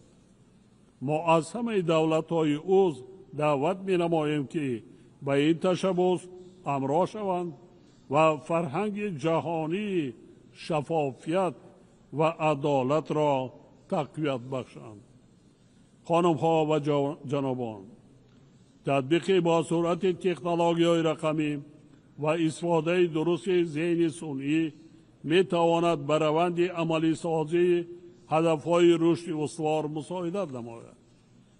من از همه کشورهای عضو برای جانبداری از پیشنهاد تاجیکستان آید به قبول قطعنامه مخصوص زیر عنوان نقش ذهن صنعی در فراهم آوردن امکانات نو برای رشد استوار در آسیای مرکزی اظهار سپاس می نمایم. اطمینان دارم که قطعنامه 25 ایول سال جاری از جانب مجمع عمومی قبول گردیده همچون وسیله اساسی استفاده بی خطر و عادلانه ذهن صنعی در منطقه ما خدمت خواهد کرد. در این زمینه تأسیس مرکز منطقوی ذهن صنعی را در شهر دوشنبه صلاح کار می شمارم. این مرکز بی‌شبهه می تواند برای اندازی تشبث و لایه‌های مشترک کشورهای آسیای مرکزی در سمت ذهن صنعی مساعدت نماید. قابل ذکر است که همزمان با مکمل گردیدن تکنولوژی‌های رقمی تهدیدهای نوی امنیتی بخصوص جنایت‌های کیبری نیز می‌افزایند. در این زمینه ما تاکید می‌نماییم که امنیت کیبری باید جزء مهم امنیت دست جمعی باشد. واضح است که در برابر جنایت‌های کیبری، تروریسم، افراطگرایی، قاچاق سلاح، مواد مخدر و دیگر ظهورات جنایتکاری متشکل فراملی تا حال تهدید جدی به امنیت جهانی می باشد. تاجیکستان جانبدار توسعه منبع همکاری بین المللی در ساحه امنیت جهانی در زمینه روند دوشنبه آید به مبارزه با تروریسم می باشد. ما آماده ایم در دایره این روند همکاری سازنده را با نهادهای بین المللی و دولت‌های عضو سازمان ملل جهت تقویت مقاومت به خطر و تهدیدهای امنیتی ذکر شده براه مانیم. برای نظریم که نهادهای دخلدار سازمان ملل بخصوص دفتر آن آید به مبارزه با تروریسم می توانند در تطبیق همه جانبه استراتژی ها و برنامه های گلوبالی ضد تروریستی سهم مؤثر گذاشته دستگیری کشورهای عضو را در این سمت تقویت بخشند. حاضرین محترم، تاجیکستان جانبدار حل و فصل همه اختلافات و نزاعها با راه‌های سیاسی و دیپلماتی می باشد. ما باید تلاش‌های خود را در راه رسیدن به صلح پایدار و فراگیر در اساس حقوق بین المللی دوچند تقویت بخشیم. یک سال پیش من از این منبر پیشنهاد کردم که قطعنامه مخصوص سازمان ملل آید به اعلان کردن 10 ساله تحکیم صلح به خاطر نسل‌های آینده مورد بررسی قرار داده شد. با گذشت یک سال مسئله قبول چنین قطعنامه اهمیتی باز هم بیشتر پیدا نموده است. در شرایط پرتضاد دنیای امروزه تشبث مذکور برای برآمدن همکاری در سطح بین المللی به خاطر رسیدن به صلح استوار شرایط فراهم خواهد آورد. من از تمام کشورهای عضو دعوت می نمایم که پیشنهاد مذکور را هم برای ثبات زندگی امروزه ما و هم حیات بهتری نسل‌های آینده دستگیری نماید. خانم ها و جنابان، ما موقع اصولی خود را در مسئله فلسطین تاکید میکنیم. برای نظریم که صلح پایدار در خاورمیانه تنها در اساس تطبیق قطعنامه‌های سازمان ملل و فرمول دو دولت امکان پذیر است. در این ضمن ضرورت حل مسئله مذکور را تنها توسط مذاکرات و راه‌های دیپلماتی با رعایت حقوق بین المللی علی خصوص مقررات آیین‌نامه سازمان ملل متحد خاطر نشان می‌نماییم. ما دعوت می‌کنیم که در غزه آتش بس استوار برقرار و دسترسی کمک بشردوستانه تأمین کرده شود. تاجیکستان همچنین جانبدار تأمین صلح و ثبات، امنیت کامل و رشد اجتماعی و اقتصادی در افغانستان همسایه می باشد. ما آماده ایم به این روند مساعدت نماییم و در این جاده جامعه بین المللی را به رسانیدن کمک بشردوستانه خصوصاً به منطقه های از خشکسالی و زمین لرزه شدید آسیب دیده دعوت می نماییم. حاضرین محترم، تاجیکستان از اصلاحات فراگیر نظام سازمان ملل متحد ضمن تشبث برنامه سازمان ملل متحد 80 سازمان ملل متحد 20 و دیدی دبیرکل آید به نظام معاصر سازمان ملل جانبداری می نماید. در برابر این ما از پیمان به خاطر آینده همچون اقدام مهمی دستجمعانه در راه پیشبرد صلح و رشد استوار استقبال می نماییم. این اقدامات آرمان‌های مشترک و اراده عمومی جامعه جهانی را در امر واکنش به تهدیدهای معاصر و بنیاد زمینه استوار برای نسل‌های آینده تجسم می‌نمایند. ما بار دیگر ضرورت تقویت نقش کلیدی و هم آهنگساز سازمان ملل متحد را در تأمین صلح و آسایش فراگیر تأکید می‌نماییم. تنها با اعتماد، همکاری و اراده استوار ما می‌توانیم آینده عادلانه، صلح‌آمیز و استوار را برای کل انسانیت بنیاد نماییم. تاجیکستان در امر دسترسی به این هدفها و حل دیگر مسائل حل طلبی روزنامه جهانی آماده همکاری‌های مشترک با کشورهای شریک و تمام کشورهای عضو سازمان ملل متحد می باشد. از توجهتان سپاسگزارم.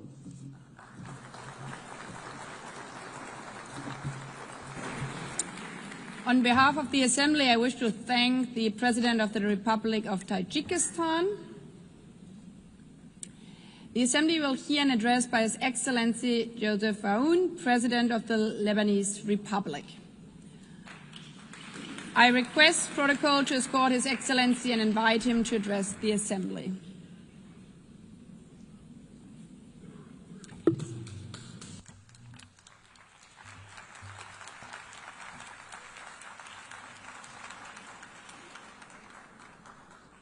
السيدة الرئيسة، السيد الأمين العام، زملائي السيدات والسادة رؤساء الدول والوفود، أقف الآن أمامكم متحدثا عن السلام والتنمية وحقوق الإنسان، فيما بعض أهلي يقتلون ومناطق من أرضي محتلة ووطني وشعبي معلقان بين الحياة والموت.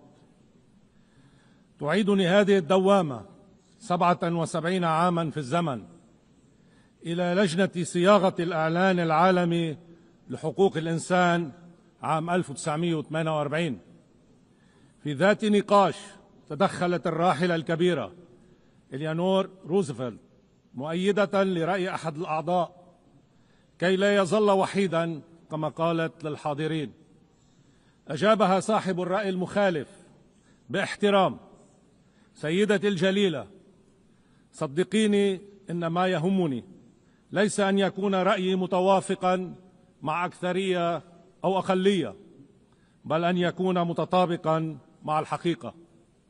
صاحب هذا القول لم يكن غير شارل مالك، الفيلسوف اللبناني الذي ساهم مع كبار الفكر الحقوقي الإنساني يومها في إعطاء البشرية ذلك الإعلان الخالد، والذي أعطي شرف رئاسة هذه الجمعية الموقرة بين عامي 1958 و 1959 ممثلا لبلاد لبنان. السيدة الرئيسة، السيد الأمين العام، زملائي السيدات والسادة، أستذكر هذه الواقعة اليوم أولا لأعبر عن إحساسي بالشرف الكبير وبالمسؤولية الأكبر وأنا أقف أمامكم للمرة الأولى رئيسا للبنان وفي السنة 80 من تاريخ هذه المنظمة العظيمة. وثانيا لأن دورتنا هذه مخصصة للبحث في العلاقات المتلازمة بين ثلاث فضائل بشرية: السلام والتنمية وحقوق الإنسان، وبينها كلها وطني لبنان.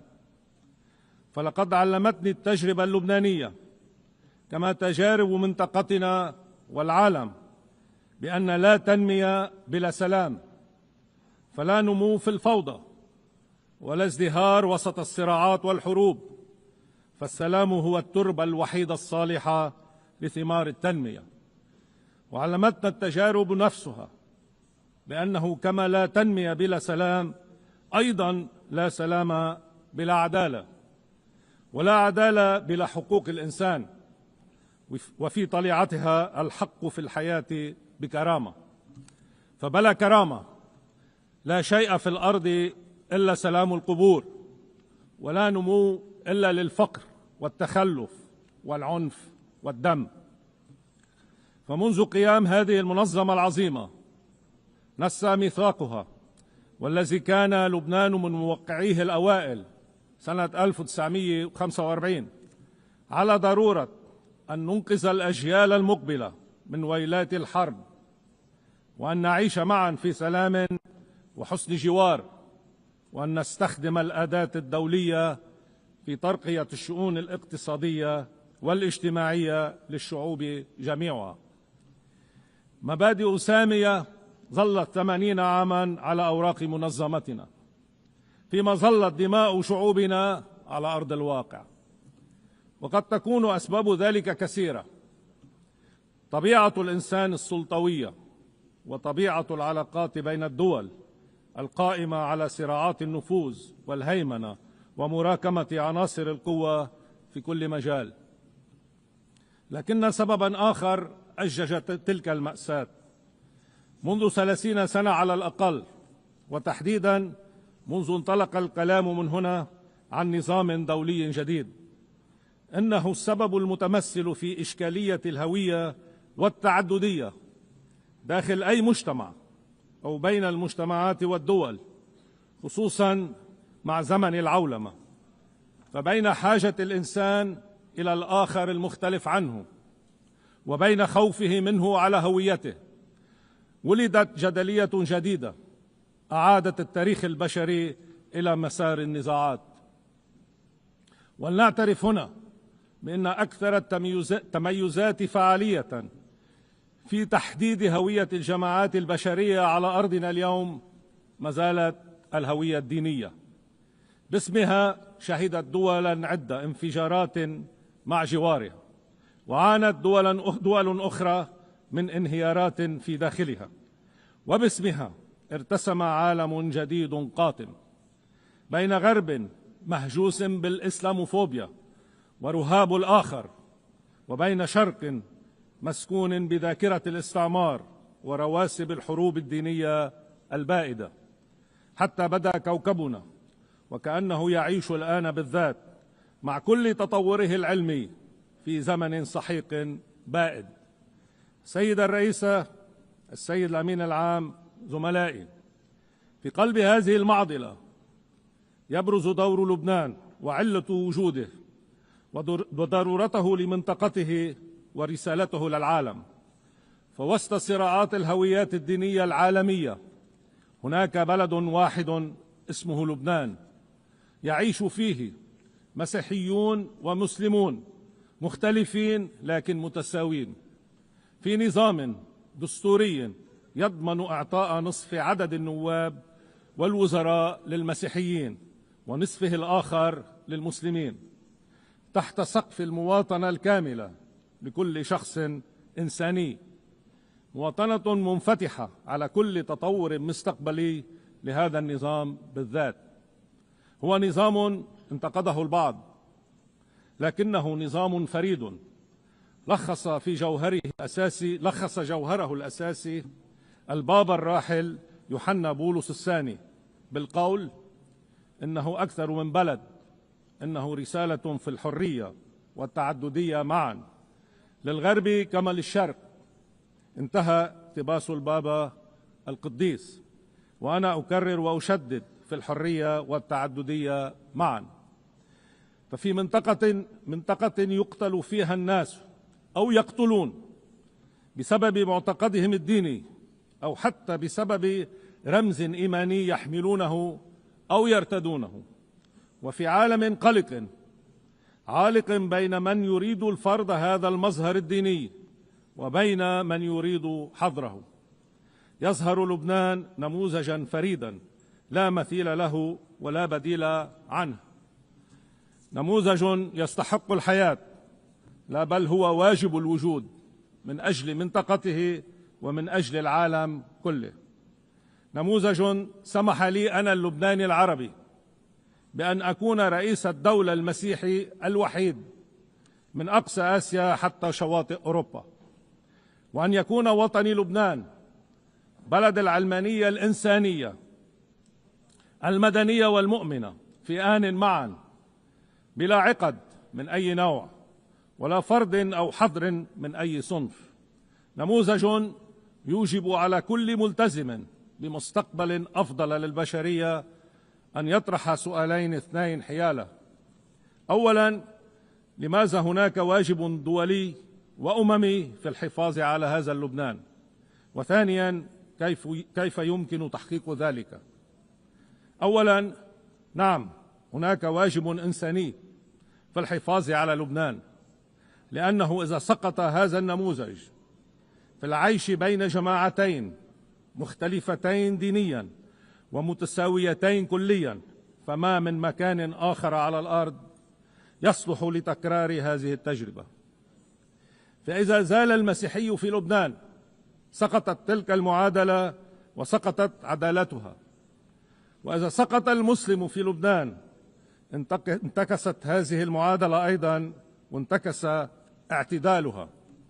وإذا سقط لبنان بسقوط أي من الاثنين سيكون البديل حتما خطوط تماس في منطقتنا والعالم بين شتى أنواع التطرف والعنف الفكري والمادي وحتى الدموي. لا بل يمكنني الجزم الآن بأن الكثير من أسباب الحروب المخفية على وطن لبنان والكثير من أغراضها الخبيثة كانت لضرب هذا النموذج ولتبرير شرق مفروز الهويات مزروع بالعنصريات ومندلع الحروب أبدا. وإذا كانت للبعض مصلحة في ذلك، فإن مصلحة العالم والبشرية في سلام دولي تكمن في العكس تماما. فنجاح لبنان يجعل تجربته الحياتية نموذجا للجميع، وهذه التجربة النموذج ها هي اليوم تنبض صمودا وطاقة على الحياة ورفض الموت.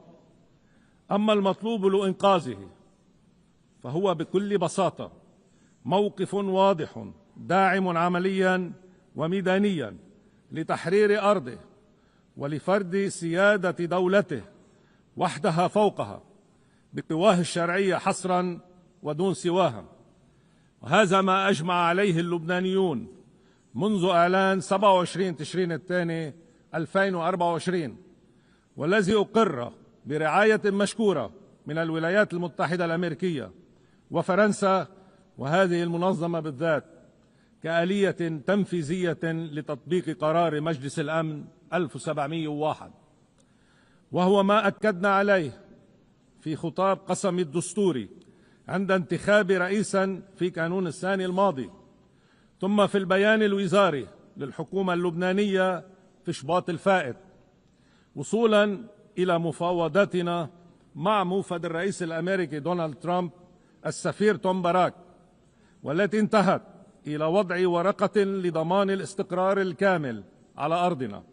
ما زلنا نلتزم بأهدافها، ونأمل أن يلتزم المعنيون بها على حدودنا. هذا كل ما يطلبه لبنان، أما الباقي فدعوني أصارحكم به أكثر. واسمحوا لي أن أفتخر بعض الشيء ببلدي وشعبي، فهما مستحقان.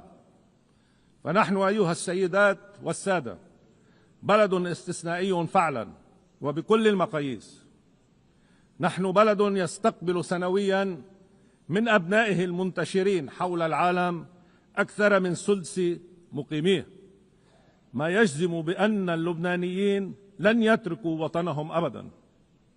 نحن بلد ما من مشروع كبير في أي من بلدان منطقتنا إلا وخلفه توقيع لبناني، وما من حدث ثقافي أو فني أو معرفي في منطقتنا إلا ويحمل بصمة لبناني. وأكاد أجزم بأن ما من بلد من بلدان هذه المنظمة الكريمة إلا وفيها لبناني مبدع أو جالية لبنانية فاعلة متفاعلة مع مجتمعها الجديد، مندمجة مع أنظمته ومنسجمة مع قوانينه، منتجة خلاقة وفية لبلدها المضيف كما لبلدها الأصلي.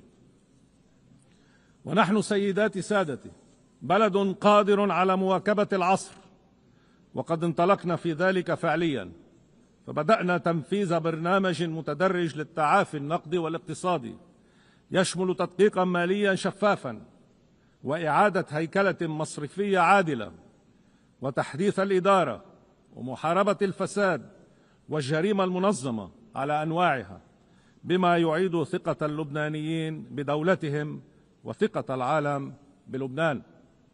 كما أطلقنا مسار تحديث تشريعي يرسخ استقلالية الهيئات الناظمة للقطاعات المنتجة في الدولة، ويحسن استقلالية السلطة القضائية، ويعزز الامتثال للمعايير الدولية في مكافحة غسل الأموال وتمويل الإرهاب. وقد أقرت حكومتنا أخيرا انضمام لبنان إلى اتفاقية الأمم المتحدة للتنوع البيولوجي أو معاهدة المحيطات، ضمن تقليد تاريخي من انسجام لبنان مع منظومة الشرعية الدولية. كما نعمل بالتزامن على تعزيز الحريات العامة كافة ومكافحة خطاب الكراهية وتمكين الشباب والنساء في صنع القرار، فأوطاننا لا تزدهر إلا بقدر ما تتسع لكرامة مواطنيها جميعا. سيداتي سادتي، نحن بلد متجذر في الاستثمار في التعليم النوعي، وهو اليوم يوسع استثماره هذا إلى اقتصادات المعرفة كافة. بلد ستكتشف كل مشاريع الممرات التجارية الدولية أنه ممر إلزامي لها، وأن إنسانه ضرورة وشرط لها. نقوم بكل ما سبق فيما لبنان يواصل تحمل أعباء جمة نواجهها بجدية وبلا مكابرة ولا حالات إنكار.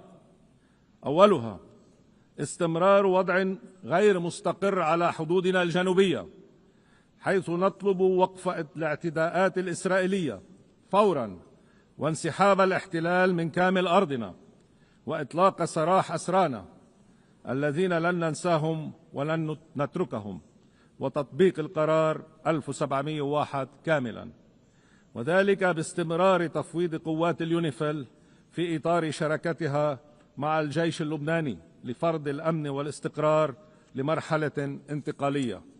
وفي هذا السياق أجدد الشكر لأعضاء مجلس الأمن على تبنيهم قرار التجديد لتلك القوات لمساعدتنا على استعادة الأمن والسلم الدوليين.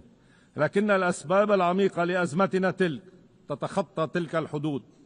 لذلك أقول إن واجبنا الإنساني والأخلاقي والسياسي يوجب الدعوة إلى وقف فوري للمآسي المرتكبة في غزة، وإحياء مسار سياسي جاد يفضي إلى حل دائم وعادل للقضية الفلسطينية على قاعدة قرارات الشرعية الدولية ومبدأ حل الدولتين وحق الدولتين في الوجود متزامن الأمن وكرامة الحياة، تماما كما أقرت جمعيتكم العمومية أخيرا بغالبية 142 دولة من أصل 164 عبر إعلان نيويورك.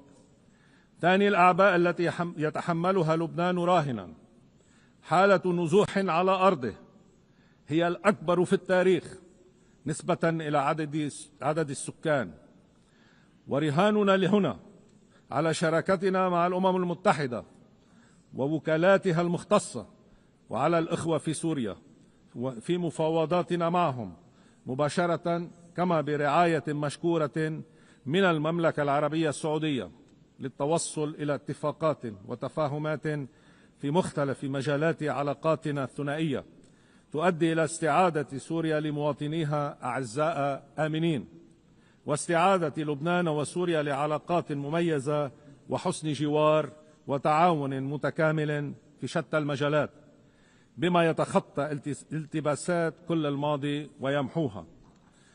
يبقى عبء ثالث هو إعادة أعمار ما هدمه العدوان الإسرائيلي على لبنان من بنى تحتية ضرورية لعودة الدولة اللبنانية إلى المناطق الحدودية ومن منازل وقرى جرفها العدوان، ولا استقرار بلا عودتها بهية أبية، إضافة إلى توفير المقدرات اللازمة لقواتنا المسلحة الشرعية للقيام بمهامها في الدفاع الحصري عن أرضنا، وهو ما نعول لتأمينه على المبادرات والتعهدات المعلنة لتنظيم مؤتمرات دولية مخصصة لذلك.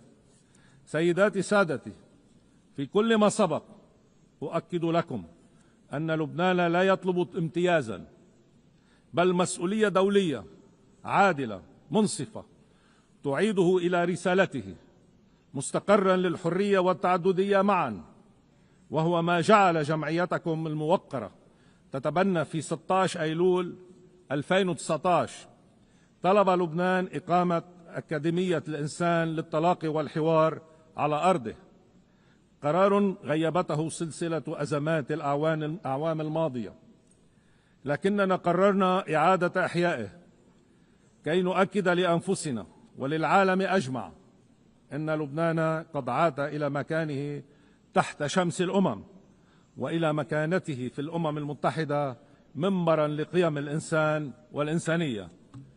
سيداتي سادتي، أعود ختاما إلى بداية كلمتي، فأنا أحدثكم الآن عن السلام فيما بعض أهلي يقتلون وبعض أرضي يدمر، فالصراع ما زال شرسا بين أن يكون لبنان أرض حياة وفرح ومنصة لهما إلى منطقته والعالم، وبين أن يكون بؤرة موت ومستنقع حروب ومنطلقا لتفشيهما في كل جواره.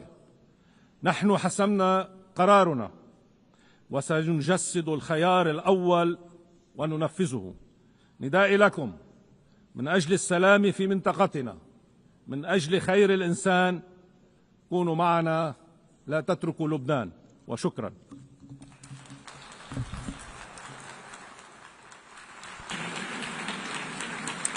On behalf of the Assembly, I wish to thank the President of the Lebanese Republic. The Assembly will hear an address by His Excellency Emmanuel Macron, President of the French Republic. I request protocol to escort His Excellency and invite him to address the Assembly.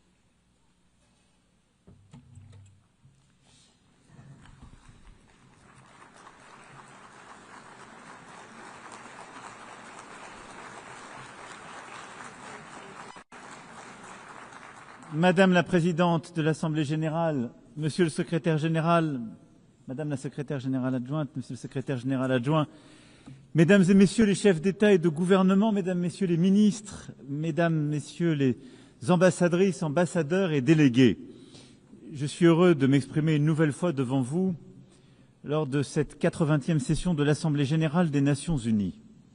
8 décennies que nous avons voulu consacrer au service de la paix, du développement, des droits humains. 80 ans qui nous obligent à mesurer le chemin parcouru et à adapter notre pas à la marche du monde. Le 26 juin 1945, nous adoptions la Charte des Nations unies après 2 guerres mondiales, alors que les combats faisaient encore rage en Asie, que la décolonisation était à peine entamée, que l'Union soviétique étendait son empire et que nous comptions les morts par millions et découvrions l'horreur de la Shoah. Oui, cette étape du monde n'était pas terminée et pourtant nous étions en train de bâtir, à coup de résolution et de détermination, cette volonté de préserver les générations futures du fléau de la guerre et proclamions notre foi dans les droits fondamentaux de l'homme et nous nous engagions à créer les conditions de la justice, à favoriser le progrès social, à pratiquer la tolérance et à vivre en paix les uns avec les autres. Nous ne rêvions pas, et en convoquant ici notre passé, ce que nous étions il y a 80 ans, j'ai envie de vous dire ce soir, nous avons le droit de rêver. Parce que notre monde d'aujourd'hui mérite la même détermination à agir ensemble. Nous étions 51 à San Francisco et ce sont désormais 193 États membres qui siègent dans cette Assemblée. Les textes qui font notre organisation posent clairement les principes de l'action collective. Ils expriment des valeurs communes. Ils définissent des procédures robustes. Et je sais pourtant combien les frustrations sont là que nourrit la représentation inégale des États, en particulier au Conseil de sécurité. Et c'est pourquoi je soutiens avec force son élargissement, sa réforme, en particulier son élargissement pour le continent africain. Je sais aussi combien les équilibres politiques, économiques et sociaux ont évolué et que de nouveaux acteurs ont pris plus de responsabilités et qu'une multitude s'interroge sur la promesse des Nations unies, sa réalité et son bénéfice. Alors ne nous mentons pas, ce 80e anniversaire n'est pas une fête. Les conflits armés se multiplient, internes ou internationaux, étatiques ou provoqués par l'action criminelle et terroriste. Et les belligérants bafouent délibérément les conventions de Genève, comme si l'horreur servait la vengeance ou la terreur la victoire. Gaza, l'Ukraine, le Soudan, Haïti, la Birmanie, la République démocratique du Congo. La liste est aussi longue qu'insoutenable des violences que subissent les populations dans ces territoires de guerre. De grandes transformations sont aussi en cours pour nous tous sur cette planète. Le changement climatique n'est pas maîtrisé, l'effondrement de la biodiversité se poursuit, les efforts que la plupart d'entre nous sont prêts à faire se heurtent au cynisme de quelques-uns qui peuvent faire la différence mais s'y refusent encore. Et nous voyons l'accélération des technologies qui ouvrent d'immenses horizons, d'immenses opportunités, mais laissent aussi le champ libre à des forces d'autant plus dangereuses qu'elles ne sont pas régulées. Nous voyons le commerce mondial qui vit l'heure des guerres tarifaires, lesquelles s'ajoutent aux déséquilibres mondiaux. Cette alarme n'éteint pour autant pas l'espoir. Nos divisions n'empêchent pas que la Syrie s'est libérée de la dictature, que l'Ukraine tient bon et que la paix est possible dans la région des Grands Lacs. Nous avons aussi approuvé des traités et des accords ambitieux que certains pensaient impossibles. Un traité sur les pandémies, un traité pour protéger la haute mer, un autre pour financer le développement. C'est bien que la complexité du monde n'est pas une raison de renoncer à nos principes et nos ambitions. Et en quelque sorte, nous vivons un moment paradoxal où nous avons besoin, plus que jamais, de restaurer l'esprit de coopération qui a prévalu il y a 80 ans. Et où pour autant nous sommes en train de nous diviser, et où, il faut bien le dire, les divisions au sommet de l'ordre mondial. La fracturation du monde nous freine dans notre capacité collective à régler les grands conflits du moment ou à relever les défis qui supposent de nous entendre. La France est fière de compter parmi les peuples des Nations Unies et rend hommage à tous ceux qui les servent. Soldats sous casque bleu qui maintiennent la paix où personne ne va plus, travailleurs humanitaires et personnels de santé qui se portent au secours des plus fragiles, juristes, observateurs, rapporteurs qui témoignent de la réalité, imposent la force du droit et préviennent l'arbitraire. Et je voudrais ici aussi parler de temps et temps de nos ONG, de nos soignants, de nos journalistes, bien d'autres encore, qui témoignent que cette organisation est irremplaçable. C'est la raison pour laquelle ceux qui en sont les pires critiques sont aussi ceux qui veulent changer les règles du jeu, sûrs qu'ils sont de leur domination et plus intéressés à se partager le monde qu'à dégager les compromis nécessaires au bien commun. Au fond, le grand risque du moment que nous vivons, c'est le risque de voir l'état de fait l'emporter. C'est le risque de voir la loi du plus fort l'emporter. C'est le risque de voir l'égoïsme de quelques-uns l'emporter. C'est le risque de voir quelques-uns penser qu'à eux seuls, ils peuvent décider du cours du monde et d'oublier qu'il n'y a pas de communauté internationale sans un rapport respectueux entre pairs, sans une coopération entre pairs, qui seul rend possible la paix, qui seul rend possible de relever les défis du changement climatique, de la transformation technologique ou de la lutte contre les proliférations militaires. C'est pourquoi la priorité, 80 ans après, qui doit être la nôtre, est de savoir retrouver la sève de ce multilatéralisme efficace, d'une efficacité collective. Là où il faut bien le dire, l'anti-jeu, dirait-on ailleurs, de quelques-uns rend presque impossible l'efficacité de notre organisation collective. Il nous faut travailler ensemble pour retrouver ce multilatéralisme efficace. Et il est vain à cet égard de diviser le Nord du Sud, de penser qu'il y aurait un Occident uni face à un Sud global. Fantasme, récit du moment qui voudrait opposer bloc à bloc les uns aux autres. Ici, dans cette enceinte, il n'y a que des femmes et des hommes qui n'ont pas les mêmes religions, qui pensent différemment, dont les civilisations sont parfois différentes, mais qui ont décidé un beau jour que bâtir la paix, relever les défis, en particulier de l'inégalité ou des grandes transitions du monde, supposait qu'ils oublient ces différences pour coopérer tous ensemble. C'est pourquoi il nous faut consolider plutôt les règles existantes et les institutions qui garantissent notre autorité collective et cette efficacité. Les droits de l'homme restent le pilier central de l'édifice des Nations Unies et donnent leur cohérence à l'ensemble des mesures que nous prenons. Et dans cette période où les conflits se multiplient et s'étendent, ce sont aussi à des crises massives des droits humains que nous faisons face.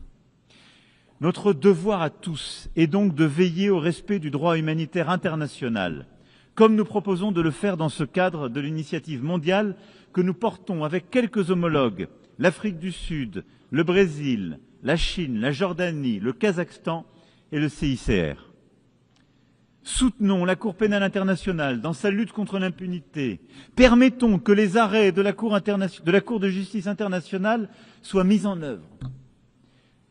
L'autorité du droit est notre meilleure chance face à la loi du plus fort. L'application des principes est le seul remède aux 2 poids 2 mesures que tant d'entre nous sont venus dénoncer à cette tribune, devant cette Assemblée, depuis que nous en avons fait le Parlement du monde. La paix et la sécurité sont pour tous. C'est pourquoi il est si important que l'Ukraine résiste à la Russie et obtienne une paix qui dissuade celle-ci de lui voler encore son territoire, ses enfants, ses richesses et son avenir. L'agression russe n'est pas le problème de l'Europe, mais celui de nous tous ici. Elle pose l'éternelle question de l'autorité du droit face à la loi du plus fort, de la liberté face à l'impérialisme. L'Ukraine n'a pas voulu la guerre. Elle veut la paix. La France aussi veut la paix. Les Européens veulent la paix. Les États-Unis d'Amérique veulent la paix. Pour cela, l'Ukraine a un droit fondamental, celui de vivre en sécurité et de ne plus craindre que la Russie l'attaque à nouveau. C'est pourquoi la France, avec le Royaume-Uni, a bâti une coalition des volontaires rassemblant 35 nations pour donner à l'Ukraine des garanties indispensables à sa sécurité dans la durée. Nous créons ainsi les conditions d'une paix solide et juste qui permettra aux Ukrainiens d'accomplir leur destin. Et ce qui s'est passé ces dernières semaines dans l'espace aérien de la Pologne, cher Président, de la Roumanie, les provocations vues en Estonie ou ailleurs, sont la preuve aussi que tous les Européens sont défiés aussi par des menaces et des volontés de déstabilisation russe qui supposent une telle unité. L'Ukraine l'a dit souvent, elle est prête au cessez-le-feu et accepte la négociation. Il revient désormais à la Russie de prouver qu'elle peut choisir la paix alors qu'elle multiplie aujourd'hui les attaques contre les civils en Ukraine et les provocations que je viens d'évoquer. Dans cette attente, la France se tiendra fermement aux côtés de l'Ukraine, avec ses partenaires européens et tous ceux qui comprennent l'importance de mettre la Russie en échec pour préserver l'ordre mondial. Et je me félicite des propos il y a quelques heures du président des États-Unis d'Amérique, rappelant l'affaiblissement progressif de l'économie russe, les échecs sur le terrain de la Russie qui, imaginez-le, en plus de 1000 jours, a à peine pris 1% du territoire ukrainien, malgré tant et tant de pertes, tant et tant de victimes civiles. Et je me félicite de voir que le président américain croit dans la capacité de l'Ukraine, pas simplement à tenir, mais à faire valoir ses droits avec nous. C'est parce qu'elle refuse le double standard, ce deux poids, deux mesures, que la France s'engage aussi aux côtés de l'Ukraine, comme je viens de l'évoquer, comme elle le fait pour la paix au Proche-Orient. Hier, nous avons adopté un plan crédible pour mettre fin à la guerre à Gaza, préserver une solution à deux États, Israël et la Palestine, permettre la libération de tous les otages et sauver tant et tant de vies. Nous avons tracé un chemin vers la paix qui nécessite avant toute autre chose que les otages encore détenus par le Hamas soient libérés, que les frappes sur Gaza cessent. Et je suis heureux que l'Arabie saoudite et la France aient convaincu un grand nombre de membres de cette Assemblée de signer la déclaration de New York. Nous sommes 142 membres de cette Assemblée à tendre la main pour bâtir un chemin de paix. La paix immédiate, libération des otages, cessez-le-feu, la stabilisation de Gaza, la démilitarisation et le démantèlement du Hamas, et une reconnaissance réciproque de deux États et un État de Palestine démilitarisé, reconnaissant Israël, et un État d'Israël reconnaissant un État de Palestine. Et tous les États de la région qui ne l'ont pas encore fait, reconnaissant ainsi l'État d'Israël. Par cette reconnaissance qui est en fait un chemin vers la paix, c'est aussi la stabilité de la région tout entière que nous cherchons à bâtir. Et il ne peut pas y avoir de sécurité, de stabilité pour Israël si c'est une guerre permanente avec tous les voisins qui est conduite. Paix avec la Palestine, en Cisjordanie et à Gaza, et à travers Jérusalem. Paix au Liban, où la lutte contre le terrorisme ne peut pas se faire au détriment de la souveraineté des Libanaises et des Libanais. Et c'est pourquoi je me félicite du travail que nous avons conduit main dans la main avec les États-Unis d'Amérique, avec les Nations Unies et la FINUL, pour bâtir ce chemin qui permet de restaurer la souveraineté du Liban, remettre les forces armées libanaises en situation, avec l'appui de la FINUL, de retrouver point à point cette souveraineté et évidemment de bâtir ce monopole des armes qui seules peuvent être détenues par les forces armées libanaises. Le Liban respire mieux quand le Hezbollah est moins fort. Le Liban respirera encore mieux quand l'ensemble des caches d'armes, quand l'ensemble des armes détenues par le Hezbollah seront reprises à la main des forces armées libanaises. Il n'y a pas d'autre choix. La France réunira à ce titre prochainement une conférence de soutien à la reconstruction du Liban et nous appuierons aussi la conférence que nos amis saoudiens tiendront en soutien aux forces armées libanaises. De la même manière, la Syrie doit retrouver son unité et sa souveraineté. La Syrie est plus libre depuis que le régime d'Assad est tombé. J'ai reçu le président de la transition à Paris, je le reverrai demain, et avec plusieurs États de la région, nous œuvrons pour que la Syrie puisse respecter toutes les composantes de sa société civile, qui en font la force, la sève, et en même temps puisse, en retrouvant cette unité, retrouver la pleine maîtrise, elle aussi, de sa souveraineté. Et puis, la région ne pourra être en paix que si le programme nucléaire iranien, qui a été partiellement détruit, est à nouveau pleinement contrôlé. C'est pourquoi la France, l'Allemagne et le Royaume-Uni ont déclenché d'un accord commun le processus menant au rétablissement de toutes les sanctions internationales prises précédemment contre l'Iran. Celui-ci porte seul la responsabilité de manquer à ses obligations, mais peut encore décider d'ouvrir les portes à l'AIEA, de faire la lumière sur son stock d'uranium enrichi et d'accepter de nouvelles négociations. Les prochaines heures seront déterminantes. Soit l'Iran fait un geste, se réengage dans un chemin de paix et de responsabilité, permettant de retrouver ce chemin et à l'AIEA de faire son travail et au stock d'être ainsi transféré. Soit les sanctions devront s'appliquer. J'aurai l'occasion d'en entretenir demain avec le président Pezeshkian. Sur chacune de ces questions cruciales, la France avance des solutions concrètes.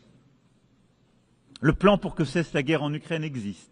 Le plan pour faire la paix au Proche-Orient existe. Le plan pour remettre sous contrôle le programme nucléaire iranien existe. Le plan pour retrouver la pleine souveraineté du Liban au sud existe. Chaque fois, nous voulons être le partenaire de tous ceux qui partagent cette exigence d'agir efficacement. Pourtant, le risque existe aussi que nous nous lassions d'agir et détournions le regard de trop de détresse. La tragédie humanitaire en cours au Soudan est sans doute la plus grave de toutes aujourd'hui. Il nous appartient collectivement de nous mobiliser, comme nous l'avons fait à Paris en 2024. Coordonnons nos efforts pour agir ensemble, pour que les belligérants acceptent la négociation et remettent le pouvoir aux civils. De la même manière, dans la région des Grands Lacs, la souveraineté et l'intégrité territoriale de la République démocratique du Congo doivent être respectées. Il faut rendre l'espoir à la population des Kivu et aux centaines de milliers de personnes qui ont été déplacées. Et c'est aussi pour cela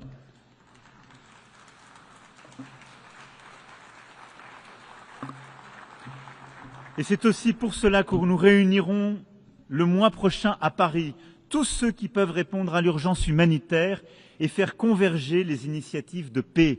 Et je me félicite de ce qui a été conduit par l'Union africaine, par tant de voisins, par le Qatar, par les États-Unis d'Amérique. Mais l'urgence humanitaire, là aussi, est indispensable. Nous ne devons oublier aucun de ces conflits. Nous n'avons pas le droit, à aucun moment, de nous décourager. Cette capacité de sursaut, c'est notre force. C'est ce qui nous a rassemblés il y a 8 décennies. Nous n'avons aucun droit à la fatigue dans ce moment que nous vivons. Et ayant égrené, sans être pour autant complet, tant de crises, je regarde avec vous lucidement le monde dans lequel nous vivons. Nous voyons partout les risques de prolifération revenir et les nouvelles menaces sans cadre collectif réémerger. L'urgence est aussi à rebâtir un cadre crédible, vérifiable pour lutter contre toute prolifération nucléaire, de reconstruire un cadre crédible pour recontenir les menaces et les proliférations balistiques. Je n'oublie pas les menaces chimiques, bactériologiques, et je n'oublie pas les risques nouveaux, ceux qui impliquent l'intelligence artificielle, le quantique, le cyber ou le spatial. Autant de menaces sur lesquelles nos cadres existants communs ont été affaiblis ces dernières années. Parfois parce que certains les ont rendus caducs, d'autres fois parce que les règles de vérification n'ont pas été dûment observées, aussi parce que l'accélération technologique fait que celle-ci et ses capacités d'innovation vont plus vite que nos cadres existants. Sur tous ces points, nous n'avons pas le droit de céder. Et notre responsabilité est d'avancer, de bâtir ce cadre de paix indispensable. C'est la même exigence d'efficacité, ce même multilatéralisme efficace qu'il nous faut avoir sur les grands défis globaux qui sont les nôtres. Je sais l'attention que le secrétaire général y accorde et je veux le remercier de l'ambition qu'il affiche pour notre organisation au travers de l'initiative ONU 80. Et je partage cette préoccupation. Oui, il nous faut, dans ce moment de désordre que j'évoquais pour les grandes questions de paix et de guerre, ne pas oublier que nous avons tant de défis globaux qui supposent le même esprit de coopération. Regardons en face nos grands déséquilibres mondiaux. Ils touchent toutes les économies, certes les plus riches, et je parle au nom de l'une d'entre elles, mais encore plus les pays à revenus intermédiaires, les pays développement et évidemment les plus pauvres. Si nous n'arrivons pas à avoir une conversation internationale organisée sur les grands déséquilibres de la planète, si nous y répondons de manière dispersée et non coopérative, nous les aggraverons. Aujourd'hui, notre défi, c'est de voir comment aider la Chine à développer la demande intérieure dont elle a tant besoin. Comment essayer de faire que les capacités de production remarquables qu'elle a su développer ces dernières années, ces capacités technologiques, font l'objet parfois de transferts de technologie, mais aussi s'accompagnent d'un développement harmonieux de son marché intérieur. Comment faire face aujourd'hui aux déséquilibres commerciaux américains de manière coopérative et pas par des tarifs qui viendront fracturer notre commerce international? Et comment faire que nous ayons une Europe qui arrive à répondre aux besoins d'investissement collectifs qui sont aujourd'hui les nôtres? Ces défis supposent que nous ayons des coopérations entre grandes économies, mais que nous n'opposions pas aussi le G7 avec les BRICS, et c'est tout l'agenda que nous nous fixions pour le G7 français de 2026, en lien évidemment avec la présidence canadienne aujourd'hui du G7 et les présidences successives du G20. Il nous faut retrouver cet esprit de coopération qui est indispensable, parce que c'est ce qui nous permettra aussi d'avoir un agenda commun pour financer les défis mondiaux qui sont les nôtres. Regardons-nous aujourd'hui. Nous sommes partout en train de réduire nos ambitions communes pour financer les grands défis du monde. Baisse des financements collectifs pour la santé, baisse des financements collectifs pour la sécurité alimentaire, baisse des financements collectifs pour l'éducation. Ces défis sont pourtant les nôtres, autant et encore plus qu'ils l'étaient avant la pandémie de Covid-19. Et donc il est absolument indispensable que collectivement, nous sachions bâtir des solutions concrètes, des financements nouveaux pour le faire. Les Européens ont décidé de se mobiliser et je remercie la présidente de la Commission qui a eu un discours fort en la matière et mobilise les instruments de financement que, européens, nous avons mis ensemble pour répondre à ces grands défis. Mais nous devons le faire aussi dans un cadre rénové, celui que nous avons essayé ensemble de bâtir pendant la pandémie elle-même, avec nos partenaires africains, lors du sommet des financements que nous avions ensemble construit en 2021, celui ensemble que nous avons poursuivi lors du sommet des 4P, où nous avons bâti ce pacte pour la prospérité des peuples et la planète, au fond avec un même agenda. Nous devons ensemble mieux coopérer face aux déséquilibres économiques mondiaux. Nous devons bâtir un agenda de croissance partout. Mais nous devons le faire pour aussi aider des pays à financer les efforts d'éducation, de santé, de stabilisation et de sécurité alimentaire, et pour relever les défis de la biodiversité et du climat. Sortons de ce dilemme où il faudrait choisir entre la croissance et le climat et la biodiversité. Nous pouvons le faire si nous savons mobiliser ces financements, publics et privés, dans un cadre qui réunit l'Est, l'Ouest, le Sud et le Nord. C'est ce cadre que nous avons bâti. Il suppose de maintenant accélérer la transition qui a commencé à être conduite, et je veux les en remercier, par les dirigeants de la Banque mondiale et du Fonds monétaire international. Mais il nous faut aller plus loin. Ces cadres sont encore devenus obsolètes. Nous avons besoin de mobiliser davantage de financements privés pour accompagner ces transitions, dans les pays à revenus intermédiaires, dans les pays en développement, dans les pays les plus pauvres. Il nous faut construire des mécanismes de garantie, de prise en charge des premières pertes. Il nous faut mobiliser plus de financements privés pour venir dans ces pays et les aider à la croissance. C'est indispensable si nous voulons éviter les crises, les déstabilisations de demain. Cet agenda est un agenda qui nous réunit et qui sort en quelque sorte quelques-uns de leur égoïsme et évite que quelques autres soient en quelque sorte confrontés seuls aux défis qui sont les leurs. C'est pourquoi aussi nous devons continuer, quels que soient les vents mauvais qui soufflent, à nous mobiliser face aux défis de la biodiversité et du climat. Je le disais, nous avons su ensemble bâtir des victoires ces derniers mois. Le traité de Nice, qui a pu rentrer en vigueur par une mobilisation collective, va enfin donner un cadre de régulation à nos océans. C'était attendu depuis des décennies. C'est la même mobilisation collective que nous devons avoir sur le plastique. Bâtir un traité international visant à mettre fin à la pollution plastique. C'est la même mobilisation que nous devons avoir pour déployer de manière beaucoup plus efficace les crédits biodiversité et redonner plus de consistance à nos crédits carbone. Et c'est la même mobilisation qu'il nous faut avoir en vue de la COP de Belém. Je le dis ici, l'Europe et la France seront au rendez-vous. Elles seront au rendez-vous des objectifs de 2035 qui nous sont assignés, seront au rendez-vous aussi de la mobilisation de tous les financements pour mener cette transition, qu'ils soient publics ou privés. Nous n'avons pas le droit, là aussi, de nous détourner des objectifs que nous nous sommes assignés à nous-mêmes. Nous n'avons pas le droit, en quelque sorte, de nous replier.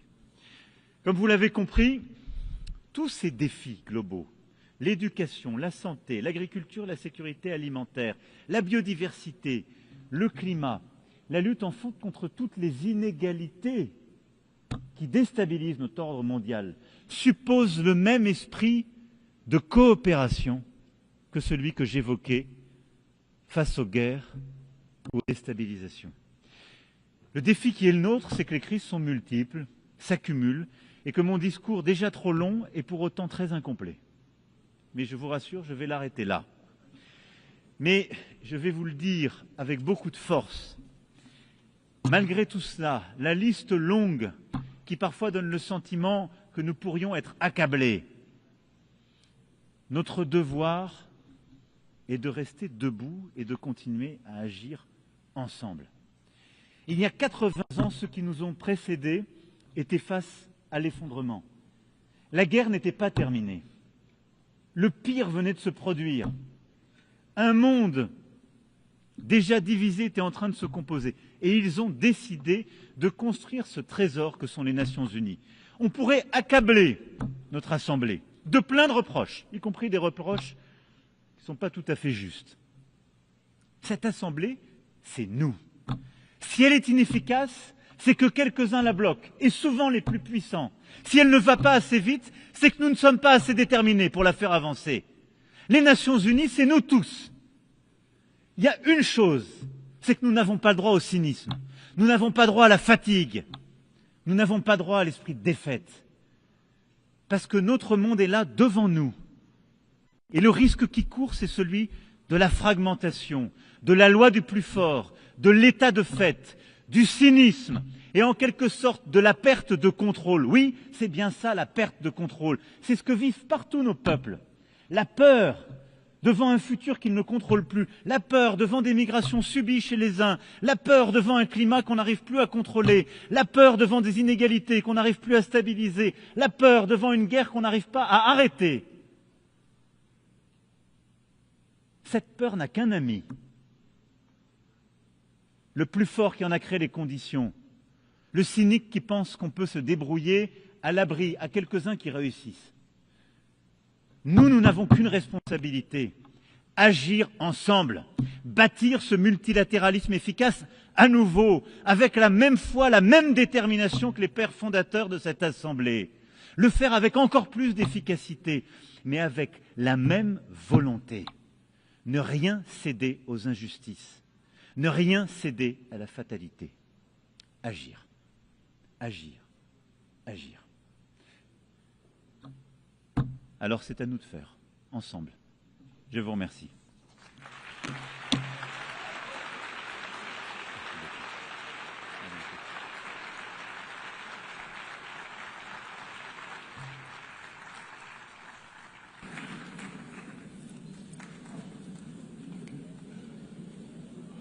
On behalf of the Assembly, I wish to thank the President of the French Republic.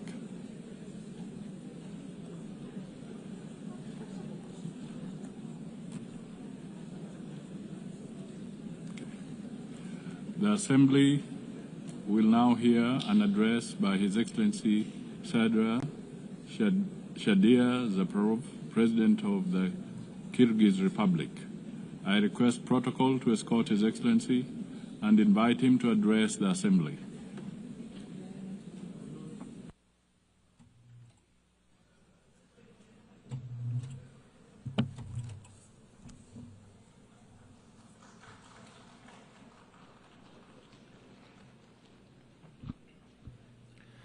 Урматтуу төрайым, урматтуу башкы катчы мырза, урматтуу делегация башчылары, айымдар жана мырзалар.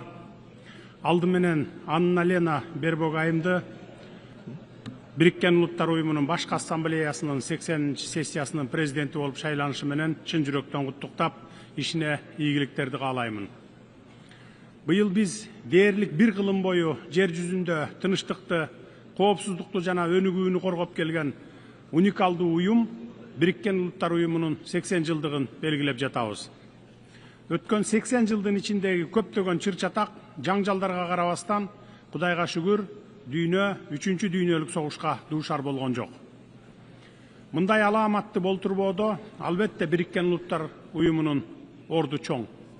Уюм эл аралык баарлашуунун аянтчасы гана болуп кала бербестен, глобалдык кагылышуулардын алдын алууда өзгөчө ролду ойноду. Бүгүнкү күнү дүйнөлүк саясатта регионализм тенденциялары күч алууда. Баалар өсүүдө, ликвиддүүлүк жетишсиз, экономикада санкциялар согушу уланууда. Терроризм жана экстремизм коркунучу бардык өлкөлөрдү тооруп турат. Учурдагы сыноолорго карабастан, Бириккен Улуттар Уюму моралдык бийлиги жана институттук потенциалы бар бирден бир универсалдуу уюм бойдон калууда. Урматтуу айымдар жана мырзалар, бүгүн Кыргызстан саясий туруктуулук жана жүрүп жаткан социалдык экономикалык өсүштөр менен сыймыктанабыз. Бул жетишкендиктер бизге оңой келген жок. Биз үчүн эркиндикке жана көз карандысыздыкка жетишүүнүн куну кымбатка турду. Бирок мен бир нерсени ишенимдүү айта аламын, Кыргызстан өзүн мамлекет катары түптөй алдык. Бул жетишкендигибиз бизге келечекке карай чоң максаттарды коюуга мүмкүнчүлүк берди. Эл аралык уюмдар, анын ичинде Бириккен Улуттар Уюму да Кыргызстанды Евразия континентиндеги эң эркин жана туруктуу, күчтүү жарандык коомго ээ болгон мамлекеттердин бири катары тааныйт. Коррупцияга жана кылмыштуулукка каршы масштабтуу жана келишкис күрөш Кыргызстанда мамлекеттик саясаттын артыкчылыктуу багыты болуп калды. Бүгүн биздин алдыбызда эртеңки күндүн талабына ылайык саясий жаңылануунун жана экономиканы өнүктүрүүнүн милдети турат. Биз инвестициялык климатты жакшыртуу милдетин койдук, маалыматтык коомду, адилет жана ачык мамлекеттик башкарууну кура баштадык. Айымдар жана мырзалар, дүйнөнүн бардык мамлекеттеринин лидерлери өздөрүнө жана бири-бирине уюм эмне үчүн түзүлгөндүгүнүн улуу миссиясын эске салып, эскерүү үчүн жыл сайын Нью-Йоркко чогулушат. Мен дагы ушул миссия менен Нью-Йоркко келип отурам. Бүгүн менин дипломат кызматкерлерим эл аралык дипломатиялык абалды эске алган СПА текст даярдашыптыр. Бирок быйыл мен бул бийик трибунага чыгып, дипломат болбой эле коеюнчу деп чечтим. Быйыл мен бул трибунадан мамлекет башчысы гана эмес, дүйнөдө болуп жаткан эл аралык окуяларга өзүнүн чыныгы ой пикирин, ой толгоосун билдирген жөнөкөй адам, өз мамлекетинин жөнөкөй жараны катары сөз сүйлөгүм келип турат. Быйыл менин Бириккен Улуттар Уюмунун башкы ассамблеясына сөз сүйлөө үчүн 4-чү жолу келишим. 3 жыл катары менен келип кетип, кулакка жагымдуу, жакшынакай сөздөрдү сүйлөдүм. Бүгүн мен миллиондогон кишилердин жүрөгүнө өйгөн көйгөйлөрдү ачык айкын айтайын деп чечтим. Дүйнөнүн чар тарабында, ар улуң бурчунда, Европада, Жакынкы Чыгышта, Африкада жана Азияда жаңы куралдуу кагылышуулар жана согуштар тутанууда. Миллиондогон адамдар үй жайынан ажырап, өз жерин, өлөң төшөгүн таштап кетүүгө аргасыз болууда. Миллиондогон адамдар курман болууда. Жапа чеккен адамдар кимдер? Негизинен карапайым эл. Алардын өлүмүнөн акча жасаган бул дүйнөлүк саясатчылар. Биз көптөгөн элдердин, Палестинанын, Украинанын, Судандын, Сириянын жана башкалардын азап чегип жатканына көз жумуп олтурбашыбыз керек. Ал жерлерде согуштук аракеттер уланып, карапайым адамдар кырылып, адам укуктары бузулууда. Дүйнө коомчулугу өзүнүн өзүмчүл геосаясий кызыкчылыктарына таянып, аталган чыр-чатактарга мунусу көбүрөөк, ал эми тигиниси азыраак маанилүү деген принцип менен мамиле кылып, кош стандарттуу ыкманы колдонууда. Украинада дээрлик 4 жылдан бери жаңжал уланып, адамдар өлүп, жарандары өлкөдөн качып чыгууда. Биз АКШ президенти Дональд Трамп менен Россия президенти Владимир Путиндин Украинадагы жаңжалды жөнгө салууга багытталган аракеттерин жана чечимдерин колдойбуз. Биз буга кызыктарбыз. Анткени Россия Украина жаңжалынан улам биз дагы жапа чегип жатабыз. Бир тараптуу санкциялар бизге, жаңыдан бутуна туруп келе жаткан өлкөгө да кесепетин тийгизүүдө. Кыргызстан экономикасын өз алдынча чыңдоого күчүрөп аракеттенип келебиз. Андыктан негизсиз санкцияларды өлкөнүн ички иштерине кийлигишүү катары жана жаңыдан бутуна туруп келе жаткан экономикабызды төбөсүнөн ылдый басуу деп баалайбыз. Мен дайыма айтып келгем жана дагы бир жолу кайталаймын. Кыргызстан өзүнүн эл аралык милдеттенмелерин ар дайым так аткарып келген жана аткара беребиз. Бирок биз жарандарыбыздын кызыкчылыгын, өлкөнүн экономикалык өнүгүүсүн курмандыкка чала албайбыз. Кыргызстанга карата жарыяланган санкциялар айрым бейөкмөт уюмдар жана кара ниет жарандарыбыз тарабынан жайылтылган жалган маалыматтарга негизделген. Кыргызстан банктардын ишмердүүлүгүн кылдат текшертирүү үчүн көз карандысыз эл аралык аудиттерди кабыл алууга даярбыз. 2024 жылы Европа Бирлигинин өлкөлөрү Россия менен 141 миллиард долларга соода жүргүзсө, анын 36 миллиард доллары Россиядан импорттолгон товарлар болгон. Ал эми биздин эки банкка каршы санкция жарыялаган Британиянын өзү 2024 жылы Россия менен 2,2 миллиард долларга соода жүргүзгөн. Ачык айтканда, кимдир бирөөлөр өз алдынча кызматташуу мүмкүнчүлүгүн өзүмчүлүк менен өзүнө калтырып, өз кызыкчылыктарын коргоп, башкаларга тыюу салган. Бул көрүнүштү кантип атоо керек? Өзгөдөн бир нерсе талап кылаардан мурда өзүң башкаларга үлгү бол деген сөз. Бизге Россия менен кызматташпагыла деген талап коесуңар дагы өзүңөр кеңири кызматташып жатасыңар. Бизди силерге караганда Россия менен көптөгөн экономикалык байланыштар бириктирип турат. Ошондуктан экономикалык жактан алганда Россия менен кызматташпай кое албайбыз. Биз башкалар менен тирешүүнү каалабайбыз. Биз дээрлик бардык өлкөлөр менен кызматташып, көп векторлуу саясат жүргүзүп жатабыз. Мисалы, биз ошол эле Англияга жылына 1 миллиардтан ашык долларга алтын сатабыз. Менин өлкө президенти катары биринчи милдетим жарандарымдын жана өлкөмдүн коопсуздугун камсыз кылып, экономикалык абалын жогорулатуу. Биз экономикалык кызматташтыкты жана сооданы саясатташтырууга каршыбыз. Ошондуктан эки банкыбызга салган санкцияларды тез арада алып салууну талап кылабыз. Урматтуу айымдар жана мырзалар, Бириккен Улуттар уюмунун башкы катчысы буга чейин Газа тилкесин миңдеген балдардын көрүстөнү деп мүнөздөгөн. Газадагы согушту жана үрөй учурган окуяларды токтотуу үчүн дагы эмне кылуу керекпиз? Биз Газа тилкесиндеги аеосуз кагылышуулардын айынан эбегейсиз жоготууларга учурап жаткан Палестина элине тилектеш болушубуз керек. Бүткүл дүйнөнүн көз алдында өтүп жаткан адамчыдагыс трагедияга кайдыгер карабашыбыз керек. Биз палестиналыктарга каршы геноциддин токтотулушун жана Бириккен Улуттар уюмунун эл аралык соту тарабынан эл аралык соттук иликтөөнүн башталышын талап кылабыз. Менин өлкөм ар дайым зордук зомбулуктун жана терроризмдин бардык көрүнүштөрүн кескин айыптайт. Анын ичинде 2023 жылдын 7 октябрындагы Израилге террорчулардын кол салууларын дагы айыптайбыз. Андай террорчуларды катуу жазалоо керек. Бирок терроризмге каршы күрөшүүнүн, террорчуларды жок кылуунун өз ыкмалары, жол жобосу бар да. Ошол ыкмалар менен күрөшүш керек эле. андай террорчулардын кесепетинен миллиондогон жөнөкөй жарандар, жаш балдар кырылбаш керек эле. Эмне себептен карапайым элдин, бейкүнөө балдардын 100 миңдеп кырылышына жол берип жатабыз?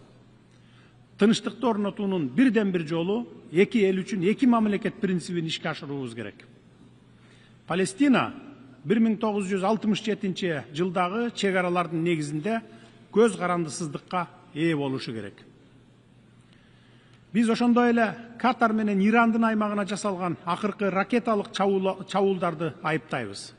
Анткени бул чабуулдар көз карандысыз өлкөнүн эгемендүүлүгүнө кол салуу болуп саналат, аймактагы туруктуулукка жана коопсуздукка коркунуч келтирет жана эл аралык укуктун ченемдерине каршы келет. Газа, Иран, Ливан жана башка аймактардагы терроризмге, коркунучтарга каршы күрөшүү алардын масштабына жана мүнөзүнө ылайык келүүгө тийиш. Бейкүнөө жарандар, аялдар жана балдар жабыркабашы керек, алар курмандыкка чалынбашы керек. Урматтуу айымдар жана мырзалар, коңшу өлкө катары Кыргызстан азыркы оор шарттарда Афган элине ар тараптуу колдоо көрсөтүүнү, Афганистандын экономикасын аймактык жана дүйнөлүк экономикалык процесстерге интеграциялоо маанилүү деп эсептейт. Афганистанды эл аралык изоляцияга алуу, аны чет элдик жардамсыз калтыруу туура эмес. Бул адилетсиздик. Геосаясий идеологиялык максаттарды көздөп, каржылык инструменттерди колдонуу аркылуу гуманитардык кризисти курчутууну адилетсиздик жана адамгерчиликсиздик деп эсептейбиз. Ошондуктан биз батыш өлкөлөрү тарабынан тондурулган Афганистандын активтерин 9 миллиард акш долларынан ашык акча каражатын мүмкүн болушунча тез арада мыйзамдуу ээсине, Афган элине кайтарылышы керек деп эсептейбиз. Аталган каражаттар инфраструктураны калыбына келтирүүгө, жергиликтүү банктар аркылуу жарандарга жеткиликтүү насыяларды берүү мүмкүнчүлүгүн кеңейтүүгө, айыл чарбасын өнүктүрүүгө жана жакырчылыкта жашаган миллиондогон адамдарга жаңы мүмкүнчүлүктөрдү түзүүгө жардам бермек. Бул акчаларды ушул тапта өзүңөр колдонуп, пайдасын көрүп жатасыңар. Эмне деген уятсыздык. Ушул эле Бириккен Улуттар Уюмунун маалыматына ылайык, 2025 жылы Афганистанда 15 миллиондон ашык адам ачкачылыкка дуушар болсо, 24 миллион адам гуманитардык жардамга муктаж болуп турат. Барыбызга маалым болгондой, сентябрь айынын алгачкы күндөрүндөгү жер титирөөдөн улам 2000ден ашуун афган боордошторубуз каза тапты. Тилекке каршы акча каражаттарынын жетишсиздигинен жана инфраструктуранын начарлыгынан улам жабыркагандарга өз убагында жардам көрсөтүүгө мүмкүн болгон жок. Биз батыш өлкөлөрүнүн лидерлеринин Афган элинин келечеги үчүн активтерин тез арада кайтарып берүүгө чакырабыз. Эгер Афган эли жакырчылыктан, ачарчылыктан тез арада чыксын десеңиздер, токтоосуз кайтарып бериңиздер. Адам укугу, мамлекеттер аралык укуктар жөнүндө сүйлөгөн сөзүңөр менен кылган ишиңер мына ошондо бири-бирине дал келет. Урматтуу жыйындын катышуучулары, Африка өлкөлөрүндөгү чыр-чатактардан баштап азык-түлүк коопсуздугуна чейинки маселелер сөз жүзүндөгү боорукердикти эмес, конкреттүү иш менен бекемделген тилектештикти талап кылат. Африка 1,5 миллиардтан ашык калкы бар, 54 мамлекет жайгашкан Евразиядан кийинки эле экинчи чоң континент. Африкада ресурстардын эбегейсиз запастары бар жана биз жакынкы келечекте Африканын дүйнөлүк экономикадагы жана эл аралык саясаттагы ролу бир нечесе жогорулай тургандыгына ишенебиз. Ошондуктан Африканын эбегейсиз кен байлыктары Африканын тез өнүгүүсүнө жана өз кызыкчылыктарына жумшалыш керек. Бириккен Улуттар Уюмунун тынчтыкты сактоо ишин күчөтүүбүз зарыл. Менин өлкөм 1990 жылдардын башында эгемендүүлүккө ээ болгондон тартып, Бириккен Улуттар Уюмунун тынчтык күчтөрүн конфликт болгон өлкөлөргө жөнөтө баштаган. Бул биздин бүткүл дүйнөдөгү тынчтыкты жана коопсуздукту чыңдоого чын ыкластан салым кошууну каалай тургандыгыбызды дагы бир жолу далилдейт. Мамлекеттердин салымы алардын өлчөмү менен эмес, алардын тынчтыкка жана тилектештикке чын ыкластуу каалоосу менен аныкталууга тийиш. Биз эл аралык келишимдерди, Анын ичинде ядролук куралдарды таркатпоо жөнүндөгү келишимдерди аткарууну жактайбыз. Жаш муундарды өзөктүк куралсыз дүйнөнү кабылдоого тарбиялашыбыз керек. Жаш муундардын арасында массалык кыргын салуучу куралдардын колдонуунун кыйратуучу кесепеттери жөнүндө түшүндүрүү иштерин жүргүзүүбүз зарыл. Кыргыз тараптын демилгеси менен жана Бириккен Улуттар Уюмуна мүчө мамлекеттердин колдоосу менен куралсыздануу боюнча эл аралык агартуу күнүнүн концепциясын ишке ашыруу эң сонун аянтча болмок. Кыргызстан Борбор Азиядагы өзөктүк куралдан эркин аймак жөнүндөгү келишимдин демилгечилеринин бири жана депозитарийи болуп саналат.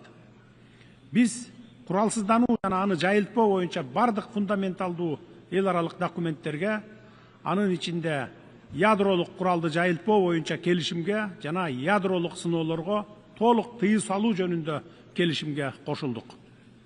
Ырааттуулук принцибине ылайык Кыргыз Республикасы өзөктүк куралга тыюу салуу жөнүндө келишимге кол коюу жөнүндө саясий чечим кабыл алып кол койдук.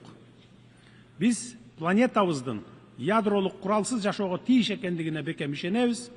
Адамзаттын бул ойлоп табуусу жалаң гана тынычтык максаттарга колдонууга тийиш. Урматтуу айымдар жана мырзалар, туруктуу өнүгүү жана аймактык интеграция үчүн Борбордук Азия өлкөлөрү тең укуктуу диалогко жана активдүү өз ара аракеттенүүгө муктаж. Кыргызстан татаал тарыхый географиялык шарттарга карабастан коңшу мамлекеттер менен, атап айтканда Tajikistan жана Uzbekistan менен чек ара маселелерин тынычтык жолу менен чечип алдык. Бул процесс жогорку деңгээлде жана эксперттик деңгээлдерде узакка созулган сүйлөшүүлөр менен коштолуп, бардык тараптардын кызыкчылыгын эске алуу менен чечилди. Бүгүнкү күндө Кыргызстандын, Тажикстандын жана Өзбекстандын чек аралары достуктун, сооданын жана кызматташтыктын чек арасы экенин ишенимдүү түрдө айта аламын. Бул тажрыйба саясий эрк, урматсый жана диалог бар жерде тынчтык болушу мүмкүн экендигин ырастап турат. Бул бизге бардык карама-каршылыктарды чечүүгө жана өнүгүү жолуна түшүүгө мүмкүндүк берди. Кыргызстан татаал маселелерди чечүүдөгү тажрыйбасын дүйнөлүк коомчулук менен бөлүшүүгө даяр. Келиңиздер, дүйнө жүзү боюнча курал жарактарга колдонулуп жаткан 3 триллион доллардан ашык акча каражаттарды элдин турмушун жакшыртууга, ачарчылыкты жоюуга, экологиябызды жакшыртып, абаны тазартууга колдонолу. Абадан дем алууда дүйнөнүн кайсы бурчунда жашаба, чек жок эмеспи? Баарыбыз бир аба менен дем алабыз. Ошондуктан кимдин куралы күчтүү деген жарышуу менен эмес, кайсы өлкөнүн жаратылышы, кайсы өлкөнүн абасы таза деген жарышуу менен жашоого баарыңыздарды чакырып кетет элем. Урматтуу достор, климаттын өзгөрүүсү бүгүнкү күндө биз күбө болуп жаткан чындык. Кургакчылык, мөңгүлөрдүн эриши, экосистеманын өзгөрүшү, биологиялык ар түрдүүлүккө карата коркунучтар алдыбызда турат. Кыргызстан бул өзгөрүүлөр өзгөчө таасир эте турган тоолуу өлкө. Биз азыртадан эле суу ресурстарынын азайышын, айыл чарба жана биологиялык ар түрдүүлүккө тиешелүү коркунучтарды башыбыздан кечирип жатабыз. Кыргызстан деңизге чыгууга мүмкүнчүлүгү жок болгонуна карабастан, эл аралык экологиялык демилгелерге активдүү катышып, глобалдык экосистемаларды коргоого багытталган келишимдерди колдоодо олуттуу роль ойной алат. Кыргыз Республикасы бир системанын эки уюлу болгон тоолордон океанга чейин деген жаратылыш системаларынын өз ара байланышынын таанууну жактап келет. Анткени океандардын келечеги тоолордун чокуларынан башталат. Бул контекстте биз деңиздеги биологиялык ар түрдүүлүк жаатындагы келишимди ратификациялап, ушул келишимге кошулган алгачкы 60тан ашуун мамлекеттин катарына кирдик. Деңиз жана жээк экосистемаларын коргоп турган дарыялар тоодон башталат. Демек, тоо экосистемаларын коргоо жана деңиздерди туруктуу башкаруу бири-бири менен байланышта турат. Азыр биз тоолуу аймактарды туруктуу өнүктүрүү боюнча мамлекеттердин, эл аралык уюмдардын жана эксперттердин борбордук аянтчасы катары 2027 жылга пландаштырылган Бишкек +25 экинчи саммитин даярдап жатабыз. Барыңыздарды бул иш-чарага активдүү катышууга чакырабыз. Кымбаттуу достор, Бириккен Улуттар Уюмунун башкы катчысы Даг Хаммершельд өз убагында таамай айткандай, Бириккен Улуттар Уюму адамзатты бейишке алып баруучу үчүн эмес, адамзатты тозоктон сактап калуу үчүн түзүлгөн деген сөзү бар. Бүгүнкү күндө бул сөздөр мурдагыдан да актуалдуу. Уюм согуштун үрөй учурган азаптарынан жаралган, бирок кызматташтыкка, диалогко жана сый урматка болгон ишенимдин аркасында жашап келе жатат. Бүгүнкү күндө анархияга жана бир тараптуу чечимдерге каршы калкан катары көп тараптуу системаны сактоо жана өнүктүрүү мурдагыдан дагы маанилүү. Заманбап чакырыктарга жана коркунучтарга адекваттуу эл аралык жаңы механизмдерди түзүү зарылдыгы быжып жетилди. Биздин уюм өзгөрүүлөргө муктаж жана бул учурдун талабы азыркы реалдуулук. Ушул контекстте биз Бириккен Улуттар Уюму 80 аталышындагы Бириккен Улуттар Уюмунун системасын реформалоо боюнча башкы катчынын аракеттерин колдойбуз. Мындан тышкары, Бириккен Улуттар Уюмунун Коопсуздук кеңешинин ишин өркүндөтүү жана реформалоо убактысы келди. Азыркы учурда Бириккен Улуттар Уюмунун Коопсуздук кеңешинин 15 мүчөсү дүйнөнүн бардык мамлекеттеринин тагдырын иш жүзүндө чечип жатышат.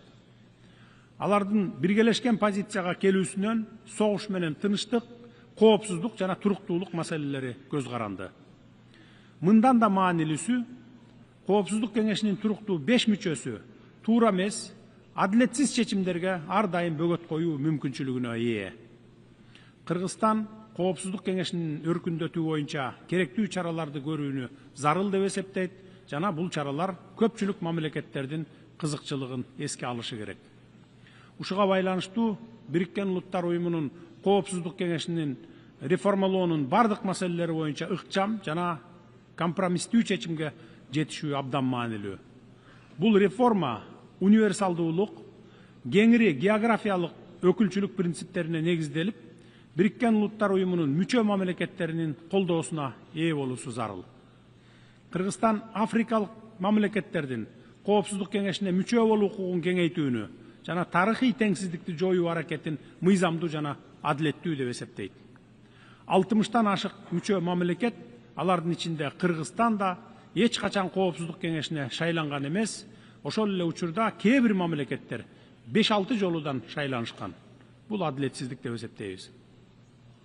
Урматтуу делегация мүчөлөрү, Кыргызстан дүйнөдөгү тынычтыкты, коопсуздукту жана туруктуу өнүгүүнү камсыздоодо өз салымын кошууга умтулууда. Дүйнөдөгү чакан мамлекеттердин маселесине Бириккен Улуттар Уюмунун көңүлүн буруу максатында Кыргызстан 2027-2028 жылдарга Бириккен Улуттар Уюмунун Коопсуздук кеңешинин туруктуу эмес мүчөлүгүнө өзүбүздүн талапкерлигибизди көрсөттүк.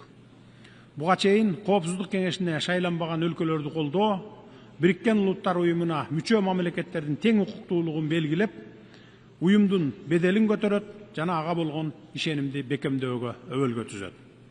Биз адилеттүүлүк принцибине ишенебиз, ошондуктан Бириккен Улуттар Уюмуна мүчө мамлекеттерден кийинки жылдын июнь айында өтө турган шайлоодо Кыргызстанды колдоп коюуңарды өтүнөмүн. Ар бир мамлекет Коопсуздук кеңешинин мүчөсү болууга жана дүйнөдөгү тынычтык менен коопсуздукту сактоого өз салымын кошуу мүмкүнчүлүгүнө ээ болууга тийиш. Биз Коопсуздук кеңешине олуттуу маселе сунуштай турган тажрыйбасы бар мамлекеттердин катарына киребиз деп ишенимдүү түрдө айта аламын. Биз эл аралык укукту, адилеттүүлүктү, адам укуктарын коргоону бекем карманабыз жана өз ара урматтоого, кызыкчылыктардын балансына жана келечек муундардын жоопкерчилигине негизделген көп тараптуу системаны колдойбуз. Урматтуу айымдар жана мырзалар, учурдун чакырыктары жалпыбызга тиешелүү жана аларга карата жоопторубуз да бирдиктүү болушу керек. Айткан сөзүбүз менен ишибиз дал келүүсү кажет. Биз аракетсиздикке жол бербешибиз керек. Дүйнө аракетти талап кылат. Планетабыздын келечеги баарыбыздын жалпы жоопкерчилигибиз. Көңүл бурганыңыздарга рахмат.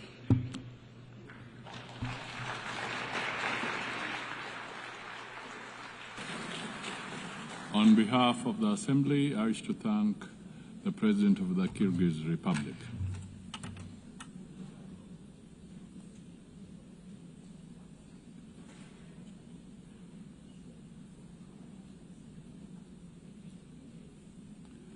The Assembly will hear an address by His Excellency Gustavo Petro Urrego, President of the Republic of Colombia. I request protocol to escort His Excellency and invite him to address the Assembly.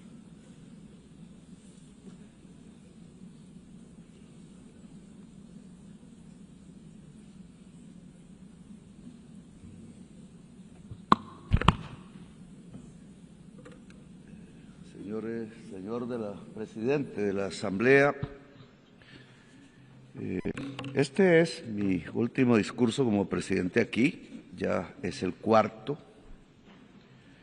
En el primero anuncié a la Asamblea que era muy posible que estallara un conflicto al lado de Ucrania en Palestina. Pedí que se hiciera una conferencia de paz. Los que no tenemos bombas ni grandes presupuestos no somos escuchados aquí, pero 4 años después, ya hoy, lo dantesco de la situación de Palestina no me llevó a pensar que lo mismo o casi lo mismo podría ocurrir en el Caribe colombiano cuando tiran misiles a personas jóvenes desarmadas en el mar. Y entonces ahora estamos ante una situación diferente, quizás más global. La barbarie hoy es del planeta, hoy cae sobre la humanidad entera. Los misiles sobre 17 jóvenes desarmados en las aguas del Mar Caribe, quizás algunos colombianos, la persecución, aprisionamiento y encadenamiento y expulsión de millones de migrantes, los misiles que caen sobre las 70.000 personas en Gaza y los matan, la falta de acción sobre la crisis climática, cuyas palabras se borran por orden de Trump, están ligados y obedecen a la misma causa. La migración es una excusa para que una sociedad rica, blanca y racista se crea la raza superior y no mire que sus dirigentes la llevan con toda la humanidad al abismo de su propia extinción. Dicen que los misiles en el Caribe eran para detener las drogas. Mentira, dicha aquí, en este mismo sitio. En el año 2023 y 2024 fueron los años donde más cocaína se incautó y más de 700 capos del narcotráfico fueron extraditados a Estados Unidos y Europa. Los extradité yo y la cocaína la incautó mi gobierno y no tiramos un solo misil ni asesinamos ningún joven. Los años donde probé que es más eficaz sustituir voluntariamente con los cultivos de hoja de coca que erradicarla forzadamente con glifosato y fuerza sobre los campesinos pobres de Colombia. He cambiado la fracasada y violenta guerra contra las drogas por una eficaz política antinarcotraficante, que es diferente, no confundir la sustancia muerta con la persona codiciosa. Pero necesitan violencia para dominar a Colombia y América Latina. Necesitan destruir el diálogo e imponer y lanzar misiles asesinos sobre jóvenes pobres en el Caribe. La política antidrogas no es para detener la cocaína que llega a los Estados Unidos. La política antidrogas es para dominar los pueblos del sur en general. No mira la droga, mira el poder y la dominación. Por eso hablo ante ustedes como un presidente desertificado por el mismo presidente Trump, sin que él tuviera ningún derecho a hacerlo, ni humano, ni divino y sin razón mental. Quieren violentar y forzar a decenas de miles de campesinos desde el gobierno de Estados Unidos, que está influenciado por políticos de poder colombianos mafiosos. A centenares de miles de campesinos colombianos los han masacrado como masacran a los niños en Gaza. Las masacres fueron hechas en Colombia por políticos que eran senadores, presidentes, ministros, ligados y sobornados por la mafia colombiana del narcotráfico, aliados al mismo tiempo a la extrema derecha de la Florida en Estados Unidos y ahora aliados al gobierno de Trump, aliados desde hace décadas a los capos del narcotráfico de la cocaína en Colombia, verdaderos esquifos, como dicen los italianos. Aliados a esquifos, hacen la política antidrogas desde Washington, Estados Unidos. No sé si Trump sepa que su política exterior hacia Colombia, Venezuela y el Caribe es asesorada por colombianos que son aliados políticos de la mafia de la cocaína. Yo mismo denuncié con nombre propio a estos políticos del paramilitarismo narcotraficante. Con nombre propio por una década en el Congreso de la República siendo senador.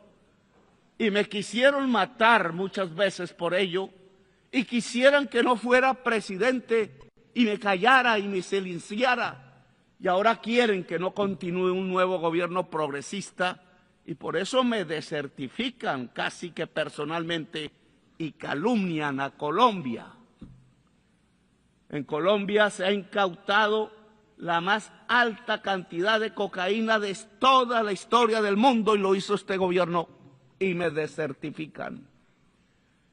En Colombia hemos logrado detener el crecimiento de la tasa de crecimiento de los cultivos de hoja de coca que venía de 43% anual en el gobierno de Duque y lo he bajado en este año a 3%.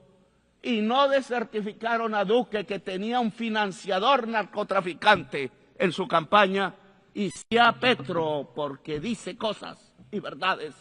Luego, la política antidrogas no es para la salud pública de la sociedad, sino para la política del poder. No quieren que se haga luz en la América Latina y llegue de nuevo la hora de los pueblos. Los jóvenes asesinados con misiles en el Caribe no eran del Tren de Aragua, que nadie quizás conozca aquí su nombre, ni de Hamas. Eran caribeños, posiblemente colombianos, y si fueron colombianos, con el perdón de quienes dominan las Naciones Unidas, debe abrirse proceso penal contra esos funcionarios que son de los Estados Unidos. Así se incluye el funcionario mayor que dio la orden, el presidente Trump, que permitió los disparos de los misiles contra los jóvenes que simplemente querían escapar de la pobreza. Jóvenes en una lancha, si tuvieran un cargamento ilícito, no eran narcotraficantes, eran simples jóvenes pobres de la América Latina que no tienen otra opción. Los narcotraficantes viven en otra parte y no es en la América Latina.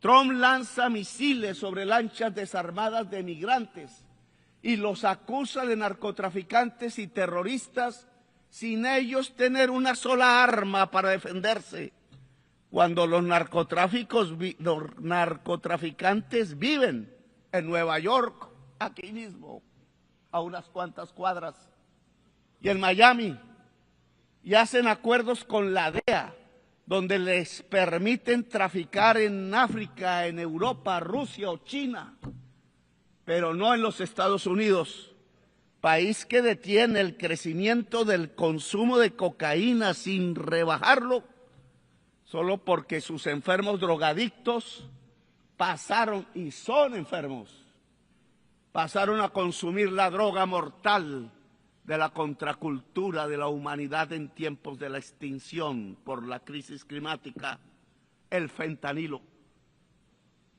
Este fentanilo se produce en el aparato industrial de los Estados Unidos, aquí, cerca de aquí, y aquí están los consumidores. Es un autoconsumo estadounidense que deriva lo peor de lo que se ha podido entender de drogas en la historia de la humanidad desde que supimos del vino, del alcohol o de la cerveza. Adictos al fentanilo y a la gasolina, venenos totales de la vida en el mundo. Peor la gasolina que el fentanilo. Solo los pueblos negros de aquí, ancestrales de aquí, de más de 20.000 años de antigüedad, las juventudes, las mujeres que no quieren ver morir en masa a sus hijos, blancas, negras, de todos los colores, que aún piensan, gentes que aún piensan, no duermen bajo el fentanilo o bajo la televisión mentirosa, y que pueden detener la tiranía dentro de Estados Unidos mismo y en el mundo. Los ciudadanos que salen a las calles en California, en Nueva York, en Filadelfia, donde se tocó la campana de la libertad, a pesar de los ejércitos que manda Trump contra su propio pueblo para amedrentarlo, a los estados de las ciudadanías libres, en los mismos estados que dejan de estar unidos hoy ante la tiranía. De mal en peor, el presidente de los Estados Unidos no ve que han caído asesinados 1 millón de latinoamericanos entre sí mismos, el mayor porcentaje de ellos compuesto por colombianos, y otro 1 millón morirá de norteamericanos por el fentanilo en 10 años. La cocaína mataba por venenos que le mezclaban 3.000 personas al año en este país. Hoy el fentanilo mata 100.000, 33 veces más. ¿Mejoró Estados Unidos con 50 años de una política absurda? ¿O empeoró y está conduciendo a su sociedad a la muerte dantesca de la droga que mata el cerebro y el pulmón? En esa mortandad de la humanidad, Trump no solo deja que caigan misiles contra los jóvenes en el Caribe, no solo encarcela y encadena migrantes, sino que permite que lancen misiles contra niños, jóvenes, mujeres y viejos en Gaza. Se hace cómplice del genocidio porque es genocidio y hay que gritarlo una y otra vez. Este recinto es testigo mudo y cómplice de un genocidio en el mundo de hoy, cuando creíamos que era solo propiedad de Hitler. Trump no habla de democracia, no habla de crisis climática, no habla de vida, solo amenaza y mata y deja matar a decenas de miles.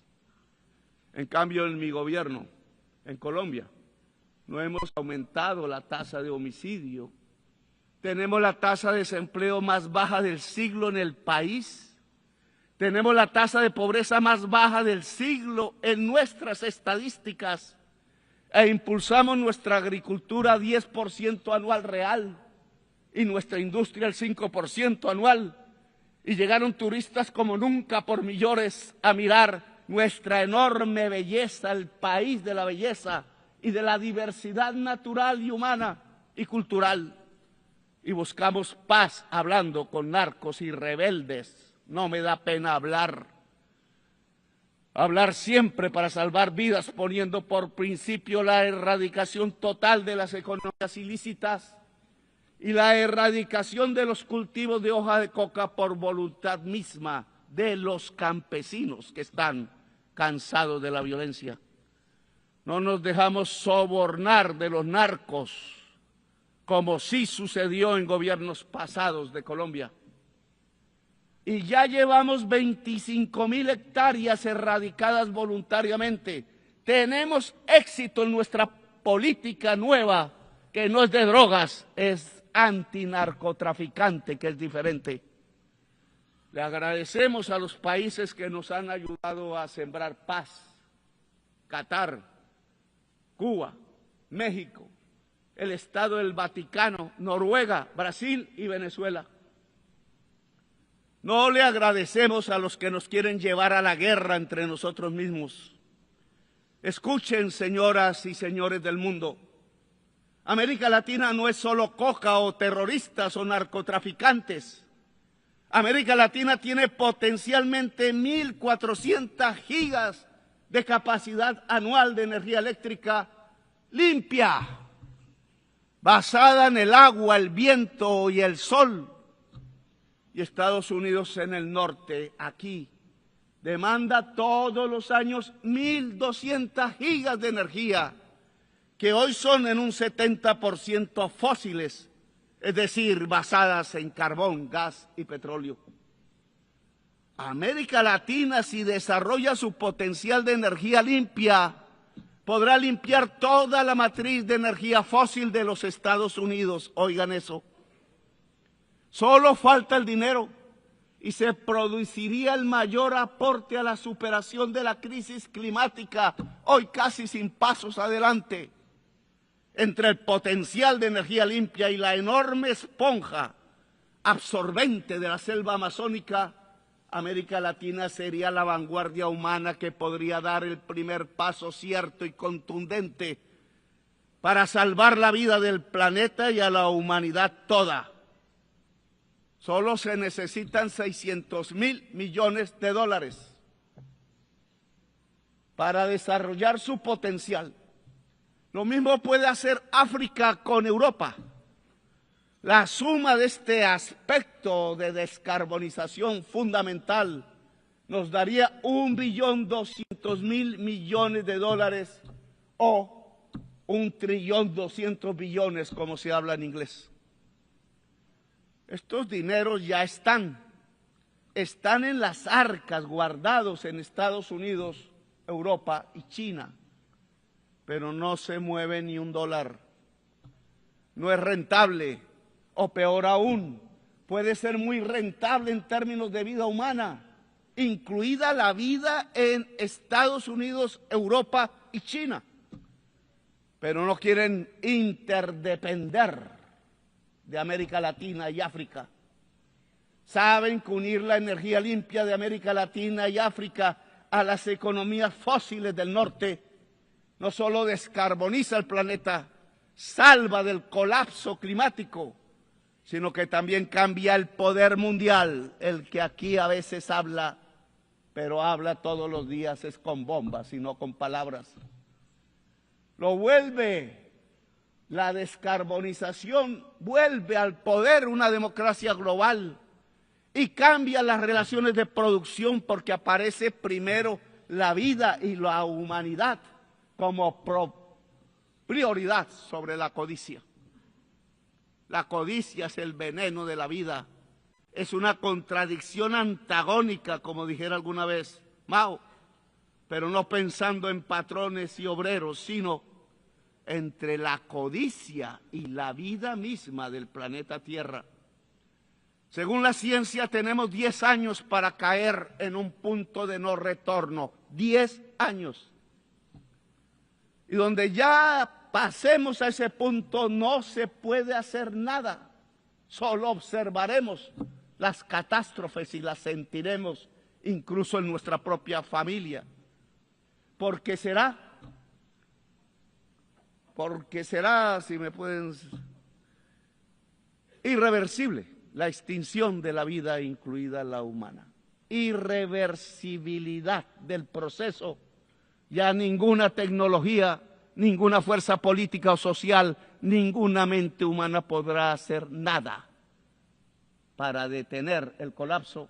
Y nos quedan 10 años, dice la ciencia. Pero aquí no creen en la ciencia, dijo uno. El más poderoso del mundo no cree en la ciencia. Y eso se llama irracionalismo. Y de irracionalismo se llenó filosóficamente Alemania, el país de los grandes filósofos, de Feuerbach, de Hegel, de Kant, Y hoy de irracionalismo se está llenando Estados Unidos y fue la antesala de Hitler en 1933.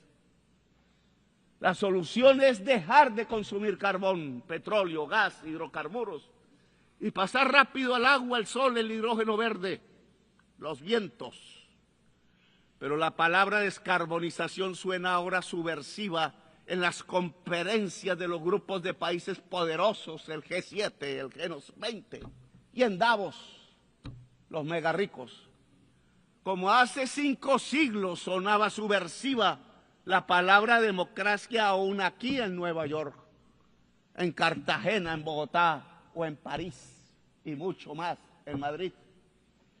Esos dineros de los que hablo aquí, 600.000 millones de dólares, 1.200.000 millones, son en 1 o 2 ceros mayor que la cifra que prometieron los países desarrollados dar y que son limosnas. Y no cumplieron desde la COP de París porque no les interesa la descarbonización. Y es en 3 ceros la demasía de la cifra sobre los exiguos préstamos de la banca multilateral, que son eso, pura limosna inocua, pura ideología pensando que la rentabilidad del capital limpia la atmósfera y salva la vida. Mentiras ideológicas, fantasmagóricas, fetiches, para que no miremos arriba y no actuemos como humanidad. La crisis climática implica priorizar en todos los presupuestos públicos la inversión en descarbonización y adaptación. Necesita por completo una política financiera mundial diferente y abolir la prima del riesgo de la deuda. ¿Quién dijo que son riesgosos los países que no son riesgosos? Los países que emitan más gases de efecto invernadero como este, el segundo o primero de la Tierra. Y que sí son riesgosos los países que absorbemos el CO2 y tenemos selvas y muchos agua y absorbemos en el sur el CO2 del norte. Porque el mercado dice lo contrario, si no es porque está equivocado y va camino al abismo de la vida. Se necesita condonar deuda en los países más pobres y cambiar pagos de deuda externa por inversión en la adaptación y mitigación de la crisis climática. Sí, señores de la China y Alemania y Estados Unidos y Wall Street y París y la Bolsa de Londres. Si ustedes quieren recoger los intereses de la deuda externa en nuestros países, encontrarán cementerios y muertos, y cuando vayan a recogerlo ustedes también serán cementerio y muertos. No sirve ese dinero en medio de los cadáveres. He aquí otra palabra subversiva: planificar, plan global. Se olvidó la palabra por el mercado. No se necesitaba planificar, dijeron, cuando planificar es de los seres humanos. Es anatema, tanta creencia religiosa y falsa se desató sobre el mercado. Creencia fundamentalista, pensando que llevaba el mercado a la felicidad. Dijo Balras, el suizo, economista, y el abismo, lo que lleva al mercado es no a la felicidad, sino a la muerte y el abismo, como ya lo vemos hoy. Balras estaba equivocado, el neoliberalismo estaba equivocado desde el principio y llevamos 50 años guiando a nuestros países bajo fórmulas completamente erráticas y acientíficas y no las cambiamos. El plan debe ser vinculante a los estados nacionales, realizado en una democracia global, supervisado en su cumplimiento por el Consejo de Seguridad sin veto. Pues sepámoslo, El mercado no soluciona la crisis climática, sepámoslo de una vez, porque él mismo la produjo. Fue el capital, que es una relación humana desigual entre quien es el dueño de la máquina hambrienta de carbón y petróleo y el asalariado trabajador, hombre o mujer, que tiene que producir cada vez más cosas para que el patrón venda esas cosas hechas con la máquina del patrón que necesita cada vez más petróleo, lo que produjo la crisis climática, hacer más, vender más, ganar más y usar cada vez más entonces carbón, petróleo hasta nuestros días, pero no hasta la eternidad, porque ha llegado el petróleo y el carbón hasta su final, que quizás es el final del capital. Si no es del capital, será de la humanidad y de la vida entonces. El dueño del capital es un ser humano de poder y no es una cosa, no es un fetiche. Ese ser humano con su codicia, con su esclavitud total a la codicia, es el que buscará que aquí se apruebe, que se busque cada vez más petróleo, que en cada país se busque cada vez más petróleo, no importa el envenenamiento de la atmósfera con CO2, que es el envenenamiento de la vida toda del planeta. Taladrar, taladrar y taladrar, dicen sin piedad.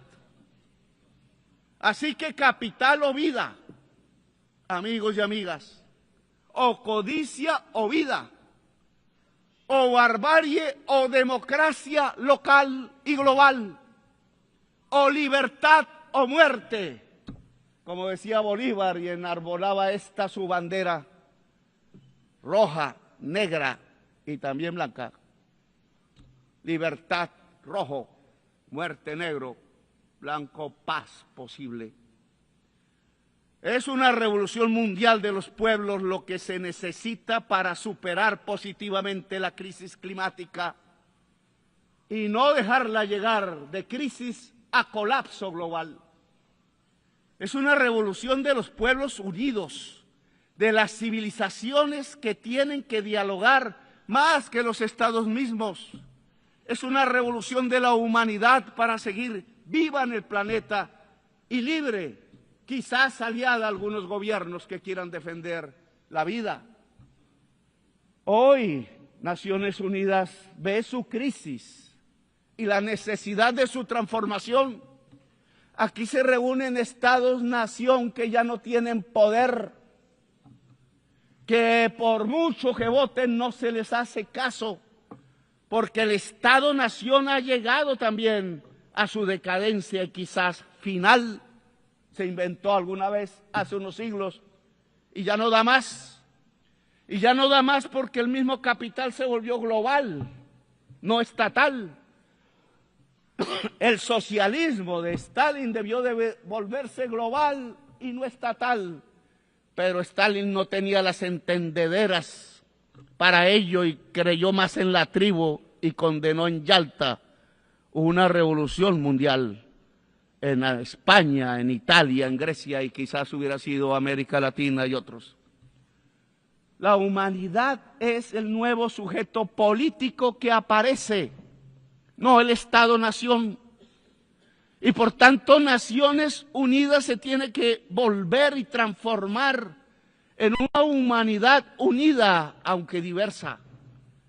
Está apareciendo un nuevo sujeto político en la historia humana y es importante y me parece espectacular. Y es que superamos la idea del Estado-nación para convertirnos en humanidad. Pero esa humanidad, para que esté unida y sea única en la acción, tiene que tener democracia en todo el mundo. Tiene que tener diálogo permanente en medio de la diversidad. Es la diferencia lo que nos impulsa la posibilidad de una coordinación eficaz de la acción a escala mundial. Humanidad que dialoga, sí. Humanidad civil, sí. Humanidad profundamente democrática, sí.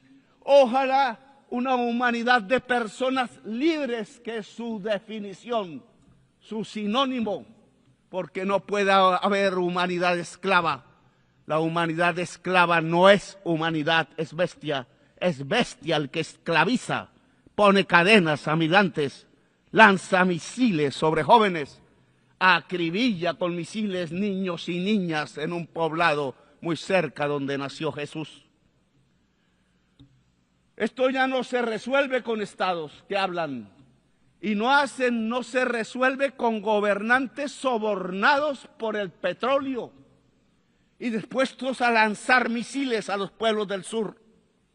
Un nuevo sujeto político entonces aparece, la humanidad unida y diversa en sus culturas.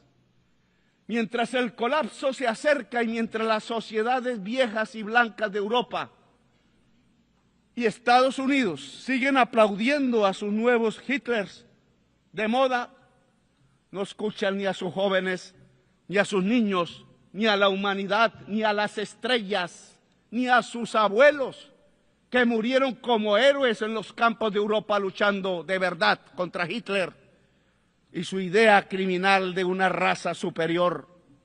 Hoy hacen lo mismo que Hitler. Construyen campos de concentración para migrantes y aplauden las mayorías electorales y dicen que son de una raza inferior los migrantes y colectivizan culpas en ellos como hicieron con los judíos y los llaman terroristas e inferiores y ladrones, narcotraficantes todos, dicen. Cuando la mayoría de los narcotraficantes son rubios y de ojos azules y guardan sus enormes fortunas en los bancos más grandes del mundo y no viven en Bogotá, ni en Caracas, ni en el Caribe, ni en Gaza, sino que viven en Miami y son vecinos del presidente de los Estados Unidos y viven en Nueva York y en París y Madrid y en Dubái. Viven donde hay lujo, no pobreza. Pero los misiles los tiran donde hay pobreza y no donde hay lujo. Mentira que el Tren de Aragua es terrorista. Solo son delincuentes comunes en forma de banda, agrandados por la estúpida idea de bloquear a Venezuela y quedarse con su petróleo pesado y ya venenoso. Los migrantes no son delincuentes, no tienen que llevarlos a campos de concentración ni expulsarlos encadenados. La migración no es sino el producto del bloqueo a los países más pobres como Irak o Irán o Cuba o Venezuela. El bloqueo económico no es más que un genocidio. La migración no es sino el producto del empobrecimiento de los países más pobres por una deuda impagable y codiciosa. La migración no es más sino la consecuencia de las guerras y las invasiones por el petróleo desatadas por Estados Unidos y la Europa de la OTAN. La migración no es más sino la consecuencia de la crisis climática que transita a colapso y que deja sin agua las tierras del trópico, porque al aumentar el calor se evapora el líquido vital. La solución a la migración no es otra o muy diferente a las cadenas, a las cárceles, a los misiles. No hay raza superior, señores. No hay pueblo elegido de Dios. No lo es ni Estados Unidos ni Israel. Ignorantes fundamentalistas de extrema derecha piensan así. El pueblo elegido de Dios es la humanidad toda. Usan la migración como excusa para no hacer nada contra la crisis climática que barre cada día con la vida. Buscan la migración para ganar votos de blancos y viejos y viejas, pero para desde el poder ocultar que hay que acabar con el consumo del carbón y del petróleo y lo incentivan para taladrar y taladrar y taladrar. La ONU tiene que cambiar ya. Una ONU diferente, humana, debe antes que nada detener el genocidio de Gaza. La humanidad no puede permitir ni un día más de genocidio, ni a los genocidas de Netanyahu ni sus aliados en Estados Unidos e Europa, dejarlos libres. Las Naciones Unidas deben hacer respetar los tribunales internacionales de justicia, el derecho internacional, que es la base de la civilización y de la sabiduría de la humanidad condensada en la historia, y debe hacer cumplir las sentencias de su justicia. La diplomacia ya acabó su papel, señores, en el caso de Gaza. No pudo solucionarlo. No es cierto, y me disculpa Macron, que podamos insistir y insistir en hablar y en hablar cuando cada segundo cae un misil y destroza los cuerpos de bebés inocentes, bebés niños y bebés niñas en el país árabe de Palestina. Cada día de mociones vetadas en el Consejo de Seguridad de la ONU, cada día que pasa son más los niños bombardeados, cada veto más bombas, cada veto más muertos. El que veta, que piensa, no es madre, no es padre, no está vivo, viene quizás de fuerzas oscuras, es un robot porque no tiene corazón para vetar. El genocidio debe parar con lo que sigue a la diplomacia. Es con una votación de la Asamblea de las Naciones Unidas, ¿sí? Y no con una votación del Consejo de Seguridad, que vetan. Es con una Uniting for Peace para Palestina, conformando una fuerza armada para defender la vida del pueblo palestino. Palabras y armas toca hoy. No son cascos azules, no entrenados y a veces indispuestos para lo que toca. Es un ejército poderoso de los países que no aceptan el genocidio. Por eso invito a las naciones del mundo y a sus pueblos sobre todo, como parte de la humanidad, a unir ejércitos y armas. Hay que liberar a Palestina. Invito a los ejércitos del Asia, de los pueblos eslavos que derrotaron con tanto heroísmo a Hitler, los ejércitos latinoamericanos de Bolívar, de Garibaldi, que también tuvo uno en Italia, de Martí, de Artigas, de Santa Cruz. Ya sobran las palabras. Es la hora de la espada, de la libertad o muerte de Bolívar, porque no solo van a bombardear a Gaza, no solo al Caribe como ya lo hacen, sino a la humanidad que clama libertad, porque desde Washington y la OTAN matan la democracia y hacen renacer la tiranía y el totalitarismo a nivel global. Hay que levantar la bandera rojinegra de la libertad o muerte que alzó Bolívar, sin olvidar el color blanco, que levantó junto al rojinegro, color de la paz como esperanza para que haya esperanza de vida en la tierra y en el corazón de la humanidad.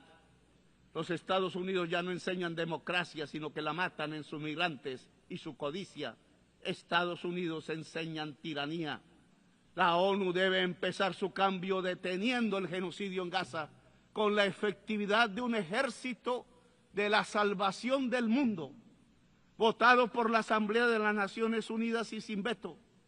Después de salvar Gaza pasaremos al plan para descarbonizar la economía del planeta, para que sea un hecho democráticamente construido a escala mundial y funde democracia global, y que el órgano que vigile su aplicación rápida sea el Consejo de Seguridad, pero sin vetos, y que sea vinculante sobre la OMC, el Banco Mundial, el FMI, el sistema financiero privado, por la gran capacidad que tiene el sistema financiero nacional y mundial de centralizar el capital. Es desde allí donde la humanidad puede regular el capital para subordinarlo a la vida y a la humanidad, un capital regulado y subordinado a la vida y a la gente. Por este camino las Naciones Unidas transitarán desde una alianza de estados a una alianza de pueblos y culturas diversas que son el componente de la humanidad. Si superamos la crisis climática, y solo lo haremos unidos como humanidad, lograremos también que las Naciones Unidas den el paso hacia una asamblea de los pueblos, buscando que cada persona sea libre en el planeta, buscando que los cerebros de cada persona alcancen su máximo potencial y se interconecten en el planeta, porque ese gran cerebro de la humanidad, como inteligencia poderosa, alumbrado por la ciencia cada vez más profunda, podrá no solo salvar la vida en el planeta, sino cumplir la misión de la humanidad, expandiendo la vida en las estrellas. Una humanidad unida y libre puede mirar las estrellas y alcanzarlas, tal como los romanos legionarios pensaron algún día antiguo, allí cuando se inventaron las palabras en latín ad astra. Ad astra, hasta las estrellas, siempre es la hora de la libertad o la muerte, y es real la muerte en misiles, pero también es real la libertad en el corazón humano y su capacidad de unión, de rebelión y de existencia. Gracias, muy amables.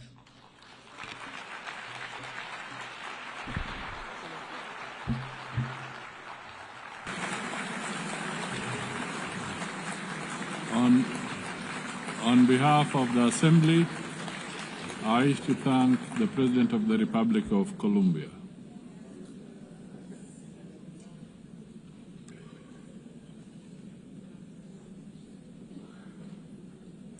The Assembly will now hear an address by His Excellency Karol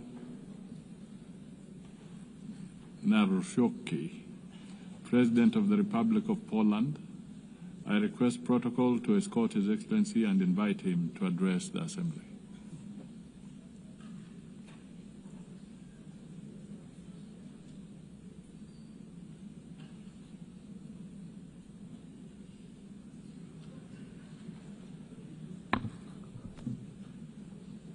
Ladies and gentlemen, excellencies, I like and appreciate a lot English language, but I love Polish language, which epitomizes more than 1,000 years of Polish heritage, Polish culture and Polish history, so I would like to share with you Polish language. Szanowny Panie Przewodniczący, Ekscelencje, dostojni delegaci, staję w tym miejscu po raz pierwszy jako prezydent Rzeczpospolitej Polskiej i czuję oczywiście z tego powodu wielką dumę, ale jednocześnie mam świadomość, przed jak poważnymi wyzwaniami stoimy dziś jako narodowa, międzynarodowa wspólnota. Tak w istocie jest, bowiem świat zmienił się całkowicie w ostatnich kilku latach od czasu rosyjskiej inwazji na Ukrainę. 24 lutego 2022 roku zostaliśmy brutalnie wszyscy wybudzeni z błogiego snu o świecie końca historii. Historia się nie skończyła i historia się nie skończy. Musimy mieć tego świadomość. Zostaliśmy wybudzeni z błogiego snu, w którym dążymy do powszechnego pokoju, do przestrzegania zasad prawa międzynarodowego. To są chyba słowa, które powtarzane są najczęściej w tym gremium. Ten sen, drodzy Państwo, już nie istnieje i często powtarzamy słowa, które nie oddają rzeczywistości, jaka nas otacza i w Europie Środkowej, i w Europie Wschodniej, i w wielu innych regionach świata, z którego Państwo przyjechaliście. Granice państwowe przestały być w istocie nietykalne, a międzynarodowe prawo, dotąd uważane za kompas ładu światowego, zaczęło być traktowane raczej jak sugestia, a nie jak reguła. Przypomnę, że krótko po wybuchu wojny i ataku Federacji Rosyjskiej na Ukrainę Polki i Polacy okazali ogromną solidarność z walczącym narodem ukraińskim. Otworzyliśmy nasze serca, nasze granice, otworzyliśmy nasze domy, okazaliśmy pomoc materialną, finansową, pomoc militarną i pomoc dyplomatyczną. Dziś, Szanowni Państwo, w Polsce mieszka 1 000 000 ukraińskich uchodźców. Szanowni Państwo, rosyjska inwazja na Ukrainę to nie tylko najpoważniejszy konflikt w Europie od czasów II wojny światowej, ale to także punkt zwrotny. Dotychczasowy ład międzynarodowy kruszeje na naszych oczach. Świat wszedł w nową, niebezpieczną erę rywalizacji wielkich mocarstw, łamania zasad i testowania, jak daleko można się posunąć, zanim ktoś powie wyraźne dość, stop. Zasada suwerenności, spytacie Państwo, coraz częściej deptana. Zakaz agresji, zmieniony w martwą literę. Zamiast prawa próba użycia nagiej i brutalnej siły. Stoimy w punkcie zwrotnym historii. W czasie, gdy decyzje podejmowane dziś będą mieć konsekwencje na kolejne dekady i wszyscy musimy mieć tego świadomość i wszyscy bierzemy za to odpowiedzialność.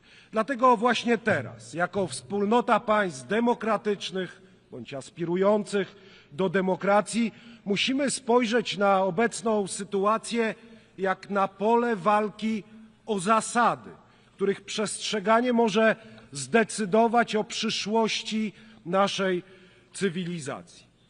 Myślę, Szanowni Państwo, że to właściwie ostatni moment na podjęcie konkretnych działań. Szanowni Państwo, rosyjska agresja na Ukrainę nie jest konfliktem o charakterze wyłącznie regionalnym. To sprawdzian, czy zasady, na których opiera się ONZ, przetrwają próbę czasu, czy też ustąpią pod ciężarem imperialnych i kolonialnych ambicji państwa, które uważa się za stojące ponad prawem i które wielokrotnie ignorowało rezolucje zgromadzenia, tego zgromadzenia, innych zgromadzeń i wszyscy w pewnym sensie bierzemy za to odpowiedzialność, dalej dzieląc się, drodzy Państwo, słowami o pokoju i o bezpieczeństwie, które muszą wybrzmiewać, ale za którymi powinno iść konkretne działanie. Moskwa mówi o konieczności zajęcia się, cytat, pierwotnymi przyczynami konfliktu. Podzielam to podejście, lecz uważam, że pierwotne przyczyny rosyjskiej agresji mają charakter przede wszystkim ideologiczny. Rosja odwołuje się do wizji imperialnej, która traktuje całe narody jak własność kolonialną. Odmawia im regularnie podmiotowości, twierdząc, że są sztucznymi konstruktami oraz uzasadnia inwazję jako korektę historyczną. My to, drodzy Państwo, w Polsce, w Europie Środkowej, w Europie Wschodniej znamy od co najmniej 86 lat. To jest ten sam zestaw pojęć, który pojawia się także w XXI wieku podczas naszych dyskusji plenarnych i kolejnych zgromadzeń. Dla nas w Europie Środkowej i w Europie Wschodniej ten zestaw pojęć nie jest niczym nowym.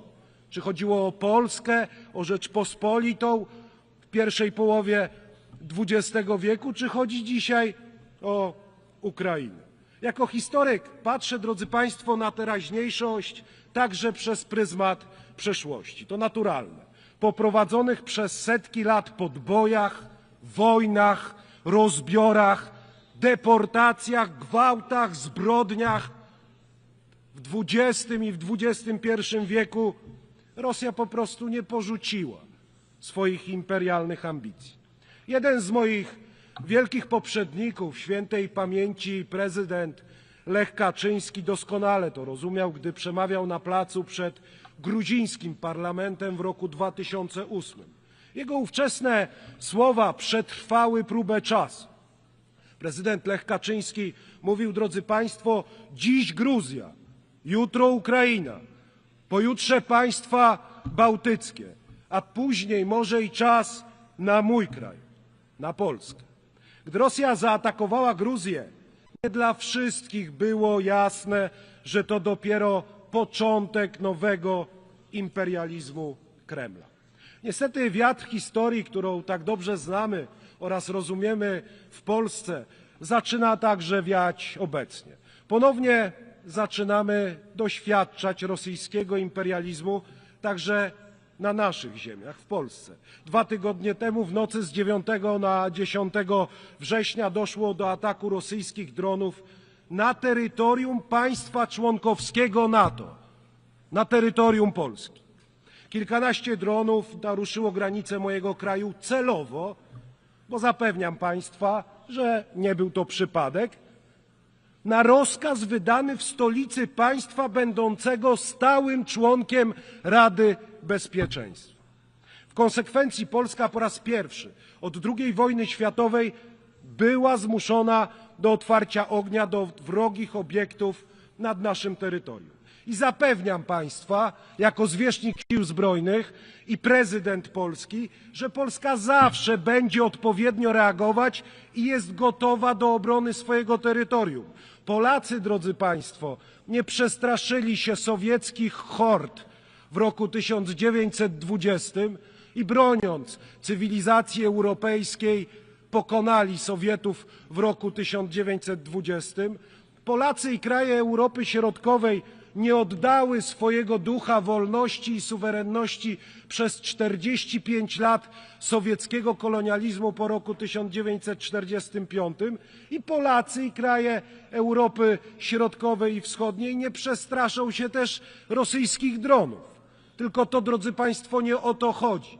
Chodzi o to, jak długo będziemy jeszcze zezwalać na tego typu akty łamania naszej narodowej, międzynarodowej wspólnoty. Dlatego właśnie, Szanowni Państwo, w Polsce przeznaczamy znaczące kwoty na rozwój naszych zdolności obronnych, dlatego budujemy odporność naszego państwa, ale też całej naszej części Europy, bowiem ofiarami podobnych prowokacji ze strony Rosji stały się bowiem także państwa bałtyckie, nasi przyjaciele, choćby Estończycy, a także Rumunia.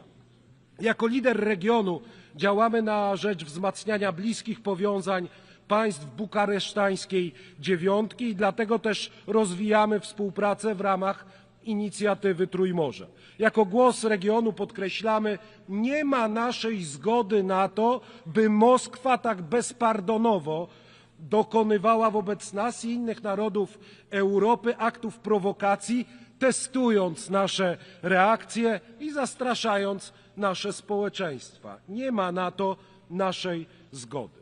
Szanowni delegaci, neoimperialna i neokolonialna Rosja na naszych oczach stara się burzyć architekturę bezpieczeństwa międzynarodowego.